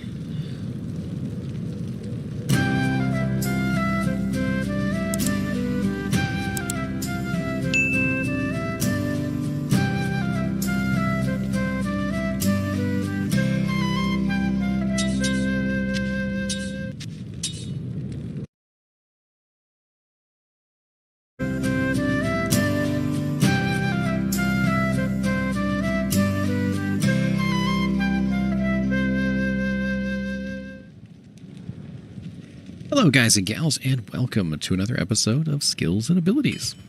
Today we're going to be looking at a barbarian skill, or rather skills, known as combat masteries. Now I was thinking about doing an individual video for each one of these masteries, and I probably still will do a individual video for throwing mastery because it has been changed quite a bit. However, blade mastery, which used to be sword mastery, by the way. Blade mastery, axe mastery, mace mastery, polearm mastery, and spear mastery are all essentially the exact same ability. It just depends on what you specifically want to do. So all of these will be combined into this video, with the exception, as I said, of throwing mastery. So Blade Mastery has actually been changed, and if you guys are unaware of this, I will enlighten you. It used to be only swords, but now it also improves daggers as well. So if you go down the Blade Mastery line, you can use some pretty amazing daggers now, known as, like Flesh Ripper Fanged Knife, which is a pretty amazing dagger. Each one of these abilities is very specific to its sub-tree. So for instance, if you build a Blade Mastery character, you're going to have to use swords or daggers. If you use a Axe Mastery, it has to be a one-handed or two-handed axe. If you're going to use a Mace Mastery character, you're going to be using mauls, scepters, maces, and hammers are all under this category. Polearm Mastery and Spear Mastery are a little confusing, and it's important for you to know that they are separate. So when you are considering using a polearm or a spear, make sure you are paying attention to what kind of weapon it is, because a spear class weapon will not gain bonuses from Polearm Mastery, and a polearm weapon will not gain bonuses from Spear Mastery. It is very important that you remember this. Now, when you beef up a mastery to its maximum level, you get a lot of very nice things. You get a bonus to attack rating of 216%. You get a damage increase of very nice proportions, 138% increase to damage, and you also get 30% critical strike. Now, every level that you beef this up, it does have sort of diminishing returns, and as you get to the point where you are close to the end of the skill, you will notice that points don't really do as much. However, if you are going to be a sword barbarian, or if you are going to be a mace barbarian, this kind of thing is actually extremely useful for your character just in general, because you really want to have max of that particular mastery if you're going to be that particular class of hero. And it is kind of silly to use off mastery items because you're going to lose out on those really nice effects. So let's look at a really high level of mastery. So let's say you had a very nice plus to skills and you were rocking level 40 sword mastery, or blade mastery as we call it now. You would have 340% to your attack rating, 223% to your damage, and 33% chance of critical strike. You notice that the critical strike didn't really go up that much for what is essentially almost close to 20 levels. And that is because it does have some severe diminishing returns once you get to a high point in its ability. So once you're at around 30% critical strike, it generally doesn't level up very well after that point. It goes up by 1% every couple levels, and even at level 60, it's only at 35% critical strike. It is important to note that critical strike is a chance to deal double damage, and I actually just did a video on critical strike for the Amazon, and it is very similar ability. And one of the questions that I got was if I was using, say, the Peace Armor, which grants critical strike, would the critical strike stack with the Barbarians? And the answer is no and yes. So it does not stack on top, but it does stack in the same way that Deadly Strike stacks. So for instance, if say I was a Barbarian who had 50% Deadly Strike, and I also had a Peace Armor on, which gave me the Peace skill, which also gave me, say, another 50% critical strike, and then I had 30% critical strike from my Mastery, I would be looking at 30%, 50%, 50%. Each one of those would function independently of each other, and they would all roll. So the 30% critical strike would roll, the 50% critical strike from the Peace Armor would roll, and the Deadly Strike 50% would also roll. I would have an increased probability of having a double damage, but I would not get like ×4 or ×6 damage or anything like that. It would just increase the probability that my damage would be doubled. It's also important to note that the attack rating from this, although it is a very nice bonus, it is a percentage-based bonus. And percentage-based bonuses are very poor if you don't actually have the attack rating raw numbers to take advantage of it. And to show you what I mean, Let's take a look at the attack rating right here, which is 1,345. If I take off my Ravenfrost ring, you'll notice that it just simply gives me 250. Also, a little bit of the dexterity bonus as well is giving me some attack rating. So I'm not going up that much. I'm basically just going up the 250 plus the 20 dex. However, if I put on a weapon that is corresponding to the class that I have, so for instance, the Mace Mastery, let's just go ahead and put on Heaven's Light. Heaven's Light has a no attack rating bonus that I can see. Yes, okay, good. So Heaven's Light counts as a Mace Mastery item, and you'll notice that my attack rating goes up very, very nicely when I put this on, specifically because I'm now getting the Mace Mastery bonus. So you're only going to get that nice attack rating bonus while you are using a Mace class item. And you notice my 4,250 attack rating is 3,144 when I take it off. So I'm getting almost 1,100 attack rating from that 250 and the 20 dex. A very nice, massive bonus. Also, the attack rating from skills gets added into that as well. So when I'm utilizing Whirlwind, I get even more plus percentage attack rating, which is added into that, which means I go up to 5,998. And as you can see, the Ravenfrost has a huge effect on my attack rating on Whirlwind. I'm 4,437 without the Ravenfrost and 5,998 with it. That is more than 1,000. That is almost 1,500 attack rating just for putting on one ring that has 250 attack rating on it. And this is important because if you are a character who is utilizing a large amount of plus percent attack rating, it is important to note that the plus percentage attack rating is going to be useless unless you have the raw numbers to multiply.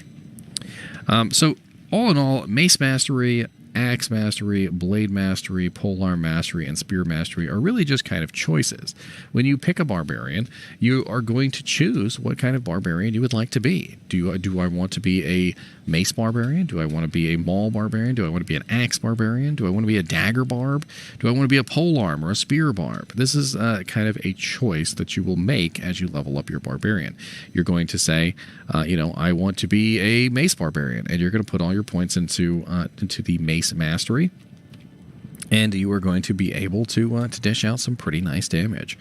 Now, the damage that comes off of the Mace Mastery or the Sword Mastery or whatever is considered off-weapon ED, and off-weapon ED doesn't really work as well as on-weapon ED, but it is nice, and it does stack with other sources of off-weapon ED, like, for instance, Might Aura, Concentration, Fanaticism, Undead damage, so bonus damage to undead or bonus damage to demons also counts as off-weapon ED, and there are a lot of different sources for that. I actually have a calculation here. This is the calculation for calculating out your damage, and the off-weapon ED, or rather the bonus damage of 138%, would be added into the off-weapon ED here of the calculation. So let's say, for instance, let's get some theoretical numbers here, and I'll show you how this calculation works, and that it actually does. So we have a weapon here that is 208 on its top end, and we have to make sure that we don't count in non-physical damage sources of damage. So, for instance, Ravenfrost has cold damage on it, so let's take that off, and you notice that our damage goes from blue to white. White means that now we are only physical damage. All right, so let's calculate out this damage correctly. Let's assume, actually, you know what? Let's not assume we have an aura. Let's do just the bonus damage from Whirlwind and the bonus damage from the Mastery.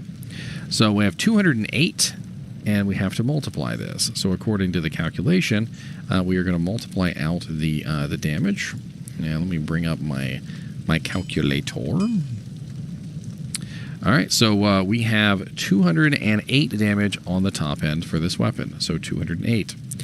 We have 158% on Whirlwind, and we also have the 137 or 38% on Mace Mastery. So let's add those together real quick. 138 plus 158 equals 296. We're going to convert this into a fraction, so or rather a decimal place. So we're going to add 2 decimal places over, so we're going to go 2.96, 2.96, and then we're going to add 1 because for some reason they like to add 1 to these calculations. I don't really know why. It just has an extra 1 added to it. So 3.96 is our multiplier, and we're going to take the base of our weapon again. So we have 208, so 208 times 3.96. So 208 times 3.96, which gives us 823.68. And that is incorrect according to my calculations. Why is our damage off? Which means that the damage must be calculating before off weapon ED. So let's double check this. We also need to make sure we don't have any elemental damage sources on. A lot of the times I won't be paying attention, and I'll have like plus fire damage, plus lightning damage, plus min and max, which can also affect the calculations. And a lot of this is kind of complicated, especially when you're dealing with calculations like this that have multiple different factors. Oh, I know probably what it is. I forgot the strength modifier. All right, so we have 270 strength right now, which is a rather large number. So we need to add that in. So 270 is 270%. So 158 plus 270% for our strength, plus the 138% of the mace mastery. Yes, 138%, 138. So we got 566, so 6.66. Wow, we certainly managed to get an interesting number there. 6.66. And then we're going to multiply that by 208. So 208, not the square root. God bless it. 208 times 6.66 is 1,385. 1,385. So there we go. So we have our damage calculated out. So if you guys are ever interested in trying to figure out exact... So anyway, as always, I hope that I have given you a little bit of an insight into the way that this particular ability works, whether or not you would like to max yours out, and you know, choose your specific mastery for your specific weapon. As always, thanks for watching, and keep watching.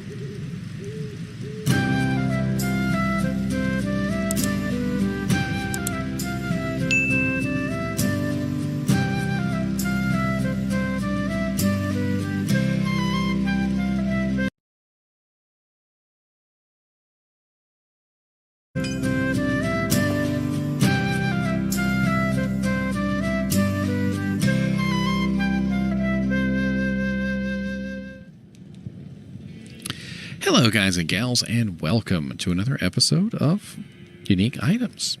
Today we're going to be looking at the big brother of the Razortine Trident, that is the Kelpie Snare Fuchsia.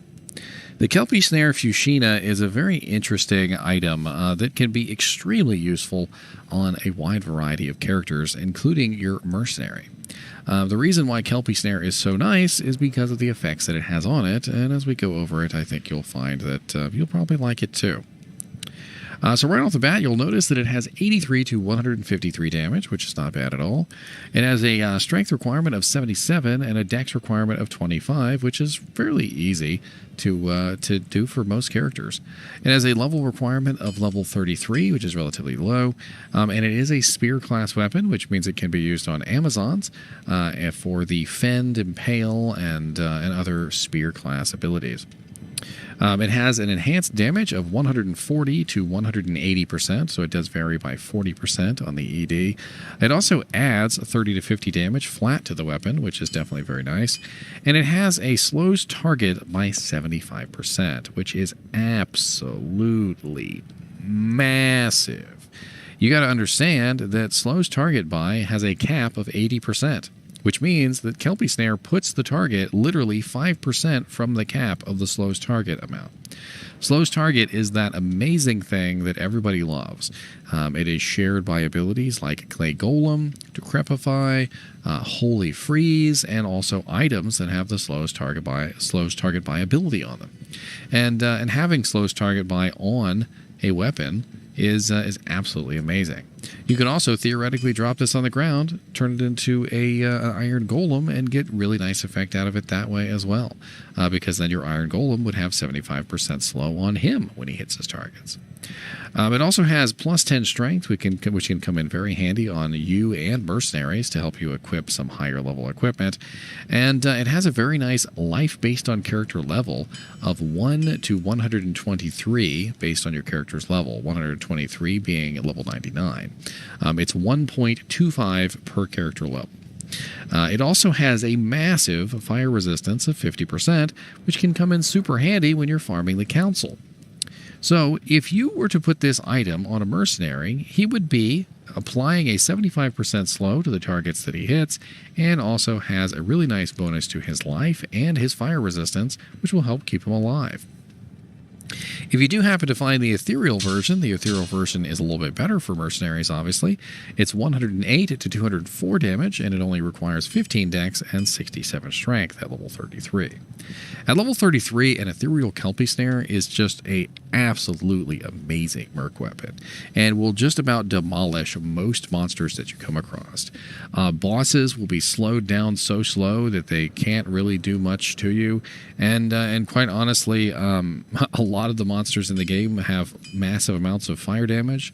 The Hydras from the Council, Diablo spams fire like nobody's business. There are just so many fire monsters that having 50% fire resistance on this is absolutely great for a mercenary. And all in all, I think that the Kelpie Snare just makes an amazing merc weapon at level 33. Now, if you do find an ethereal Kelpie Snare, you can upgrade it to the higher version if you want to elongate the use of this particular item. And I didn't realize I had so much crap in my inventory here.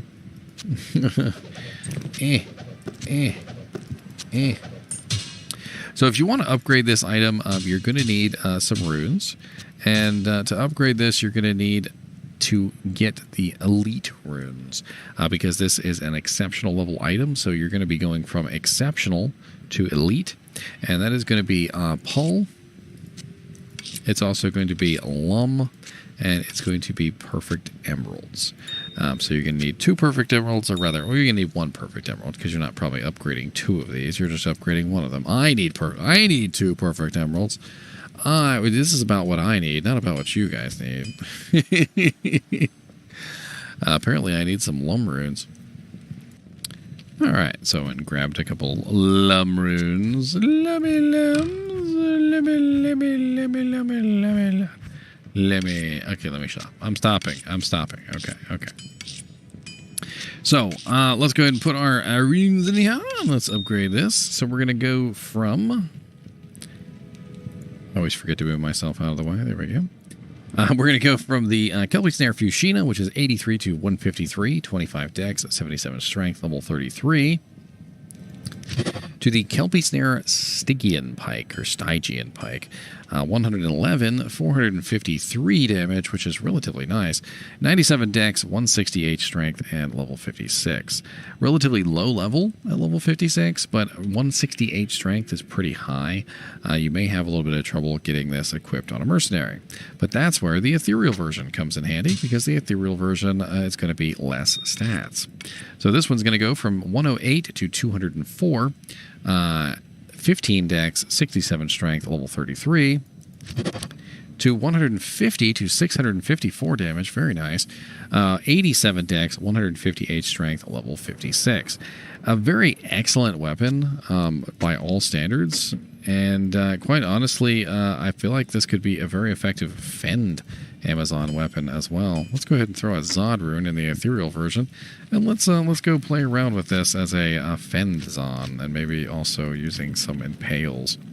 And I'll go kill Eldritch. I always like to pick on Eldritch. He's a pretty easy to find, super unique monster. Very easy to moida. And of course, it is not the fastest weapon, but it is a nice weapon. I would probably prefer the non-ethereal version with a shale root in it if I was really, trying to be picky.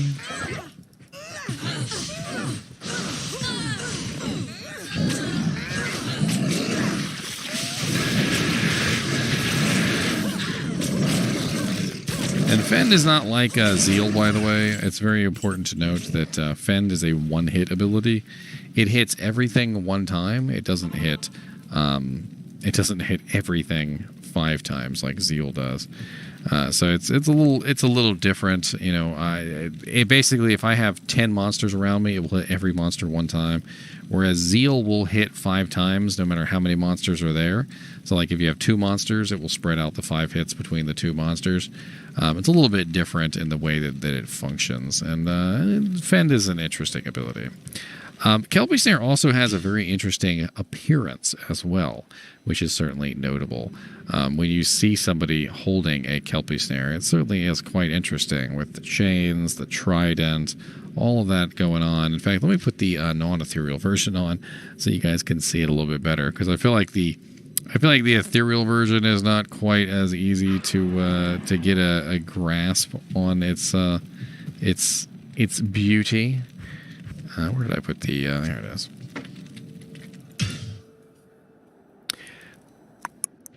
There you go. Look at how beautiful that is. Just an absolutely beautiful weapon. Now, if you wanted to find yourself a Kelpie Snare, we can certainly see if we can locate one. I'm going to go over to Silo's Pen, and we're going to take a look at Silo's Pen and see where potentially we could locate one of these. It's definitely a very nice item. And I do feel like a lot of people, quite honestly, would probably like to have one. Especially if you're leveling up, you're just on your way to the end game, and you're getting into Nightmare difficulty. This could definitely be a game changer for your mercenary to help him do better. So let's pretend we have 150% magic find. Let's look at Nightmare difficulty, because I feel like that's probably where we're going to want to find this. And let's look at bosses first. So it does look like Andariel in Nightmare difficulty has a 1 in 466 chance of dropping this item. That's a pretty good chance. And Mephisto, 1 in 515. And Diablo, 1 in 538. And Bale, 1 in 557. So not bad at all, honestly, as far as drops are concerned from the bosses. Let's take a look at the super uniques, and let's see potentially what super uniques we could farm. So it does look like the Cow King has a pretty good chance at 1 in 1,190. And the Countess has a pretty good chance at Nightmare at 1 in 4,751. Treehead Woodfist in Dark Wood, he's relatively easy to get to. That would be a good choice. Bone Ash in the Cathedral, also relatively easy to get to. Beetleburst and Dark Elder both have a pretty good chance. Beetleburst is in Far Oasis, and Dark Elder is in Lost City. Both relatively easy to get to. And, those are some pretty good choices. You've got a lot of really good choices to see if you can find yourself a Kelpie Snare. Don't really think we need to go over much more when it comes to this item. All in all, it's just a very nice item that can be utilized on a lot of different characters. You can utilize this, obviously, on a Fend Amazon, a Impale Amazon, a Jab Amazon, a Lightning Amazon. If you were using Lightning or Charge Strike, it would be a good choice for those. You could also theoretically utilize this very well on a Charge Paladin. Could be fun on a Charge Paladin. Could also be very good on a Mercenary, obviously. And also, if you were playing a Spear Barbarian, that could be a very interesting choice.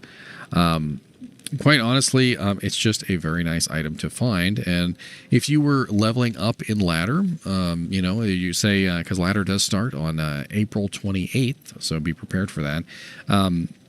It is going to be something that you will enjoy having as you level up. If you happen to find yourself a Kelpie Snare, especially an ethereal one, you can literally utilize that for most of the game until you manage to get yourself a better item for your mercenary or for yourself, for instance, if you happen to be a Spears on. It's just a absolutely all-around amazing item.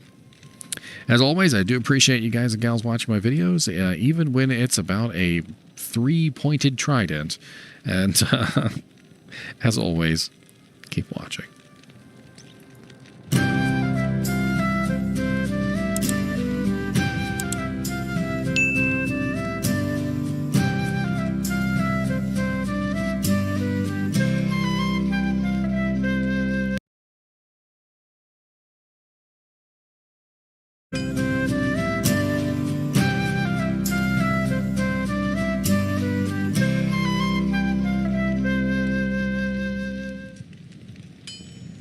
Hello, guys and gals, and welcome to another episode of Skills and Abilities.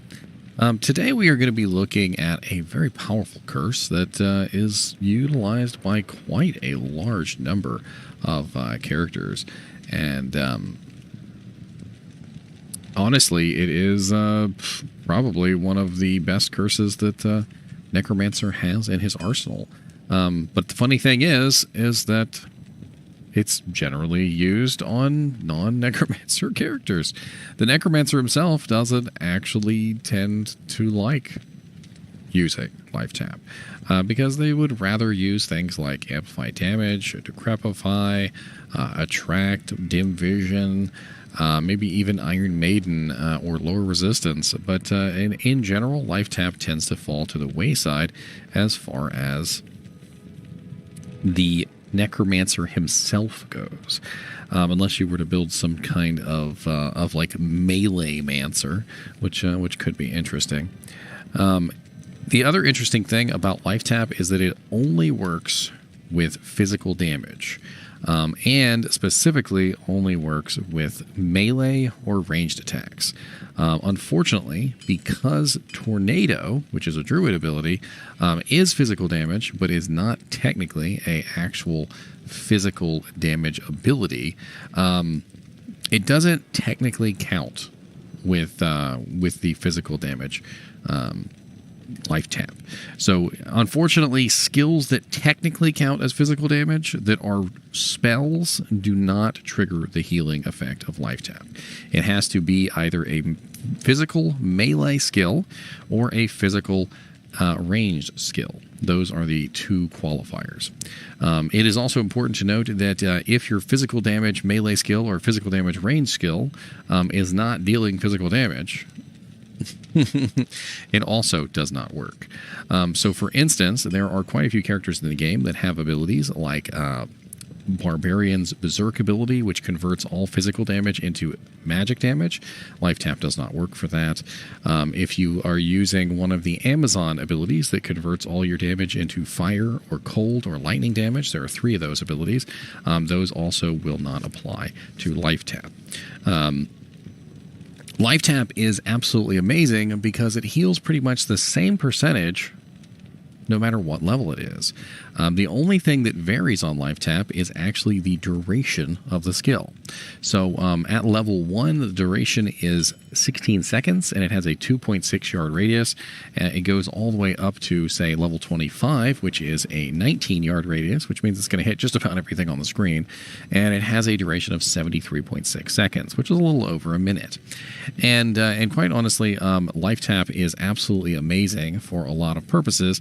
And you will find that you can utilize Life Tap on a Smite Paladin, a Barbarian, a Druid, an Amazon, just about any character that's dishing out a massive amount of physical damage. In fact, one of the most popular items in the game that has seen a lot of use is Dracula's Grasp. And the reason why Dracula's Grasp is really well used and sought after is because Dracula's Grasp has the Life Tap proc on it. Now, there are quite a few items in the game that do have Life Tap procs. You can also theoretically go with, for instance, a Life Tap Wand. This is actually something that a lot of people will do early on in ladder, specifically because Life Tap is so important for certain builds that there is absolutely no way for you to get around not having it. So items like Dracula's Grasp, which may be out of reach for that particular time period, you can get around the fact by using a Life Tap Wand. Now, this has a 5% chance to cast level 10 Life Tap on striking, which is absolutely amazing. It's going to give you a very nice 8.6 yard radius with a 37.6 second duration, which is absolutely nice. Other such items that have Life Tap on them, and I'm going to go over them really quickly, are Marowak Greaves has level 12 Life Tap with 10 charges. It can be very, very handy for getting that first Life Tap on Uber Mephisto, so that you're not in danger of dying while you wait for your Life Tap to proc.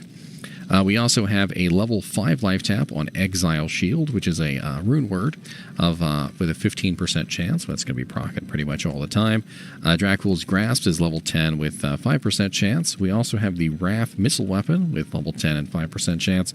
And the incredibly expensive Last Wish rune word, which most people never obtain, is level 18 life tap with a 10% chance to proc, which is absolutely amazing. And like I said, you can also get life tap charges on Necromancer Wands and Shrunken Heads. Specifically, though, Wands, if you look for a really nice life tap wand, those are actually really nice. What you do is you put the life tap wand on your offhand, you cast life tap and then swap back.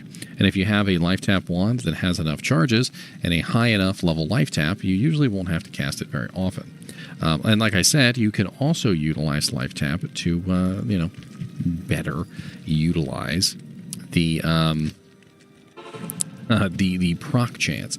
So, if I have a charge weapon, I can cast life tap before I get into combat, which will definitely be very handy, because if I'm waiting for my life tap to proc, sometimes I might be in danger before it goes off.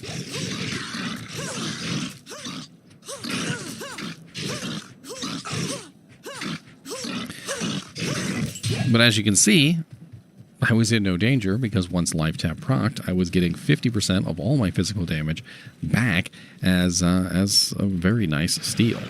Now, life tap comes in handy for characters that can't life steal. So there are certain characters in the game that are completely incapable of life stealing and mana stealing. For instance, one of those, which is probably one of the most popular, is a Smite Paladin. Smite is a physical damage ability that does not have any bonus from lifesteal or mana steal, which means that when you're in the thick of combat and you're trying to dish out your damage, you might not necessarily be surviving because you're not having any source of incoming healing in the form of lifesteal. This is where life tap comes in handy. Because Smite is a physical damage ability, and because Smite is a melee attack, life tap does work on the physical damage that Smite puts out. So as you beat somebody down with Smite, as long as they do have life tap on them, you will survive, because you will get 50% of that damage back as healing, which is absolutely amazing. All in all, life tap is one of those abilities that can be useful on just about any character that has a physical or ranged attack. You can even utilize it as a necromancer to help save your team.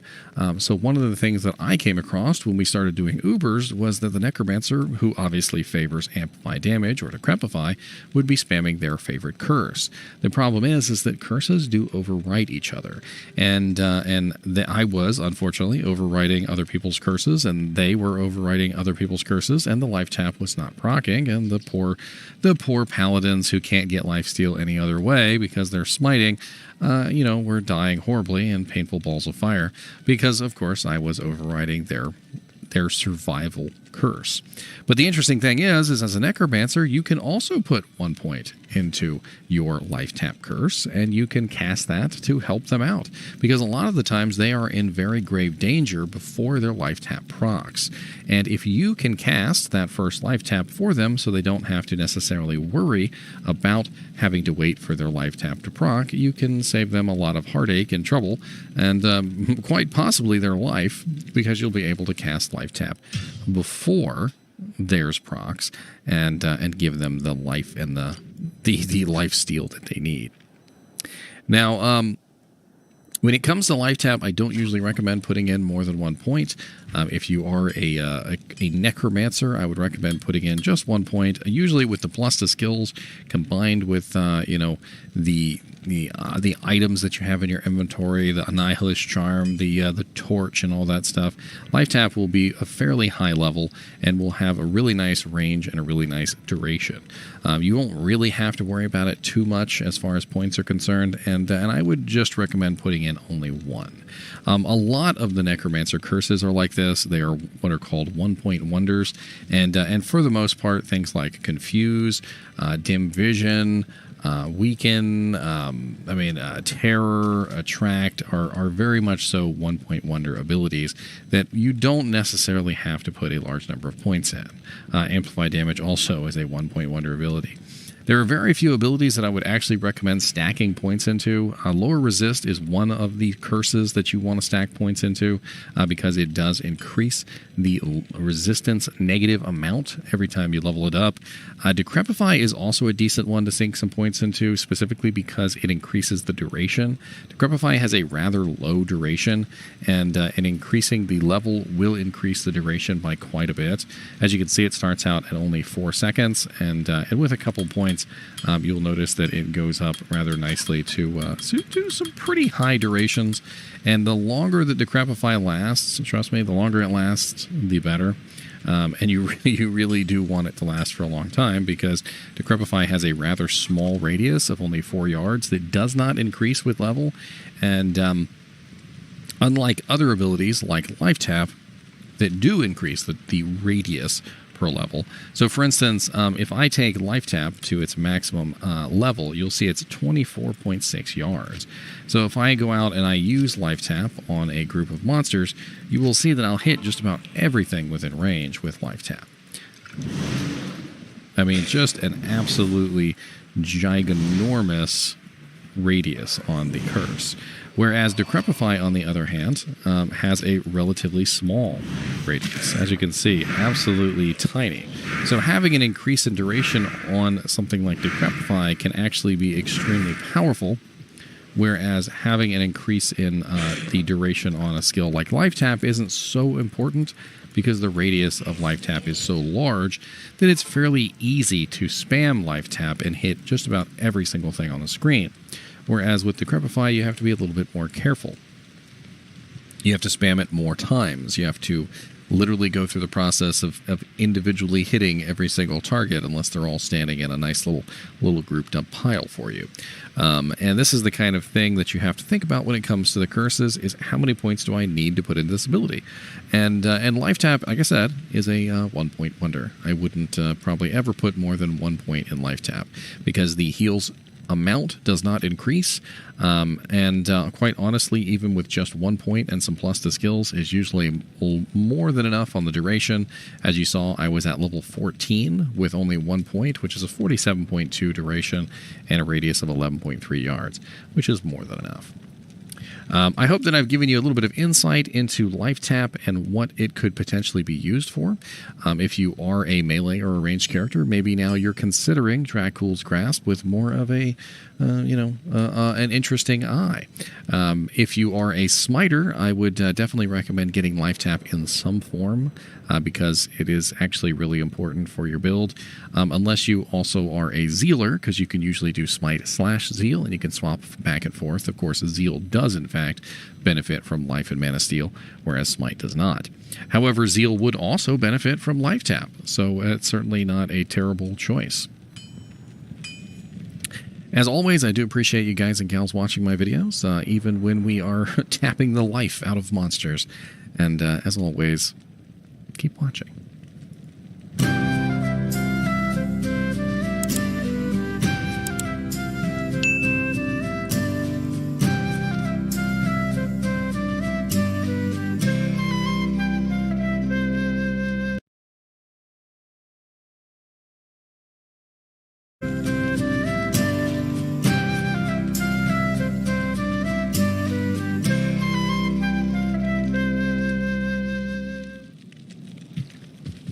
Hello guys and gals, and welcome to another episode of Unique Items. Today we're going to be looking at the Atlantean Ancient Sword. So the Atlantean is a very interesting sword that seems to be kind of pointed at paladins, but could be useful to other characters as well. And the reason for this is because it just really does kind of have some very nice stats. And as we go over it, I think you will also find that it's a fairly decent weapon for even non-paladin characters. I've actually found an ethereal one and upgraded it twice just for laughs. But, let's go over it together. So right off the bat, you'll notice that it has pretty decent damage of 63 to 150. For level 42, that's about par for the course. It has really nice durability, and it seems to be kind of pointed at, specifically, a Zeal Paladin. specifically because of obviously Zeal Paladins tend to break their weapons relatively quickly. With 144 durability, it's not going to break. It's not going to break fast. We also have a dex requirement of 88, a strength requirement of 127, which is relatively high for level 42, but the ancient swords always tend to be relatively high in the requirements. I've always noticed this about ancient swords. I kind of look at it as kind of a silly thing because I've always felt like they needed to reduce the requirements on the ancient swords a little bit.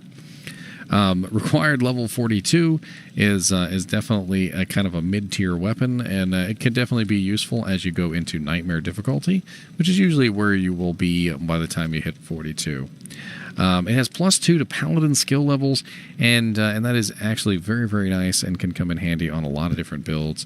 It has a 250% enhanced damage, and it does vary a little bit from 200 to 250%, and that is actually the only variable on this weapon.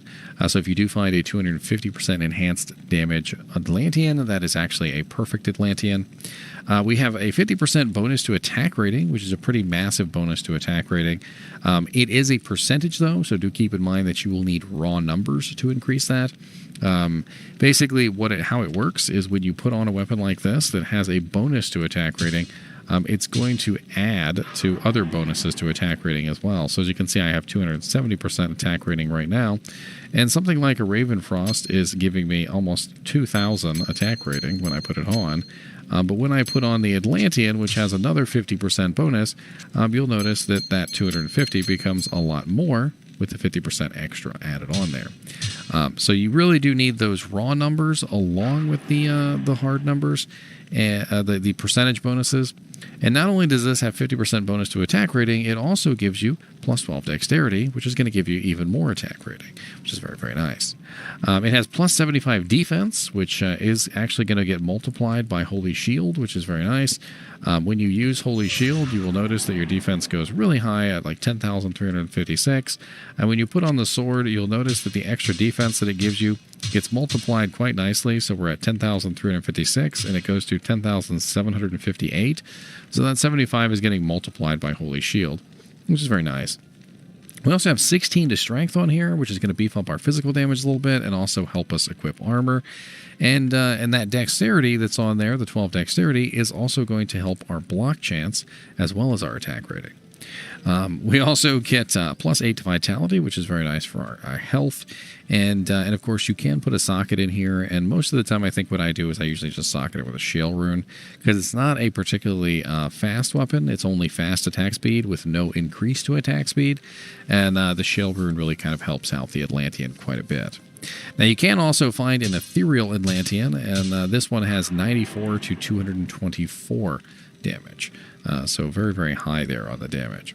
Unfortunately, the Atlantean doesn't have any special effects. It doesn't have, for instance, Deadly Strike, no Crushing Blow, no Open Wounds, and for this reason, it's a little bit of a dull weapon in terms of special effects. But if I was a Zeal Paladin and I happened to find an Atlantean, I would certainly not turn it down. I would probably use it for quite some time. It could very easily carry me through Nightmare difficulty and on into the beginning of Hell until I find a better weapon. Now, this particular item can be upgraded, and to upgrade it, we're actually going to need some interesting runes. We're going to need a Pull rune. We're also going to need a Lum rune. And we're going to need a Perfect Emerald. Now, the Atlantean is already an exceptional level item. And that means that when we upgrade this, it's going to go from exceptional to elite. And the stat requirements are going to go up pretty high. So do keep that in mind. So let's go ahead and upgrade the Atlantean non-ethereal version first. And let me move myself out of the way. Sometimes I forget to do that. And we're going to need our Pull rune, our Lum rune, and our Perfect Emerald. So we're going to go from the Atlantean Ancient Sword, 63 to 150, 88 Dexterity, 127 Strength, level 42, to the Atlantean Mythical Sword, 140 to 175, 124 Dexterity, 147 Strength, and level 73. Now, the upgrade wasn't really enough, in my opinion. 140 to 175 is actually really nice damage, but for level 73, it's not enough. The dex and the strength requirements did go up a lot, and quite honestly, that's a lot of dex, and that is a lot of strength required for a sword. Like I said, the ancient swords, the mythical swords, they all have so much strength and dex requirements. I really hope one day that they reduce those down a little bit. Now, the ethereal version can be upgraded as well with a Paul Alum and a Perfect Emerald. And this one's going to go from 94 to 224, 78 dex, 117 strength, level 42, to 210 to 262 damage, 114 dexterity, 137 strength, and level 73. So not bad on the damage there for the ethereal version. I can't really see myself ever doing that upgrade, but it does actually seem like a decent one. But if you were to do this, you would probably need to put a Zod root in it, because obviously it's ethereal, and it would eventually break. Unless you were putting it on, I don't know, say a mercenary or something. I don't really see this as being an absolutely great mercenary weapon, but maybe if you just happen to find an ethereal version, could be useful on like maybe a frenzy barb, the new frenzy barb. All in all, I think that the Atlantean is one of those interesting items, which is not really the best item that you could possibly use on your paladin. But if you didn't have anything better, a lot of the times the Atlantean is freaking epic. And when you find it, you're really excited to find it. And it's a really good weapon for nightmare difficulty into hell. And that's really what this weapon is it is a very good nightmare difficulty weapon, which will help carry your melee character a little bit further. Let's see where we could potentially find this real quick, and we'll go over what monsters you could potentially farm for this item. And assuming, of course, we're around level 42, let's say, for instance, we have probably, I don't know, let's say 150% magic. Fine, that sounds about fair. And let's assume nightmare difficulty, because we're obviously trying to find this to actually use it. And let's see where we could find this item. So Nightmare Cow King has a pretty decent chance, but you can't actually farm him unless you've killed Baal. A lot of these are at the end of nightmare difficulty, which is not really where we want to try and find this. Not a lot of good choices here. Not a lot of good choices at all. Check the bosses real quick, and let's see what kind of bosses we've got. So, looks like Mephisto in nightmare difficulty is really our best bet. If you were a newer Zeal Paladin, you were just kind of struggling through nightmare difficulty, maybe you're level 40, 45, 50, and you're trying to get yourself a better weapon, Mephisto in nightmare difficulty seems like the lowest level best choice for farming. There's really not a lot of good choices here, like at all. Like, I'm looking at these choices, and they're all pretty garbo. They're pretty garbage. Just not a lot of good choices at all. This one right here with a 1 in 32,000 chance, and the Palace Cellar level 3 is actually really easy to get to. What you do is you go into the portal, and you actually backtrack. You know what? Let me show you real quick. I'm going to show you guys how this works. So Fire Eye, what's his name? No, not Fire Eyes. Yeah, Fire Eye. So what you do is you go to the Act 2 and you go to Arcane Sanctuary. And then what you do is you walk back through the portal right here. And Fire Eye is usually right through this door. So there's Fire Eye. He's actually really easy to get to and really easy to farm. So if you want to farm him, it does look like Fire Eye might be your best chance for a very easy kill to try and get your hands on an Atlantean early on in nightmare difficulty before, you go through the entire nightmare difficulty without it. Other than that, Mephisto and Nightmare difficulty is your second best chance. As always, I do appreciate you guys and gals watching my videos, even when we're talking about a very nautical sword, the Atlantean. As always, keep watching.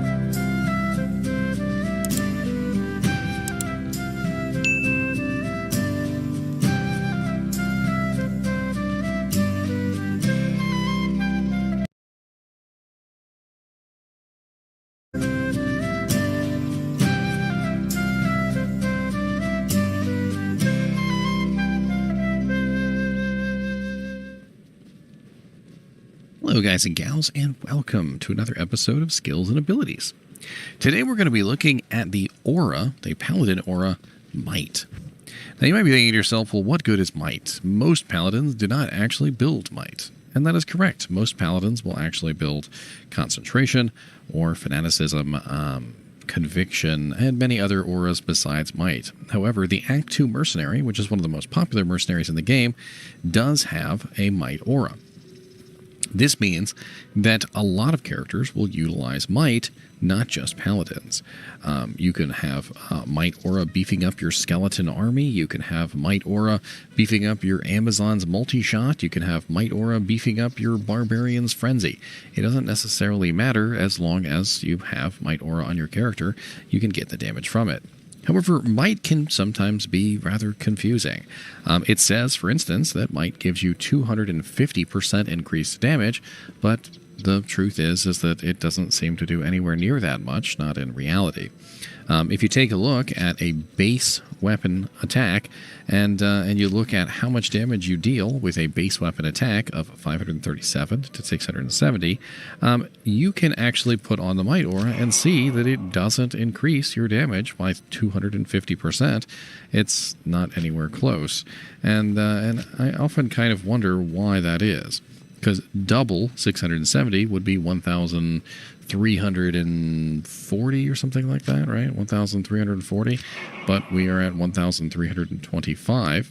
And if we add in things like Zeal, you will see that it also doesn't increase the damage by massive proportions. So when we're looking at Zeal, which is 1,582, and we put on Might aura, we're not going up to 3,000, some odd damage. We're only going up to 2,237. So what is happening behind the scenes? Why is Might not providing the 250% damage bonus that it says that it provides? And what is Might, good for? Well, the answer to that question lies in the calculation for the damage. And I'm going to bring that calculation up on the screen in case you'd ever like to do the calculation yourself.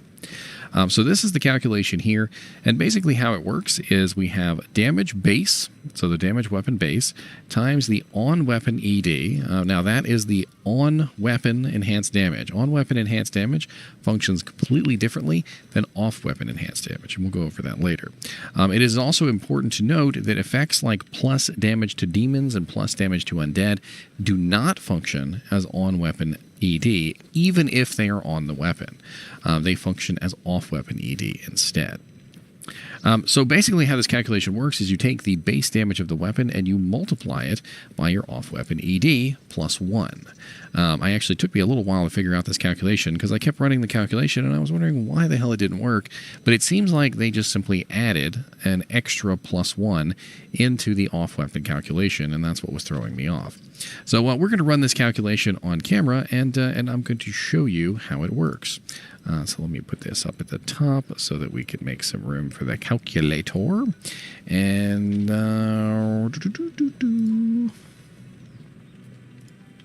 sorry, I had a bunch of calculations on my calculator. I just wanted to refresh it so you guys didn't have to bother to see all that. All right, so here we have our calculator, and you're just going to have to trust me on this because I know you can't see this stuff in the background. So the damage on the Atlantean is 210 to 262. Now, to get the numbers, you're going to have to do both calculations. You can't just do one. You have to do both. So let's do the 210 calculation first. And to get this number, we're actually going to have to multiply out our damage. So before we bring the calculator up, I should have done that first, we have to multiply up how much plus off-weapon ED we have. So off-weapon ED is coming from sources like Might, which is 250%. We have Zeal, which is 348%. And then we also have to calculate in 1% per strength point of 156% added from strength. So we get 156 plus 250... 156 plus 250, and then we also get 348 from Zeal, which gives us a total of 754 to our off-weapon ED. All right, so now we have our 754 off-weapon ED. We need to convert this to a decimal place, and what we're going to do is we're just going to add 2 decimal place points to this number. So instead of being 754, we are going to change it to 7.54. All right, and then we're going to add 1. So 7.54 plus 1 equals 8.54. That is the number that we're going to be using. All right, so now what we do is we take our weapon damage, which is 210, so 210 times the 8.54, which is going to give us a total of 1,793 damage. 0.4.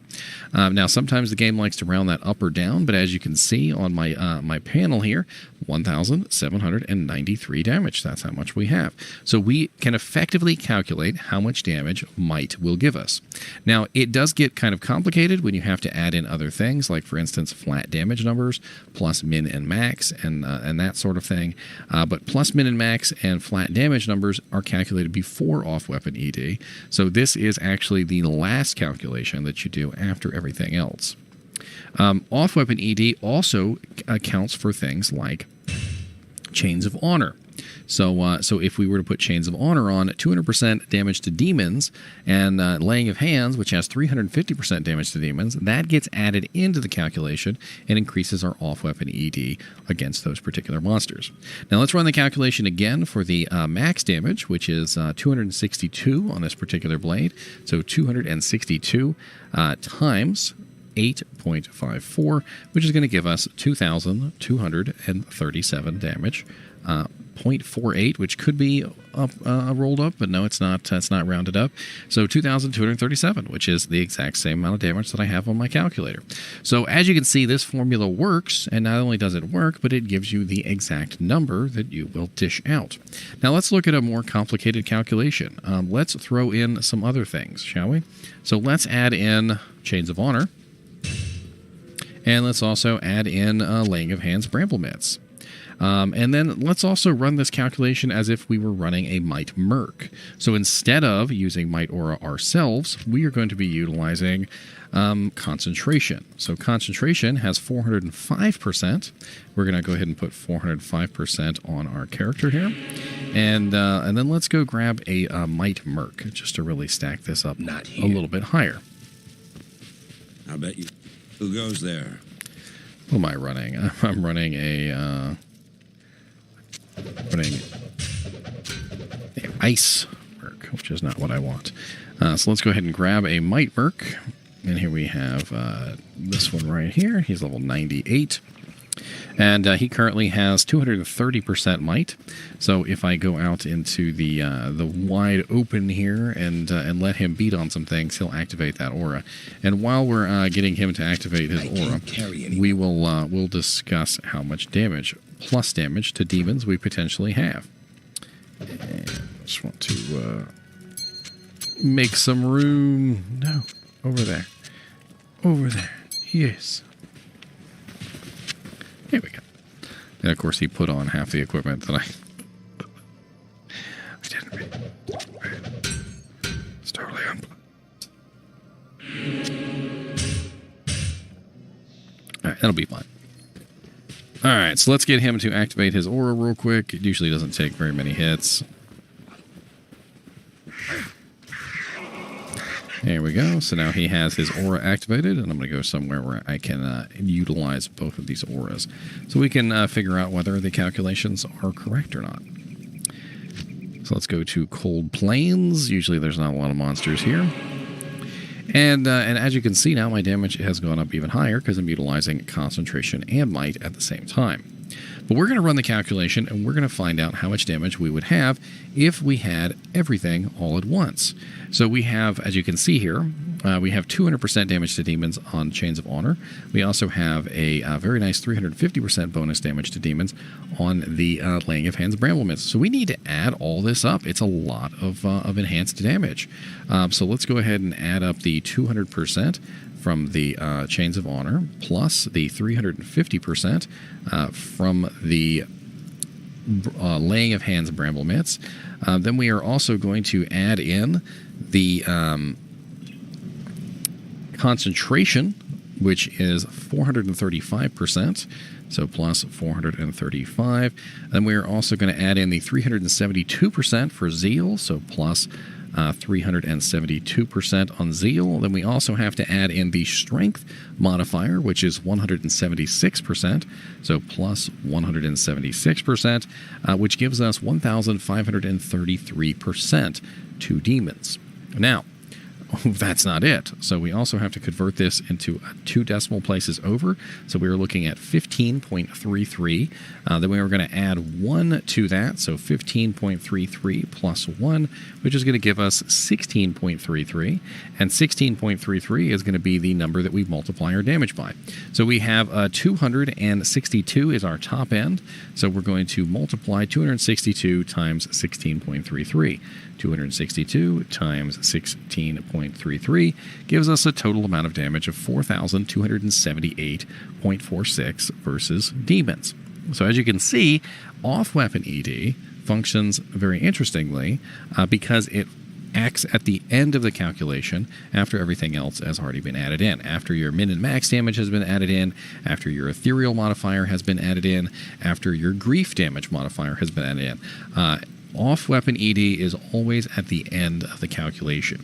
And utilizing this calculation that I have up on the screen, you guys and gals out there will be able to calculate your own damage. Now let's take something else, for instance, that might be a little more vague. So let's look at a skeleton, right?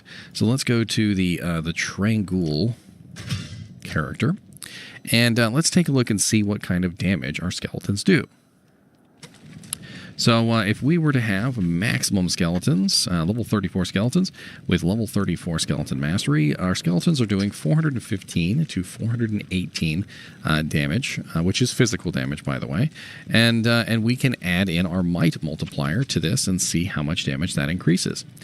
So we're going to do the same thing here to the skeletons. We're going to take the 418 number, and we're going to multiply it by the might modifier. So assuming, of course, that we have a rather nice might aura, let's assume level 25 might on a mercenary, which is 280%. We're going to take the 280%, move the decimal place over 2 points, 2.80. We're going to add 1 to it, which is going to give us 3.80. And we're going to multiply 3.80 times 418. So 418 times 3.80 is going to give us 1,588 damage, which is absolutely nice. This is how might calculates out its damage. All right, my apologies. The 418 damage is not the base on the skeletons, and so I got the number wrong. So basically, you have to take the base of the skeleton's damage. So to know the base, you need to know what kind of physical damage they have, but you're going to have to look it up. So let's assume we have level 34 skeletons, as we do right now, and they have a base physical damage of about 64. All right, so 64 damage per skeleton, and we also have a plus 68 to the base of the skeleton's damage from Skeleton Mastery. So we're going to take the calculation here, and we're going to add this together. So it's going to be 64. Let's do 64 plus the 68 from Skeleton Mastery, which is going to give us 132. 132 is going to be our base damage for the skeletons. So the skeletons also get a rather nice 217% damage bonus on the Raised Skeleton skill, which has to be added in. But the off-weapon ED of all sources has to be calculated together. So we're going to be looking at 217 plus the might, which is 280. And I know I did this wrong, but 280 plus 217 is going to be 497, right? 497. So we're going to add 1 to that. So we're going to go 497, which needs to be turned into a decimal, so 4.97. Plus 1, which is going to be 5.97. And then we're going to take the average damage of the skeletons, which is 132. And we're going to add in all the ED, so we're going to multiply that by 5.97, which is going to give us a damage of 788.04. That's correct. The previous number that I had a while back is definitely not the correct number, and I totally I just wasn't thinking about the base damage numbers, and that's really how this calculation works. Is you need the base damage number. The number that it's showing on the screen, which is 418 damage, is not the base number. That's after everything has already been calculated out. So you have to take the base damage number, which is 132 for my particular skeletons, and you have to add in the off-weapon ED that way. And this is going to apply for anything that you're dishing out damage for. Also keep in mind, I don't know if I said this or not, but it also does not calculate an elemental damage into it. So elemental damage sources have to be removed. So let's say, for instance, you had a Stone of Jordan ring on, which has 1 to 12 lightning damage. Might is not going to affect that. It's also not going to affect the elemental damage from any source, like lightning, fire, cold, magic. None of those are going to get beefed up by the might aura. So do keep that in mind. I hope that I've made the might aura a little less mystical and a little bit more transparent, and I hope that that you guys and gals out there in Diablo land now understand what might is doing for you, and maybe you'll run some calculations of your own to see how high you can get the damage of your skeletons, or your zeal, or your frenzy barbarian, or your multi-shot Amazon, and whatever it may be. I hope that you guys liked the video. As always, thank you for watching, and keep watching.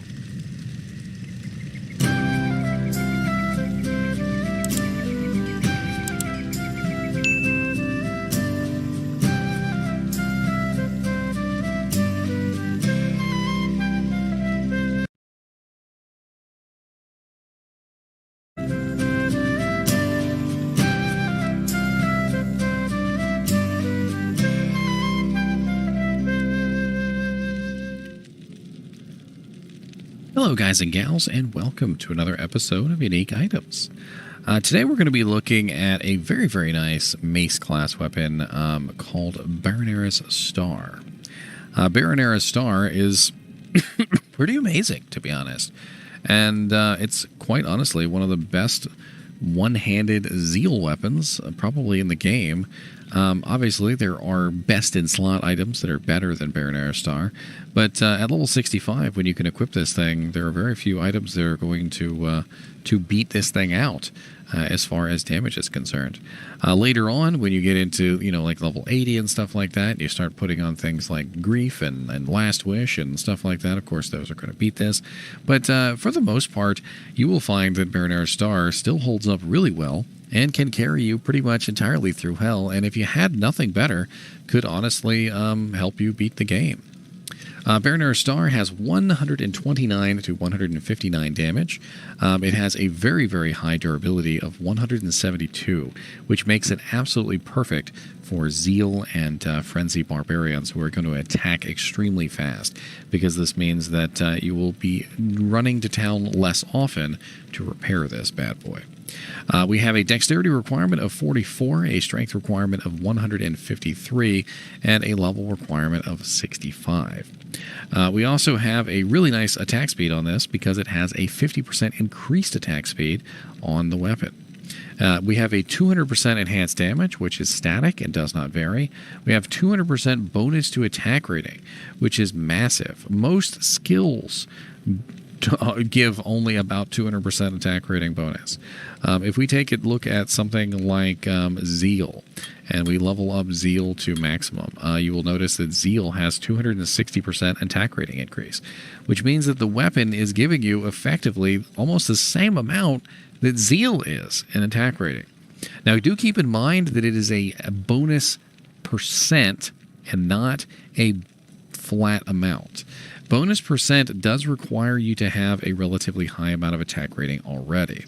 And to give you an example of how this works, we have this item right here, which gives us 252 attack rating. We have 650 attack rating right now, and when we put on the item, we go to 1,000. So 1,000 minus 250 is, of course, not 650 because we have percent bonuses from various items. However, if we put on our very nice Baronara Star here, which I'm going to go ahead and grab myself some strength points so I can actually equip it. And you'll notice that that 250 to attack rating gets multiplied quite nicely by Baronara Star.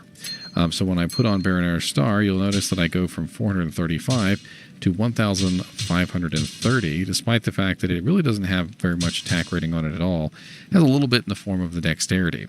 But then when I put on Ravenfrost, you'll notice that the Ravenfrost, while it only gives me 250 attack rating and 20 dex, is giving me a hell of a lot more than 250 attack rating and 20 dex because of the multiplicative factor of the 200% bonus to attack rating. And if I were to switch to Zeal, which and give Zeal all of its attack rating, you'll notice that Zeal has even more attack rating because the 200% bonus on the weapon is stacking with the 250% bonus on Zeal, which is very, very nice. We also have a very nice effects of elemental damage on this. So we get 1 to 200 fire, 1 to 200 lightning, and 1 to 200 cold on this weapon. These are static effects and they do not change. So we have a very, very nice basically 3 to 600 damage in elemental damage, which is going to go across all three elements. And that means that when you come across a monster that's fire immune, you'll still be doing lightning and cold. When you come across a monster that's lightning immune, you'll still be doing fire and cold. When you come across a monster that's cold immune, you'll still be doing fire and lightning, and so forth and so on. And it usually means that any monster you come across, you're usually dishing out at least some kind of damage to them, even if they're immune to physical damage as well. And this makes it a very, very nice item because not only are you applying damage very quickly, because of course it is an extremely fast weapon, and it's usually used with extremely fast builds like Frenzy and Zeal, but every single time you hit, your elemental damage is being applied, which makes it an extremely effective weapon for taking out physical immunes. We also have a very nice bonus to strength of plus 15 and a very nice bonus to dexterity of plus 15, both of which will help out your damage and your block chance and your attack rating. Strength is actually a flat bonus to physical damage. It also gives you more, obviously, room to work with your equipment. And dexterity is going to give you attack rating, which is going to help you hit more often, and it's going to help beef up your block chance. So very, very nice for both of those stats to be on there. And of course, because it is a mace class, it also gets the very nice 50% enhanced damage to undead. Now, do keep in mind that the damage to undead acts as off-weapon ED, not on-weapon ED. It's essentially the same thing as a might aura. If you guys are unaware, might, aura, concentration, fanaticism, all those apply as off-weapon ED, which functions differently. If you're ever curious how that actually works, it's actually very similar to the way that an ethereal item works.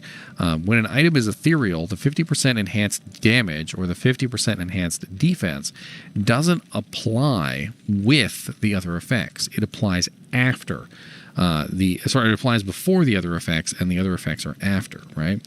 So if you think about on-weapon ED, think about on-weapon ED as applying first, and off-weapon ED applies later. If you actually ran this on a calculator, it's actually really easy to see. And let me see if I can actually bring up a calculator here. Why not? Where's my little calculator? Calculator. Bink. There we go. So let's run this on a calculator real quick, just so you guys can see what I mean. So let's pretend we had an item that had 100 defense, okay? And you add a 50% ethereal bonus. You get 150 defense. The item has, say, 300% enhanced defense on it, right? So plus 300%. That means we have a total of 600 defense on this particular item because it's a 150 defense item plus the 50% bonus. The 100 defense plus the 50% bonus, which brings it to 150, plus the 300%, which brings it to 600. However, if we run that calculation without the ethereal and we add it into the other number instead, so instead of going 100 plus 50% plus 60, 600, let's just do 100 plus 650%. And you'll see what I mean. So 100 plus 650% is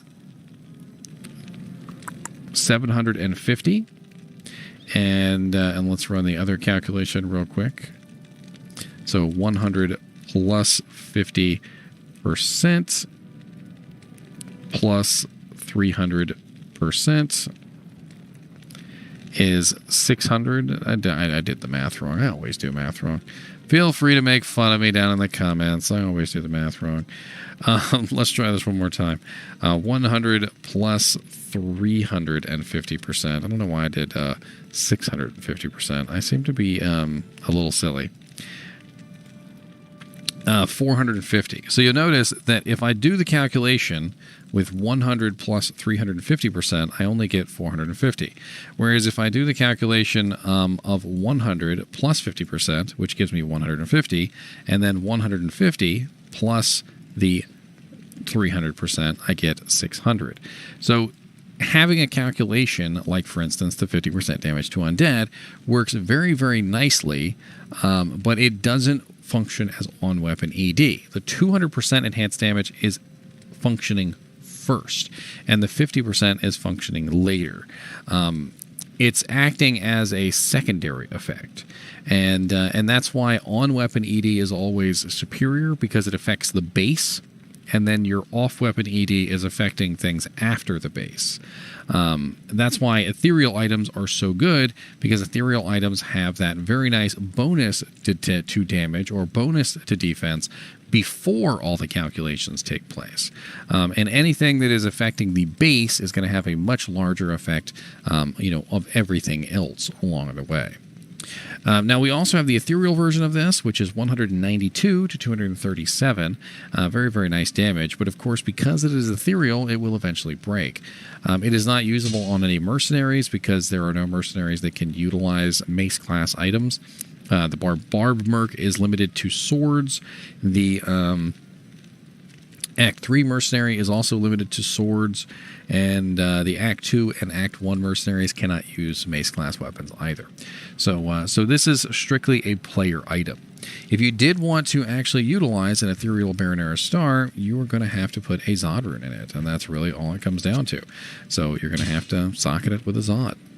Now, if you go out and you actually play around with this, let's do that real quick.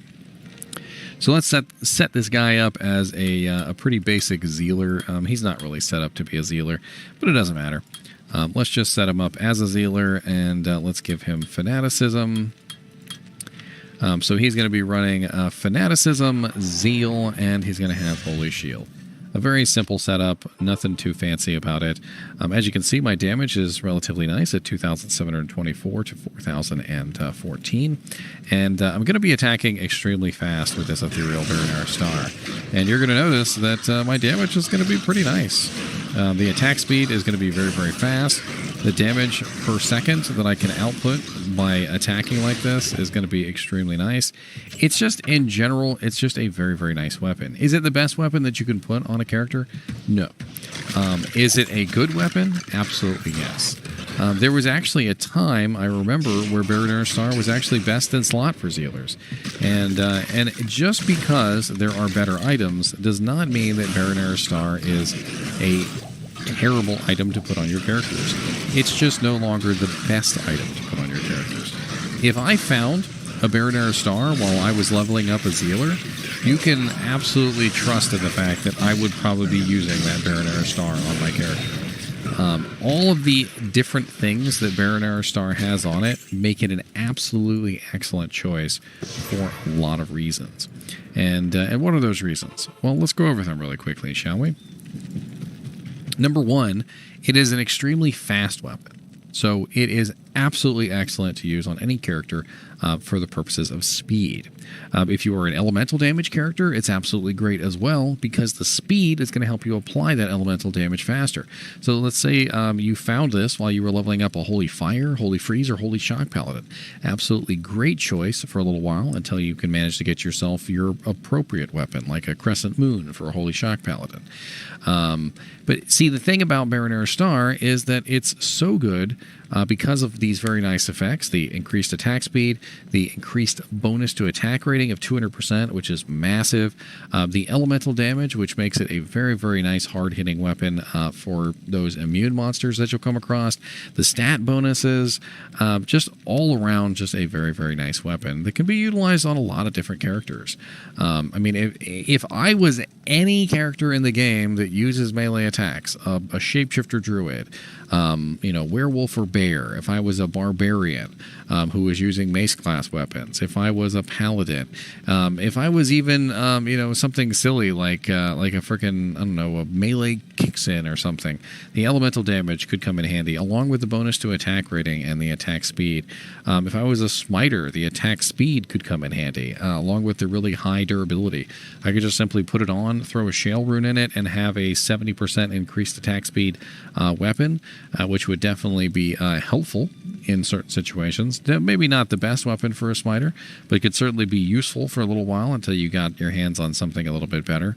And, you could always zeal with it. Smiters do tend to also put a couple points into zeal for restoring mana and things like that, which is certainly useful.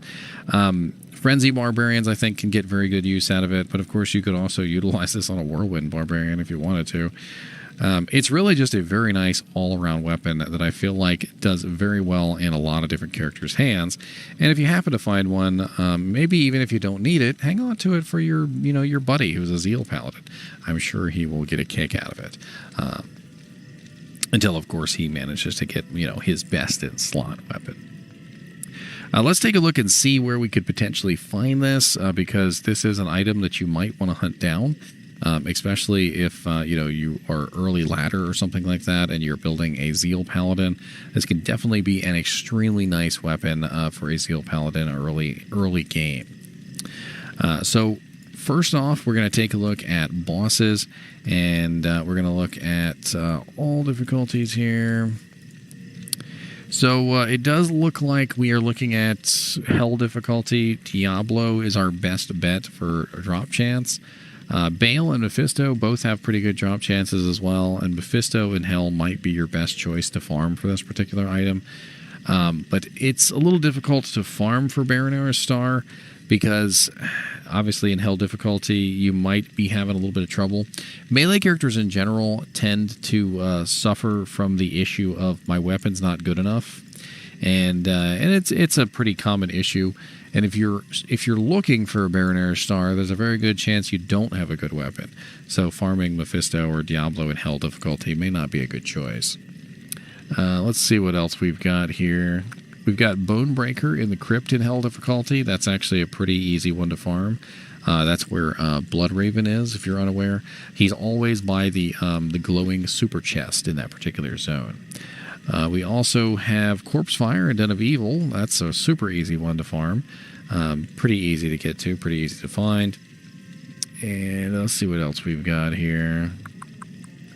Trying to look for lower level zones. Hell difficulty is nice, but by the time you get to Shank Overseer in Hell difficulty, you probably don't need a Baronera Star at that point. But if you did get to Hell difficulty, and you were in Act 5, and you didn't have a better weapon than Baronera Star, perhaps farming Shank the Overseer, Doc Farron, Eldritch, Pendleskin might be a good choice. But I do feel like usually you want to get your hands on this before you get to Act 5 Hell. So let me take a look real quick and see if there's anything in Nightmare difficulty, either bosses or super uniques. So nobody in Nightmare difficulty can drop this item.